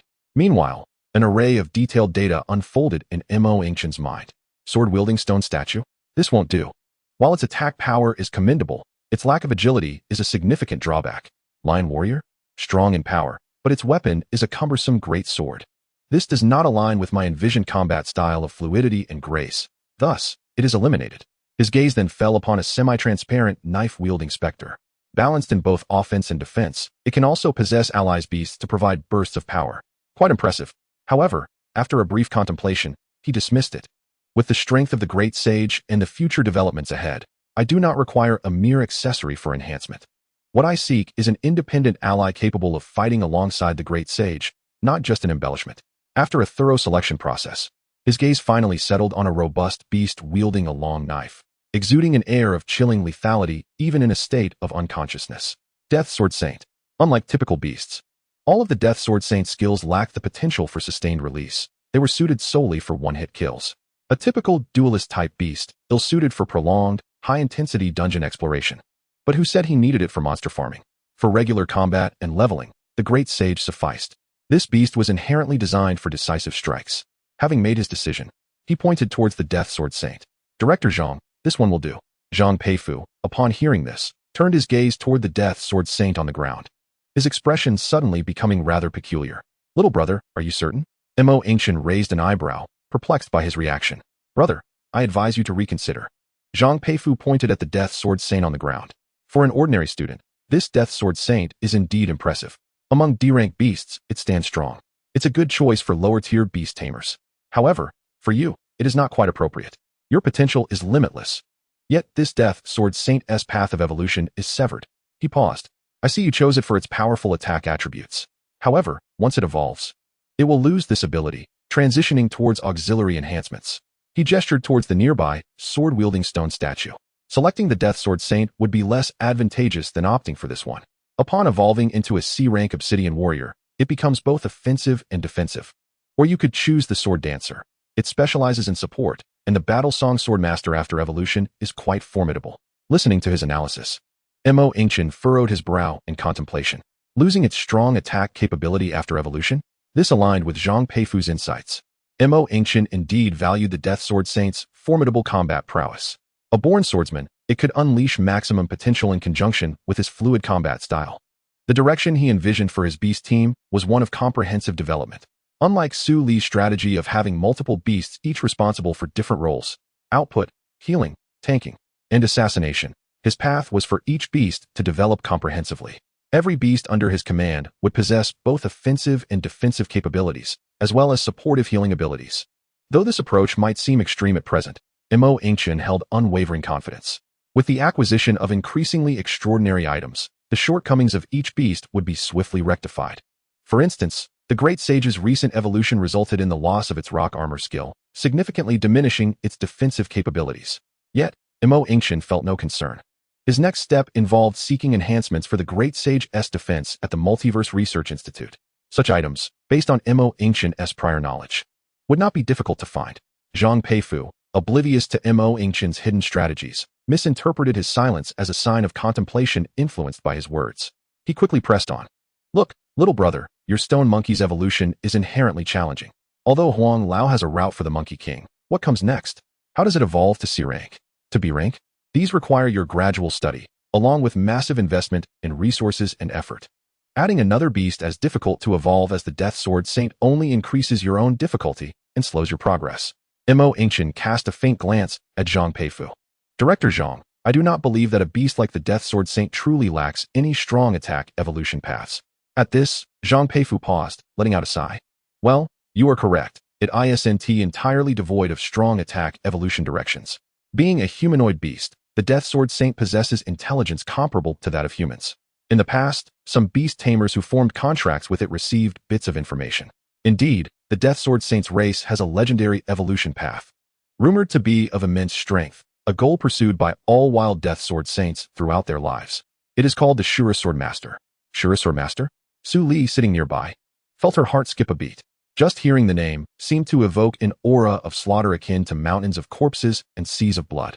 But the problem was, this was merely a legend. Zhang Peifu's tone grew exceedingly grave. For centuries, no one has ever succeeded.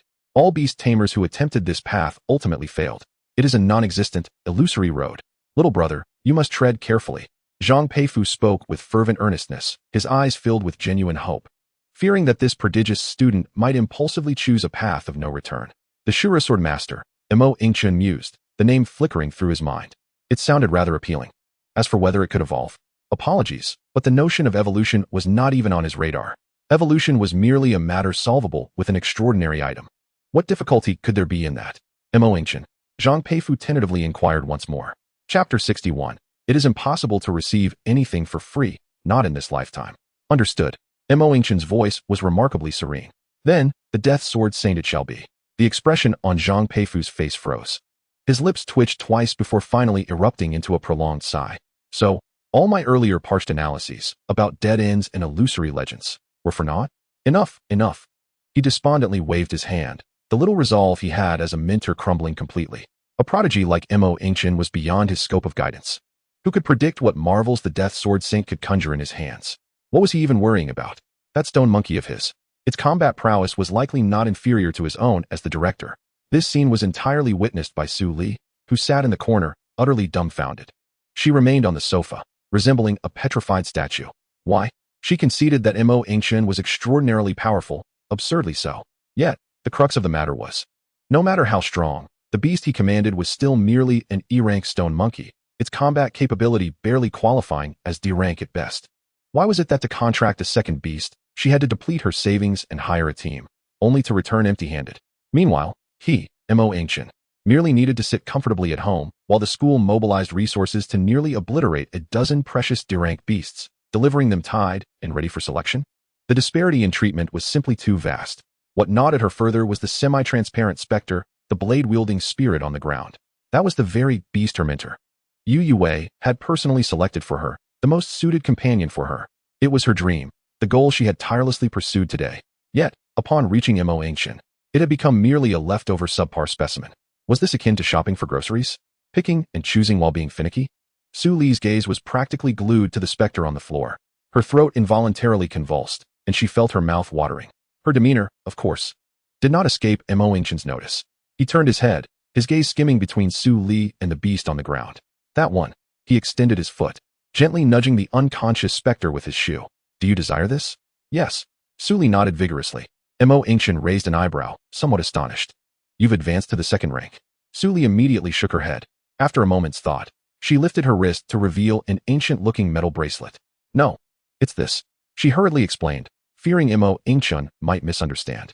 This is the Spirit Link bracelet, a reward for the top scorer of the college entrance examination, allowing me to contract a second beast even at the first rank. She spoke all at once, anxiously watching Yingchen, her wrist still raised in the air. Yingchen's gaze lingered on the bracelet for a moment. Spirit Link bracelet contains a unique mental energy that alleviates the pressure on Beastmasters, allowing them to possess the capabilities of a second-rank Beastmaster prematurely. The Spirit Link bracelet is only effective for first-rank Beastmasters. It becomes ineffective once the Beastmaster advances to the second rank. Yingchen raised an eyebrow, surprised that such an item existed. Equipment usable by Beastmasters? He had never heard of it before. However, he quickly came to terms with it. If he could acquire a skill like the Eye of Detection, then the emergence of similar equipment was entirely reasonable. Nonetheless, equipment was rather intriguing. For him, it was somewhat superfluous, yet for students just embarking on the path of Beastmasters, it was akin to a divine artifact. This is a reward for the top scorer of this year's National College Entrance Examination, directly issued from Kyoto. Su Li's voice chimed in at an opportune moment, prompting Yingchen to nod in understanding. He shifted his gaze from the bracelet to Zhang Peifu beside him. Director Zhang, may I have 2 beasts? Zhang Peifu was momentarily taken aback. His eyes darted rapidly between Yingchen and the blushing Su Li, and the understanding expression on his face suddenly transformed into a radiant smile. No problem. Of course, no problem, my brother. Zhang Peifu slapped his thigh. These beasts were originally prepared for you. Don't mention 2. If you fancy them all, they are yours. He stepped forward, adopting the tone of one who had been through it all. I'll take my leave now. I shall not disturb your youthful exchange of feelings. With that, he promptly turned and shouted towards the entrance. Bring the remaining ones back to the school's nurturing chamber. They cannot be taken for free. We must create some benefits for the school. Whoever desires one, trade for points. He paused, seemingly contemplating the pricing, and finally waved his hand. Let us set the price at 2,000 points each. Zhang Peifu winked at Yingchen, giving him a thumbs up, silently encouraging him. Then he hurriedly led the remaining beasts away in a flurry. As the door closed, silence enveloped the living room, leaving only Yingchen and Su Li, who wished she could find a crack in the floor to hide in. An indescribable awkwardness hung in the air. Su Li's fingers twisted tightly around the hem of her clothing. Her cheeks flushed as if they could fry an egg. What did the director mean by that? What did he mean by exchanging feelings? Surely, he couldn't have misunderstood something? How many points do you have? Yingchen's voice shattered the silence. Huh. Su Li jolted her head up. Meeting his calm, inscrutable gaze, her mind momentarily stalled. She quickly regained her composure, her voice barely above a whisper. 1,000 points. This was all her wealth, 500 of which she had just borrowed from her mentor. Yingchen nodded, extending his hand with an air of expectation. Turn around. You can take this specter away. Su Li was taken aback. She had assumed that since Director Zhang had said as much, Yingchen would seamlessly give it to her. Yet, he was demanding payment? Observing her dazed expression, Yingchen's lips curled into a slight smirk. What? Did you truly believe I would give it away for free? He pointed to the specter on the ground. You heard Director Zhang earlier. This thing costs 2,000 points each. Considering our old friendship, I'll give you a discount, which is quite generous. Nothing is ever truly free. It's impossible in this lifetime. His words yanked Su Li back to reality from her reverie. The flush on her face quickly faded, replaced by a complex mix of embarrassment, indignation, and financial pain. Well, discussing money is certainly easier than navigating vague interpersonal favors.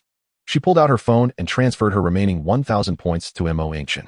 Upon hearing the notification of the transaction, Su Li felt as though a piece of her heart had been hollowed out. Yingchen nodded in satisfaction, putting away his phone. All right, the transaction is complete. He glanced at the unconscious specter on the ground. Now, it belongs to you. Devise a way to reclaim it. Chapter 62, The Explosive Beastmaster, the Death Sword Saint. Su Li cradled the unconscious phantom blade wielder as if it were a treasured possession. With her shadow mantis by her side, she exerted tremendous effort to lift this being.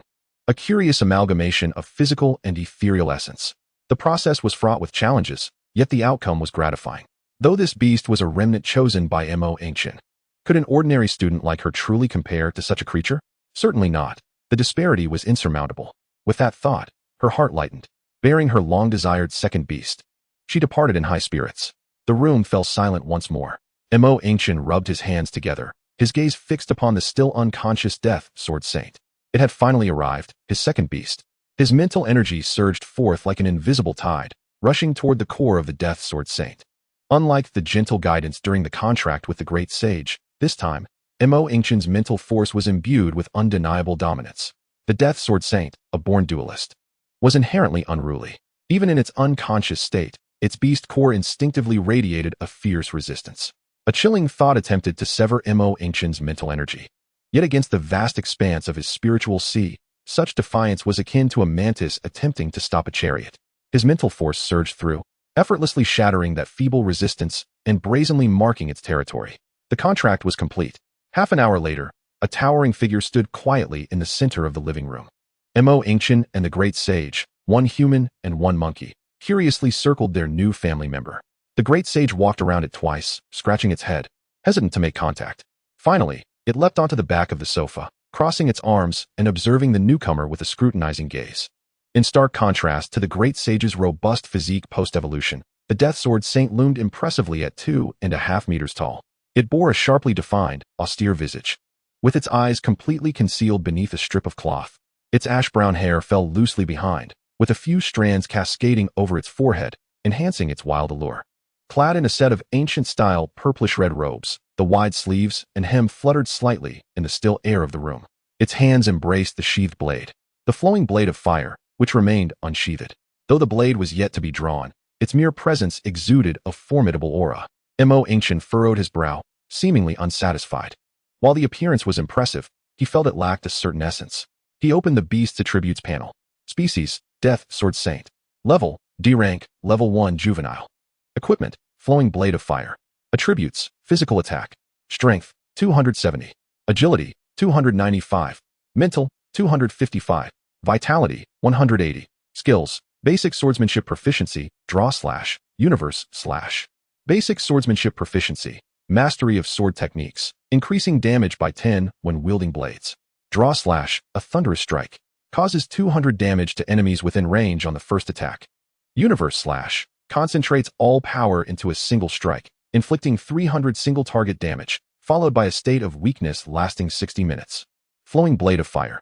Quality, unknown. An ancient fire-type slaying blade from beyond this world, possesses both Shurkai and Bankai forms. Current form, initial. Specific effects, unknown. Yingchen examined the panel data several times. The Death Sword Saint's abilities were remarkably pure and extreme. Apart from a passive enhancement in swordsmanship, its other two skills epitomized the concept of a one-hit kill. The draw slash was limited to the first strike of combat, yielding a substantial 200 damage across a broad area. The universe slash, on the other hand, concentrated all its might into a single blow, delivering a staggering 300 damage to a single target, albeit at the cost of succumbing to a state of weakness for an hour. In sum, this beast was both powerful and swift, demonstrating astonishing explosive potential, yet equally remarkable lethargy. Essentially, it was a matter of two strikes. Once those were delivered, it could only rely on basic swordsmanship for further attacks. It was no wonder that some deemed the Death Sword Saint the most suitable D-rank combat beast for arena battles, where swift victories were paramount.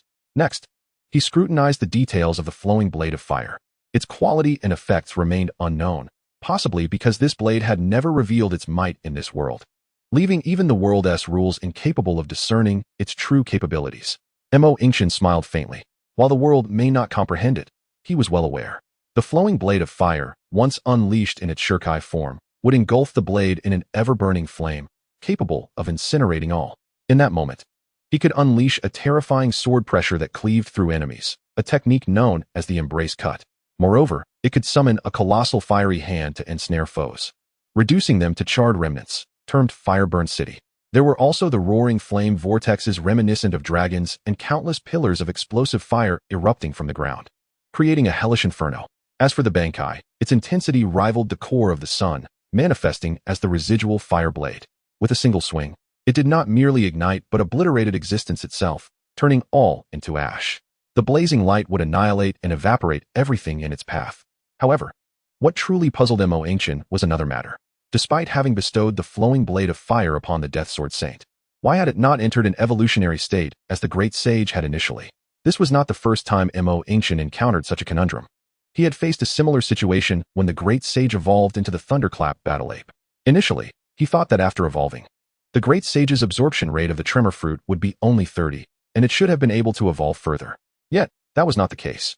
In the days that followed, he immersed himself in the library, extensively researching the matter. Ultimately, he discerned that evolution represents a profound leap in the essence of a beast's life.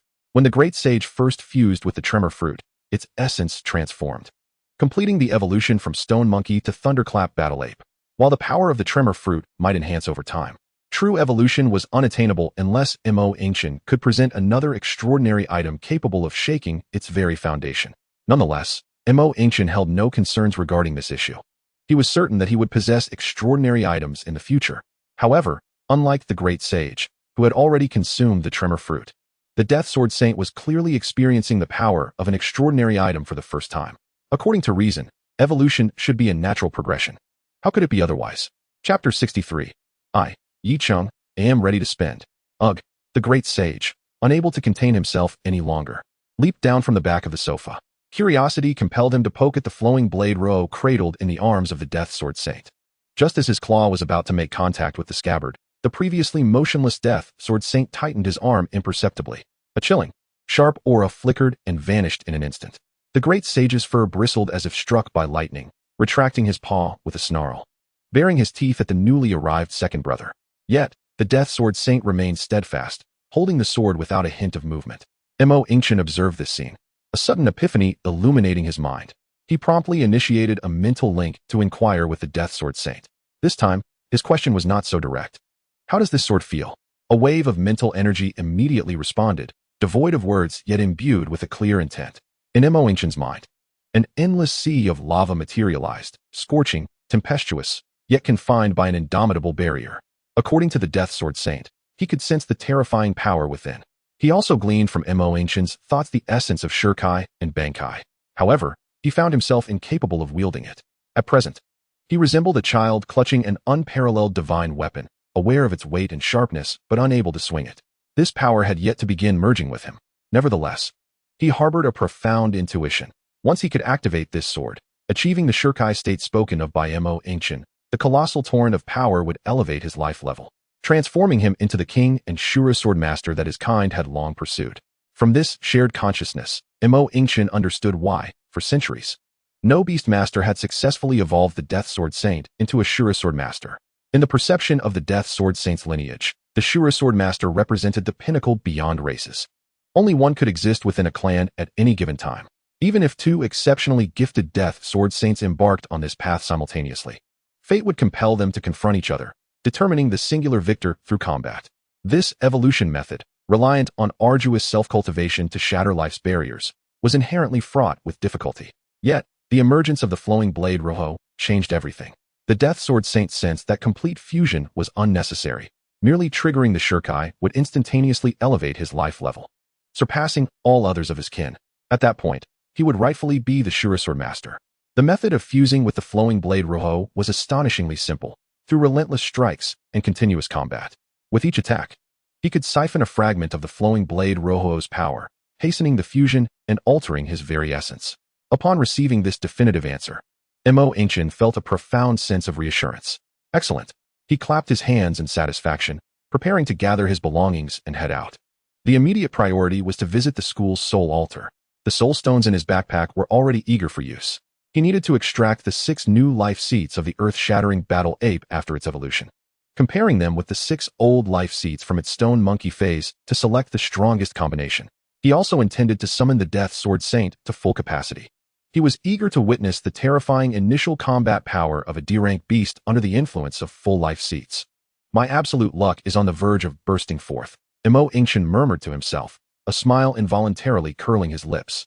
At Tianyan University, a place significantly less opulent than the villa district where Yingchen resided, yet still a luxurious standalone dormitory, Yingchen sat on the sofa with his arms crossed. Before him stood a white-haired elder in butler attire, respectfully awaiting his attention. Young master, the patriarch has mobilized the entire family's resources and connections to scour for soul stones. The elder's voice bore a hint of difficulty. However, young master, despite our Hanhai Chamber of Commerce's extensive reach and substantial financial power, soul stones are strategic materials with a price but no market, exceedingly rare. The patriarch has expended considerable effort and has only managed to gather 30 within a short period. 30? Yicheng's brow furrowed.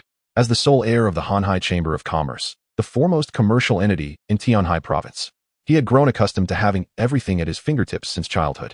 The Hanhai Chamber of Commerce boasted unparalleled financial strength and business operations throughout the Longxia Empire, ranking among the top 10 even within the entire realm. Yet, he was taken aback, since stepping into Tianyan University as a specially recruited student. He had encountered obstacle after obstacle. Initially, he was outright ignored by a director named Zhang Peifu. Later, upon registering for the upcoming campus league set to commence in a month, he was infuriated to discover the leaked pre-ranking of freshman S strengths, which placed him outside the top 5 even among first-year students. How could he, with his pride, possibly endure such humiliation? Tianyan University, As the pinnacle of academia in Longxia, gathered prodigies from all provinces, many of whom were not inferior to him in talent. His once prized unique ability, constrained by its stringent limitations, only allowed him to contract with identical beasts for fusion. This talent was indeed formidable, but was decidedly a late-blooming ability. Were he a fourth-tier beastmaster, fusing 3 identical beasts, he would be confident in battling above his rank. Even as a second-tier beastmaster, capable of fusing 2 beasts, he would be assured of invincibility within his rank. The conundrum was that he was still merely a first-tier beastmaster. This rendered his talent virtually impotent, a mere ornament. Were he an ordinary individual, the most prudent course of action would perhaps be to humble himself, diligently train, and seek to elevate his level, awaiting a later opportunity to shine. But who was he? He was the sole heir of the Hanhai Chamber of Commerce. In his world, the concept of early restraint followed by later emergence had never existed. If he desired strength, it must be unwavering from beginning to end. With his talent temporarily hindered and luck overshadowed by those monsters, he would resort to the most straightforward method, financial power. He promptly placed a call home, his intent crystal clear, to throw money at the problem. He demanded the collection of soul stones. He intended to overturn the disadvantage at the soul altar. Only 30 stones. Yingchen gazed at the soul stones presented by the butler. Insufficient. Tell the old man to continue gathering. At the very least, I require 100 stones. Yes, young master, the butler replied, bowing deeply, inwardly lamenting. 100 stones? The young master truly had no inkling of worldly hardships. The most reliable means of acquiring soul stones was currently through the rewards of various secret realms. Who are those who can make the list? Who would sell their soul stones without paying an exorbitant price? For these 30 stones, the master has nearly exhausted the highest echelons of his commercial network, incurring countless debts to gather them in a mere few days. These stones cannot simply be purchased with wealth alone. 100 soul stones hold a value that transcends monetary measure. However, as a mere servant, I would never dare to utter such words. Chapter 64. The extremely rare skill evolution stone. Yingchen waved his hand in agitation. Enough standing around. Come, follow me to the soul altar. Rising from the sofa, a renewed confidence, characteristic of a scion of wealth, adorned his visage. I shall show these so-called geniuses how utterly insignificant their proud talents are in the face of the Yi family's financial might. Yingchen walked alone along the stone path leading to the campus. Upon passing a junction, he encountered an elderly man and a youth approaching him. The young man was donned in a lavish custom outfit, while the elder followed closely behind, exuding an air of deference. It was none other than Yingchen and his servant. The elder, upon spotting Yingchen, hurriedly approached and blocked his path, his demeanor exceedingly courteous. Excuse me, fellow student. May I inquire if the soul altar lies in this direction? Yingchen nodded slightly. It was then that Yingchen recognized Yingchen. Wasn't he the new student who had caught Director Zhang Peifu's attention, even to the point of excessive enthusiasm? Yingchen, if memory serves. The recollection of that day when he was disregarded stirred unease within Yingchen. He lifted his chin slightly, adopting a facade of aloofness. What a coincidence. Are you also heading to the soul altar? Seeing Yingchen take the initiative to speak, Yingchen raised an eyebrow and smiled. Indeed, are you going as well? Yingchen feigned a deep sigh, retrieving a hefty pouch from his storage space and tossing it in his hand. Alas, my talents are lacking, unlike who has caught Director Zhang's eye. My family, fearing I might face hardship at school, insisted on providing me with a few soul stones. He casually opened the pouch, revealing the glimmering soul stones within. Not many, just over 30. I thought I might try my luck and see if I could draw something useful to enhance my strength. Yingchen's gaze swept over the pouch of soul stones, a flicker of surprise crossing his eyes. Over 30? Does this lad's family own a mine? Yet, his expression remained calm, merely nodding in acquiescence. Then shall we go together? Absolutely, it's perfect to have a companion. Yingchen readily agreed, all the while harboring a sneer within. At the soul altar, a vast circular stone platform emanated a gentle glow, with ancient runes flickering on the ground. As Yingchen placed the first batch of 10 soul stones into the altar's recess, a towering beam of light instantly seized the attention of all onlookers. Utilizing the soul altar for a lottery was a rare occurrence, even at the esteemed Tianyan University, simply because soul stones were exceedingly scarce. Look, someone is using the soul altar. Wow, starting with a 10-fold draw? Which wealthy senior is this? Not a senior. Look at that face. He is a new student. I remember him, the specially recruited Yingchen. In the crowd, recognition of Yingchen's identity spread swiftly, tinged with envy and resentment. Yingchen, I thought it was someone else. The young master of the Hanhai Chamber of Commerce, the commercial giant ranked among the top 10 in Longxia. No wonder his starting point is so different from ours. He can use such rare resources like soul stones. As Yingchen absorbed the astonishment and chatter around him, his pride swelled further. This was the attention he craved. He instinctively turned to gauge Yingchen's expression, only to find him standing at the periphery of the crowd, arms crossed, wearing a leisurely smile. On the altar, the radiant beam gradually receded. 10 cards, each adorned with ancient engravings on their reverse, floated silently in the air. Yingchen extended his hand, and the cards flipped over in unison. Ugh, this luck is rather dismal. 2 skill books, 1 A-grade evolution material, and the rest were merely mundane resources. A murmur rippled through the crowd. An A-grade evolution material is still lacking? You can hardly find this sort of thing outside. It's a strategic resource. What good is it if you can't see it? Who needs it now? It's meant for geniuses or big shots. Far beyond our reach. A B grade would be better, at least it's usable. Exactly, distant waters can't quench immediate thirst. TSK, do you understand? The reason soul stones are so precious, why they consistently sell at over 10 times their value, is due to the rarity of A-grade and above evolution materials.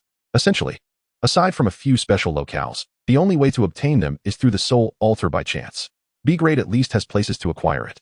Where do you even find A-grade? Yingchen's heart sank as he listened to the surrounding discussions. None of these items were what he urgently needed. The 2 skill books were entirely incompatible with his beast.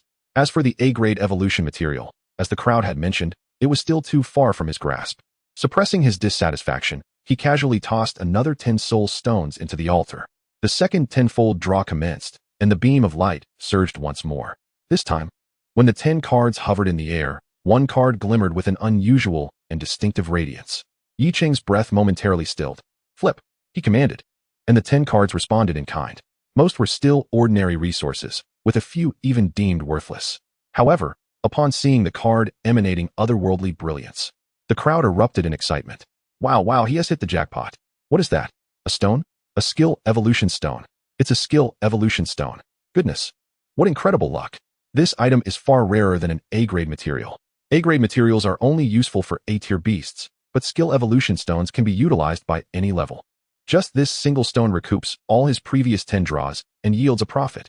Damn, this is just too good. Yingchen absorbed the surrounding gasps and exclamations, a rush of ecstasy flooding his heart. He maintained a facade of nonchalance as he stored the skill evolution stone in his bag. While secretly placing it apart within his system inventory, he resolved that upon returning, he would immediately use it on his primary beast, the fiery soul wraith, to evolve its core skill, Soul Flame. Yingchen clenched his fist unconsciously, as if already envisioning himself dominating the freshman league, trampling all the geniuses beneath his feet. What a thrill. This moment would be transformative. He took a deep breath, suppressing his excitement. His gaze inadvertently flickered towards Yingchen, only to find the latter still wearing that indifferent expression. The fire of irritation flared up within Yingchen once more. What pretense? He snorted coldly, forcefully placing the last 10 soul stones into the groove. The third round of 10 consecutive draws commenced. Chapter 65. The entire school stunned. A destiny seat emerged. A blinding radiance erupted. This time, the altar's reaction was far more intense than in the previous 2 instances. Everyone nervously fixed their eyes on the sky. In the next moment, incredulous gasps erupted from the crowd. What in the world? What is that card? A Beastmaster card. What? Am I seeing things? How could a Beastmaster card possibly be drawn from the soul altar? I'm not mistaken. It's real. The back of that card bears the design of the fiery, vengeful spirit. What incredible luck has Yingchen stumbled upon to draw this? Is this truly possible? Except for the initial contract ceremony of every individual, no new Beastmaster cards could be drawn from the soul altar. And the emergence of a Beastmaster card only signifies one thing. It indicates the summoning of a beast that the individual already possesses. In other words, he has drawn a destiny seat. Ha ha ha ha. Yingchen could no longer contain himself. He laughed heartily, his voice brimming with pride and exuberance. Never did I expect that I, Yingchen, would one day draw a destiny seat. Swiftly, he opened the system panel, focusing his thoughts on the attributes of his destined beast. Meanwhile, in the luxurious villa within the residential area for honorary professors at Tianyin University, Su Hongyang's eyes were bloodshot. He was fixated on the figure enveloped in white light before him, his entire being taut with nervous energy. After half a month of sleepless nights strategizing in the Goblin Lumberyard, the sensation of his mental strength being pushed to the limit still caused his head to throb painfully. Yet, all of this was worthwhile. Beside him, Old Huang stroked his beard with a satisfied smile. Indeed, young Su, you have turned calamity into fortune. In this state of extremity, you have inadvertently breached the threshold of a Tier 3 Beastmaster, resulting in a significant enhancement of your mental prowess. Now, with the successful evolution of the puppet sword servant, it's a double blessing, truly commendable. Su Hongyang's taut form finally relaxed slightly. He turned to old Huang and bowed deeply. Teacher, had it not been for your provision of that diamond core, the evolution of the puppet sword servant would have been impossible.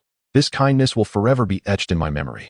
As soon as he finished speaking, the white light before him trembled violently, surging like a tide into the body of the puppet sword servant. Crack, crack, crack. The sound of metal bones grinding and reassembling resonated through the living room. The puppet sword servant, originally resembling a human, began to swell. Its metallic exterior grew thicker, gleaming with a dark golden sheen. The most astonishing transformation was the sudden protrusion of two scapulae beneath its shoulders, which miraculously sprouted a brand new pair of metallic arms. It's done. The evolution into a C-tier 4-armed titan has been completed. Su Hongyang's voice quivered with excitement. Old Huang nodded in satisfaction. The 4-armed titan has surpassed the weapon limitations of puppet-type beasts. 4 arms mean the ability to wield 4 weapons simultaneously, providing attributes from 3 additional equipment pieces compared to ordinary beasts. If he could procure 4 decent weapons, the enhancement to his strength would be substantial. When attacking, the 4 arms would move in unison like a tempest. Few would stand against him within the same tier. Hongyang, all your hardships over the past half-month have not been in vain. Su Hongyang's gaze burned with fervor as he beheld his transformed beast. A surge of ambition swelling within him. Just then, his phone vibrated in his pocket, interrupting the moment. He instinctively frowned and glanced at old Huang before answering casually, "Hello." The voice on the other end seemed to say something, and Su Hongyang's expression turned dazed. Old Huang, sipping his tea, noticed his demeanor and set the cup down. "What's the matter?" Su Hongyang took a deep breath, turning to old Huang, his voice tinged with disbelief. "Teacher, over at the soul altar, a freshman has drawn a destiny seat." Cough, cough, cough. Old Huang spat out his tea in shock, leaping to his feet and grabbing Su Hongyang's arm. "This is an extraordinary occurrence. Let us go quickly." Old Huang's eyes sparkled with excitement as he pulled Su Hongyang toward the exit. The existing data on destiny seats was scant, now that a new case had emerged. He was eager to discover what beast had been summoned and what the attributes of the destiny seat entailed. Alongside old Huang and Su Hongyang heading to the soul altar were Principal Zhuang Wei and Enrollment Director Zhang Peifu. Unlike old Huang, who approached this with a research mindset, these two were filled with uncontainable joy. A freshman had only just enrolled. They hadn't even held the orientation yet. Yet one of their students had already secured a destiny seat. It is well known that every beast possessing a destiny seat holds immense potential. Many might think that a destiny seat merely adds an attribute, akin to learning a powerful passive skill. However, those who have nurtured their beasts to their utmost limits, unable to evolve further, must rely on skill acquisition to enhance their strength. It is understood among beast masters that there exists a rule unbeknownst to the students. The number of skills a beast can learn is capped. Beyond their innate skills, an E-tier beast can learn 2 skills, a D-tier 3. With each evolution, only 1 additional skill slot becomes available for learning. Once filled, one can only use an item called a forgetting stone to erase a skill in order to learn a new one. It is precisely for this reason that the power of a destiny seed is so manifestly formidable. It effectively raises the ceiling of what a beast can achieve. This year's freshman cohort is truly exceptional. With Yingchen, that unreasonable full destiny anomaly, and now another lucky child emerging. Tianyan University is poised to make a strong showing in this year's intercollegiate league. Zhang Peifu, upon hearing this, forgot to catch his breath, his face beaming with joy as he hurried to keep pace with the principal. Yet, they were left wondering who had drawn this destiny seat, what beast it was, and what the attributes of the destiny seat might entail. It must be remarkably powerful. At this moment, Yingchen remained immersed in overwhelming elation. He disregarded the clamor of the crowd below, eagerly focusing his thoughts on the attributes of his destined beast. Species, fiery vengeful spirit, level, E-tier. Level 21 mature. Attribute, phantom, strength, 7, agility, 90, mentality, 150, constitution, 53, skills, soul flame, possession, shriek. Flame of the soul, upon activation, envelopes the body in soul fire, inflicting dual damage of flames and souls to the surroundings, lasting for 30 seconds with a cooldown of 2 minutes. Possession temporarily enters the body of a target not exceeding the current level, gaining control over the target's physique. Screech emits a soul-piercing wail, instilling fear in nearby enemies. Constellation 1, Eternal Flame. The flame of the soul transforms into a passive skill, permanently surrounding the vengeful spirit in flames. Chapter 66. Is my fate in my own hands? The flame of the soul has transformed into a passive skill. Yingchen gazed at the final line of golden text, his heart racing, nearly bursting into exclamations of joy. What an incredible stroke of fortune. This was indeed a momentous double blessing. He had just drawn a skill evolution stone and was already contemplating using it on the flame of the soul. And now, another constellation has directly converted this core skill from an active to a permanent passive. What was once an explosive skill with a cooldown and a mere 30 seconds of effect has now become a permanent aura. This signifies that his vengeful spirit will forever be shrouded in that deadly flame, a perfect blend of offense and defense, and it consumes no mental energy whatsoever. The enhancement was nothing short of monumental. Beneath the altar, the students were growing increasingly impatient. Brother, don't keep the joy to yourself. What are the attributes of the constellation? Share with us, let us feast our eyes. Yes, don't hide it. So many of us are waiting to see. If you don't speak, none of us will sleep tonight. Yingchen slowly raised his head, looking down at the throng of eager faces. Reveling in the attention of the masses, a triumphant expression spread across his face. He cleared his throat and spoke in a seemingly nonchalant tone. It's nothing much. Just that the skill of the vengeful spirit, the flame of the soul, has become a passive ability.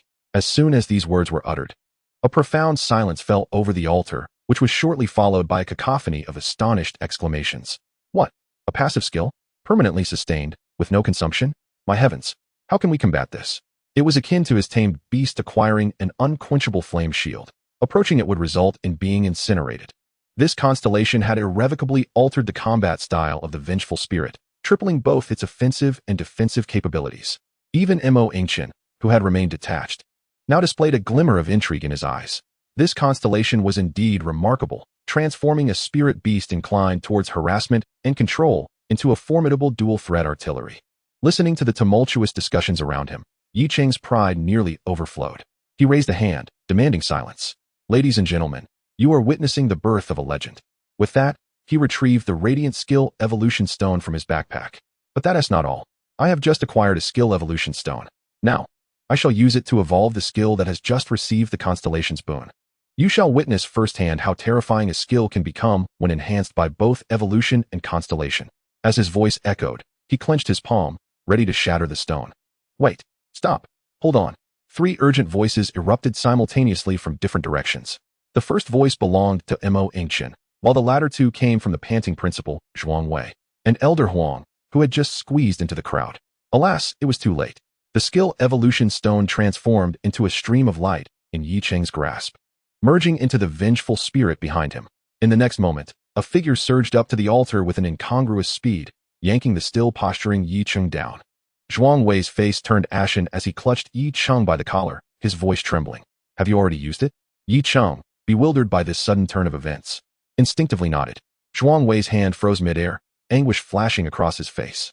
You foolish child. Could you not have consulted an instructor before utilizing such a thing? Yingchen was utterly perplexed. What's wrong, principal? Isn't this a moment of great fortune?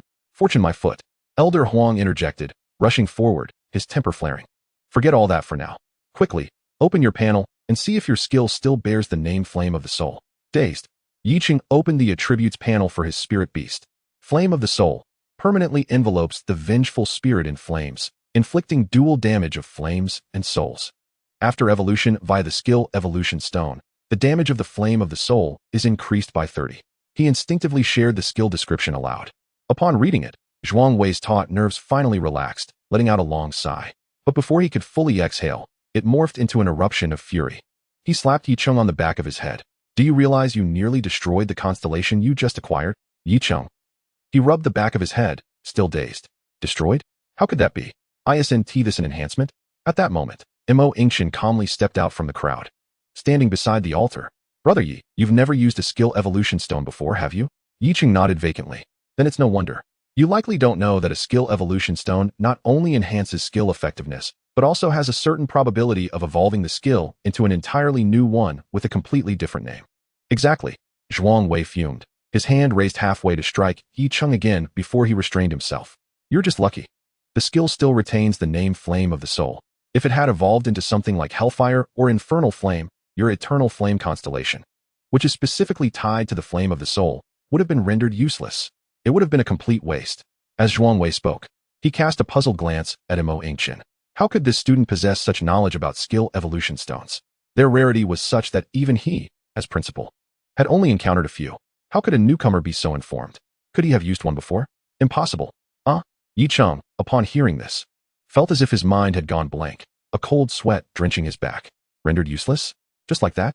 His constellation, which he had believed would alter his fate, was on the verge of becoming a worthless entry?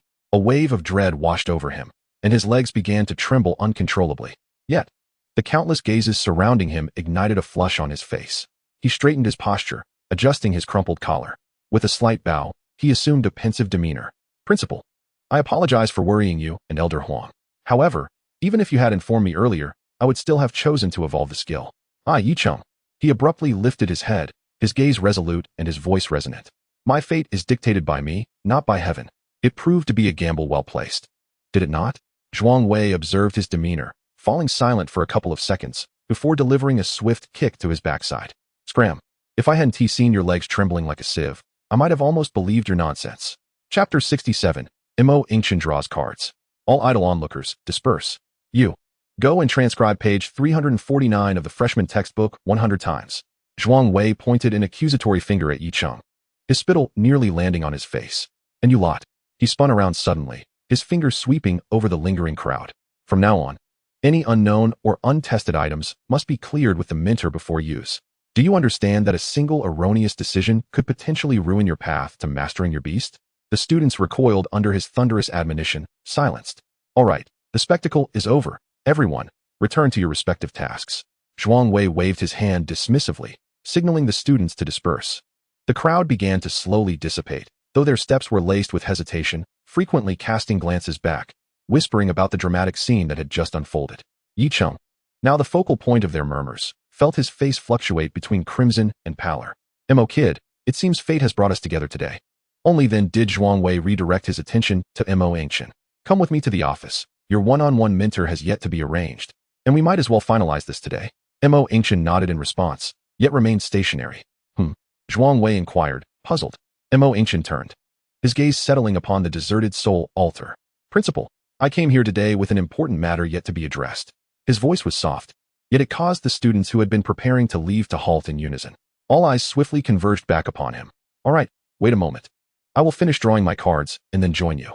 With that, Yingchen stepped forward, slowly ascending the altar under the watchful gaze of countless eyes. After such a long wait, it was finally his turn. Yingchen observed the scene, his earlier embarrassment now replaced by a hint of a cold smile. He too was curious to see what this freshman, favored by Director Zhang and the principal, could truly accomplish. Yingchen positioned himself at the center of the altar, his consciousness sinking into the system backpack. 21 soul stones, each radiating a gentle glow, lay quietly within. While his quantity might not surpass Yingchen's, one could wager that the rewards he could draw would be unattainable even if Yingchen were granted 100-fold the soul stones. He raised his hand, prepared to initiate the ritual. Wait. Elder Huang interjected suddenly, his expression grave. Principal Zhuang, kindly seal off the soul altar. The card-drawing process of this young man is not something that should be witnessed by too many. Zhuang Wei was taken aback, but upon seeing the look from Elder Huang, he recalled the report concerning the stone monkey. His heart raced as he comprehended Elder Huang's intent. Instantly, his imposing aura intensified as he bellowed, everyone, vacate the area within a kilometer of the soul altar immediately. This location is sealed for the night. His voice echoed through the square, igniting a flurry of commotion. What? Principal, why are you chasing us away? Exactly. After all this time waiting to see someone draw cards, why clear the area now? I was ready with my snacks. And now this. The crowd grumbled and complained, yet their bodies obeyed. Under Zhuang Wei's formidable gaze, they reluctantly began to shuffle away. Yingchen, accompanied by his steward, melded into the crowd, his expression fluctuating between dark and light. What made this Yingchen so exceptional? I can use the soul altar for everyone to observe. Yet when he uses it, we are denied even the right to watch. This thought gnawed at him, overshadowing even the joy of recently drawing a destiny seat. Soon, only Zhuang Wei, Elder Huang, and Yingchen remained. Even Su Hanyang and Zhang Peifu were sent away with a mere glance from Zhuang Wei. It was only at this moment that Elder Huang stroked his beard, turning his gaze towards Yingchen. Young Mo, I shall dare to venture a guess. Your talent is likely deeply connected to this soul altar, is it not? Yingchen fell silent. Elder Huang's conjecture was not entirely accurate, yet it prompted him to realize, you are still far too weak. Elder Huang's voice carried a note of solemnity. You should understand the principle of being punished for possessing something precious. The previous incident with the stone monkey could somewhat be explained by luck. However, if this continues, news of it could spell disaster for you. You would no longer be seen as a gifted student, but rather as a living treasure trove capable of consistently producing rare resources. Elder Huang's words washed over Yingchen like a bucket of ice water. He realized he had indeed been negligent, having focused solely on drawing his exclusive destiny seat. Yet aside from the destiny seat, the soul altar could generate countless resources of immense value. Not to mention evolution materials and skill books that were desperately sought after and could attract the envy of any faction. If his absolute luck were to be revealed, and certain organizations took notice, he could be captured and used as a dedicated card drawing tool. The mere thought sent a chill down his spine. Watching the serious expressions of Elder Huang and Zhuang Wei, Yingchen suddenly grasped their intentions. These two were, in fact, protecting him. He composed himself and bowed slightly to them. "Thank you, Principal. Thank you, Elder Huang, for your reminder." This gesture was sincere. However, a thought emerged uncontrollably in his mind. Once I grow stronger, perhaps establishing a soul altar drawing service wouldn't be such a bad idea. Others could provide the stones, and I would draw, taking a 90% cut. I could effortlessly handle resources from all around the world. Yingchen shook his head, temporarily suppressing this dangerous yet tempting notion. That was a matter for the future. For now, he should focus on drawing cards. Suddenly, he lifted his head and addressed Elder Huang. "Elder Huang, may I ask a question? If my second beast exhibits unusual strength later on, would there be suspicion surrounding it as well?" Elder Huang was taken aback, his heart jolting.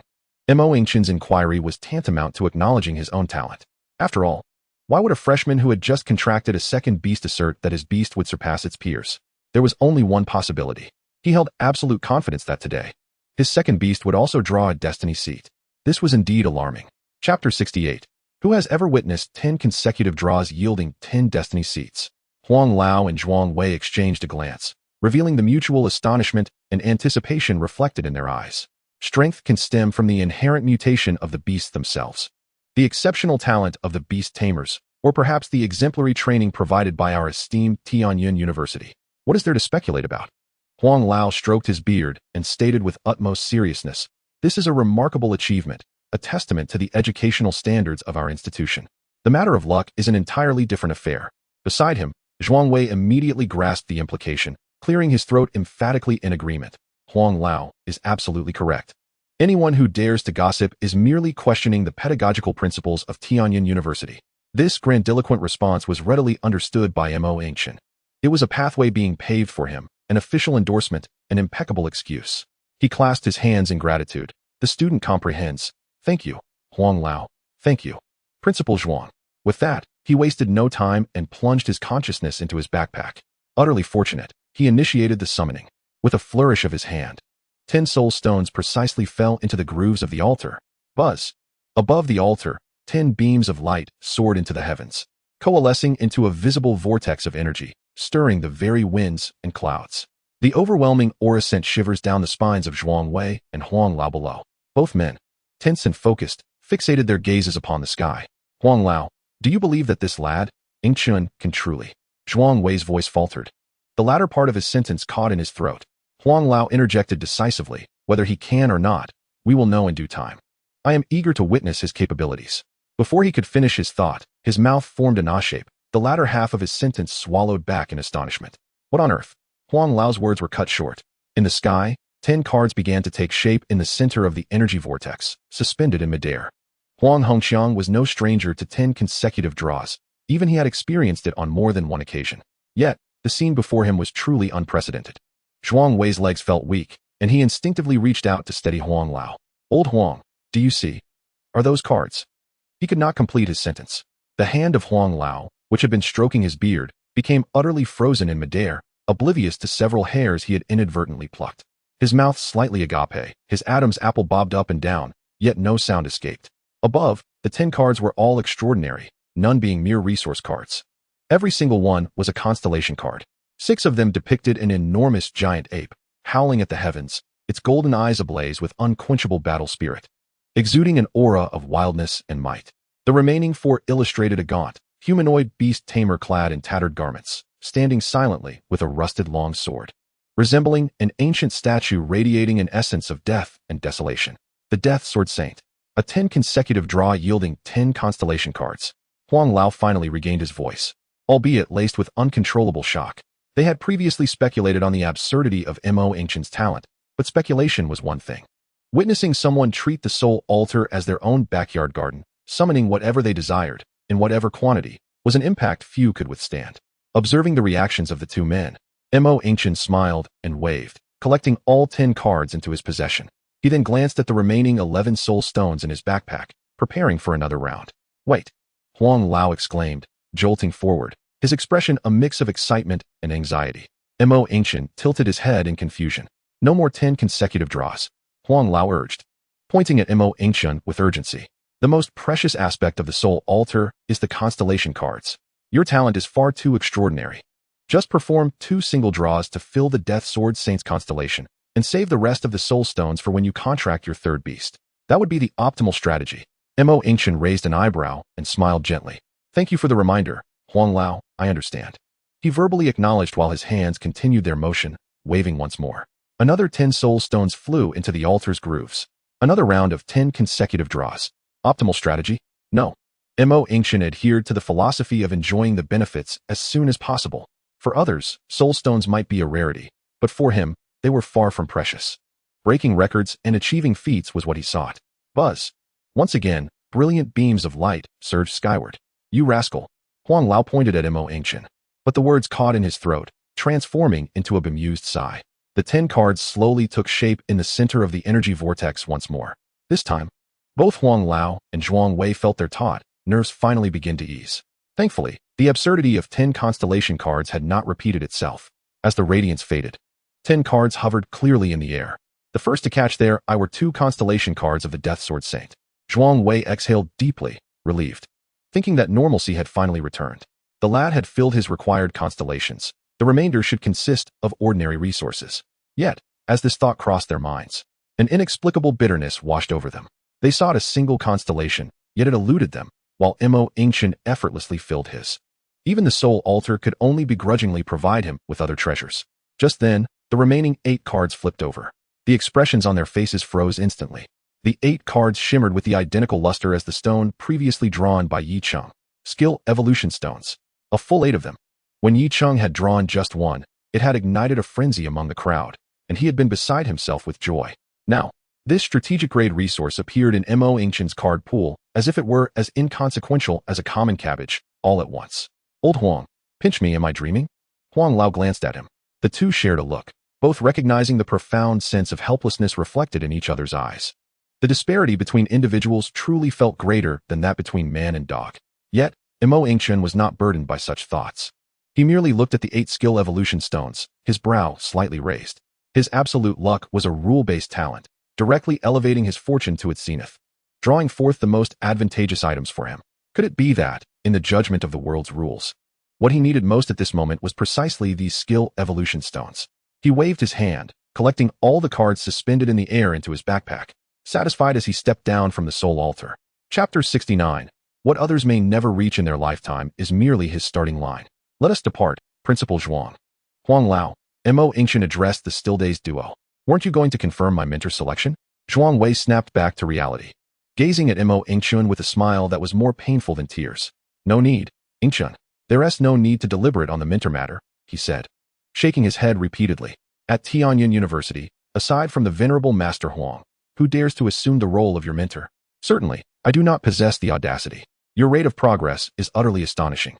I find myself questioning whether you might elevate your beast's combat prowess to the B rank by tomorrow, thereby placing yourself on equal footing with me. Should you surpass me before even graduating, what would I have the face to go? Yingchen offered a sheepish smile. It should not be that swift, I presume. Zhuang Wei's facial muscles twitched slightly. He turned to Master Huang, his eyes brimming with helplessness. Master Huang, what is your opinion? Huang Hongxiang had by now regained his composure from the initial shock. He scrutinized Yingchen from head to toe, as if assessing a rare, uncut gem. Well, that seems acceptable. After a moment of contemplation, he nodded. Then let this young man be temporarily registered under my name. I cannot promise much, but in the realms of evolutionary theory and ancient literary secrets, I can certainly provide you with some guidance. Upon hearing this, Yingchen's thoughts raced. Evolution? The evolutionary path of his beast was destined to diverge from all known systems in this world. In this regard, no one could assist him. Thus, it could be said that the greatest benefit of having this mentor was not merely instruction. Today's events had served as a reminder. He felt akin to a child clutching a mountain of gold amidst a bustling market. What he lacked was not gold, but rather the power to safeguard it. Master Huang embodied that strength. The status of a distinguished professor, a deity living in legend, served as the finest talisman. It could afford him the most precious time for development. Moreover, his understanding of this world was still rather superficial. Master Huang's theoretical knowledge represented a treasure trove awaiting exploration. With this realization, Yingchen hesitated no longer. He bowed respectfully to Huang Hongqiang. Master, this address was heartfelt. Haha, splendid. Huang Hongqiang laughed heartily. He stepped forward, aiding Yingchen to his feet, his eyes filled with satisfaction. Yingchen, henceforth, should you encounter any insurmountable troubles at school or throughout Tianyan City, simply invoke my name. Huang Hongqiang. His tone turned exceedingly grave. I cannot guarantee much, but even if you were to provoke the top-tier families such as the Ling and Gu clans, as long as you identify yourself, they would have no choice but to acquiesce. Zhuang Wei, overhearing this, felt his eyelids twitch. The Ling and Gu families were among the most esteemed clans in Tianyun. It seemed Master Huang was exceedingly pleased with this disciple to utter such words. Yingchen once more clasped his hands. The student understands. With this promise, his university life over the next 4 years could be faced with tranquility. He could steadily elevate his strength to an unassailable level. The group departed in their own directions. Master Huang returned to his residence alone. His mind replayed the scenes from the altar. 12 constellation cards, 8 skill evolution stones. Pushing open the heavy wooden door of his villa, the light from the living room spilled forth. Su Hongyang, who had previously left the soul altar, had not returned to his own abode. Instead, he was pacing excitedly in Master Huang's living room. Upon seeing him return, his eyes brightened instantly. Master, you are back. Su Hongyang hurried over, his face radiating uncontainable excitement. I just meticulously pondered the skill combinations for the four-armed Vajra. I believe we can pursue an extreme output route. With 4 arms, we can equip 4 offensive weapons, like 3 long swords and 1 heavy sword, forsaking all defense to maximize attack power. Before he could finish, Huang Lao raised his hand to interrupt him. Young Su. Master Huang's voice conveyed a deep weariness. He sidestepped Su Hongyang and sat beside the sofa, casually pressing his temples. Let us call it a day. Your idea is commendable, but I am rather fatigued. Tomorrow, come find me, and we shall discuss the skill combinations in detail. With that, he closed his eyes, signaling his unwillingness to engage further. Su Hongyang, prepared with a plethora of thoughts and soaring ambitions, found his words lodged in his throat, unable to ascend or descend. He opened his mouth, gazing at his teacher's clearly distant demeanor, ultimately swallowing his words. Yes, master, please rest early. He bowed slightly, tactfully exiting the villa and gently closing the door behind him. The night breeze wafted through as Su Hongyang stood outside. A look of bewilderment etched across his face. What was happening? Just half an hour ago, his puppet swordsman had successfully evolved. The master had even praised him, stating he had turned misfortune into fortune, with a promising future ahead. How could a mere visit to the soul altar transform him so drastically? Could it be that the new student, Yingchen, had drawn a constellation too formidable, causing the master to deem his 4-armed Vajra insufficient? That seemed implausible. The master's standards were exceedingly high. How could he be swayed by a newcomer? Su Hongyang was perplexed. Within the villa, Master Huang listened to the gradually fading footsteps outside, slowly opening his eyes and letting out a sigh. His mind was consumed with thoughts of the 2 fully realized battle apes and the Death Sword Saint. Reflecting on Su Hongyang's earlier enthusiastic discourse about how the 4 arms wielded weapons, the gap between them was no longer something that effort could bridge. Poor disciple of mine. After enduring 2 weeks of relentless effort, he had managed to elevate his beast to the C rank, all while believing his future was bright, ready to shine. Little did he know, a monster had already claimed what others could only dream of as the finish line, as his own starting point. The more Master Huang pondered, the more fatigued he felt. Upon returning to the villa, Yingchen closed the door. The night was serene, perfectly suited for reflecting on the terrifying gains of the evening. He poured himself a glass of water and settled onto the sofa. With a mere thought, the familiar system panel unfolded before him. In his backpack, the 8 radiant skill evolution stones lay quietly. Each one was enough to elate someone like Yingchen. Yet here they were merely an addition to the Night S events. His gaze fell directly upon the avatars of his 2 beasts. Beneath the images of the thunderous battle ape and the Death Sword Saint, a dazzling golden star map had appeared. 6 stars, with none missing, were all illuminated. Fully realized, he first opened the panel for the Death Sword Saint. The golden constellation entries flowed before his eyes. Chapter 70. Astonishing Constellation, Slaughter, Evolution. Constellation 1 Blade Drawing Enhancement, Blade Drawing / can be used multiple times in battle. Constellation 2 Death, like the wind. The Death Sword Saint can resurrect once during battle, and after resurrection, all attributes are increased by 50% for 1 hour. Constellation 3 Bloodbath. Attacks carry a life-steal effect. Constellation 4 Unyielding. In battle, unaffected by any negative status. Constellation 5 Lethal Strike. When attacking the same target, each attack accumulates 10% additional damage, stacking up to 10 times. Constellation 6 Slaughter Evolution. Killing an enemy allows the absorption of part of their power, permanently increasing one's attributes. S fingertips gently tapped against the armrest of the sofa before coming to a halt. He gazed at the rows of golden text before him, his breath momentarily slowing. The command seats of the D-rank Beast Master were indeed worlds apart from those of the E-rank. Previously, he had believed that the 6 command seats of the Great Sage Stone Monkey were remarkable, particularly the 6th command seat, Chi-Tian Awakening, which granted a 100% increase in attack speed, alongside the 5th command seat, Somersault's first appearance, which bestowed teleportation capabilities, both of which were nothing short of divine abilities. However, in comparison to the 6 newly acquired command seats of the Death Sword Saint, he realized how limited his previous perspective had been.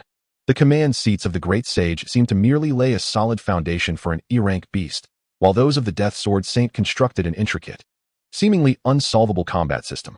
It could be said that they effectively obliterated the notion that he was limited to merely 3 moves before becoming ineffective. S gaze swept across the text. The first command seat, Blade Draw Enhancement, addressed the Death Sword Saint's most significant shortcoming. Previously, the Blade Draw Slash, which could only be utilized once per battle, represented his strongest burst in a normal state. After its use, he was relegated to mere basic attacks, significantly diminishing his combat effectiveness. Now, that limitation had vanished. The subsequent 3 command seats only served to broaden the smile at the corners of his mouth. Bloodbath allowed for life-steal through attacks, Relentless granted immunity to negative states, and Critical Strike enabled infinite stacking of damage. Together, these 3 conjured a terrifying image in his mind, a slaughtering machine that disregarded all forms of control, charging relentlessly on the battlefield, growing ever more formidable, and even gaining health as it fought. What a monstrous transformation. However, what quickens heartbeat the most was the final command seat. Command Seat 6, Slaughter Evolution. Killing enemies allows for the absorption of a portion of their power, permanently increasing one's attributes. The weight of the phrase permanently increasing was immense. This implied that the Death Sword Saint possessed the potential for infinite growth. Remarkably, this command seat did not stipulate an upper limit for enhancement. According to the established rules of this world, the absence of an upper limit implied that none existed. Provided there were sufficient enemies to vanquish, there was no telling how high the Death Sword Saint's attributes could soar, be it B rank or A rank. It was entirely plausible for the Death Sword Saint's attributes to surpass the legendary S rank. At that point, who would dare to measure its power by rank alone? Yet, a question arose. Would these permanently increased attributes be retained after the beast underwent evolution? In the rules of this world, every evolution of a beast signified a leap in life level, resetting all attributes according to the new species template. If it evolved to C rank, would the hard-earned attribute points accumulated through slaying enemies simply vanish? An uncontrollable thought emerged. What if he chose not to evolve? Let the Death Sword Saint remain eternally at D rank, hunting vast numbers of low-rank beasts, endlessly stacking attributes, trading time for power to create a D-rank monster with attributes rivaling those of S rank. This notion was incredibly tempting, but he quickly extinguished it. No, he could not allow that, nor could. To forfeit evolution for a handful of attributes would be tantamount to relinquishing the future of the blade in his possession.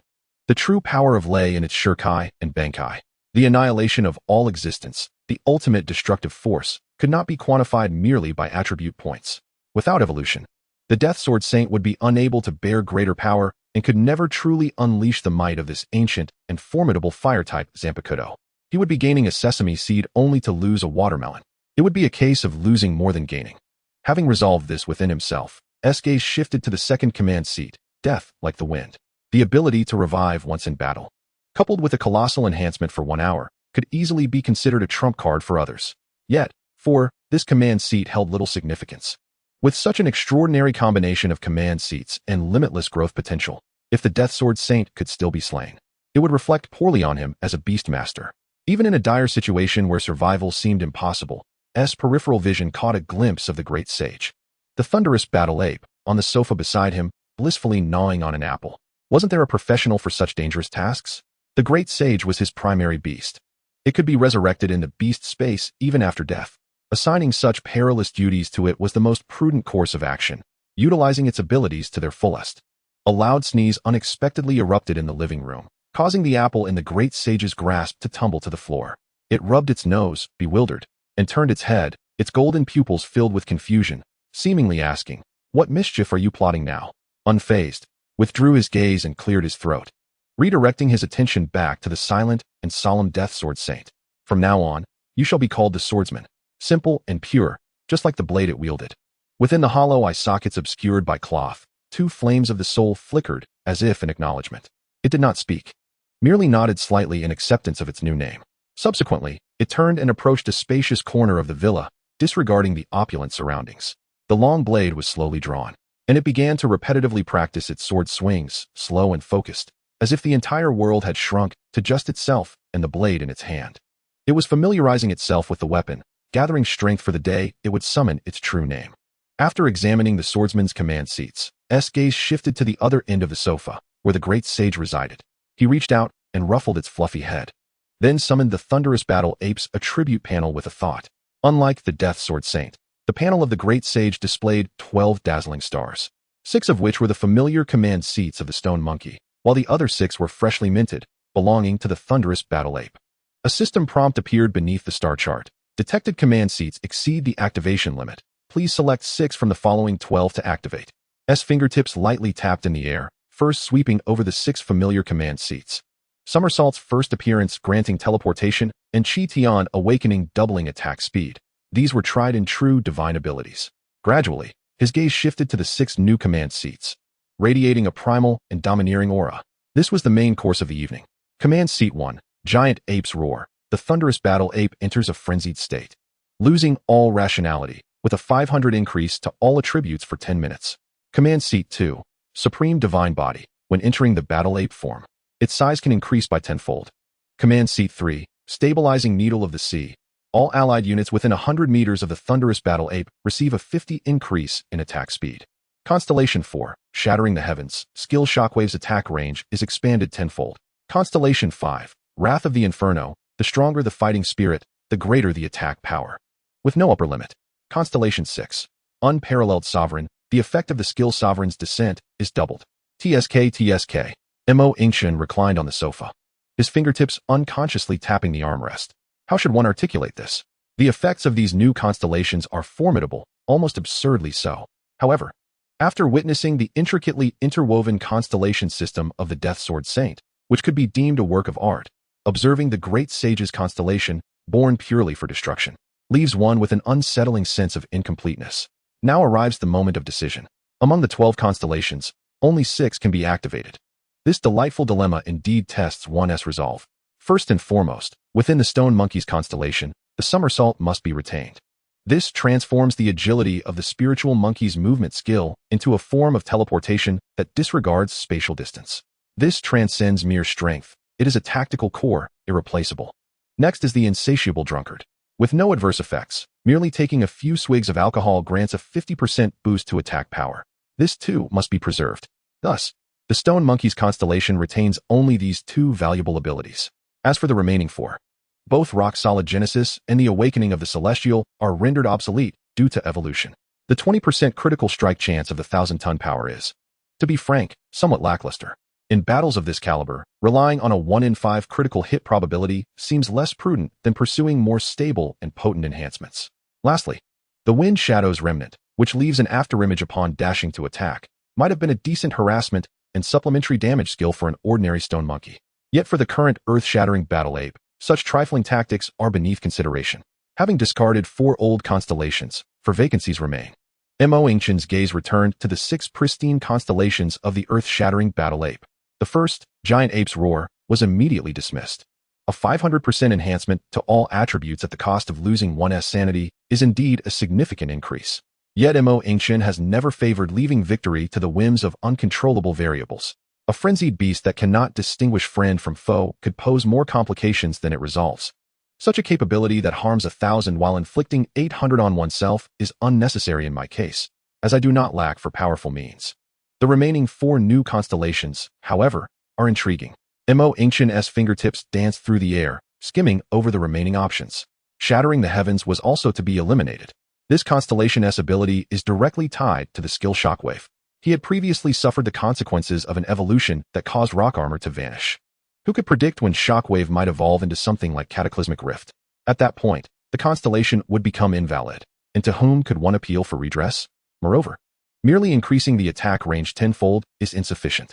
Given the Great Sage's current prowess, this skill serves more to secure precision kills, for clearing minions. The capabilities of the Tremor Fruit suffice.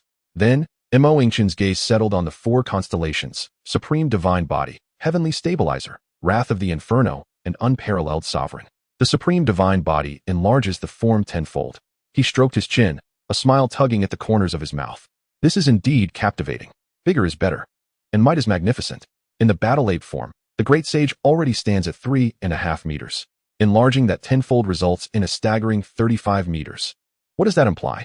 A single step could likely leave a massive crater in the playground of Tianyin University.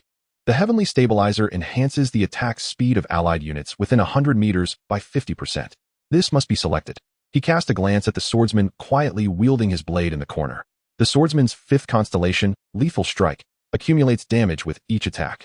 Coupled with the Great Sage's attack speed aura, this conjures an image of a merciless executioner whose speed escalates exponentially, with a mobile fortress providing substantial attack speed bonuses nearby. This tableau is truly a nightmare for any adversary. As for Wrath of the Inferno and Unparalleled Sovereign, one amplifies attack power with increasing fighting spirit, with no cap, while the other doubles the effect of Sovereign's Descent. These 2 constellations epitomize the essence of simplicity and raw power, embodying the aesthetic of violence. He relished the thought. Having made his decisions, Yingchen no longer hesitated, swiftly navigating the system panel.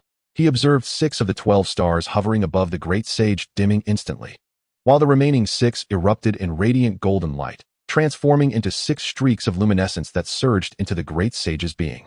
Roar! The Great Sage sprang up from the sofa, unleashing a deep roar towards the heavens. His physique remained unchanged, yet the restrained aura surrounding him grew even denser and more domineering. Within his golden pupils, it seemed as if molten lava flowed. Yingchen nodded in satisfaction, calling forth the newly refreshed attribute panel. Species: Earth-Shattering Battle Ape form. Level: D rank 12, growth phase. Equipment: Purple Gold Fiery Rod, Fine Dogman Leather Armor, Fine Dogman Battle Boots, Fine Dogman Bracers. Attribute: Spatial. Constellation: 6 constellations. Strength: 230-20. Agility: 170-70. Spirit: 210. Constitution: 940-50. Skills: Spiritual Monkey's Movement, Tremor Fruit, 30. Blood Fury Berserk, Passive, Shockwave, Battle Ape Transformation, Sovereign's Descent. Constellation 1, Insatiable Drunkard, drinking alcohol increases attack power by 50. Constellation 2, Somersault Emergence. Spiritual Monkey's Movement transforms from rolling to teleportation. Constellation 3, Supreme Divine Body. Upon entering Battle Ape form, the body can be enlarged an additional tenfold. Constellation 4, Heavenly Stabilizer. All allied units within 100 meters of the Earth-Shattering Battle Ape have their attack speed increased by 50. Constellation 5, Wrath of the Inferno. The stronger the fighting spirit, the greater the attack power, with no upper limit. Constellation 6, Unparalleled Sovereign. The effect of Sovereign's Descent is doubled. Chapter 72, Master of Swords and Sabers. Delightful. Yingchen leaned back on the sofa, exhaling a long breath. He gazed at the 6 constellations he had ultimately chosen for the Great Sage. A sense of fulfillment akin to crafting a flawless masterpiece swelling within his chest. Previously, he had vowed to guide every familiar towards an omnipotent direction. In retrospect, this decision seems remarkably astute. Consider the Heavenly Stabilizer, a supportive aura constellation whose effect directly boosts the attack speed of surrounding allied units by 50%. Yingchen would wager that presenting this effect would shatter the resolve of those beast masters at Tianyin University who pride themselves on their support capabilities, reducing them to tears as they return home to seek solace from their mothers. Moreover, the Supreme Divine Body, which allows the Battle Ape form to expand tenfold. Originally standing at a height of 3 meters and 5 centimeters, it could now surge directly to an astounding 35 meters. Such an increase in stature brings forth not merely a visual intimidation, but also a geometric escalation in strength, defense, and attack range. Following this transformation is the Unparalleled Dominator, which elevates attack speed by an astonishing 150%. The effect doubles, reaching a terrifying 300%. One must ask, is this not a manifestation of monstrosity? However, This celestial seat also comes with a joyful dilemma. Yingchen's gaze returned to the 8 skill evolution stones nestled within his backpack. He was now utterly reluctant to use these stones to evolve the Dominator. Should fortune not favor him, he might inadvertently transform this divine skill into something entirely different, leaving him with nowhere to lament his misfortune. Yet, this was inconsequential. The inability to evolve now does not preclude future possibilities. Moreover, while the Dominator's evolution remains on hold, there exists the Blood Fury Berserker. As for the final celestial seat, Wrath of Flames, truth be told, Yingchen found it rather perplexing. The stronger the battle intent, the higher the attack power, a limitless capacity for growth. Yet the description of this battle intent was exceedingly vague and enigmatic. What constitutes strong battle intent? Is it when one is struck? Or when one is in the throes of exhilaration? A thought crossed Yingchen's mind as he glanced at the Great Sage, who was idly surveying the surroundings from the sofa. "Great Sage, come here." The Great Sage scampered over, eyes brimming with curiosity. Yingchen assumed a serious demeanor, mentally commanding the Great Sage to test this so-called battle intent. However, the Great Sage merely tilted its head and, with a furry paw, pointed at the apple it had previously dropped on the ground, subsequently gesturing towards its mouth. "Owl, are we still eating?" Yingchen sighed. It seemed that the mechanism for triggering battle intent would have to be explored gradually in actual combat. Once all celestial seats were sorted, Yingchen's gaze fell back to his backpack, where 8 resplendent skill evolution stones lay in quiet repose. This evening, he had no intention of utilizing them one by one as he had previously. He resolved to unleash all 8 stones on a single skill. He was profoundly curious about what transformation a skill would undergo after 8 consecutive evolutions, and what extraordinary effects might emerge. But which skill should he choose? His gaze flitted between the Great Sage and the swordsman practicing in the corner. First, he needed to ascertain whom to strengthen. The Great Sage was his destined beast, having been with him the longest and possessing the deepest bond. From a personal standpoint, he naturally leaned towards the Great Sage. Moreover, the Great Sage's potential was undeniable.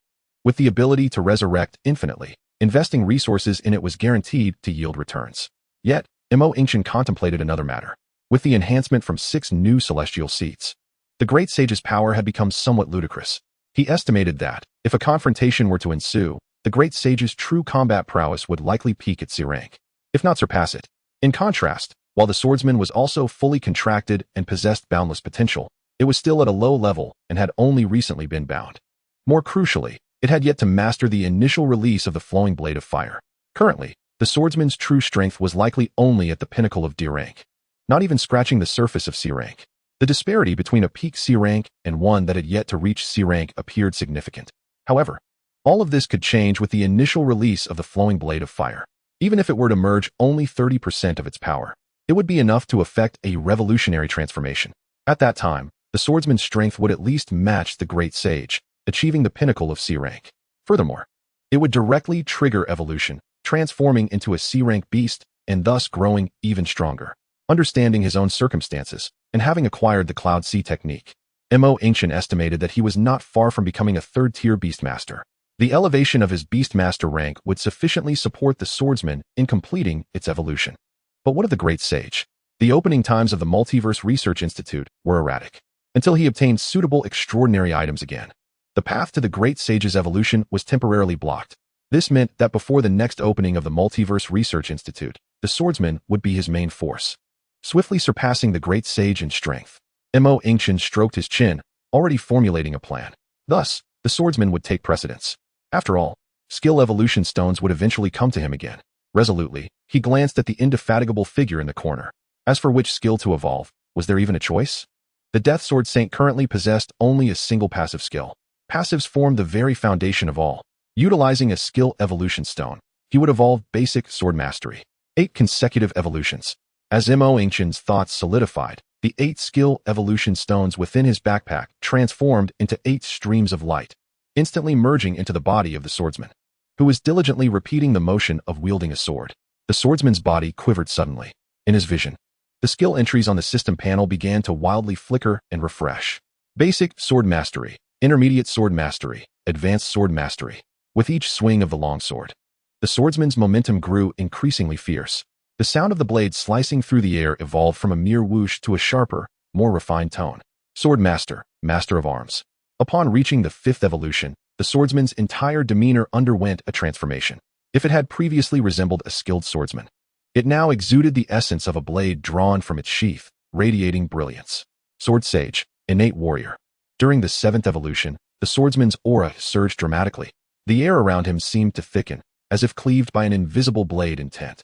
Finally, the 8th stream of light merged. Sword Deity, Lord of Blades. A series of evolution notifications ceased. The final skill crystallized into a line of golden text, indelibly etched in Yingchen's mind. Lord of Blades, passive a born master of blades. When wielding any sword weapon, final damage is increased by 500. Chapter 73, The Monstrous Skill. By heavens! Yingchen gaped at the golden text that had solidified on the panel, his eyes forgetting to blink. He instinctively rubbed his eyes and looked again. Lord of Blades, passive a born master of blades. When wielding any sword weapon, final damage is increased by 500. Final damage increased by 500%. Not 50. Not 100, but 500. Even with his heart having been tempered by numerous outrageous scenarios, it now raced uncontrollably. This passive, now that is the true divine level passive. A skill that permanently grants a 5-fold increase in final damage. As long as the swordsman held a blade, this effect would endure eternally. He immediately thought of the Great Sage. Currently, the Great Sage's most formidable single-target skill, Earth Shatter, offered only a 300% increase. Moreover, it was an active skill with a cooldown. In the face of the unassuming yet formidable passive ability of the swordsman, one is rendered almost juvenile. Even more alarming is the fact that this passive amplifies the ultimate damage, implying that it can be stacked with all of the swordsman's offensive techniques. What spectacle might we witness when the already potent blade draw is further multiplied by 5? Furthermore, with the 5th constellation's deadly strike, each attack on the same target accumulates an additional 10% damage. Now, the foundational damage of each accumulation has surged 5-fold. How does one even begin to calculate such an escalation? Yingchen felt his mind teetering on the brink of overwhelm. He cast a glance towards the figure in the corner. The swordsman remained poised with his weapon raised. Yet the aura of the Beast Master had undergone a cataclysmic transformation at that moment. If it were previously akin to a blade concealed within its sheath, it was now the blade itself. Simply standing there, its invisible edge seemed poised to cleave through the very fabric of space. An uncontrollable thought flickered to life. Should he procure a skill book on basic staff mastery for the Great Sage, and then forcibly evolve it with a skill evolution stone?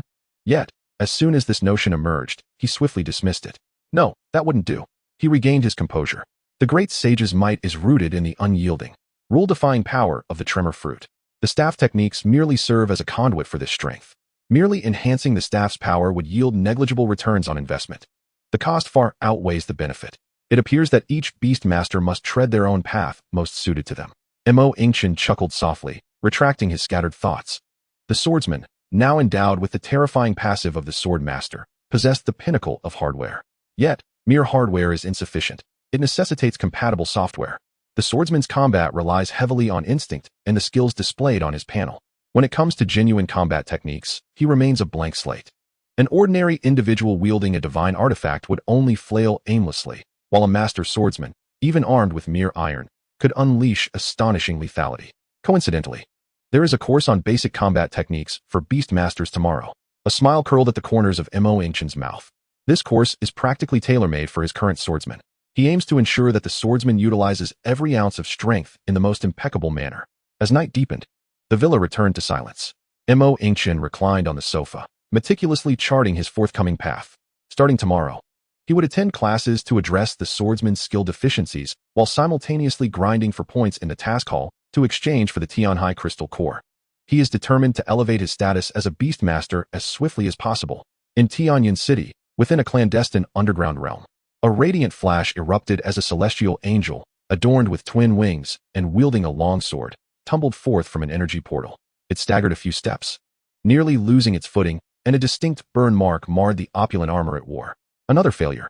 Gu Beiwang sighed, weariness etched across his visage. He summoned his renowned B-rank combat angel back to him. Old Gu, has your angel's swordplay regressed? Inquired the burly Ling Tian, crossing his arms with a hint of jest in his tone. If you think you can do better, be my guest, Gu Beiwang retorted with an exasperated glance. Ling Tian's lips twitched, but he refrained from further comment. The two were the heads of the two premier families in Tianyan City, the Ling and Gu families. They both gazed at the metallic puppets standing before them, feeling a profound sense of impotence. This secret realm belonged jointly to their families and housed a legacy pool. However, to access the legacy pool, they must first overcome the trials posed by these metallic constructs. This cursed place has rules that are excessively stringent. Gu Beiwang rubbed his temples in frustration. The use of any active skills is prohibited. They must rely solely on the combat instincts and techniques of their beasts. Yet, the puppets' attacks come with rule-based judgments. Any strike that lands will forcibly expel them from the realm. Only one beast may enter at a time, leaving no room for support. They had already spent 3 entire days here. Both Gu Beiwang's combat angel and Ling Tian's thunder lion were paragons among B-rank beasts, yet in this realm, they were left in a pitiful state. It was perplexing to consider how their forebears had managed to pass through this trial over 20 years ago. The legacy pool had not been opened in over 2 decades. Ling Tian remained silent for a moment, his expression equally grim. This secret realm is the foundation upon which both the Gu and Ling families are built. Their current prominence is largely attributable to it. The core of the realm is the legacy pool. By overcoming the trials posed by the metallic puppets, they can secure 5 slots for entry into the pool. What lies within is not mere skills or equipment, but a form of inheritance known as combat strategies. These strategies are enigmatic and do not occupy skill slots. Rather, they resemble martial arts techniques fully mastered by the beasts. Once learned, they can be seamlessly integrated into standard attacks, executed with effortless grace. Gu Beiwang's combat angel had accessed the legacy pool over 20 years ago, obtaining a combat strategy known as the Holy Spirit's ultimate sword, which solidified its invincible status among its peers. Old Ling, Gu Beiwang's gaze drifted from the depths of the realm. The legacy pool opens once every decade, and we have squandered 2 opportunities already. We cannot afford to wait for another 10 years. He turned to Ling Tian, his expression turning grave. Let us proceed as previously discussed and seek external assistance. Relying solely on our 2 families appears to hold little promise. Seeking help? Ling Tian sighed. Old Gu, this is a core secret of our families. If it leaks, it is still preferable to watching this legacy rot here. Gu Beiwang interrupted him. 1 slot is merely a trade-off for 4. It is certainly better than leaving with nothing. Chapter 74. Attributes. Are they not important? Ling Tian seemed momentarily taken aback, nodding in reluctant agreement. He sighed deeply. The rules established by our forebears state that the family that succeeds in the challenge claims 3 slots. Now, if we invite external help, we effectively forfeit 1. Moreover, those who can pass such trials likely have an unparalleled understanding of beast combat techniques. Such individuals are typically formidable figures with lofty aspirations. Our legacy pool may not even pique their interest, and we may find ourselves incurring additional costs on top of that. Gu Beiwang acknowledged this as a foregone conclusion. Ling Tian shifted his tone. As for the remaining 4 slots, dividing them equally as per tradition does not seem entirely fair. A glint of shrewdness flickered in his eyes. What if we propose this? Whoever brings in assistance, if they succeed, their family takes 3 slots, while the other family receives 1. The cost will be borne solely by the family that sought help. Gu Beiwang frowned. Ling Tian, that old fox, is trying to outmaneuver him yet again. What was just said about fearing the family's core being leaked is nothing but nonsense. He has long received wind of it. Ling Tian has recently been secretly engaging with a 5th-tier beastmaster from Kyoto, who commands a formidable tiger fighter, whose close combat skills have reached a remarkable level. As for this secret realm, based on the experiences passed down by previous generations, passage depends entirely on the combat prowess of the beasts themselves, requiring them to forcefully carve their way through that throng of metallic puppets. Although his battle angel possesses a sufficiently high tier and wields a somewhat exquisite swordsmanship, it is evidently still below the threshold required to succeed. Ling Tian has calculated that he could not find a more suitable candidate than himself. Contemplating this, Gu Beiwang suppressed the ire bubbling within him, his tone becoming notably graver. Very well, let us proceed as you suggest. Having a single quota is certainly better than returning empty-handed. In Tianyin University, within a colossal tiered lecture hall capable of accommodating 1,000. The seats are presently filled to capacity. Yingchen has chosen a spot towards the back, casually settling down. To his left, the great sage is scratching its head, curiously surveying the myriad of beasts surrounding them, its golden eyes brimming with excitement as it revels in the spectacle. To his right, the swordsman stands straight as an unsheathed blade, silent and composed, radiating an aura that discourages any approach. This session on ordinary attack techniques for beastmasters is primarily intended for the swordsman, while the great sage, having already paid its points, sees no harm in attending. Who knows when it might come in handy? In stark contrast to the great sage's restless demeanor, the swordsman's presence inadvertently instills a sense of unease among the nearby students' beasts, causing them to instinctively shift away. Yingchen finds this quite satisfactory. At last, there is someone he need not worry about.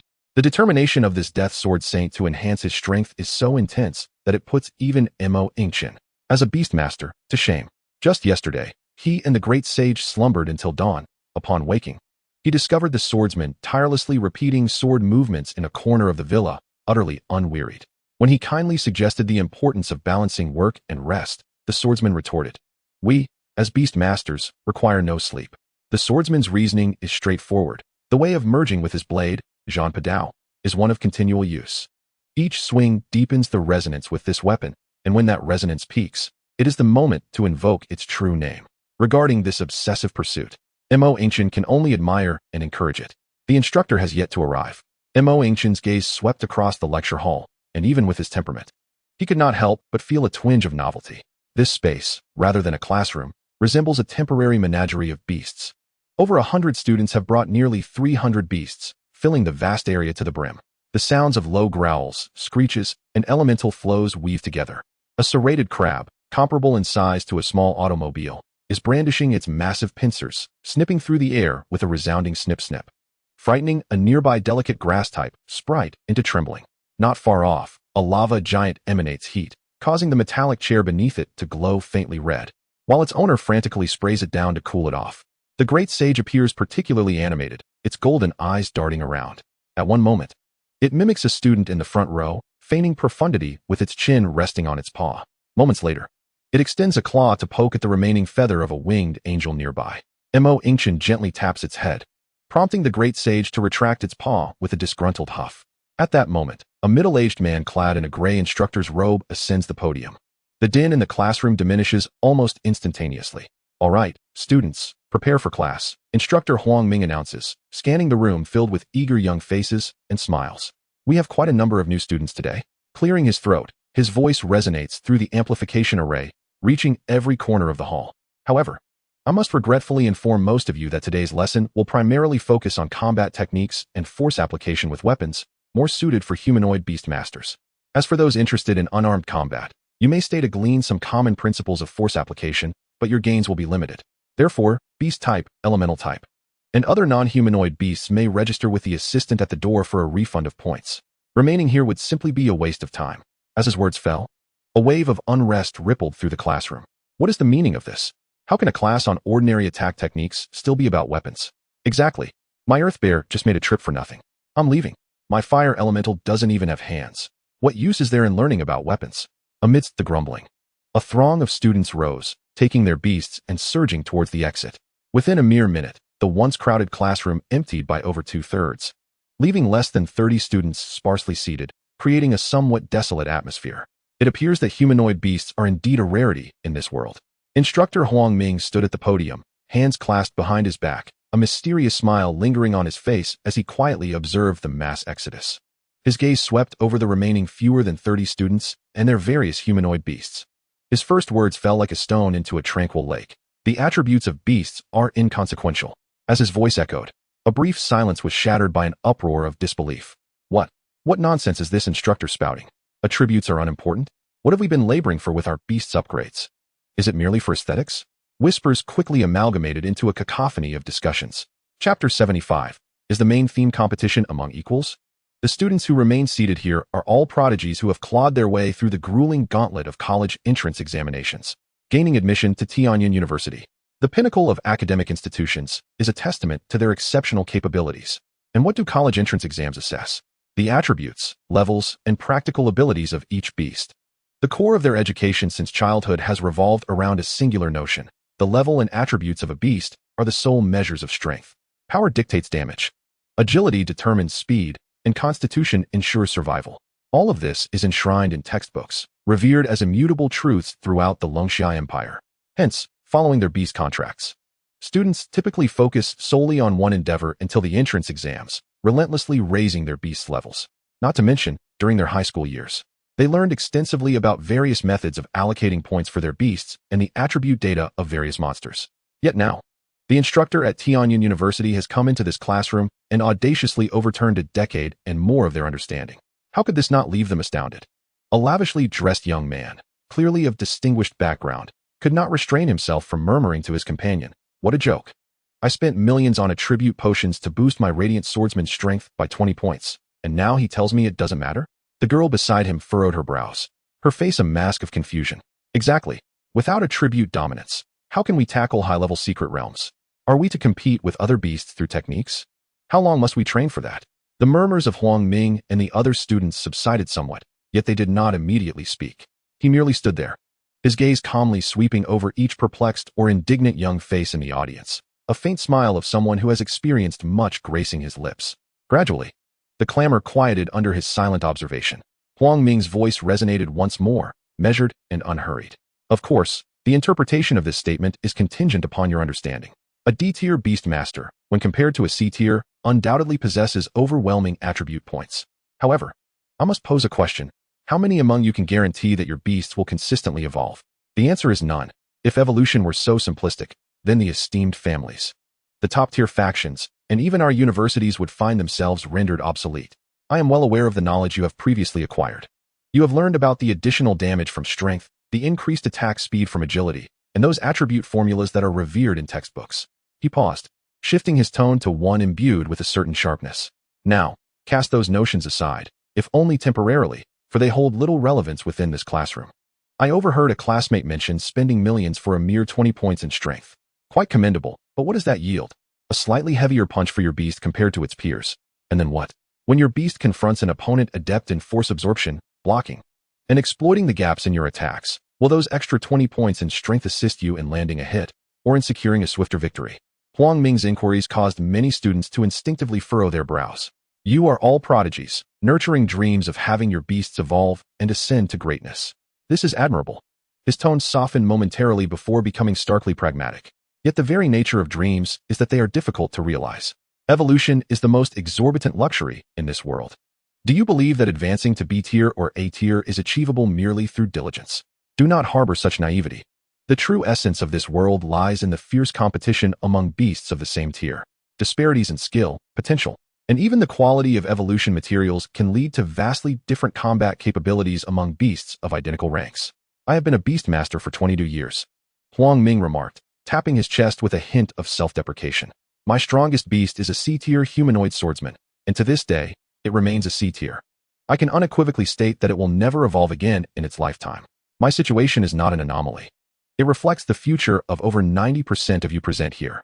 His words fell like a bucket of cold water upon the hearts of the audience, plunging the classroom into a profound silence. Thus, when the path to evolution is obstructed and the figures on your attribute panel stagnate, what will you wield to claim victory? What will you use to contend with peers of the same tier? You must rely on unique training methodologies, the strategic application of evolution materials, and skill combinations. Furthermore, what I shall impart today is the art of combat. A spark of fervor ignited in Huang Ming's eyes. My humanoid swordsman may possess attributes that barely place it in the middle tier of C-ranked beasts within Tianyan City. Yet, you may inquire about anyone daring to claim they could defeat it among C-ranked beasts, no matter how rare or formidable the opponent's beast may be. As long as they share the same rank and wield that heavy sword, it is invincible. Why? Because skill can amplify 100 points of strength into 200 or even 300 points of destructive power. That, indeed, is what you should truly aspire to achieve. Below the podium, Yingchen leaned back against his chair, a smile unwittingly creeping upon his lips. Huang Ming's words resonated deeply within him. Skill can unleash 100 points of strength to yield 200 or 300 points of devastation. What if it were to augment the 500% final damage of the Lord of Blades, combined with unparalleled skill? He cast a glance at the swordsman beside him, standing still as though merging with the environment. This class was indeed fortuitous. A beast master with mere godlike hardware and one who comprehends how to maximize that hardware's potential are two entirely different concepts. Moreover, Huang Ming's assertion that attributes are inconsequential struck a chord with him. It was indeed true that beast attributes and point allocation hold little significance. This was most vividly illustrated by his great sage. When it was still a stone monkey, at merely E-tier level 1, it could already exhibit capabilities at the D-tier level using the powers of the shock fruit. Now, as a D-tier, it poses no threat to any C-tier beast. One must remember, in cross-tier combat, a minimum of 10-fold disparity in attributes exists. Although the great sage did not achieve this through technique, but rather through the shock fruit. Can others not accomplish similar feats? They may not match the great sage's terrifying prowess in challenging a D-tier level 100 opponent while still at E-tier level 1. However, with the right cultivation and the utilization of exceptional evolution materials, other beasts could indeed stand a chance in combat against D-tier beasts of levels 30 or 40 when at E-tier level 100. Never underestimate the beast masters of this world. After all, it is a system that has evolved over a millennium. Chapter 76, Mastery of Weapons? One could only describe it as quite satisfactory. Yingchen's gaze inadvertently flicked over to the boy who had previously lamented spending millions. The latter now wore a dejected expression, clearly shaken by the upheaval of his worldview. Simultaneously, he noted a girl a few rows forward, who was intently listening, her face betraying no small amount of approval as she nodded vigorously when the instructor finished speaking. Clad in a sharp training outfit with her long hair tied back in a high ponytail, she exuded an aura of determination. Beside her stood an elven swordsman wielding twin azure blades. Amidst a sea of students, some bewildered and others indignant, her reaction stood out prominently. This girl, likely a discerning individual, was named Ling Xiaoxiao. She grasped the weight of Huang Ming's words more profoundly than anyone else present. For her family's foundation lay within a realm where one could not rely solely on skills and attributes to dominate. This enabled her to comprehend Huang Ming's discourse more readily than her contemporaries. Furthermore, upon contracting their beasts, members of her family were mandated to rigorously train their combat techniques. Her father, Ling Tian, often emphasized that technique is fundamental, personally engaging in numerous training sessions with her beast. On the podium, Huang Ming appeared quite pleased with the students' reactions. Since most in attendance were newcomers, he felt inclined to elaborate further. He paused, surveying the students who were gradually emerging from their astonishment, their expressions beginning to reflect contemplation. All right, now let us formally commence today's lesson. Words without practice are mere pretense. To enhance our educational experience, I have invited a special assistant today. He turned toward the lounge at the back of the stage and called out, "Hong Yang, please come forth." A tall, youthful figure stepped forward in response. The moment he appeared, a ripple of excitement coursed through the classroom. The moment Yingchen laid eyes on the newcomer, he couldn't help but raise an eyebrow slightly. The individual was none other than Su Hanyang, who had returned to Tianyin University just a few days prior. However, what truly astonished Yingchen was not Su Hanyang himself, but rather the beast that trailed closely behind him. It was a humanoid beast of a deep golden hue, its muscular contours reminiscent of finely wrought steel, radiating an explosive sense of power. Most striking were the two additional arms that sprouted from its sides, creating an overwhelming presence with a total of 4 robust arms hanging at its sides. The four-armed Vajra. A smirk of amusement crept onto Yingchen's lips. Has it evolved so soon? It seemed that his expedition to the Goblin Lumber Yard had yielded substantial rewards. Su Hanyang was already a prominent figure at Tianyin University, and it didn't take long for upperclassmen to recognize him. It's Senior Su Hanyang. He has come to be a teaching assistant? One exclaimed. Wait, what is that beast beside him? Wasn't his beast a puppet sword servant? An erudite student gasped, his voice tinged with disbelief. That's the four-armed Vajra. It's one of the evolutionary forms of the puppet sword servant, a C-rank beast. C-rank. My heavens, Su is still an undergraduate, and his beast has already evolved to C-rank. That's incredible. Most of our professors' beasts are only C-rank. The disparity was staggering. The wealthy student who had previously lamented spending millions now wore a face of utter defeat, muttering, C-rank? My father said if I reached D-rank by the end of the year, he'd reward me. Amidst the murmurs, Su Hanyang had already approached the center of the podium. He basked in the attention of the crowd, a hint of restrained pride gracing his features. His gaze instinctively swept across the classroom, and when it landed on a familiar figure at the back, his smile faltered slightly. Yingchen, what is he doing here? A pang of unease shot through Su Hongyang's heart. The sense of superiority he had gained from his newfound strength was suddenly diminished. Huang Ming observed Su Hongyang with satisfaction, a slight smile playing on his lips as he turned to face the students below. The returning students should be familiar with this individual. He paused, his tone laced with an air of introduction. Allow me to present to the freshmen, this is your senior, Su Hanyang. He is also one of the most outstanding students at Tianyin University. His gesture indicated the imposing beast beside Su. I believe I need not elaborate. This C-rank four-armed Vajra speaks volumes of his excellence. As Huang Ming's words echoed, a collective gasp resonated from the audience. The term C-rank struck the freshmen like a heavy stone, weighing upon their hearts. Su's excellence is not merely attributed to his beast's evolution to C-rank, Huang Ming teased. Glancing at Su Hanyang, Hanyang, would you mind if I share some details about your four-armed Vajra with everyone? Su Hanyang nodded slightly. With the go-ahead, Huang Ming's voice rang out once more. Students, Su's beast, even as a D-rank puppet sword servant, placed great emphasis on the cultivation of swordsmanship. This persistence has borne fruit in its evolution. With the guidance of Elder Huang, who meticulously charted its evolutionary path, coupled with relentless training, his beast, upon evolving into the four-armed Vajra, successfully comprehended a particularly rare passive skill known as weapon mastery. Its effect allows this four-armed Vajra to wield any weapon in combat. no longer confined to swords. Moreover, the final damage dealt by all weapons is permanently increased by 30%. This revelation propelled the audience into a frenzy of admiration. Weapon mastery? That's incredibly overpowered. Indeed, I recall the data stating that the four-armed Vajra lacks this skill. An innate skill acquired during evolution that doesn't occupy a skill slot is akin to a free boon of a powerful passive. The luck is astounding. Yingchen listened to the surrounding discussions, his expression turning somewhat peculiar. A 30% increase in final damage? He instinctively cast a glance at the swordsman standing silently beside him, noting the radiant Master of Blades in its skill panel. A 30% increase has them so astonished. What about the swordsman's 500% final damage boost? This comparison left Yingchen momentarily at a loss for words. Nonetheless, the ability to wield any weapon was indeed commendable. Yingchen silently rendered a fair assessment in his mind. Chapter 77. A Broadened Horizon, Pinnacle Techniques. After evolving, all beasts acquire special skills based on the differences in their pre-evolution training, in addition to their inherent racial abilities. Yingchen was well aware of this. The four-armed Vajra's acquisition of such a highly compatible ability as weapon mastery could only be attributed to Su Hongyang's dedicated efforts. Surely, Elder Huang's assistance played a significant role as well, not to mention the sheer stroke of luck. Now, let us have my Beastman heavy swordsman and Su's four-armed Vajra demonstrate combat techniques through a duel, Huang Ming announced, summoning forth his beast with a wave of his hand. It was a robust Beastman, broad-shouldered and heavily muscled, its skin a weathered gray-green, unmistakably a veteran of countless battles. It stood silently, its heavy sword resembling a door plank, exuding an unshakable aura of pressure. Su, let your four-armed Vajra attack. Su Hongyang took a deep breath, an inexplicable thrill coursing through him. Having just received glowing praise from Huang Ming in front of the new students, especially in Yingchen's presence, he felt invigorated. Four-armed Vajra, unleash the dance of the 8 directions. At his command, the dark golden beast extended its 4 arms, each wielding a different weapon, transforming into a golden whirlwind as it launched a fierce assault on the Beastman heavy swordsman. The clash of blades sent waves of wind roaring through the air. The 4 weapons converged from various angles, sealing off all avenues of evasion for the Beastman.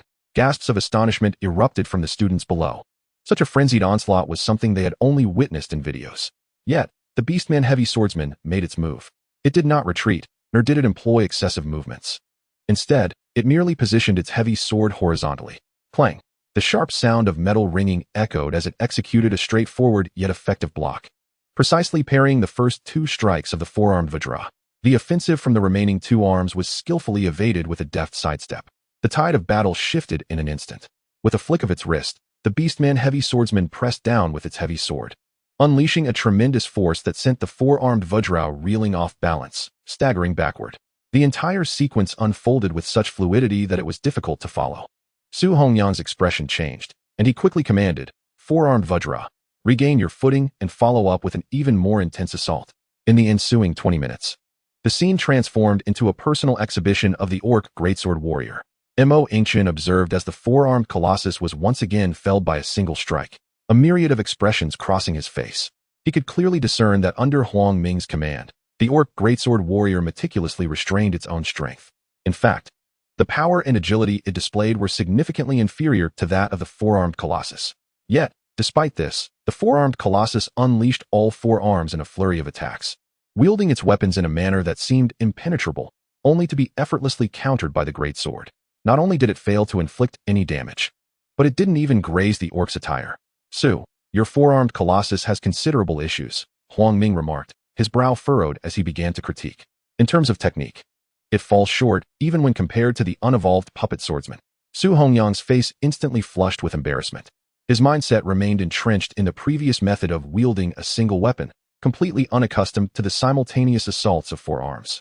Both the methods of exertion and the angles of attack required a complete overhaul. Huang Ming approached Su Hongyang, placing a reassuring hand on his shoulder. Now, we shall forego combat. Instead, you shall position it in an attacking stance, and I will guide you through the corrections step by step. Fellow students, observe closely. With that, he stepped forward and began instructing the four-armed colossus. Observe your initial stance. The trajectories of the first and third arms overlap almost entirely. This results in internal friction, a conflict of strength rather than a synergistic enhancement. Moreover, the 4th arm sword is meant for feigned attacks to disrupt the opponent's judgment, not to follow the first 3 strikes in a relentless thrust. Huang Ming's voice resonated throughout the classroom, each word piercing directly to the essence of the matter, covering everything from methods of exertion to angles of attack, leaving no stone unturned. The students below gasped in astonishment, their eyes widening as they realized that, in their perception, beast control was merely a matter of attribute dominance and skill execution. This lesson fundamentally altered their perspectives. Subsequently, Huang Ming instructed all remaining students to bring forth their beasts, one by one. He personally descended into the fray, offering tailored guidance. Your elven swordsman hesitates too much. The advantage of dual blades lies in their relentless pressure, not in a single strike followed by retreat. He stood before Ling Xiao, effortlessly deflecting the elven swordsman's attack. Then, with a swift motion, he used the spine of his sword to disarm it. Additionally, your posture is excessively rigid. Do not rigidly adhere to textbook movements. Instead, adjust according to your own physical attributes. Each critique he offered was incisive, targeting the core issues. In but a moment, admiration began to bloom in the gazes of the students towards him.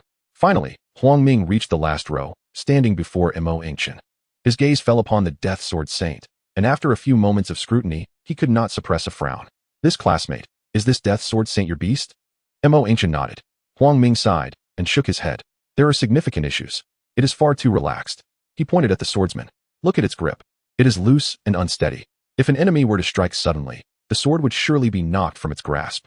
And this stance, feet together and standing upright, this is akin to standing guard, not engaging in battle. In combat, the feet should be apart, the center of gravity lowered, the body slightly bent, allowing for immediate exertion and ease of movement. This position is entirely inadequate. As he spoke, Huang Ming drew a standard long sword from the nearby rack, demonstrating a perfect initial stance. The sword's tip angled toward the ground, his body taut like a drawn bow, exuding an imposing presence. Now, let it learn from me. However, the swordsman remained rooted in place, utterly immobile, as if oblivious to the instructions. An awkward silence enveloped the air. Huang Ming furrowed his brow and turned to Yingchen. Classmate, your beast is unresponsive, as its beast master. Do you not know how to issue commands? His dissatisfaction was evident in his gaze. Yingchen's expression grew somewhat complicated as he raised a hand to rub his forehead. I apologize, Teacher Huang.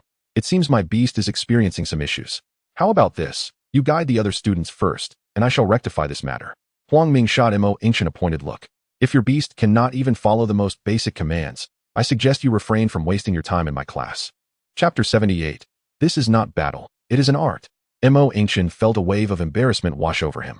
Just moments ago, upon Huang Ming's initial instruction, he had conveyed the mentor's requirements verbatim through their mental link to the swordsman. To his astonishment, the swordsman had responded with a statement that left him at a loss for words. Too weak, unnecessary. The simple 6 words made Yingchen's temples throb. Come on, are you not aware of your own level? Yes, I acknowledge that you currently wield an overwhelming advantage with a 500% final damage bonus from the swordmaster, which is indeed formidable. But what does that have to do with technique? Such a splendid opportunity for learning, and you choose to flaunt your prowess? At that moment, Su Hongyang approached. He first patted Yingchen's shoulder before turning to the visibly displeased Huang Ming. Teacher, this is my friend, Yingchen. He possesses considerable strength. Perhaps his beast has a rather unique temperament. Su Hongyang carefully selected his words, striving to present a suitable justification. After pondering briefly, he proposed, how about this? I will have my 4-armed colossus temper its attributes and engage in a battle with the Death Sword Saint. You can provide guidance through the match. What do you think? You are well aware that beasts like the Death Sword Saint are quite proud and may not favor theoretical instruction. Huang Ming regarded Su Hongyang, glancing at the statue-like Death Sword Saint. Though he remained somewhat displeased, Su Hongyang had extended an olive branch, and he found it difficult to lash out further. Ultimately, he nodded in acquiescence. Su Hongyang immediately turned to Yingchen. Yingchen, is that agreeable? Yingchen sighed, but consented. This swordsman, he mused, was exhibiting some peculiar behavior today. To squander such a golden opportunity for free instruction was nothing short of a waste. If this was the case, then it would be fitting for Su Hongyang's 4-armed colossus to impart some wisdom to it, instilling a sense of humility and a proper attitude towards learning. The two sides took their positions at the center of the arena. The other students, upon perceiving yet another bout, halted their practice and eagerly gathered around. The earlier demonstration between the Orc Greatsword Warrior and the 4-armed Colossus had proved immensely beneficial. And now, there was to be another match? Before them stood Su Hongyang's 4-armed Colossus, wielding a sword, a blade, a gun, and a hammer in its 4 arms, adopting the combative stance Huang Ming had just taught, exuding an air of formidable readiness. In stark contrast, The swordsman remained in a relaxed, carefree posture, cradling the ancient blade, Lo, in both hands. Standing there with an air of nonchalance, even sparing not a glance for its opponent. Huang Ming, witnessing this, let out a cold snort, seizing the opportunity to create a teachable moment. Everyone, observe closely. He pointed at the swordsman, his voice rising an octave. This serves as the quintessential example of a flawed demonstration. The Death Sword Master possesses the skill of draw slash, where the long sword remains sheathed, which can be interpreted as a form of charging power. Yet, observe its stance, feet together, body standing rigidly straight. This is hardly preparation for battle, it resembles a guard duty. Not a single muscle in its body is taut. The center of gravity is excessively high, lacking any semblance of stability. One could assert that it is riddled with vulnerabilities. I predict that the four-armed Vajra will only require a single round of aggressive assault to bring it down due to its unsteady stance. Perhaps even before it can draw its sword. At this moment, Su Hongyang is engulfed by an indescribable thrill. This is a confrontation with Yingchen's beast. Although it is not that unreasonable monkey, the essence of a Beastmaster-esque contest lies in the comprehensive strength of all their summoned beasts. Regardless of how formidable that monkey may be, it is but a solitary entity. My four-armed Vajra has followed the evolutionary path meticulously planned by Huang Lao and has even grasped the divine skill of weapon manipulation. To my astonishment, Yingchen's second contracted beast, the Death Sword Master, is so woefully inadequate. I have encountered other Death Sword Masters before, but none have exhibited such a lack of combat readiness. This slack posture is indicative of utter incompetence. Finally, at long last, an opportunity to defeat Yingchen, my junior, has presented itself, even if it must be in this manner. With this thought, the flames of battle ignited in his eyes. Four-armed Vajra advance. Upon receiving the command, the four-armed Vajra revealed a hint of disdain. There was no need to exert full strength against such a foe. Its other three arms remained motionless, merely raising the one wielding the colossal hammer.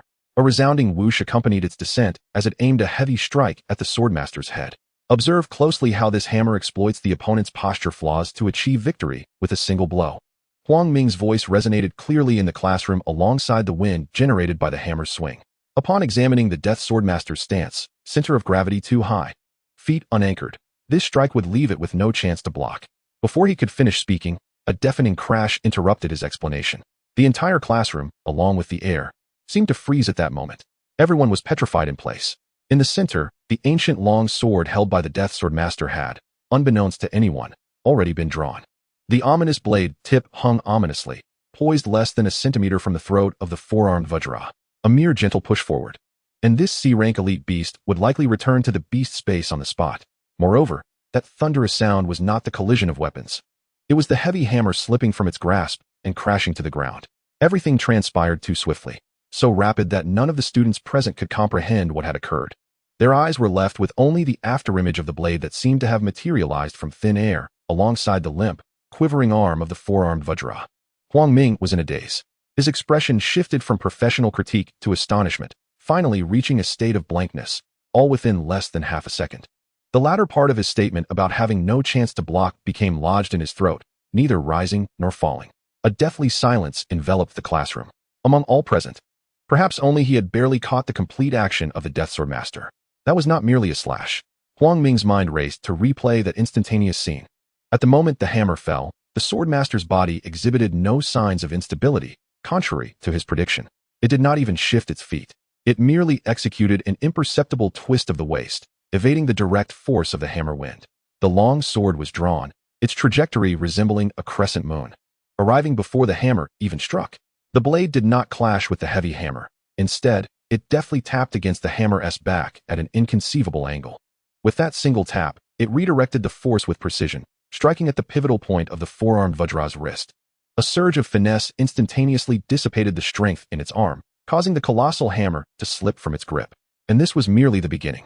The drawn long sword continued unabated, the momentum flowing seamlessly with the recoil, tracing an imperceptible arc that elevated by 30 degrees.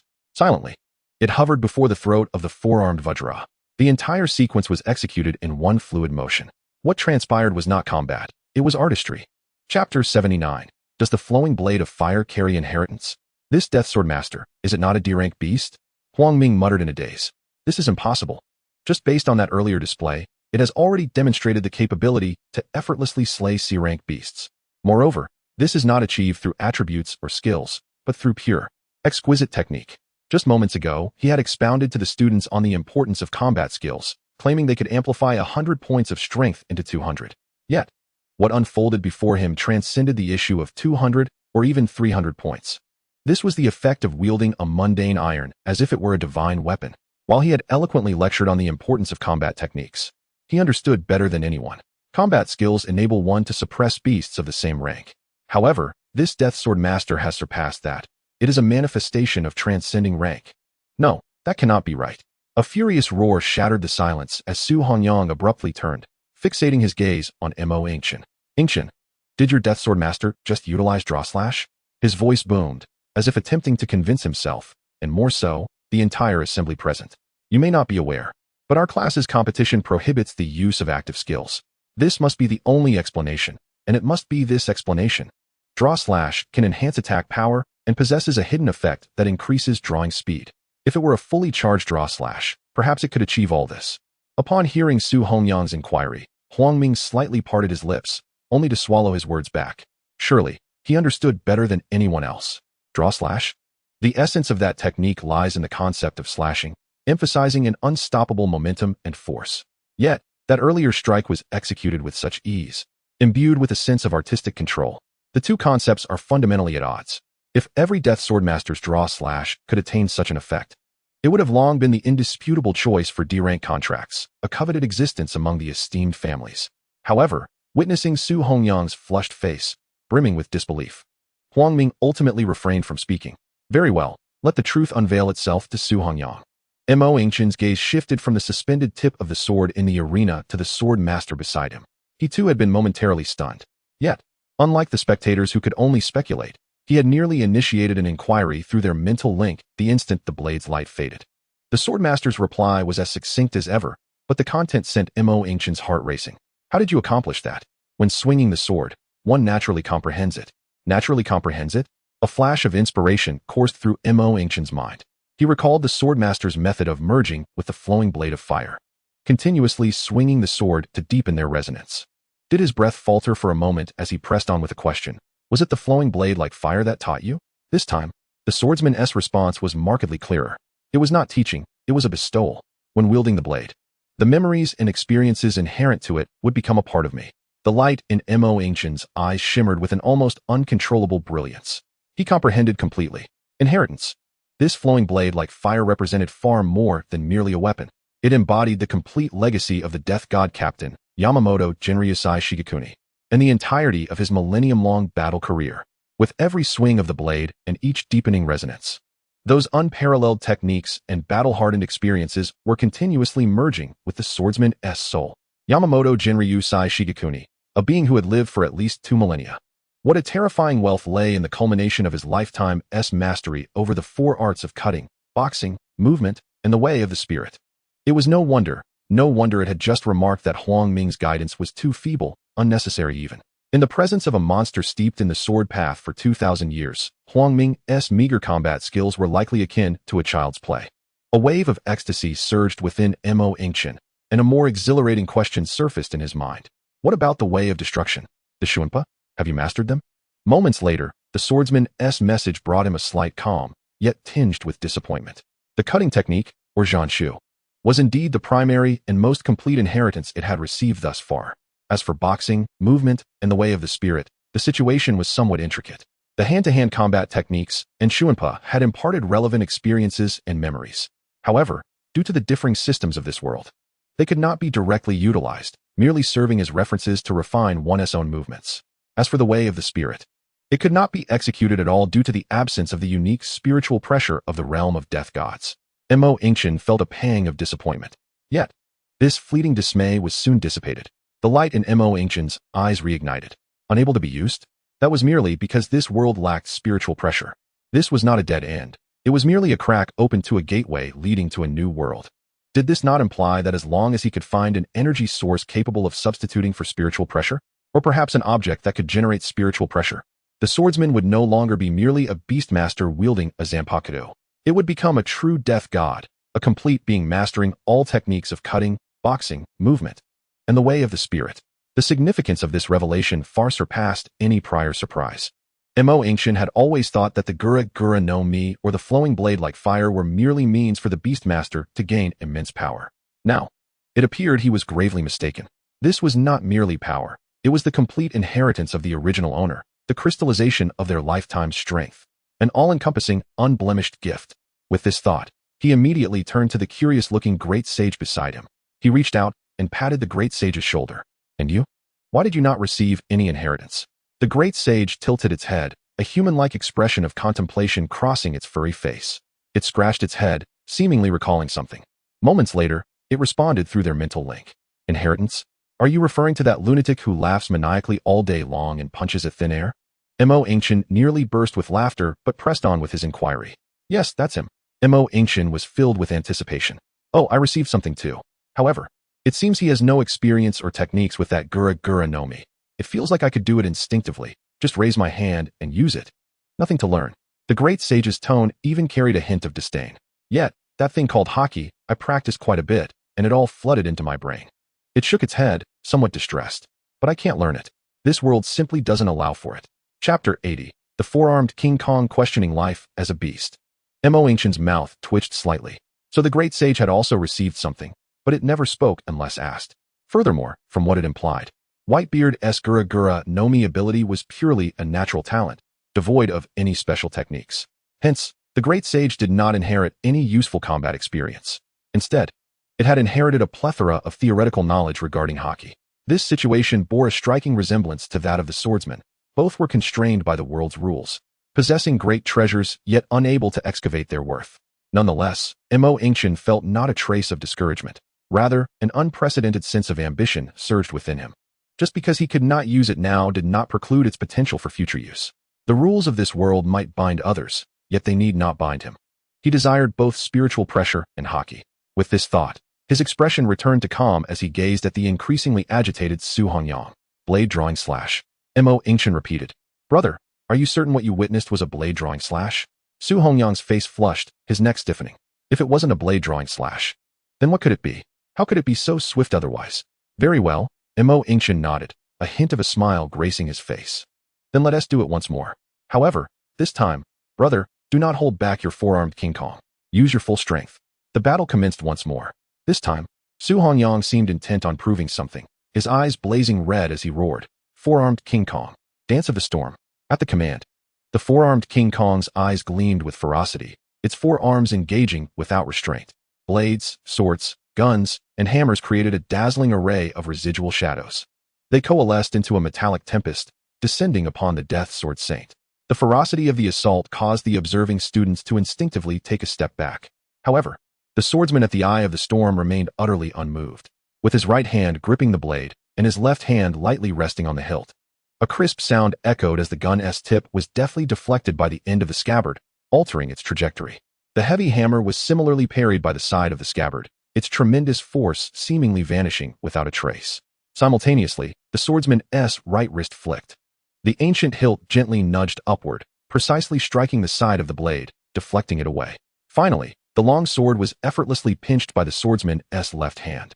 Held delicately between two fingers at the tip, the full-force assault of the four-armed King Kong was thus dissipated with the utmost ease. Remarkably, throughout the entire process, the flowing blade like fire had not even been drawn from its sheath. Holy moly, how on earth did this happen? It hadn't even drawn its sword. Against a beast-man-heavy swordsman, the four-armed King Kong could at least exchange a few blows. Yet before this Death Sword Saint, it appeared as if it were a mere 3-year-old child. Was this truly skill? It felt more akin to magic. Amidst the murmurs, the swordsman relaxed his grip on the blade's tip, then flicked his fingers. The long sword in the four-armed King Kong's grasp emitted a mournful wail, dislodged from its hold by the force of the flick, spinning through the air before embedding itself in a distant wall. Su Hongyang stood dazed, his mouth agape. Yet no words emerged. The fierce determination and resentment in his eyes had been completely replaced by bewilderment. At that moment, Huang Ming, who had remained silent, cleared his throat. He stepped to the edge of the arena, his gaze laden with complexity as he regarded the tranquil figure of the Death Sword Saint. His voice carried a hint of dreamlike nostalgia. Yingchen, I have misjudged you. Earlier, I remarked on its slouched posture and the apparent vulnerabilities surrounding it. I was mistaken. Gravely so. He pointed towards the swordsman, his tone akin to that of a mentor addressing his students, yet also as if persuading himself. Observe, it may seem casually positioned, yet it embodies a return to authenticity. At this level, stance, movement, and even the so-called center of gravity and force exertion become trivial. For it is, in essence, the center itself. What appears as flaws is, in fact, flawless, unity of heaven and man. I, along with my orc greatsword warrior, are unworthy to teach it. Before Huang Ming's words had fully settled, a muffled thud echoed. The orc greatsword warrior, standing beside him and equally entranced, suddenly knelt on one knee, bowing its proud head before the deathsword saint. Huang Ming, witnessing this, inhaled deeply and executed an act that left the entire assembly in astonishment. He clasped his hands in a salute towards Mo Yingchen, bowing deeply. Mo, no, teacher Mo. The accomplished are the true masters. My beast, and I wish to pay our respects to your death, sword saint, as our mentor. His voice trembled with uncontainable excitement and earnestness. Please, no, please allow it to guide us in matters of technique.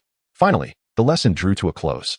Mo Yingchen, after much persuasion and promises, managed to convince Huang Ming to depart, assuring him that there would be opportunities for the swordsman to engage in exchanges of skills in the future. The elder mentor, who had crossed the threshold of 50, regarded the swordsman with eyes that sparkled with reverence, akin to gazing upon an unparalleled treasure, muttering phrases such as return to authenticity and unity of heaven and man, which left Mo Yingchen feeling somewhat bashful. The surrounding students gradually dispersed, each in a daze, as if they had just undergone a profound paradigm shift. Within the classroom, only a solitary figure and a beast remained in the corner. Su Hongyang crouched on the ground, providing psychological reassurance to his four-armed golem. The once mighty C-tier beast now curled up, its forearms hugging its knees, its dark golden metallic head nearly buried in its chest, exuding an aura of despondency. Xiaojin, do not succumb to despair. Cheer up. This is merely a trivial hurdle in your beastly existence. Truly, there is no need for such gloom. Was it not just a defeat? How significant is that? Have you forgotten the terror of being dominated by that monkey before your evolution? Mo Yingchen, not being one for normalcy himself, mused whether his beast could ever be considered typical. Look at that monkey, and now observe the Death Sword Saint. What does this signify? It signifies a brood of eccentrics. We are normal beasts. Why should we compare ourselves to the aberrant? We ought not to lower ourselves to their level. Su Hongyang gently patted the back of the four-armed golem, his tone earnest. Whether he was comforting the beast or hypnotizing himself remained uncertain. Mo Yingchen shook his head, choosing not to intrude upon the duo lost in existential doubt, and turned towards the villa. Today's mood was undeniably pleasant, a delightful surprise. He had initially anticipated that the swordsman would require gradual honing of its combat techniques. Yet, it now appeared that honing was an absurd notion. What more could it possibly refine? Fully assimilating this legacy was more than sufficient. In this world, who could possibly rival that venerable old man in the realm of swordsmanship? Chapter 81. The foolish benefactor. At that moment, Mo Yingchen halted, sensing a gaze upon him. He turned and, under the streetlight, beheld a figure standing quietly. It was the girl with a high ponytail from earlier in the class. She seemed to have been waiting for a while, and upon noticing Mo Yingchen's pause, she approached him. Excuse me, Mo, may I borrow a moment of your time? Mo Yingchen was taken aback. What could she possibly want? Was she also seeking to pay homage to the swordsman? In the villa's living room, Mo Yingchen reclined comfortably on the sofa, listening as the girl across from him spoke earnestly. Ling Xiaoxiao, the high ponytailed girl who had captured his attention in class, sat upright, her hands resting on her knees. So, you are the heir of the Tianyan Ling family? Mo Yingchen picked up a water cup from the table, his tone nonchalant. You wish for my assistance in challenging a secret realm? Indeed, Mo, Ling Xiaoxiao nodded eagerly. We would not ask for your help without offering something in return. Upon a successful challenge, your Death Sword Saint would gain the opportunity to enter our legacy pool, which could help it comprehend a powerful battle technique unique to itself. Mo Yingchen raised a hand, signaling her to refrain from continuing. Battle technique. To be candid, prior to that afternoon, he had found such things quite intriguing. After all, they represented a systematic optimization of the efficiency and power of standard attacks, a growth pathway he had envisioned for the swordsman. However, now, he found himself somewhat dismissive of it.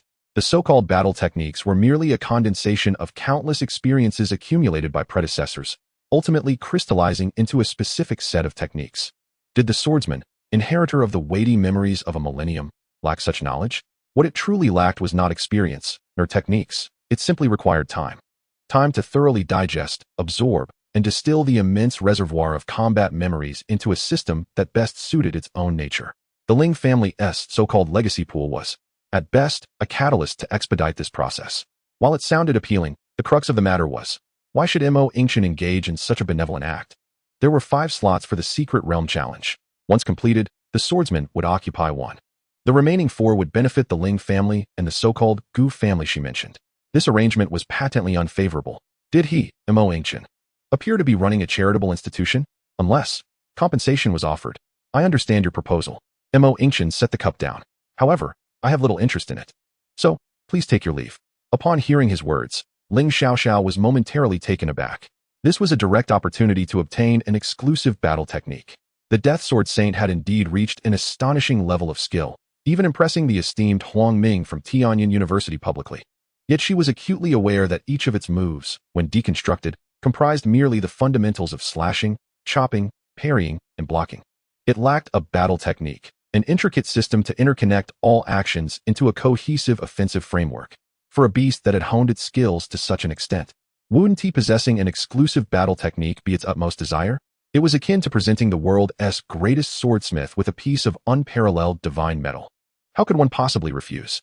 If it were her own beast, it would have been so exhilarated by the prospect of such an advantage that it would hardly be able to sleep.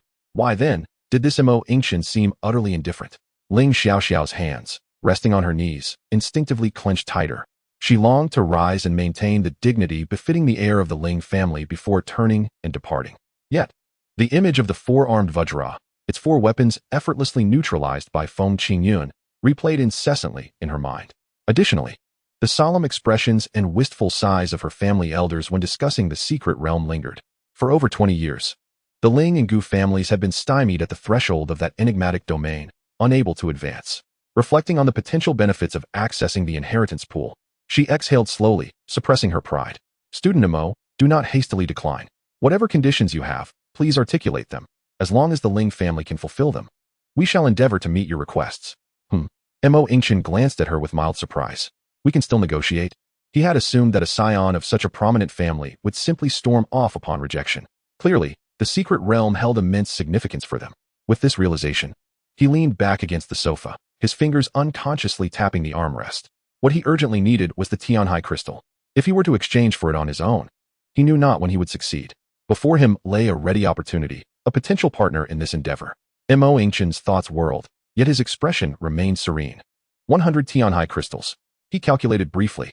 Each crystal was valued at 1,000 points on the Academy's exchange list, totaling a staggering 100,000 points for the requested quantity.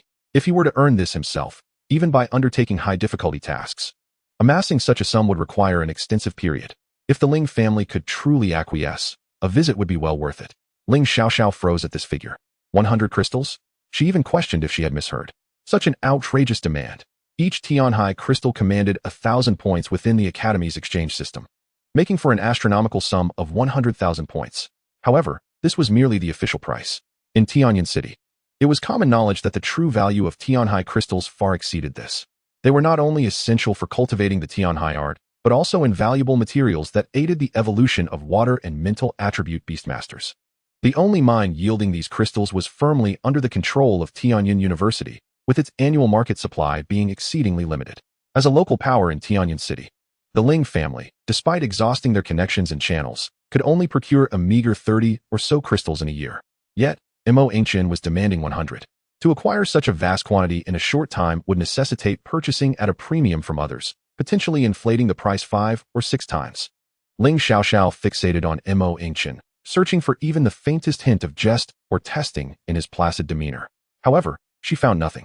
His utterly indifferent attitude extinguished any last flicker of negotiation in her heart.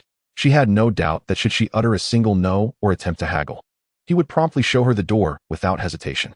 Slowly, she released her tightly clenched fists. Student Nemo, I comprehend your request. Her voice was somewhat hoarse. This quantity is rather staggering, and I cannot provide an immediate response. Please allow me some time. I need to consult with my father. Yingchen did not lift his eyelids, merely nodding. Very well. He casually recited a string of contact numbers before picking up his cup, signaling the conclusion of their discussion. Ling Xiaoxiao committed the numbers to memory and promptly exited the villa. 30 minutes later, at the Ling family estate in the heart of Tianyin City, a car screeched to a halt at the entrance. Ling Xiaoxiao burst from the vehicle, disregarding the respectful greetings of the servants as she charged inside. Dad. She flung open the heavy wooden door to the study and called out, I found someone who can help us access the inheritance pool. However, as the words left her lips, she sensed something was amiss. The study was eerily silent. Heavy curtains blocked out the light, leaving only a solitary antique lamp illuminating the room, casting elongated shadows. A stranger in traditional attire sat calmly in the main seat, deftly handling 2 smooth walnuts. Meanwhile, her father, Ling Tian, the head of the Ling family, sat stiffly on the side sofa, his posture rigid as though he were a subordinate. Ling Tian's expression darkened as he shot his daughter a warning glance before quickly turning to the elder, forcing a smile of apology. I sincerely apologize, Master Bai. This is my daughter, Ling Xiaoxiao. She has been spoiled by me and Qianru since childhood, often speaking out of turn. I beg your pardon for any offense. The man referred to as Master Bai waved a dismissive hand, displaying indifference. Ling Tian breathed a sigh of relief and hastily introduced his still-dazed daughter. Xiaoxiao. This is Master Bai, a relative of your mother from the Bai family in Kyoto. By lineage, you ought to address him as Grandfather Bai. Quickly greet him. Ling Xiaoxiao, still somewhat dazed, complied respectfully. Hello, Grandfather Bai. Ling Tian beamed with satisfaction. This Grandfather Bai is a beast master of the 5th rank. Boom. Ling Xiaoxiao's mind felt as if it had been struck by a heavy blow, plunging into a void of disbelief. A 5th rank beast master? Wasn't that on par with the esteemed Elder Huang, the stalwart of Tianyin University? A supreme powerhouse possessing A-rank beasts? How had such a notable figure appeared in her home so suddenly? While her father possessed a B-rank beast, making him a notable figure within Tianyin City. The chasm between B-rank and A-rank could not be bridged by mere numbers. It was a qualitative divide. Across the entirety of Tianyin University, only the president and a few vice presidents held B-rank beasts, while the sole A-rank beastmaster was Elder Huang. Moreover, Elder Huang was, strictly speaking, not even a member of Tianyin University. He was merely an honorary professor, residing there while being provided various resources. He was rarely seen, offering guidance only when it suited his fancy, and even then, it was a rare occurrence. Over the years, he had only taken on a single disciple, Su Hongyang. Bai Yingchen observed Ling Xiaoxiao's stunned expression with indifference, accustomed to the reactions of others upon learning of his stature. Xiaoxiao, there is no need for excessive formality. Your mother, Bai Qianru, hails from our Bai family in Kyoto, and you may consider yourself half a child of our lineage. There is no need to be so restrained. His tone was gentle, yet the air of authority born from years of prominence rendered him anything but approachable. He paused his manipulation of the walnuts, his gaze shifting to Ling Xiaoxiao. However, I am indeed intrigued by what you mentioned upon your arrival. Please elaborate on the individual you claim can assist your Ling family in traversing the secret realm. Ling Xiaoxiao felt a sense of difficulty, instinctively glancing at her father. Master Bai instructed you to speak, so you should speak. What is there that cannot be said? Ling Tian immediately reprimanded, a bead of sweat appearing at his temple. Ling Xiaoxiao bit her lip, gathering her thoughts before she began. There is a classmate I met at school, and his beast is a death sword saint. Just as she was about to recount the astonishing scene from the classroom this afternoon, her words were abruptly interrupted by Yingchen waving his hand. Enough. No need to elaborate. A hint of amusement flickered across his face, as if he found the situation somewhat humorous. A death sword saint, merely a D-rank beast. Lean back in your chair and resume cracking your walnuts. Xiaoxiao, you are still too young. Do not think that your classmate, who is of a similar age, has had time to hone any combat skills. Even if he were a seasoned beast master immersed in this field for decades. What use would it be if he were to perfect the techniques of a death sword saint? It would be futile. Ling Xiaoxiao was taken aback. Why? Bai Yingchen chuckled heartily. After your mother mentioned this secret realm to me, I conducted some research. It may seem to test the combat prowess of the beasts, emphasizing skill over brute force. However, every technique has a fundamental prerequisite. He gazed at Ling Xiaoxiao and inquired leisurely, and that is, one must first be able to breach defenses, correct? Those metallic puppets are all C-rank, setting aside other factors. Just the alloy shell embedded with runes. How deep of a mark can a D-rank beast leave with its full force? No matter how skilled one is. Can they pierce through C-rank alloy armor? Bai Yingchen shook his head, his tone imbued with a sense of mentorship towards the younger generation. This is not a matter of technique. It is the absolute suppression brought about by rank, a question of rules. Ling Xiaoxiao was stunned. Each of Bai Yingchuan's words resonated like a golden rule inscribed in a textbook, logically rigorous and impeccable. It is common knowledge that a D-rank cannot breach a C-rank's defenses. But can common sense explain everything that transpired this afternoon? In her mind, the mind-bending scene replayed uncontrollably. The relentless assault of the four-armed metal giant, the heavy hammer, the sharp sword, all were effortlessly countered by a mere scabbard, or even just 2 fingers, as if it were a gentle breeze.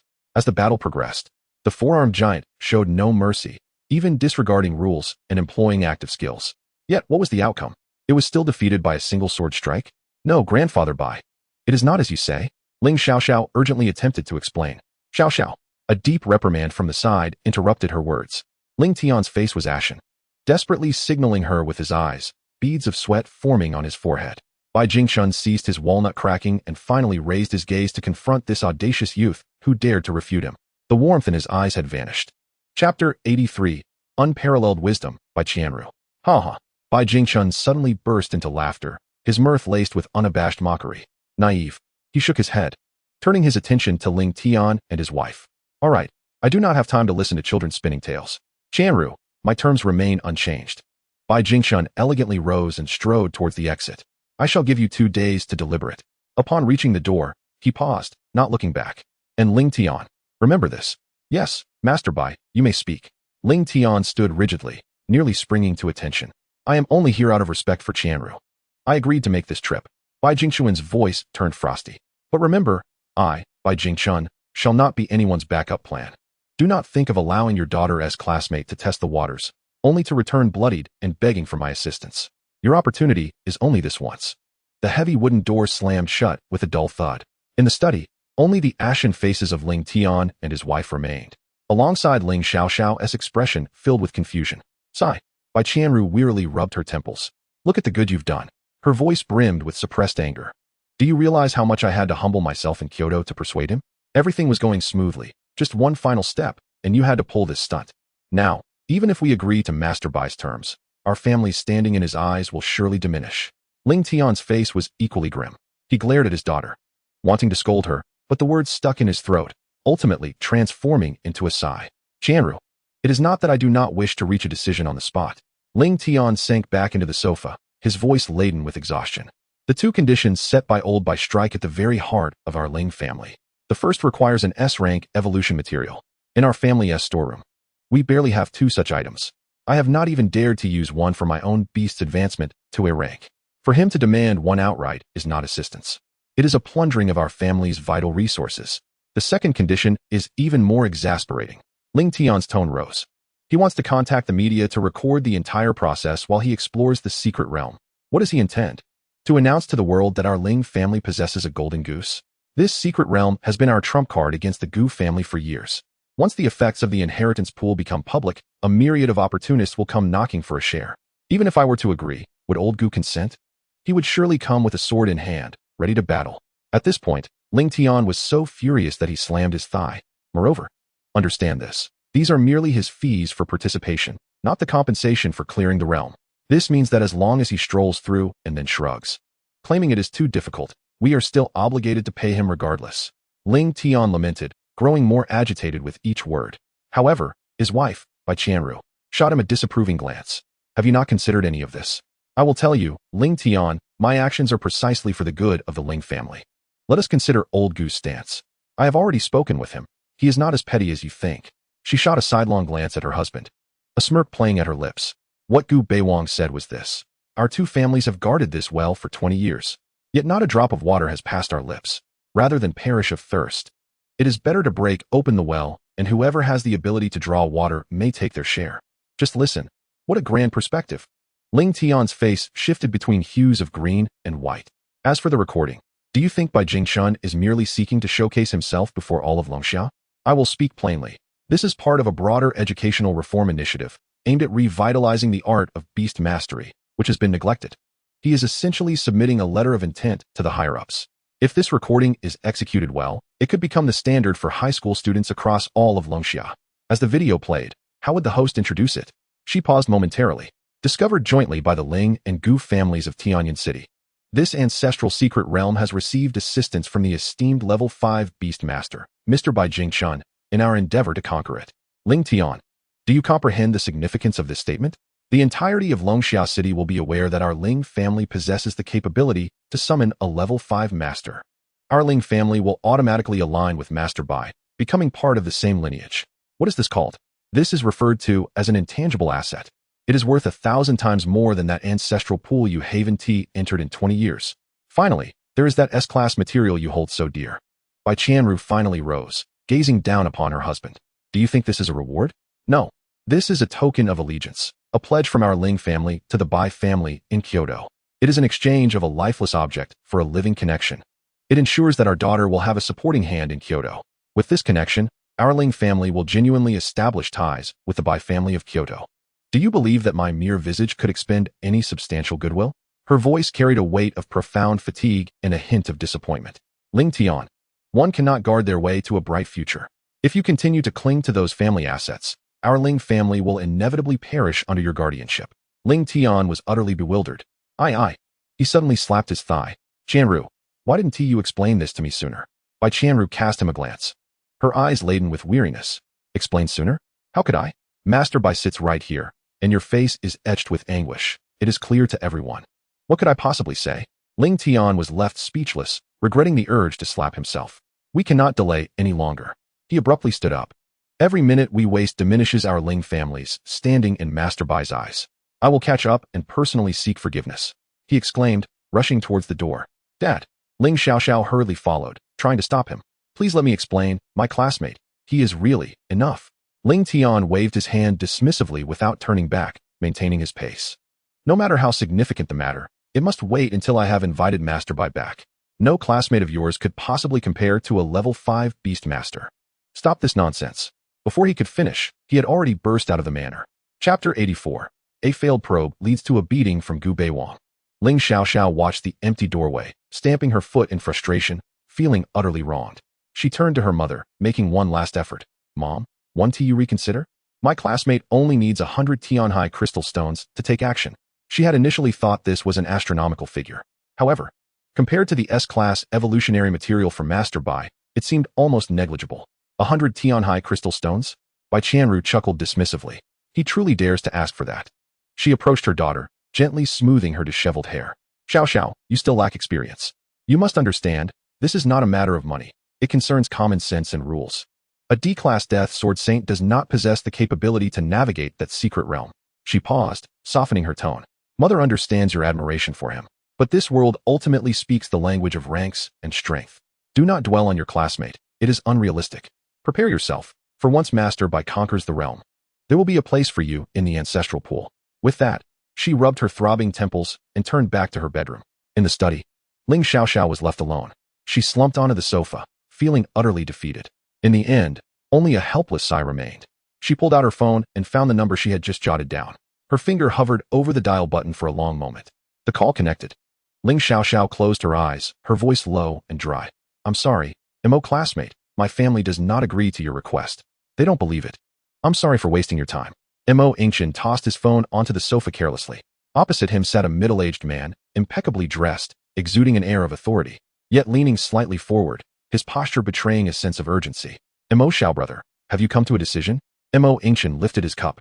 So, it was Minter Huangming who recommended you?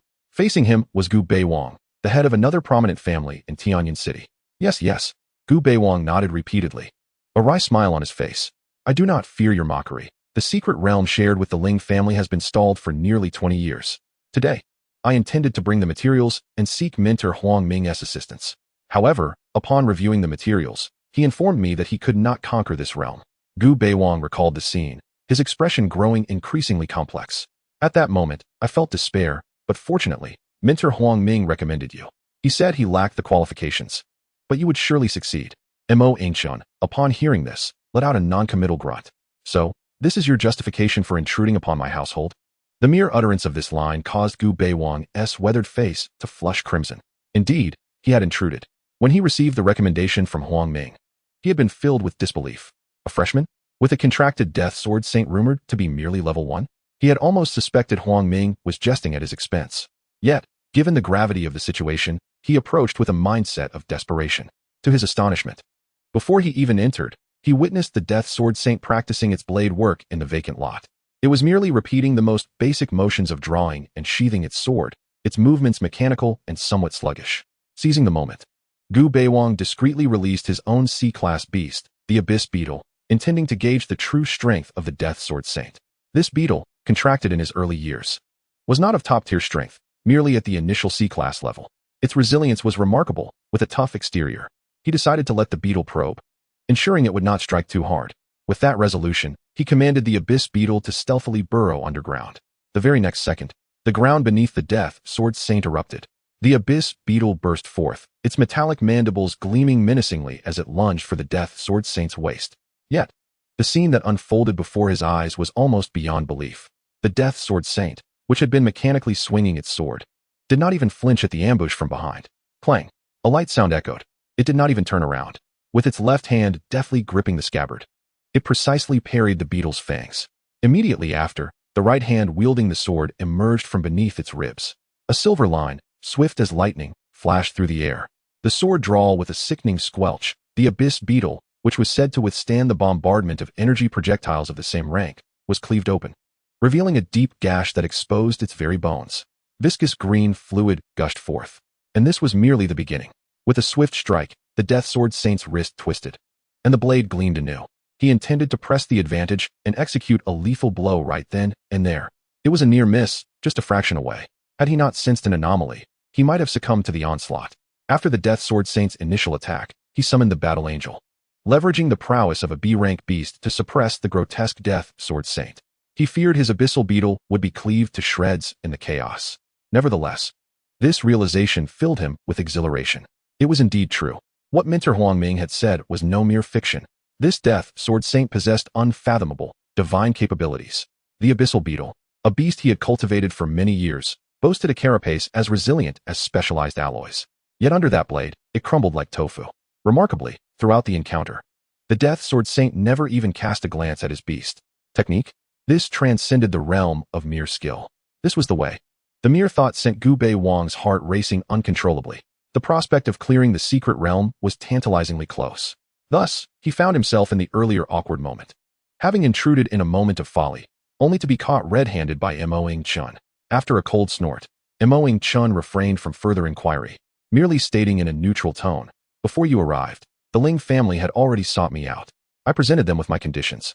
Gu Bei Wang's heart sank. The flickering flame of hope was nearly extinguished by a deluge of cold water. The Ling family? Again, it was Ling Tian? He could almost envision Ling Tian's smug expression. After a lifetime of rivalry, to think he had been outmaneuvered in this matter. A wave of frustration washed over Gu Bei Wang as he lamented his tardiness. Just as despair threatened to engulf him, he heard Yingchen's tone shift. Yingchen gestured towards the telephone on the sofa. "I just received a call. The Ling family has rejected my proposal. Therefore, the opportunity now lies with you."